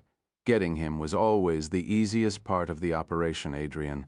Getting him out is quite another thing. He gazed at the map, 50 miles to the Czech border. Drive, Oded, he thought. Drive like you've never driven before in your life. 36, Vienna. Oded had made the drive a dozen times, but never like this. Never with the siren screaming and the blue light whirling on the dash, and never with Erich Radek's eyes in the rearview mirror, staring back into his own. Their flight from the city center had gone better than expected. The evening traffic had been persistent, but never so heavy that it didn't part for his siren and flashing light. Twice, Radek rebelled. Each uprising was ruthlessly put down by Navot and Zalman. They were racing north now on the E461. The Vienna traffic was gone. The rain was falling steadily and freezing at the edges of the windshield. A sign flashed past. See Jar Public 42 km. Neveu took a long look over his shoulder, then, in Hebrew, instructed Oded to kill the siren and the lights. "Where are we going?" Radek asked, his breathing labored. "Where are you taking me?" "Where?" Neveu said nothing, just as Gabriel had instructed. "Let him ask questions till he's blue in the face," Gabriel had said. "Just don't give him the satisfaction of an answer. Let the uncertainty prey on his mind. That's what he would do if the roles were reversed." So Navot watched the villages flashing past his window, Mistelbach, Wilfersdorf, Erdberg, and thought of only one thing: the bodyguard he had left unconscious in the entranceway of Radek's house on the Stobergasse. Poisdorf appeared before them. Oded sped through the village, then turned into a 2-lane road and followed it eastward through snow-covered pine. "Where are we going? Where are you taking me?" Navot could endure his questions in silence no longer. "We're going home," he snapped, "and you're coming with us." Radek managed a glacial smile. "You made only one mistake tonight, Herrlange. You should have killed my bodyguard when you had the chance." Klaus Halder opened one eye, then the other. The darkness was absolute. He lay very still for a moment, trying to determine the position of his body. He had fallen forward with his arms at his sides, and his right cheek was pressed against cold marble. He tried to lift his head. A bolt of thunderous pain shot down his neck. He remembered it now, the instant it had happened. He'd been reaching for his gun when he'd been clubbed twice from behind. It was the lawyer from Zurich, Oskar Lange. Obviously, Lang was no mere lawyer. He'd been in on it just as Halder had feared from the beginning. He pushed himself onto his knees and sat back against the wall. He closed his eyes and waited until the room stopped spinning, then rubbed the back of his head. It was swollen the size of an apple. He raised his left wrist and squinted at the luminous dial of his wristwatch. 5:57. When had it happened? A few minutes after 5. 5:10 at the latest. Unless they'd had a helicopter waiting on the Stephansplatz. Chances were they were still in Austria. He patted the right front pocket of his sport jacket and found that his cell phone was still there. He fished it out and dialed 2 rings. A familiar voice. "This is Cruz." 30 seconds later. Manfred Cruz slammed down the phone and considered his options. The most obvious response would be to sound the alarm klaxons. Alert every police unit in the country that the old man had been seized by Israeli agents, close the borders, and shut down the airport. Obvious, yes, but very dangerous. A move like that would raise many uncomfortable questions. Why was Herr Vogel kidnapped? Who is he really? Peter Metzler's candidacy would be swept away, and so too would Cruz's career. Even in Austria, such affairs had a way of taking on a life of their own, and Cruz had seen enough of them to know that the inquiry would not end at Vogel's doorstep. The Israelis had known he would be hamstrung, and they had chosen their moment well. Cruz had to think of some subtle way to intervene, some way to impede the Israelis without destroying everything in the process. He picked up the telephone and dialed. "This is Cruz. The Americans have informed us that they believe an al-Qaeda team may be transiting the country by automobile this evening. They suspect the al-Qaeda members might be traveling with European sympathizers in order to better blend into their surroundings. As of this moment, I'm activating the Terrorism Alert Network, raise security at the borders, airports, and train stations to Category 2 status." He rang off and gazed out the window. He had thrown the old man a lifeline. He wondered whether he would be in any condition to grab it. Cruz knew that if he succeeded, he would soon be confronted with yet another problem: what to do with the Israeli snatch team. He reached into the breast pocket of his suit jacket and removed a slip of paper. "If I dial this number, who's going to answer?" Violence Manfred Cruz reached for his telephone. The clockmaker, since his return to Vienna, had scarcely found cause to leave the sanctuary of his little shop in the Stephansdom quarter.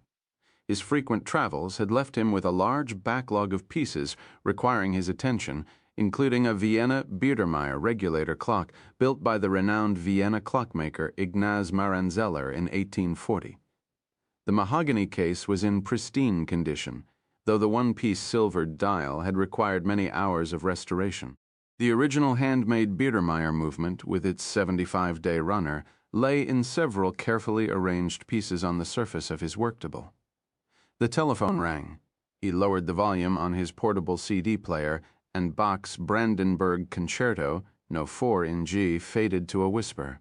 A prosaic choice, Bach, but then the clockmaker found the precision of Bach a perfect accompaniment to the task of dismantling and rebuilding the movement of an antique timepiece. He reached out for the telephone with his left hand. A shock wave of pain shot down the length of his arm, a reminder of his exploits in Rome and Argentina. He brought the receiver to his right ear and cradled it against his shoulder. "Yes," he said inattentively. His hands were already at work again. "I was given your number by a mutual friend." "I see," the clockmaker said non-committally. "How can I help you?" "It's not me who requires help. It's our friend." The clockmaker laid down his tools. "Our friend?" he asked. "You did some work for him in Rome and Argentina. I assume you know the man I'm referring to?" The clockmaker did indeed. So the old man had misled him and twice put him in compromising situations in the field. Now he had committed the mortal operational sin of giving his name to a stranger. Obviously, he was in trouble. The clockmaker suspected it had something to do with the Israelis. He decided that now would be an excellent moment to sever their relationship. "I'm sorry," he said, "but I believe you have me confused with someone else." The man at the other end of the line tried to object. The clockmaker hung up the phone and turned up the volume on his CD player until the sound of Bach filled his workshop.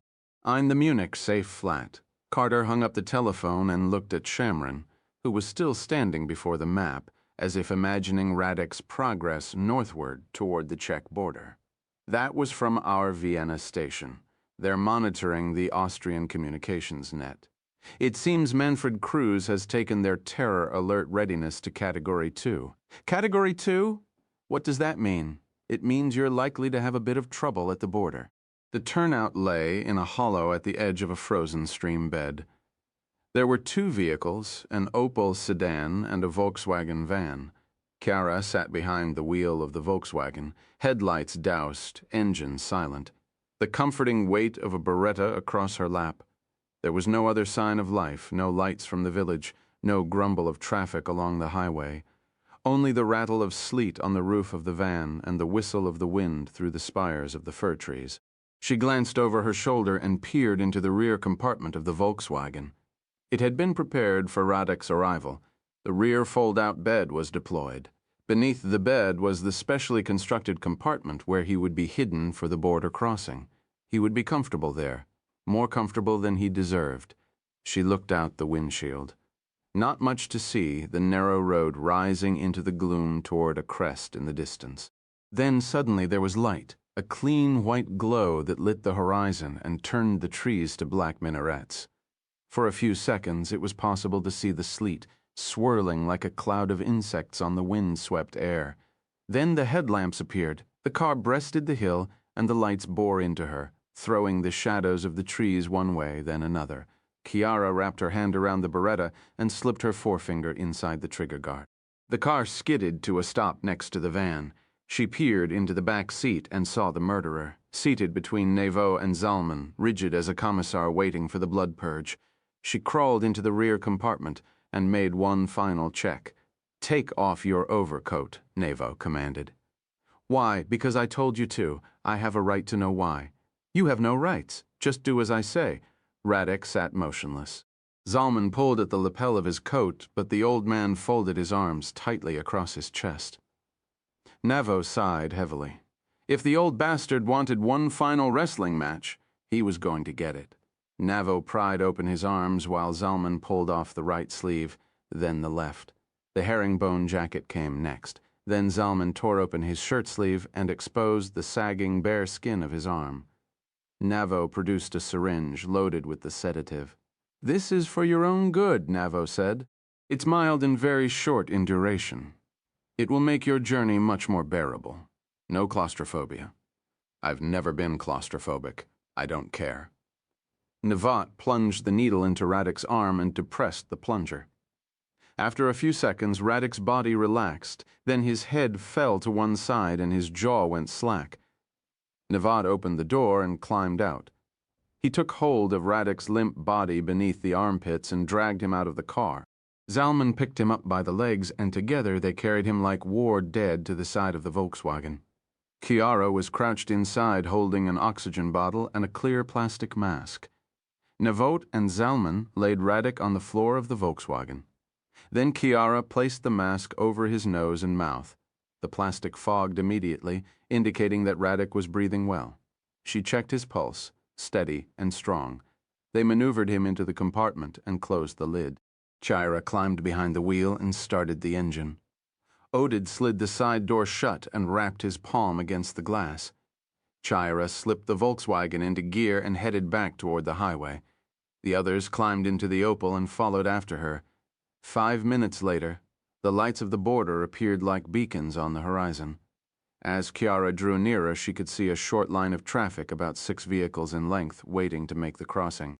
There were 2 border policemen in evidence. They had their flashlights out and were checking passports and looking through windows. She glanced over her shoulder. The doors over the compartment remained closed. Radek was silent. The car in front of her passed inspection and was released to the Czech side. The border policeman waved her forward. She lowered her window and managed to smile. "Passport, please." She handed it over. The second officer had maneuvered his way around to the passenger side of the van, and she could see the beam of his flashlight flickering around the interior. "Is something wrong?" The border policeman kept his eyes down on her photograph and said nothing. "When did you enter Austria? Earlier today." "Where?" "From Italy, at Tarvisio." He spent a moment comparing her face to the photo in the passport. Then he pulled open the front door and motioned for her to get out of the van. Uzi Nevat watched the scene from his vantage point in the front passenger seat of the Opel. He looked at Oded and swore softly under his breath. Then he dialed the Munich safe flat on his cell phone. Shamron answered on the first ring. "We've got a problem," Nevat said. He ordered her to stand in front of the van and shone a light in her face. Through the glare, she could see the second border policeman pulling open the side door of the Volkswagen. She forced herself to look at her interrogator. She tried not to think of the Beretta pressing against her spine, or of Gabriel waiting on the other side of the border in Mikulov, or Nevat, Oded, and Zalman watching helplessly from the Opel. "Where are you traveling to this evening?" "Prague," she said. "Why are you going to Prague?" She shot him a look. "None of your business." Then she said, "I'm going to see my boyfriend." "Boyfriend," he repeated. "What does your boyfriend do in Prague?" "He teaches Italian," Gabriel had said. She answered the question. "Where does he teach?" "At the Prague Institute of Language Studies," Gabriel had said again. She answered as Gabriel had instructed. "And how long has he been a teacher at the Prague Institute of Language Studies?" 3 years. "And do you see him often?" "Once a month, sometimes twice." The second officer had climbed inside the van. An image of Radek flashed through her mind, eyes closed, oxygen mask over his face. "Don't wake," she thought. "Don't stir. Don't make a sound. Do the decent thing for once in your wretched life. And when did you enter Austria?" "I've told you that already. Tell me again, please." "Earlier today. What time?" "I don't remember the time. Was it the morning? Was it the afternoon? Afternoon. Early afternoon? Late afternoon?" "Early." So it was still light. She hesitated. He pressed her. "Yes, it was still light?" She nodded. From inside the van came the sound of cabinet doors being opened. She forced herself to look directly into the eyes of her questioner. His face, obscured by the harsh flashlight, began to take on the appearance of Erich Radek. Not the pathetic version of Radek that lay unconscious in the back of the van, but the Radek who pulled a child named Irene Frankel from the ranks of the Birkenau Death March in 1945 and led her into a Polish forest for one final moment of torment. Say the words, "Jew, you were transferred to the east. You had plenty of food and proper medical care. The gas chambers and the crematoria are Bolshevik Jewish lies. I can be as strong as you, Irene, she thought. I can get through this for you. Did you stop anywhere in Austria? No. You didn't take the opportunity to visit Vienna? I've been to Vienna, she said. I don't like it. He spent a moment examining her face. You're Italian? Yes. You have my passport in your hand. I'm not referring to your passport. I'm talking about your ethnicity, your blood. Are you of Italian descent, or are you an immigrant from, say, the Middle East or North Africa? I'm Italian, she assured him. The second officer climbed out of the Volkswagen and shook his head. Her interrogator handed over the passport. I'm sorry for the delay, he said. Have a pleasant journey. Chiara climbed behind the wheel of the Volkswagen, slipped the van into gear, and eased over the border. The tears came, tears of relief, tears of anger. At first she tried to stop them, but it was no use. The road blurred, the taillights turned to red streamers, and still they came. For you, Irene, she said aloud. I did it for you. The Mikulov train station lies below the old town where the hillside meets the plain. There is a single platform that endures a near-constant assault of wind pouring down out of the Carpathian Mountains and a melancholy gravel car park that tends to pond over when it rains. Near the ticket office is a graffiti-scarred bus shelter, and it was there, pressed against the leeward side where Gabriel waited, hands plunged into the pockets of his oilskin jacket. He looked up as the van turned into the car park and crunched over the gravel. He waited until it came to a stop before stepping from the bus shelter into the rain. Chiara reached across and opened the door to him. When the overhead light came on, he could see her face was wet. Are you all right? I'm fine. Do you want me to drive? No, I can do it. Are you sure?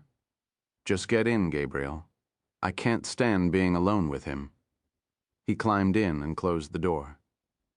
Chiara turned around and headed back to the highway. A moment later, they were racing north into the Carpathians. It took a half hour to reach Brno, another hour to get to Ostrava. Twice, Gabriel opened the doors of the compartment to check on Radek. It was nearly 8 o'clock when they reached the Polish border.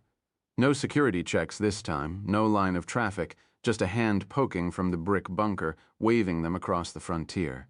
Gabriel crawled to the back of the van and pulled Radek from the compartment. Then he opened a storage drawer and removed a syringe. This time it was filled with a mild dosing of stimulant, just enough to raise him gently back to the surface of consciousness. Gabriel inserted the needle into Radek's arm, injected the drug, then removed the needle and swabbed the wound with alcohol. Radek's eyes opened slowly. He surveyed his surroundings for a moment before settling on Gabriel's face. Alan? He murmured through the oxygen mask. Gabriel nodded slowly. Where are you taking me? Gabriel said nothing. Am I going to die? He asked.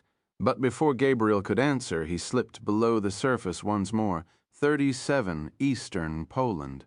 The barrier between consciousness and coma was like a stage curtain through which he could pass at will. How many times he slipped through this curtain he did not know. Time, like his old life, was lost to him. His beautiful house in Vienna seemed another man's house, in another man's city. Something had happened when he'd shouted out his real name at the Israelis. Ludwig Vogel was a stranger to him now, an acquaintance whom he had not seen in many years. He was Radek again. Unfortunately, time had not been kind to him. The towering, beautiful man in black was now imprisoned in a weak, failing body. The Jew had placed him on the fold-out bed. His hands and ankles were bound by thick silver packing tape, and he was belted into place like a mental patient. His wrists served as the portal between his two worlds. He had only to twist them at a certain angle, so that the tape dug painfully into his skin, and he would pass through the curtain from a dreamscape to the realm of the real dreams. Is it proper to call such visions dreams? No, they were too accurate, too telling. They were memories over which he had no control, only the power to interrupt them for a few moments by hurting himself with the Jew's packing tape.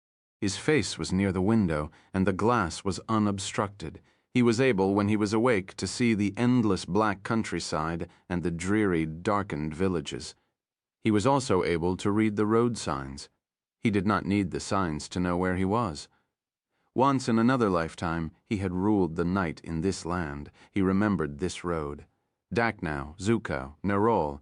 He knew the name of the next village even before it slid past his window. Belzec. He closed his eyes. Why now, after so many years?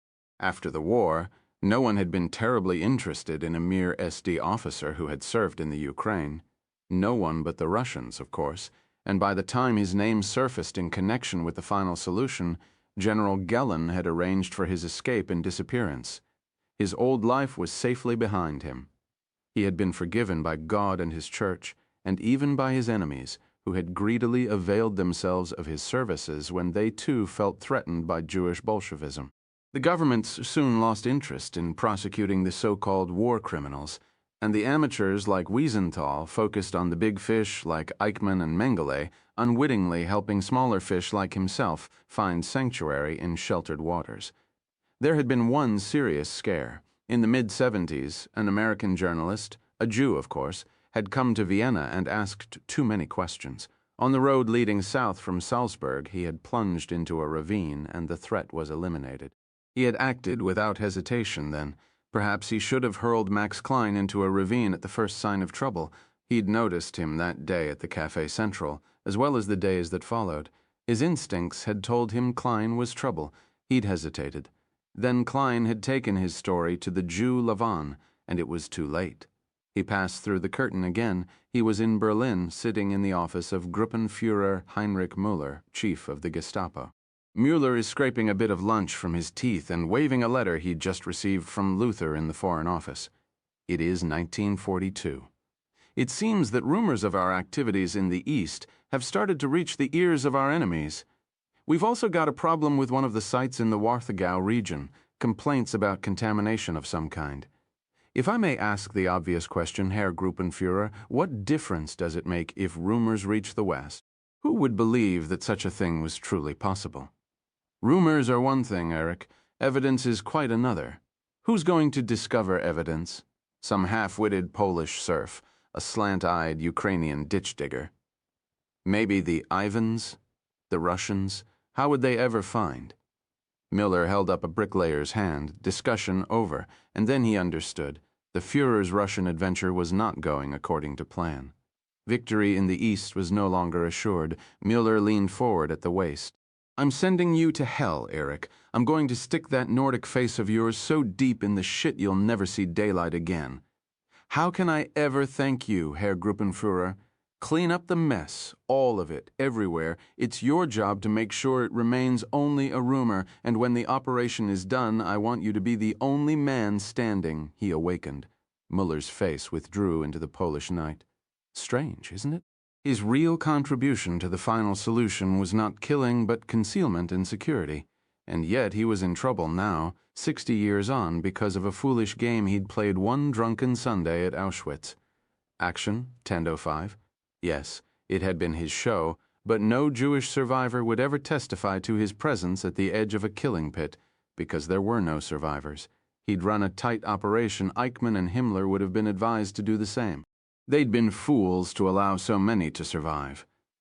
A memory rose, January 1945. A chain of ragged Jews straggling along a road very much like this one, the road from Birkenau. Thousands of Jews, each with a story to tell, each a witness. He'd argued for liquidation of the entire camp population before evacuation. No, he'd been told. Slave labor was urgently needed inside the Reich. Labor? Most of the Jews he'd seen leaving Birkenau could barely walk, let alone wield a pickaxe or a shovel. They weren't fit for labor, only slaughter, and he'd killed quite a few himself. Why in God's name did they order him to clean out the pits and then allow thousands of witnesses to walk out of a place like Birkenau? He forced open his eyes and stared out the window. They were driving along the banks of a river near the Ukrainian border. He knew this river, a river of ashes, a river of bone. He wondered how many hundreds of thousands were down there, silt on the bed of the river bug. A shuttered village, Uerhusk. He thought of Peter. He had warned this would happen. If I ever become a serious threat to win the chancellery, Peter had said, someone will try to expose us. He had known Peter was right, but he had also believed he could deal with any threat. He had been mistaken, and now his son faced an unimaginable electoral humiliation, all because of him. It was as if the Jews had led Peter to the edge of a killing pit and pointed a gun at his head. He wondered whether he possessed the power to prevent them from pulling the trigger, whether he could broker one more deal, engineer one final escape. And this Jew who stares at me now with those unforgiving green eyes? What does he expect me to do? Apologize, break down, and weep, and spew sentimentalities? What this Jew does not understand is that I feel no guilt for what was done. I was compelled by the hand of God and the teachings of my church. Did the priests not tell us the Jews were the murderers of God? Did the Holy Father and his cardinals not remain silent when they knew full well what we were doing in the East? Does this Jew expect me now to suddenly recant and say it was all a terrible mistake? And why does he look at me like that? They were familiar, those eyes. He'd seen them somewhere before. Maybe it was just the drugs they'd given him. He couldn't be certain of anything. He wasn't sure he was even alive. Perhaps he was already dead. Perhaps it was his soul making this journey up the river bug. Perhaps he was in hell, another hamlet, Wola Uruska. He knew the next village, Sobibor. He closed his eyes. The velvet of the curtain enveloped him. It is the spring of 1942. He is driving out of Kiev on the Zhytomyr road with the commander of an Einsatzgruppen unit at his side. They are on their way to inspect a ravine that's become something of a security problem, a place the Ukrainians call Babi Yar. By the time they arrive, the sun is kissing the horizon, and it is nearly dusk.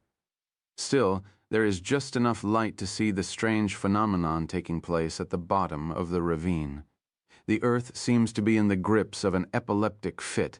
The soil is convulsing, gas is shooting into the air along with geysers of putrid liquid.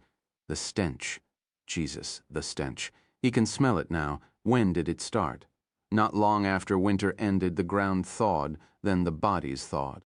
They decomposed very rapidly. How many are down there? 33,000 Jews, a few gypsies, and Soviet prisoners for good measure. Put a cordon around the entire ravine. We'll get to this one as soon as we can, but at the moment other sites have priority. What other sites?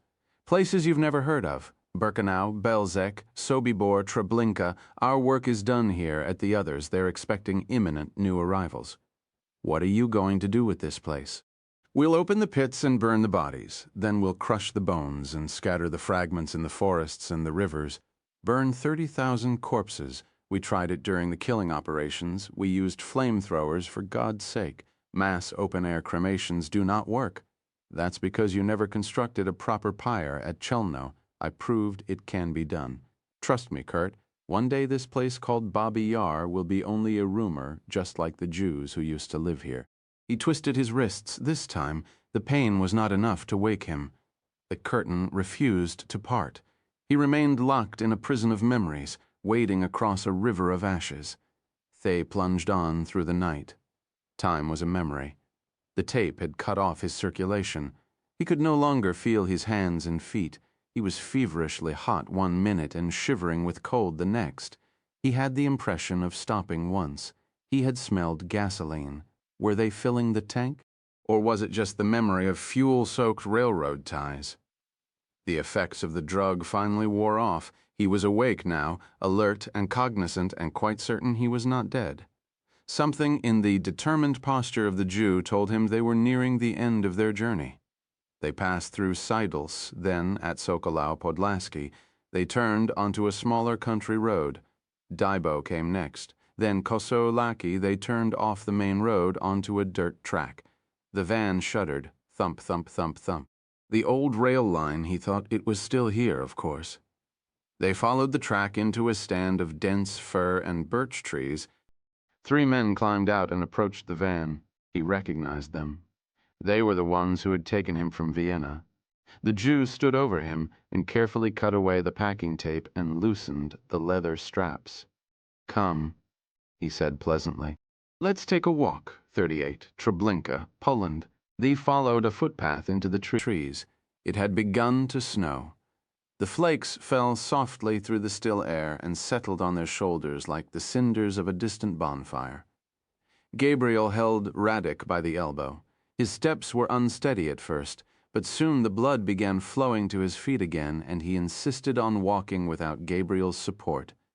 His labored breath froze on the air. It smelled sour and fearful. They moved deeper into the forest. The pathway was sandy and covered by a fine bed of pine needles. Oded was several paces ahead, barely visible through the snowfall. Zalman and Navot walked in formation behind them. Kiara had remained behind in the clearing. Standing watch over the vehicles, they paused. A break in the trees, approximately 5 yards wide, stretched into the gloom. Gabriel illuminated it with the beam of a flashlight. Down the center of the lane, at equidistant intervals, stood several large upright stones. The stones marked the old fence line. They had reached the perimeter of the camp. Gabriel switched off the flashlight and pulled Radek by the elbow. Radek tried to resist, then stumbled forward. "Just do as I say, Radek, and everything will be fine. Don't try to run because there's no way to escape. Don't bother calling for help. No one will hear your cries. Does it give you pleasure to see me afraid? It sickens me, actually. I don't like touching you. I don't like the sound of your voice. So why are we here? I just want you to see some things." "There's nothing to see here, Alan, just a Polish memorial." "Precisely." Gabriel jerked at his elbow. "Come on, Radek, faster. You have to walk faster. We haven't got much time. It will be morning soon." A moment later, they stopped again before a trackless rail line, the old spur that had carried the transports from Treblinka station into the camp itself. The ties were recreated in stone and frosted over by new snow. They followed the tracks into the camp and stopped at the place where the platform had been. It, too, was represented in stone. "Do you remember it, Radek?" He stood silently, his jaw slack, his breathing ragged. "Come on, Radek. We know who you are. We know what you did. You're not going to escape this time. There's no use playing games or trying to deny any of it. There isn't time, not if you want to save your son." Radek's head swiveled slowly around. His mouth became a tight line, and his gaze very hard. "You would harm my son? Actually, you would do it for us. All we would have to do is tell the world who his father is, and it would destroy him. That's why you planted that bomb in Eli Lavon's office, to protect Peter. No one could touch you, not in a place like Austria. The window had closed for you a long time ago. You were safe. The only person who could pay a price for your crimes is your son. That's why you tried to kill Eli Lavon. That's why you murdered Max Klein." He turned away from Gabriel and peered into the darkness. "What is it that you want? What do you want to know? Tell me about it, Radek. I've read about it. I can see the memorial, but I can't picture how it could really work. How was it possible to turn a trainload of people into smoke in only 45 minutes? 45 minutes, door to door. Isn't that what the SS staff used to boast about here? They could turn a Jew into smoke in 45 minutes. 12,000 Jews a day, 800,000 in all." Radek emitted a mirthless chuckle, an interrogator who did not believe the statement of his prisoner. Gabriel felt as though a stone had been laid over his heart.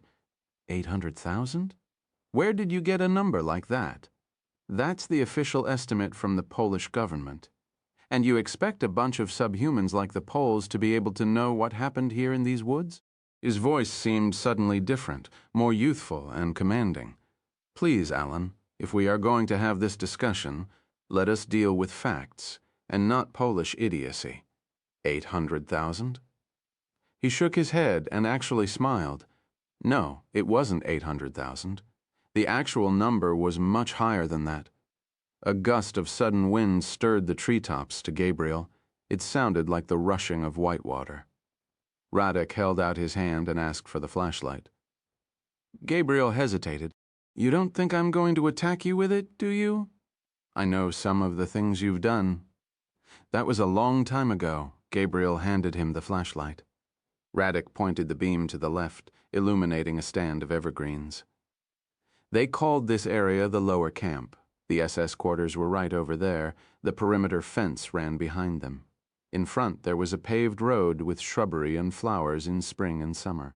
You might find this hard to believe, but it was really very pleasant. There weren't so many trees, of course. We planted the trees after raising the camp. They were just saplings then. Now they're fully mature, quite beautiful. How many SS? Usually around 40. Jewish girls cleaned for them, but they had Poles to do the cooking, 3 local girls who came from the surrounding villages, and the Ukrainians. They were quartered on the opposite side of the road in 5 barracks. Stangel's house was in between at the intersection of 2 roads. He had a lovely garden. It was designed for him by a man from Vienna. But the arrivals never saw that part of the camp. No. Each part of the camp was carefully concealed from the other by fences interlaced with pine branches. When they arrived at the camp, they saw what appeared to be an ordinary country rail station, complete with a false timetable for departing trains. There were no departures from Treblinka, of course. Only empty trains left this platform. There was a building here, was there not? It was made up to look like an ordinary station house, but in fact it was filled with valuables that had been taken from previous arrivals. That section over there they referred to as Station Square. Over there was Reception Square, or the Sorting Square. Did you ever see the transports arrive? I had nothing to do with that sort of business, but yes, I saw them arrive. There were 2 different arrival procedures, one for Jews from Western Europe and another for Jews from the East. Yes, that's correct. Western European Jews were treated with great deception and fakery. There were no whips, no shouting. They were asked politely to disembark the train. Medical personnel in white uniforms were waiting in Reception Square to care for the infirm. It was all a ruse, though. The old and the sick were taken off immediately and shot. He nodded. And the Eastern Jews? How were they greeted at the platform? They were met by Ukrainian whips, and then... Radek raised the flashlight and followed the beam a short distance across the clearing. There was a barbed wire enclosure here. Behind the wire were 2 buildings. One was the disrobing barracks. In the second building, work Jews cut the hair off the women. When they were finished, they went that way. Radek used the flashlight to illuminate the path. There was a passage here, rather like a cattle chute, a few feet wide, barbed wire and pine branches. It was called the Tube. But the SS had a special name for it, didn't they? Radek nodded. They called it the Road to Heaven. And where did the Road to Heaven lead? Radek raised the beam of his light. The upper camp, he said, the death camp. They walked forward into a large clearing strewn with hundreds of boulders, each stone representing a Jewish community destroyed at Treblinka. The largest stone bore the name Warsaw. Gabriel looked beyond the stones toward the sky in the east. It was beginning to grow faintly lighter. The road to heaven led directly into a brick building housing the gas chambers. Radek said, breaking the silence. He seemed suddenly eager to talk. Each chamber was 4 meters by 4 meters. Initially, there were only 3, but they soon discovered that they needed more capacity to keep up with demand. 10 more were added. A diesel engine pumped carbon monoxide fumes into the chambers. Asphyxiation resulted in less than 30 minutes. After that, the bodies were removed. What was done to them?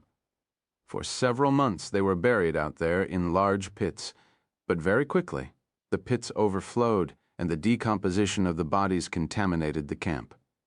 Which is when you arrived? Not immediately. Treblinka was the 4th camp on our list. We cleaned the pits at Birkenau first, then Belzec and Sobibor. We didn't get to Treblinka until March of 1943. When I arrived, his voice trailed off. Terrible. What did you do? We opened the pits, of course, and removed the bodies. By hand? He shook his head. We had a mechanical shovel. It made the work go much faster. The claw, isn't that what you called it? Yes, that's right. And after the bodies were removed, they were incinerated on large iron racks. You had a special name for the racks, did you not? Roasts, Radek said. We called them roasts, and after the bodies were burned, we crushed the bones and reburied them in the pits or carted them off to the Bug and dumped them in the river. And when the old pits were all emptied? After that, The bodies were taken straight from the gas chambers to the roasts. It worked that way until October of that year, when the camp was shut down and all traces of it were obliterated. It operated for a little more than a year, and yet they still managed to murder 800,000. Not 800,000? How many then? More than 1,000,000. That's quite a thing, isn't it? More than 1,000,000 people in a tiny place like this in the middle of a Polish forest. Gabriel took back the flashlight and drew his Beretta. He prodded Radek forward. They walked along a footpath through the field of stones. Zalman and Navot remained behind in the upper camp. Gabriel could hear the sound of Oded's footsteps in the gravel behind him. Congratulations, Radek. Because of you, it's only a symbolic cemetery. Are you going to kill me now? Have I not told you what you wanted to hear? Gabriel pushed him along the path. You may take a certain pride in this place, but for us it is sacred ground. Do you really think I would pollute it with your blood? Then what is the point of this? Why did you bring me here? You needed to see it one more time. You needed to visit the scene of the crime to refresh your memory and prepare for your upcoming testimony. That's how you're going to save your son the humiliation of having a man like you as a father. You're going to come back to Israel and pay for your crimes. It wasn't my crime. I didn't kill them. I just did what Mueller ordered me to do. I cleaned up the mess. You did your fair share of killing, Radek. Remember your little game with Max Klein in Birkenau. And what about the death march? You were there too, weren't you, Radek? Radek slowed and turned his head. Gabriel gave him a push between the shoulder blades. They came to a large rectangular depression where the cremation pit had been. It was filled now with pieces of black basalt. Kill me now, damn it. Don't take me to Israel. Just do it now and get it over with. Besides, that's what you're good at, isn't it, Alan? Not here, Gabriel said. Not in this place. You don't deserve to even set foot here, let alone die here. Radek fell to his knees before the pit. And if I agree to come with you, what fate awaits me? The truth awaits you, Radek. You'll stand before the Israeli people and confess your crimes. Your role in Action 1005, the murders of prisoners at Birkenau, the killings you carried out during the death march from Birkenau. Do you even remember the girls you murdered, Radek? Radek's head twisted round. How do you? Gabriel cut him off. You won't face trial for your crimes, but you'll spend the rest of your life behind bars. While you're in prison, you'll work with a team of Holocaust scholars from Yad Vashem to compile a thorough history of Action 1005. You'll tell the deniers and the doubters exactly what you did to conceal the greatest case of mass murder in history. You'll tell the truth for the first time in your life. Whose truth? Yours or mine? There's only one truth, Radek. Treblinka is the truth. And what do I get in return? More than you deserve, Gabriel said. We'll say nothing about Metzler's dubious parentage. You're willing to stomach an Austrian chancellor of the far right in order to get to me? Something tells me Peter Metzler is going to become a great friend of Israel and the Jews. He'll want to do nothing to anger us. After all, we'll hold the keys to his destruction long after you're dead. How did you convince the Americans to betray me? Blackmail, I suppose? That's the Jewish way. But there must have been more. Surely you vowed that you would never give me an opportunity to discuss my affiliation with Organization Galen or the CIA. I suppose your dedication to the truth goes only so far? Give me your answer, Radek. How can I trust you, a Jew, to live up to your end of the bargain? Have you been reading Der Stürmer again? You'll trust me because you have no other choice. And what good will it do?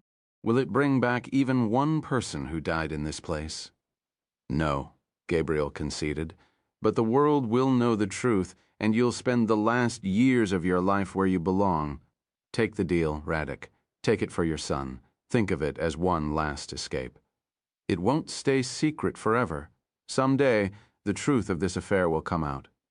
Eventually, Gabriel said, I suppose you can't hide the truth forever.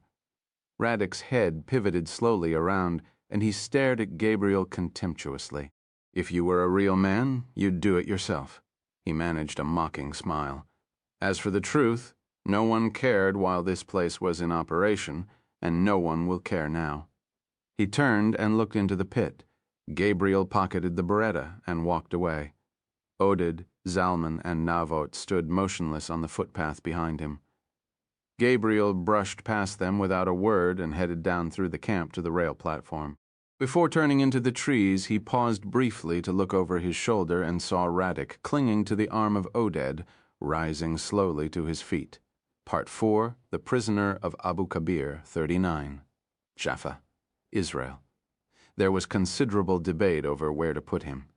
Lev thought him a security risk and wanted him kept permanently under office care. Shamron, as usual, took the opposite position, if for no other reason than he did not want his beloved service in the business of running jails. The Prime Minister, only half-jokingly, suggested that Radek be force-marched into the Negev to be picked over by the scorpions and the vultures. It was Gabriel, eventually, who carried the day. The worst punishment for a man like Radek, Gabriel argued, was to be treated like a common criminal. They searched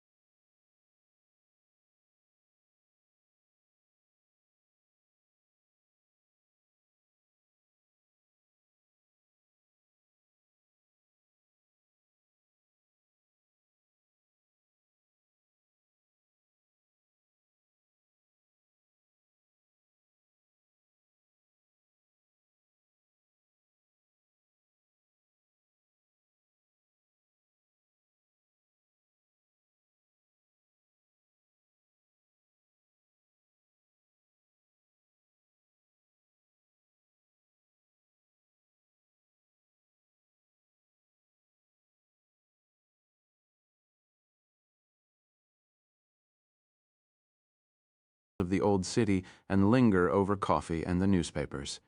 He followed the Radek affair closely. He was pleased that Shamron's name was linked to the capture and not his. Gabriel lived abroad under an assumed identity, and he did not need his real name splashed about in the press. Besides, after all Shamron had done for his country, he deserved one final day in the sun. As the days eased slowly past, Gabriel found that Radek seemed more and more a stranger to him. Though blessed with a near photographic memory, Gabriel struggled to clearly recall Radek's face or the sound of his voice. Treblinka seemed something from a nightmare. He wondered whether it had been this way for his mother. Did Radek remain in the rooms of her memory like an uninvited guest? Or did she force herself to recall him in order to render his image on canvas? Had it been like this for all those who had encountered so perfect an evil? Perhaps it explained the silence that descended on those who had survived. Perhaps they had been mercifully released from the pain of their memories as a means of self-preservation. One idea turned ceaselessly in his thoughts. If Radek had murdered his mother that day in Poland instead of 2 other girls, he would have never existed. He too began to feel the guilt of survival. He was certain of only one thing: he was not ready to forget. And so he was pleased when one of Lev's acolytes telephoned one afternoon and wondered whether he would be willing to write an official history of the affair. Gabriel accepted on the condition that he also produce a sanitized version of the events to be kept in the archives at Yad Vashem. There was a good deal of back and forth about when such a document could be made public. A release date of 40 years hence was set, and Gabriel went to work. He wrote at the kitchen table on a notebook computer supplied by the office. Each evening he locked the computer in a floor safe concealed beneath the living room couch. He had no experience writing, so, instinctively, he approached the project as though it were a painting. He started with an underdrawing, broad and amorphous, then slowly added layers of paint.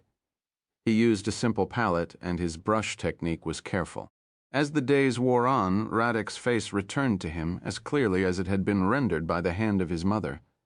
He would work until the early afternoon, then take a break and walk over to the Hadassah University Hospital, where after a month of unconsciousness, Eli Lavon was showing signs that he might be emerging from his coma. Gabriel would sit with Lavon for an hour or so and talk to him about the case. Then he would return to the flat and work until dark. On the day he completed the report, he lingered at the hospital until early evening and happened to be there when Lavon's eyes opened.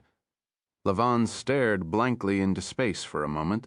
Then the old inquisitiveness returned to his gaze, and it flickered around the unfamiliar surroundings of the hospital room before finally settling on Gabriel's face. "Where are we?" "Vienna? Jerusalem? What are you doing here?" "I'm working on a report for the office." "About what?" "The capture of a Nazi war criminal named Erich Radek." "Radek?" "He was living in Vienna under the name Ludwig Vogel." Lavon smiled. "Tell me everything," he murmured. But before Gabriel could say another word, he was gone again. When Gabriel returned to the flat that evening, the light was winking on the answering machine. He pressed the play button and heard the voice of Moshe Rivlin. "The prisoner of Abu Kabir would like a word. I'd tell him to go to hell. It's your call." 40 Jaffa. Israel, the detention center, was surrounded by a high wall the color of sandstone topped by coils of razor wire. Gabriel presented himself at the outer entrance early the following morning and was admitted without delay. To reach the interior, he had to travel a narrow, fenced passage that reminded him too much of the road to heaven at Treblinka. A warder awaited him at the other end.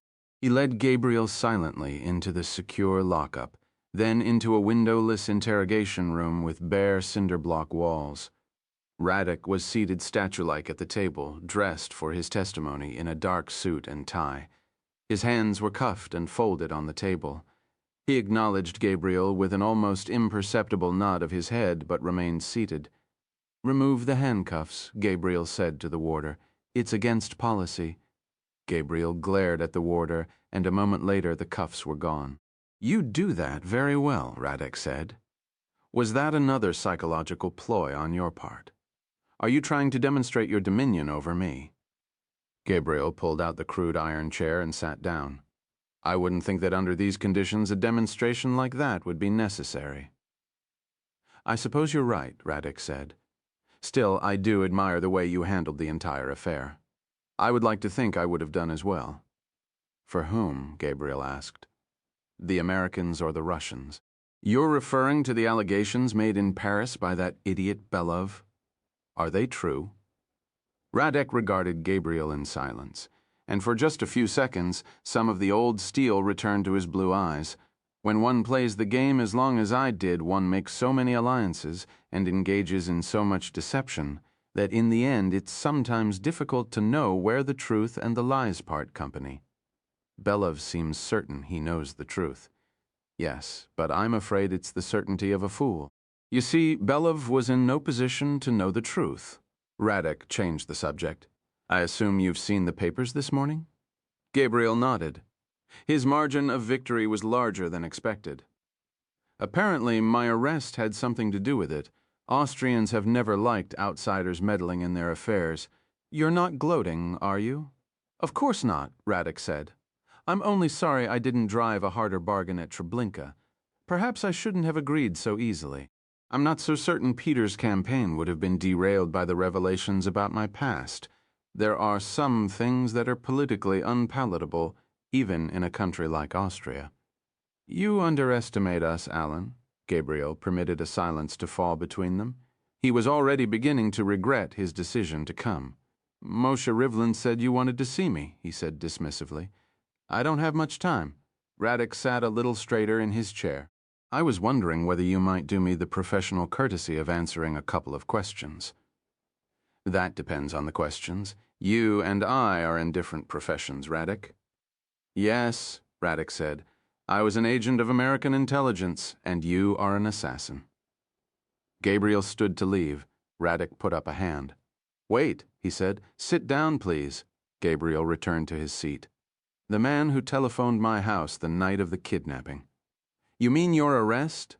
Radek dipped his head. All right, my arrest. I assume he was an imposter? Gabriel nodded. He was very good.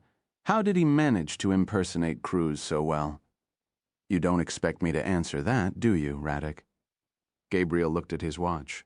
I hope you didn't bring me all the way to Jaffa to ask me one question. No, Radek said. There is one other thing I'd like to know. When we were at Treblinka, you mentioned that I had taken part in the evacuation of prisoners from Birkenau. Gabriel interrupted him. Can we please, at long last, drop the euphemisms, Radek?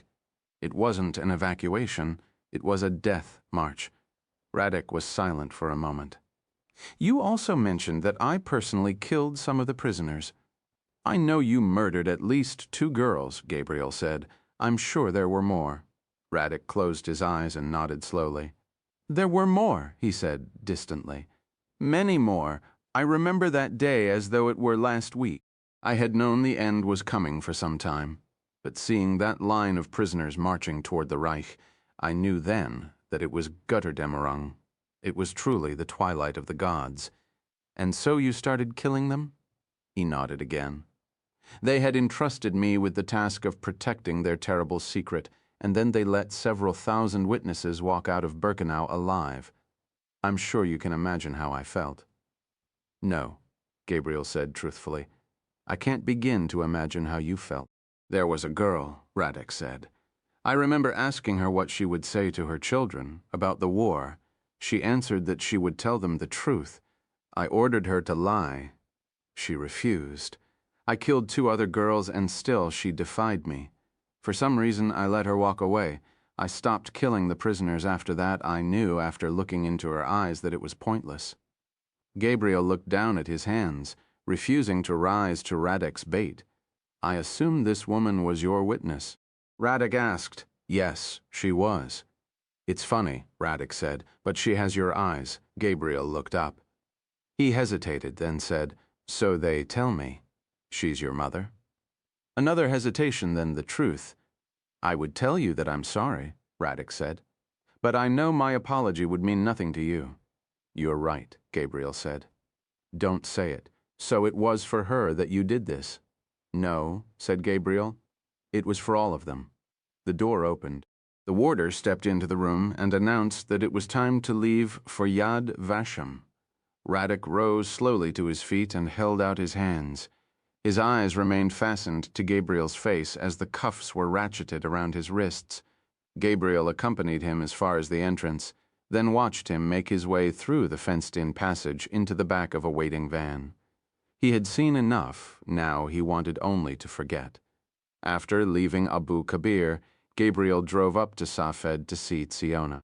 They ate lunch in a small kebab cafe in the artists' quarter. She tried to engage him in conversation about the Radek affair, but Gabriel, only 2 hours removed from the murderer's presence, was in no mood to discuss him further. He swore Tsiona to secrecy about his involvement in the case, then hastily changed the subject. They spoke of art for a time, then politics, and finally the state of Gabriel's life. Tsiona knew of an empty flat a few streets over from her own. It was large enough to house a studio and was blessed with some of the most gorgeous light in the Upper Galilee. Gabriel promised he would think about it, but Tsiona knew that he was merely placating her. The restlessness had returned to his eyes. He was ready to leave over coffee. He told her that he had found a place for some of his mother's work. Where? The Museum of Holocaust Art at Yad Vashem? Tsiona's eyes welled over with tears. How perfect, she said. After lunch, they climbed the cobblestone stairs to Tsiona's apartment. She unlocked the storage closet and carefully removed the paintings. They spent an hour selecting 20 of the best pieces for Yad Vashem. Tsiona had discovered 2 more canvases bearing the image of Erich Radek. She asked Gabriel what he wanted her to do with them. Burn them, he replied. But they're probably worth a great deal of money now. I don't care what they're worth, Gabriel said. I never want to see his face again. Tsiona helped him load the paintings into his car. He set out for Jerusalem beneath a sky heavy with cloud. He went first to Yad Vashem. A curator took possession of the paintings, then hurried back inside to watch the beginning of Erich Radek's testimony. So it seemed did the rest of the country. Gabriel drove through silent streets to the Mount of Olives. He laid a stone on his mother's grave and recited the words of the mourner's Kaddish for her. He did the same at the grave of his father. Then he drove to the airport and caught the evening flight for Rome. 41 Venice, Vienna, following morning, in the sestiere of Canarecchio, Francesco Tiepolo entered the church of San Giovanni Crisostomo and made his way slowly across the nave. He peered into the chapel of St. Jerome and saw lights burning behind the shrouded work platform. He crept forward, seized the scaffolding in his bear-like paw, and shook it once violently. The restorer raised his magnifying visor and peered down at him like a gargoyle. "Welcome home, Mario," Tiepolo called up. "I was beginning to worry about you. Where have you been?" The restorer lowered his visor and turned his gaze once more to the Bellini. "I've been gathering sparks, Francesco." Gathering sparks, Tiepolo knew better than to ask. He only cared that the restorer was finally back in Venice. "How long before you finish?" 3 months, said the restorer. "Maybe 4. 3 would be better." "Yes, Francesco, I know 3 months would be better, but if you keep shaking my platform, I'll never finish." "You're not planning on running any more errands, are you, Mario?" "Just one," he said, his brush poised before the canvas. "But it won't take long, I promise." "That's what you always say." The package arrived at the clock shop in Vienna's first district via motorcycle courier exactly 3 weeks later. The clockmaker took delivery personally. He affixed his signature to the courier's clipboard and gave him a small gratuity for his trouble. Then he carried the parcel into his workshop and placed it on the table. The courier climbed back on the motorbike and sped away, slowing briefly at the end of the street, just long enough to signal the woman seated behind the wheel of a Renault sedan. The woman punched in a number on her cell phone and pressed the send button. A moment later, the clockmaker answered. "I just sent you a clock," she said. "Did you receive it? Who is this?" "I'm a friend of Max Klein," she whispered, "and Eli Levon, and Rebecca Gazit, and Sarah Greenberg." She lowered the phone and pressed 4 numbers in quick succession, then turned her head in time, to see the bright red ball of fire erupt from the front of the clockmaker's shop. She eased away from the curb, her hands trembling on the wheel, and headed toward the Ringstrasse. Gabriel had abandoned his motorcycle and was waiting on the corner. She stopped long enough for him to climb in, then turned onto the broad boulevard and vanished into the evening traffic. A Staatspolizei car sped past in the opposite direction. Chiara kept her eyes on the road. "Are you all right? I think I'm going to be sick." "Yes, I know. Do you want me to drive?" "No, I can do it." "You should have let me send the detonation signal. I didn't want you to feel responsible for another death in Vienna." She punched a tear from her cheek. "Did you think of them when you heard the explosion? Did you think of Leah and Danny?" He hesitated, then shook his head. "What did you think of?" He reached out and brushed away another tear. "You, Chiara," he said softly. "I thought only of you. Author's note. A Death in Vienna completes a cycle of 3 novels dealing with the unfinished business of the Holocaust." Nazi art looting and the collaboration of Swiss banks served as the backdrop for The English Assassin. The role of the Catholic Church in the Holocaust and the silence of Pope Pius XII inspired The Confessor. A Death in Vienna, like its predecessors, is based loosely on actual events. Heinrich Gross was indeed a physician at the notorious Spiegelgrund Clinic during the war, and the description of the half-hearted Austrian attempt to try him in 2000 is entirely accurate. That same year, Austria was rocked by allegations that officers of the police and security services were working on behalf of Jörg Haider and his far-right Freedom Party to help discredit critics and political opponents. Action 105 was the real code name of the Nazi program to conceal evidence of the Holocaust and destroy the remains of millions of Jewish dead. The leader of the operation, an Austrian named Paul Blobel, was convicted at Nuremberg for his role in the Einsatzgruppen mass murders and sentenced to death. Hanged at Landsberg prison in June 1951, he was never questioned in detail about his role as commander of Action 105. Bishop Alois Hudel was indeed the rector of the Pontificio Santa Maria dell'Anima and helped hundreds of Nazi war criminals flee Europe, including Treblinka Commandant Franz Stangl. The Vatican maintains that Bishop Hudel was acting without the approval or knowledge of the Pope or other senior curial officials. Argentina, of course, was the final destination for thousands of wanted war criminals. It is possible that a small number may still reside there today. In 1994, former SS officer Erich Priebke was discovered living openly in Bariloche by an ABC News team. Evidently, Priebke felt so secure in Bariloche that under questioning by ABC correspondent Sam Donaldson, he freely admitted his central role in the Ardeatine Caves massacre of March 1944. Priebke was extradited to Italy, tried, and sentenced to life in prison, though he was permitted to serve his term under house arrest. During several years of legal maneuverings and appeals, the Catholic Church allowed Priebke to live at a monastery outside Rome. Olga Lengyel, in her landmark 1947 memoir of survival at Auschwitz, wrote, "Certainly everyone whose hands were directly or indirectly stained with our blood must pay for his or her crimes. Less than that would be an outrage against the millions of innocent dead." Her impassioned plea for justice, however, went largely unheeded. Only a tiny percentage of those who carried out the final solution, or served in an ancillary or collaborationist role, ever faced punishment for their crimes. Tens of thousands found sanctuary in foreign lands, including the United States. Others simply returned home and carried on with their lives. Some found employment in the CIA-sponsored intelligence network of General Reinhard Gehlen. What impact did men such as these have on the conduct of American foreign policy during the early years of the Cold War? The answer may never fully be known. Acknowledgments, A Death in Vienna, like the previous books in the Gabriel Allen series, could not have been written without the support, wisdom, and friendship of David Bull. David is truly one of the world's finest art restorers and historians, and our consultations, usually conducted over a hastily prepared pasta and a bottle of red wine, have enriched my life. In Vienna, I was assisted by a number of remarkable individuals who are working to combat Austria's newest outbreak of anti-Semitism. Unfortunately, because of the seriousness of the situation, I cannot thank them by name, though their spirit and courage have certainly found their way onto the pages of this story. In Jerusalem, I made Gabriel's journey through the memorials of Yad Vashem at the side of Dina Shefet, a Holocaust historian who has recorded the memories of numerous survivors.